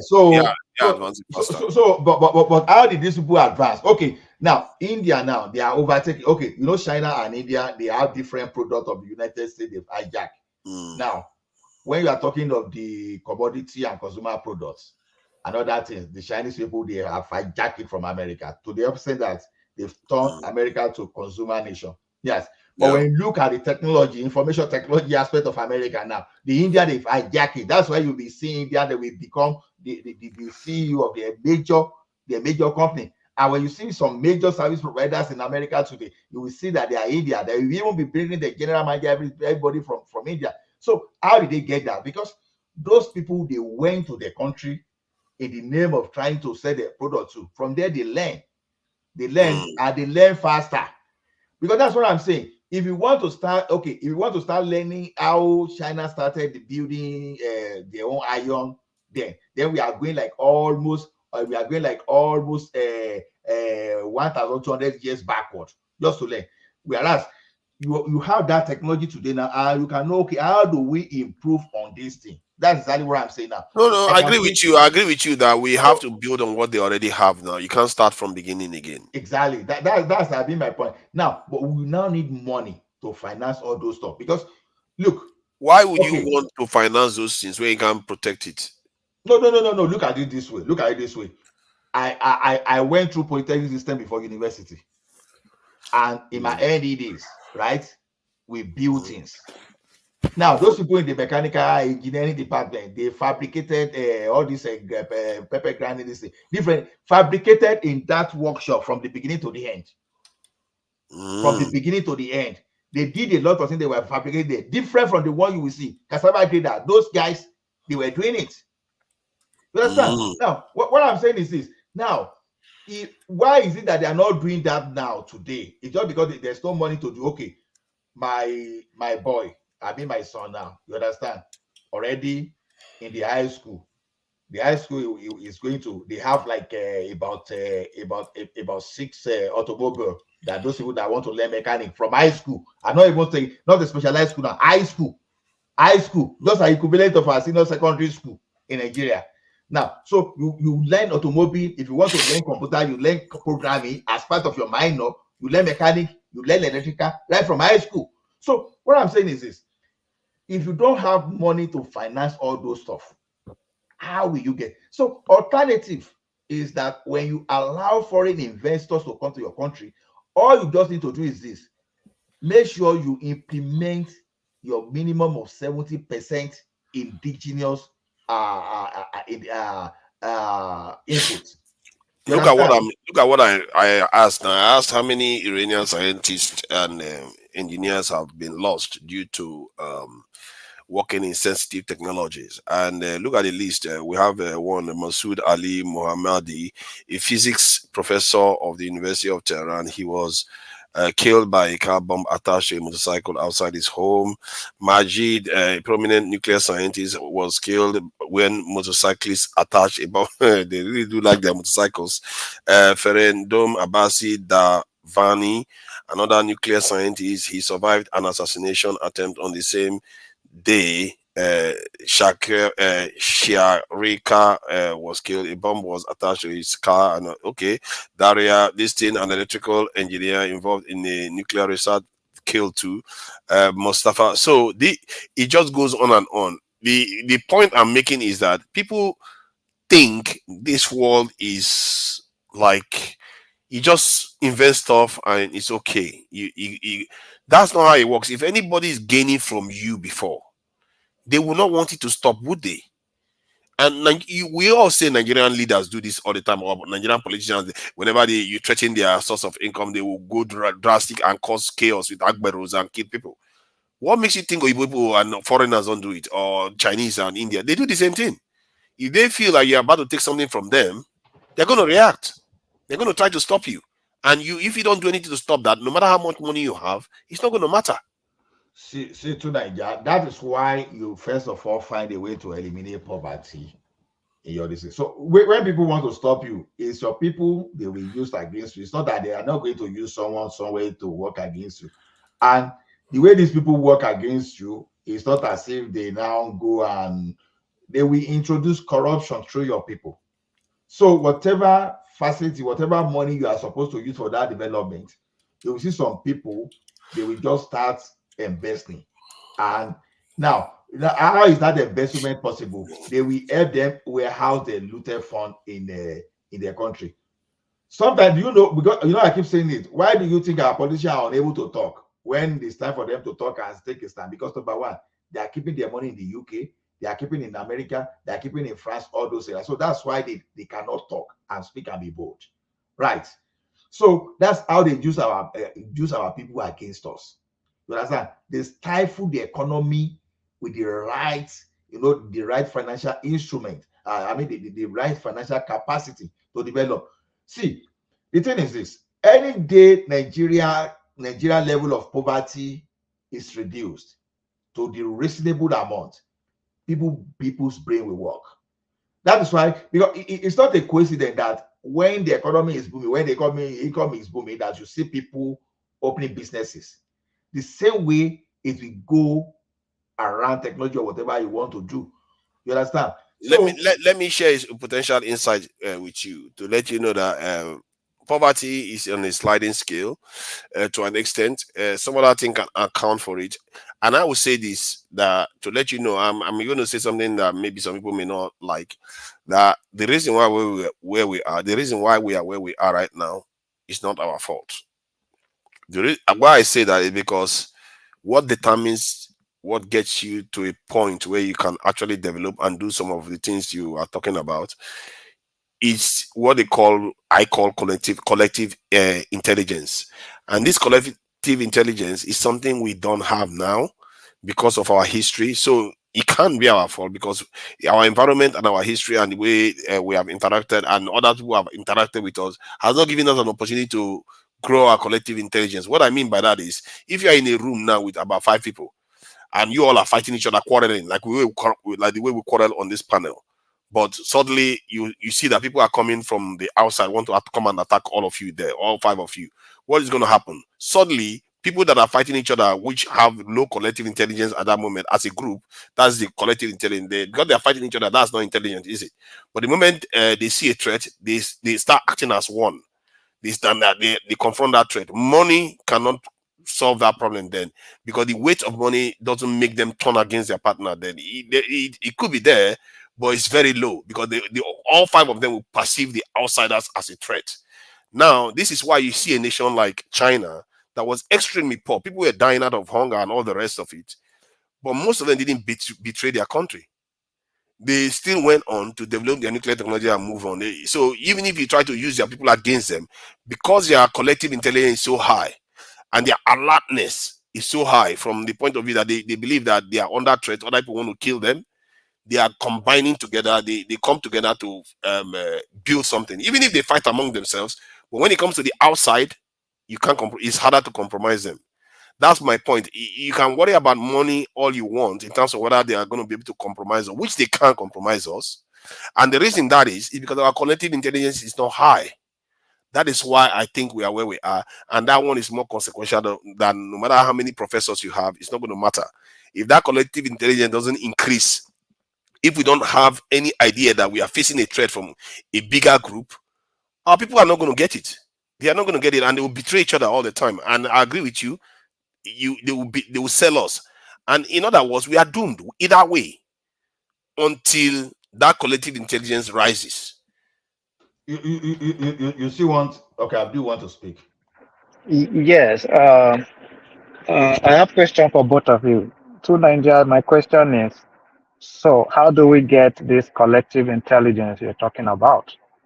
Ayo, right? Or is it Ayo? Ola. Ola, sorry, Ola. Um,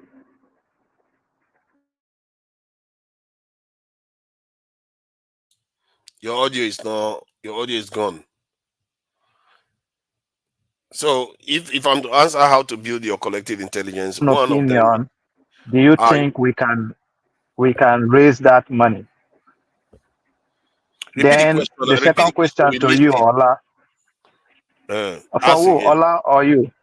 No, I have had my question, the one you asked about collective intelligence, but the second one, your Okay. audio went down, so we didn't hear you. Okay, yeah. I was asking Ola that how do we go about raising this finance that would help us invest in science and technology? And number two is, which should be the number one question anyway, is how do we raise our consciousness towards the importance of science and technology? Yeah, if I'm to take my own question first, regarding collective intelligence, how to grow it, part of it is to sensitize your people to understand that not everybody is out to help us grow, that we are all we have to grow ourselves. Our leaders say that all the time, but we don't define ourselves against other people. Every nation defines themselves against other people. Like today now, the West is busy celebrating the the victory day, D-Day, isn't it? And America defines itself against China, UK does the same. Any nation that, you know what that does, it makes your people feel conscious of themselves as a people. If you write your own national anthem, it makes your people feel more conscious as a people. If you do things that unite the people, it makes them feel more conscious. And the one that even spoils them more than anything else is if they are invaded and they repel the invaders and they have time, they will go on to develop generally. That's the pattern I saw in the last 60 or 70 years or so.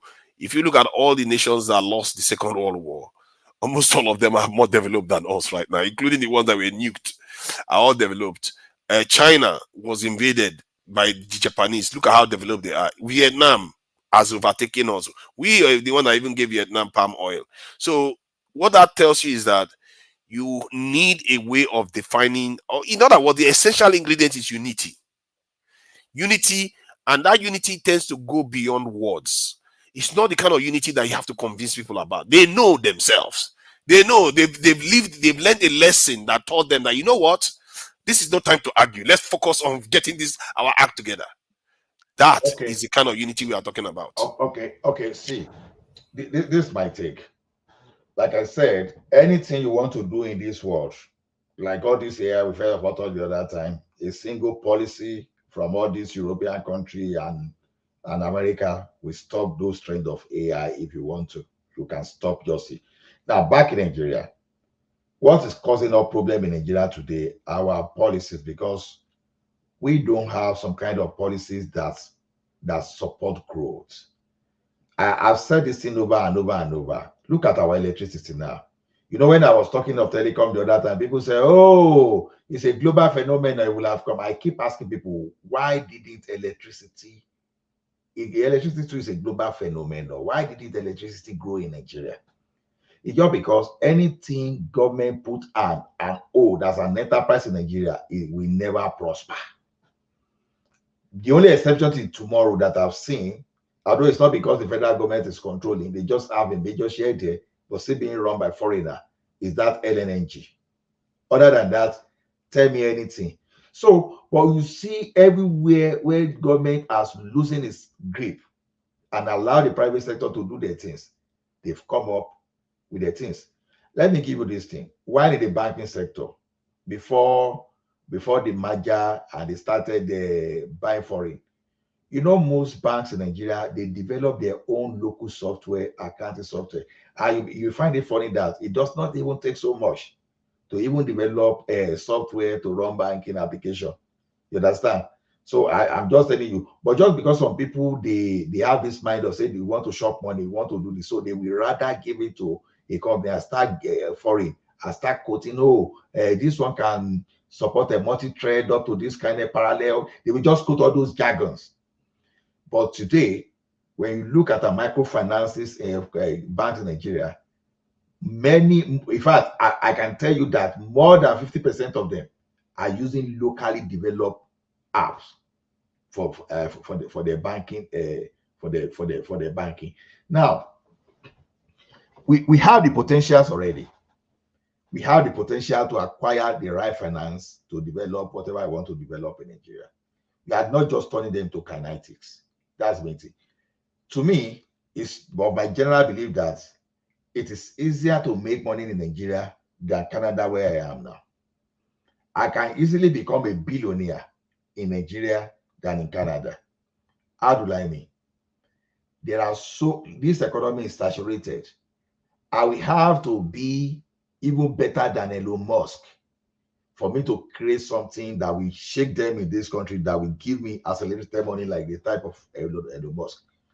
But if you go to Nigeria where all those things are lacking, you can make it. Because I've seen the example of someone that finished their marketing from one of the good universities in the United Kingdom. He could not get a job for almost 4 years. He returned back to Nigeria to start his business. Today he's a billionaire. And this guy returned to Nigeria in 2010.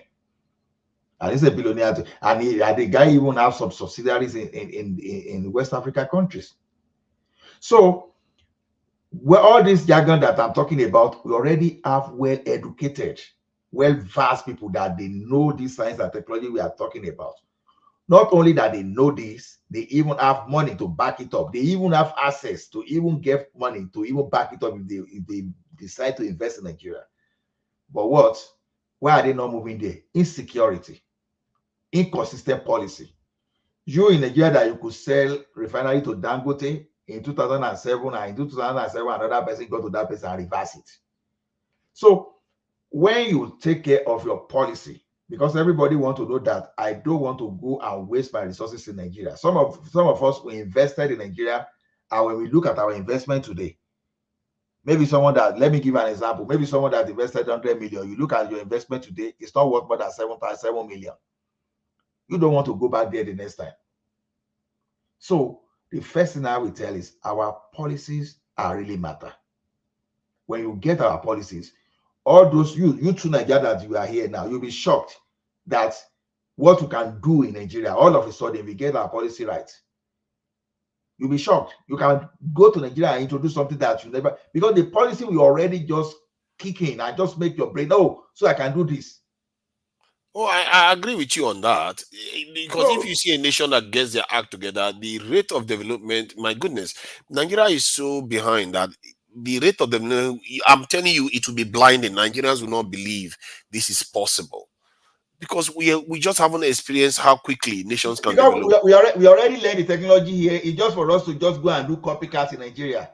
So exactly. Some of people are working in the nuclear plant here. Some they know how the grid where. Some of them some knows how every detail of inner thing in Google, Amazon, all those, or whatever you want to talk. They just need to go to Nigeria and replicate. Nigerian government don't understand technology. I don't know why they refuse. They don't understand technology transfer. No. See, what I'm saying to Nigeria is that we don't even need Nigerian government to even be putting. We just need them to make the right policies that we encourage people to go back home. Now look at the right policy today. Look at this. Hold on. Let me just say, build your house in Nigeria now. I go to Alaska to get paper, and they give you free paper. I hear what you are saying on that. Look at what I'm talking about that is happening now. The other day, just yesterday, I saw Abike Dabiri, I think, I don't know how to pronounce her name very well. She was like, because the Nigerian doctor was kind of treated badly. I think, I'm not sure which country, I think it was Switzerland, detained for 3 hours just because he carried a mouse for presentation. And he didn't know that mask was illegal in Switzerland. They don't like masks that has those lasers.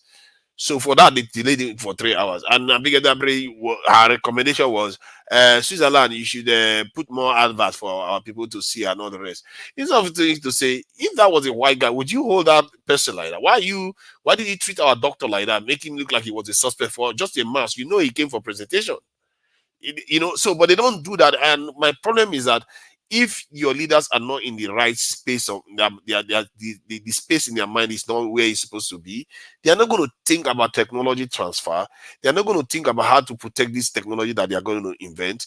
It's easy. This is easy. Nigerian government have money in their pocket. You know how much $1 billion can buy you in technology? It can buy you a lot.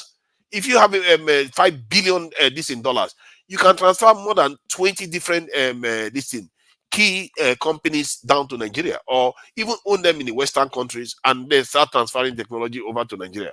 Within 2 years, you're going to have about 40 or so different companies that are manufacturing things that Nigeria didn't used to manufacture before in Nigeria. And within years, you are going to start supplying the Nigerian market completely. Then after that, you start supplying the fellow African countries. But these are leapfrogging. This is what I talk about, leapfrogging. If you really want to develop, you have to leapfrog. And if you really want to leapfrog, you have to be able to protect what you leapfrog with. If you want to develop how to manufacture tires, for example, if you start manufacturing the tires and some other person wants to come and smoke you out of it, what are you going to do? You have to find a way to stop it so that they don't come and take it away from you. Next time, Nigeria has a lot of potential. If we start manufacturing things, the entire Africa will be buying it from us. But it's up for our leaders to do it. Nigeria, before the military dabaru things, exile battery, all those onward nail, and all those things. Our people used to have all those manufacturing things that are purely adapted to Nigeria situation. Even Dunlop tire. If you bought Dunlop tire in Nigeria those days, and the one you buy somewhere else, you will see that one was typically for Nigeria environment. What does that tell you? That simply means that we have technology that we can adapt. So that's why I'm saying that we should not even look at technology as only machinery alone, but technology through products too. Yeah. Now, the way we build our house today in Nigeria is a form of technology too. So the thing is, like I keep saying, anything, because like anything in I almost can almost say everything is all about policy. The day you number one, if you give me the if you give me the power today to make policy for the country, what they will do. Number one, I will stop all these jargon minings everywhere. I will stop it. If you want to develop iron, we too, let us find a way to be bringing iron from somewhere, and we have our own thing to develop it. We don't have to destroy our land for it. You understand? So, like I rightly said the other time, the technology is not lacking in Nigerians. In Nigerians, not in Nigerians, because we've learned enough across the global. We've learned enough globally, wherever Nigerians, we've learned. And that learning is just how to move that potential to kinetics back in our country. That's where we stand. Understand?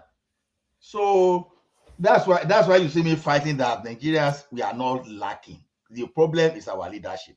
And look at what Professor Unanji, Batunaji will have turned that power this thing to, because it was already progressing in that our power sector then. Just because he declared that, okay, the government that they want to build, and the guys step aside, But normally, since he declared that thing, what I will be expecting from because of what that guy I did so far, as achieved so far that time, I will have expected the government, okay, don't worry, we made this thing fair enough to make it transparent enough. Since you declare, everybody will know, so you can even read that thing fully. But they just allow the guy to step aside, and which was like a moving backward. So to me, I focus more on policy, and the reason I supported Tinubu, I keep saying that. That's why anybody that will tell me in Nigeria that I fight corruption, I will just How do we speak English? We want Nimo senior. You understand? I will just roll my nose and Nimo pay in a life they talk. I'm not saying fighting corruption is not good. I'm not looking for someone that will come and tell me verbatim that I'm going to fight corruption. You're a liar when you tell me that. But I know those people that did that in the past, they came out worse than fighting that corruption. But I want someone that can create a enabling environment. See, over time, if you improve on, if you reduce poverty in the society, corruption will reduce naturally. Yeah. So those are the people I'm looking for. Not that okay, I put them in jail. What jail are we talking about? There's not if you use half of Nigeria to build jail, let me tell you one thing: corruption will never finish if we never get solved if you don't provide basic things for Nigerians. Understand? So to me, it's all about policy. You understand? I agree with you on that. You have to do certain things, but that basic thing you're talking about, even if they do it today, you can do it all you want. It's not going to stay. It's going to be taken away. We had some of Nigeria was better in the 60s, 70s. Guess where we are now. It's always like that. The world is leaving us behind. I just feel like with the right leadership in Nigeria and the right kind of people, they do the right kind of. I always say it. My own is clear. If you want to see that your leaders are doing the right thing, watch what they are doing in your security area. If they're not fixing it, forget it. The rest is just detail. They're just pretending as if they don't know. They know. Yeah, I think we're making progress. We all agree that policy is one of the major problems mitigating against our progress in that respect. So I believe the next logical question should be, why are we lacking policies for this critical, very critical aspect of our economy? Why are we lacking policies? For the same reason why our leaders chose to give an Oyibo woman the award for writing the best Nigerian national anthem in 1959. And then the current one in 2024 decided that it was a good idea. Let's go back there without consulting 200 million Nigerians. But it's all good. That is why. But I thought that national anthem was, like one man said, it was left open for everybody to compete, and they chose the best. I don't see that as a problem. When they say to Nigeria, if you allow me to respond to that Abdul question, see, why are we lacking policy in Nigeria? Let's look at it this way. What you don't have, you can never give. Right? Now, Babangida, everybody here knows that this is my favorite example whenever I want to give. Although Babangida failed in structural adjustment program because they just use that one to loot money and to enrich themselves. Good. Babangida is one of those people we can credit with the development of Nollywood and music industry in Nigeria today. And I will give you the reason. He deregulated broadcasting. Ray Power, Papa and Co. Look at the work that Kenny Ogungwe and D1 they did even through using the Ray Power to promote. And Awiti of the blessed memory too, when he started promoting Awiti, when he started promoting this guy, all this BC body was this guy and Co. So that's the influence of policy. The influence of those policies you see that he made in 1992. That's made in 1992. It took years, but today they play Nigerian music in Canada airports. They played it in Canadian universities. And you see even a Korean, a Chinese people playing Nigerian music, what you could not have dreamed about in the 90s. Because if they've not changed that policy, we all will still be singing Kanayafa Dance, Rosie, all those things. We'll still be listening to all those, what's the name, Raskimono, those are the people who will still be listening to. So a policy had escalated impact.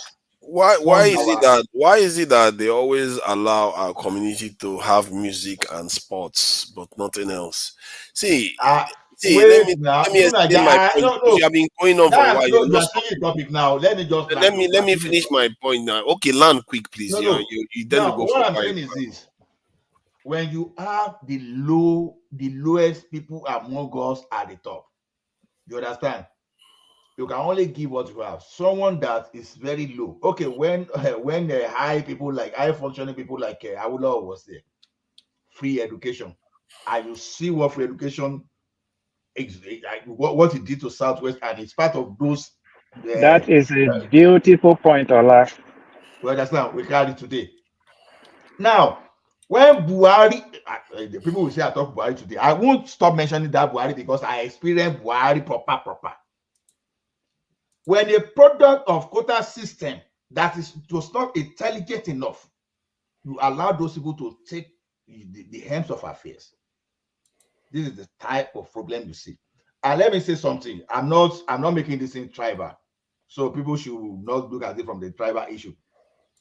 The wrong policy that the coup plotters of 1966 and the eventual head of state that time, his policy, when he made the Nigeria federating unit, the federal system, you crash it into a unitary system, is the accelerated impact we are seeing today. All of a sudden, those competition among the region just died off. The competition that allowed the region to build University of Nigeria Nsukka, go and look at the infrastructure there. How many of those that Nigeria replicated since? Go and look at Obafemi Awolowo University. Go and look at UI, and eventually later Lagos State University of Lagos, Ahmadu Bello University. Go and look at other universities. How many universities have such kind of infrastructure today?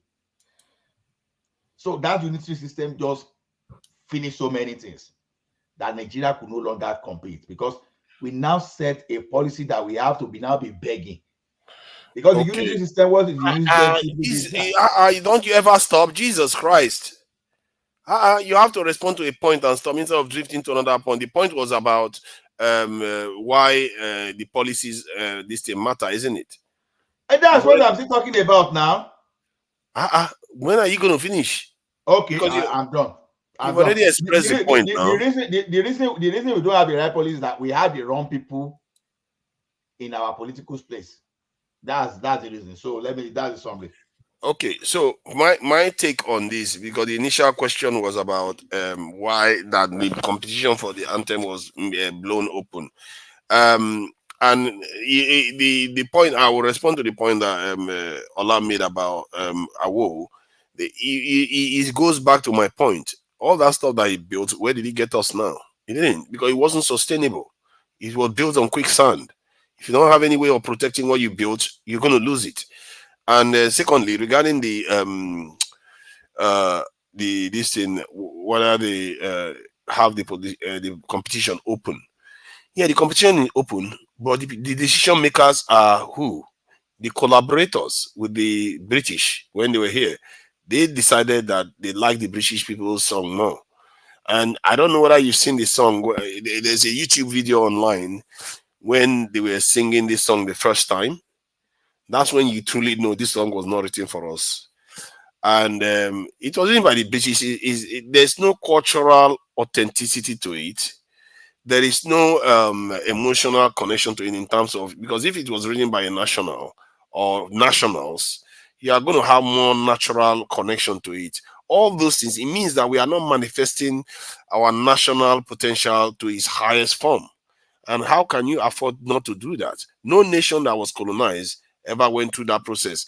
And the reason why that issue came up today was because the question was asked, why is it that our leaders are not doing these things?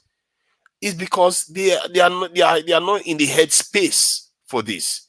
Their headspace is, let's play slowly somehow. I don't know what game they are playing, that they are pretending as if the rest of the world is just going to fall and die and suddenly we become the king. I don't know how that happens, playing this possum game. Or they are willingly or unwittingly compromising themselves, thinking that they are helping their people by saying, you know what, I'm going to do what the white man tells me. I'm going to do what the Chinese man tells me because it's good for us somehow. That's the result we have right now. They are not running the country like people that own the country. They're not running the country like people that have a vision for the country to actually get somewhere real. This is not how nations are run. The UK, they are now thinking about bringing their children into running, serving in the military, because they are not even at war. Their children are not being kidnapped. People are not getting care. They don't have a terrorist problem that comes into the country and start killing people left and right. Killing their soldiers inside their country left and right. But yet, they're already thinking of that. And they are saying that they want to increase the size of their army by about 30% within 2 years. That is crazy. And this will already have more than we do. They have more technology than we do. But our military, they keep talking about synergy and intelligence and the AI. But that's where the point I'm making is that our people, our leaders, they are not, the headspace that they are in right now is not the right one to expect development to come, real development to happen. Wow, I must say you guys gave beautiful submission, and I can't agree with you guys more. I completely agree with you guys on the points. So now the thing is, what is the solution? Because at this sorry stage of the country, I believe science and technology has a huge uh, a role to play. So my question is, what is the solution? What is the immediate and long-term solution to turn this thing around? This question is to both of you. How do we turn this around? We've seen how China did it. What works for China might not work for us. So my go-to solution every time anybody asks me is this: always human capital. Human capital. You see, I've benefited from this word human capital over time. Now, there is a type of electromechanical machine in Nigeria. When they introduce it, ATM, I happen to be among, there's no way you will count first 20 in Nigeria in terms of ATM that time, that even if I missed first 20, I will never miss first 30. Now, when we're trained to do all those things that type of human capital, we're just looking like someone from the space. What we could undo, whatever we're doing. So we didn't even stop at that point. When we didn't have power, sometimes we could find a way to engineer some things just to make sure that our ATM will work properly. So what am I saying is this: when I say human capital, and I have a way of quickly going back to our technical schools, not everyone that attend university in Nigeria should go to university. You understand? Some, we are just wasting their time going to university. That is why you see some people going to university, they will cheat and they will do a lot of sort of things, and we see some kind of activities that are not supposed to be in our university there. When they can. So the thing is, we should start a way of developing our human capital. Our technical school should go back, you go live. Then those people that are paying for universities, allow them, because if it's just maybe we have 1 million people in university today, even at just 30,000, we need that university. Without mingle some standard people with them, for them to be able to focus and work properly. That's the special. So those people are researchers, they can show interest in whatever to bring research and find a way to transfer that research again, to convert, especially in science technology. You now find a way to implement it in at maybe at our polytechnic and our technical schools that we can easily adapt to our environment. So what I'm saying is this: before you can say you want to have a capacity, your capacity must be inspired by something, and that is training. So you have to be trained to acquire a capacity, and that capacity is what is going to help us. So is we need to fund our education more. Simple. Ola, thank you so much. We need to show down. Thank you, guys. Okay. Thank you so much for your time. Yeah. Thank you.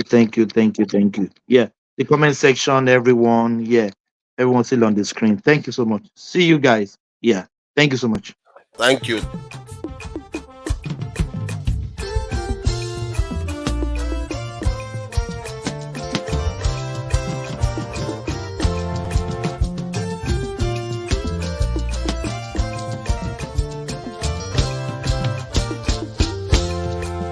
Our great Nigeria is possible. Our great Nigeria is very possible.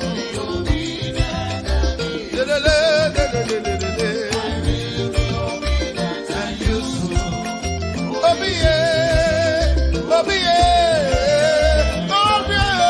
Obedient and useful. Our great Nigeria is possible. Our great Nigeria is very possible.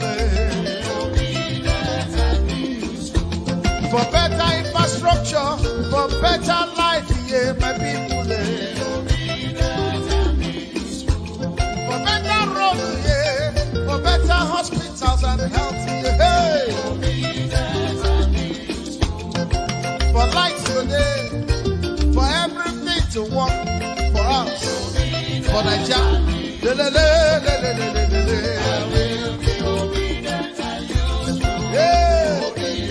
No more hunger.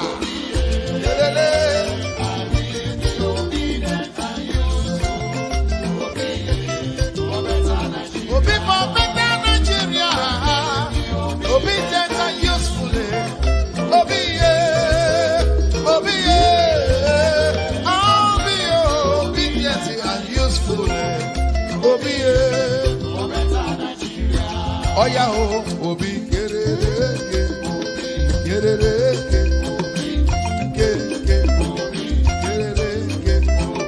Hausa man, Yoruba man, Igbo man, Middle Belt, Niger Delta.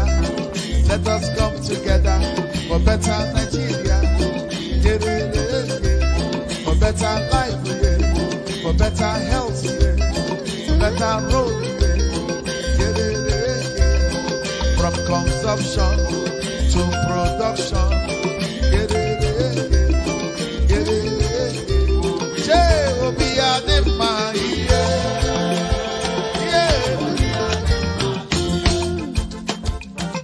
oh, be a demand, be a demand, be a kachamba, before Nigeria, we go to Bode, what will follow will be,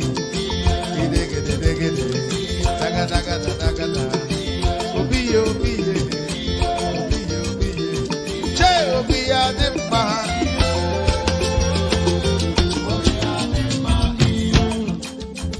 Okay now, ewo, I beg you.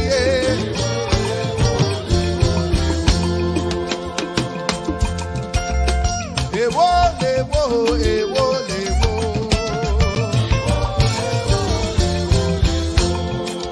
Òyìnbó lọ́tọ̀ bẹ̀lẹ̀ wá lọ́tọ̀ ìrọ̀nsí lọ́tọ̀ kò wá ní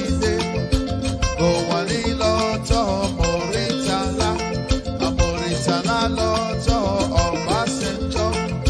Ọbásanjọ́ lọ́tọ̀ Shagari lọ́tọ̀ Buhari lọ́tọ̀ Babangida lọ́tọ̀ Ṣọ̀nẹ́kan lọ́tọ̀ Abacha lọ́tọ̀ Abdulsalam lọ́tọ̀ Ọbásanjọ́ lọ́tọ̀ Yar'Adua lọ́tọ̀ Jonathan lọ́tọ̀ Buhari lọ́tọ̀. Peter Obi. Èwo, èwo, èwo, lèwo. Abẹ́gi yé.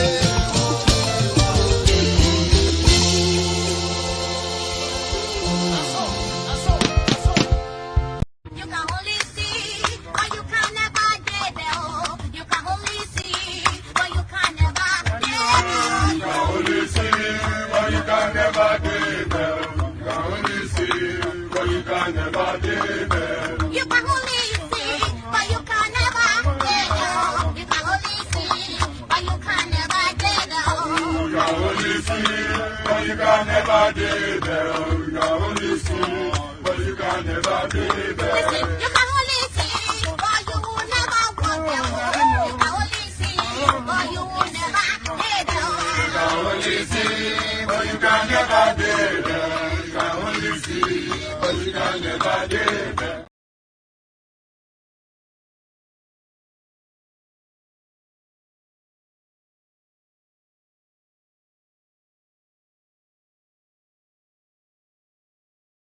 Tense. It must be by capacity and commitment. This is a job that requires physical and mental energy. And we must get it right. And that is what we're asking. The church must be at the forefront. Our children cannot continue like this. There's no offense they're committed by being Nigerians. Nigerians are the best you can get in the world. And we have the energy to change this world. All we lack is that we have criminals who have hijacked this country, stealing everything away, and we are keeping quiet. Please, the church, wake up. Take back your country. God bless you. My convoy is 5 vehicles. And you cannot buy fuel unless I'm inside the car. So I will pay them. No more. I know. The governor was paying for petrol himself for his convoy.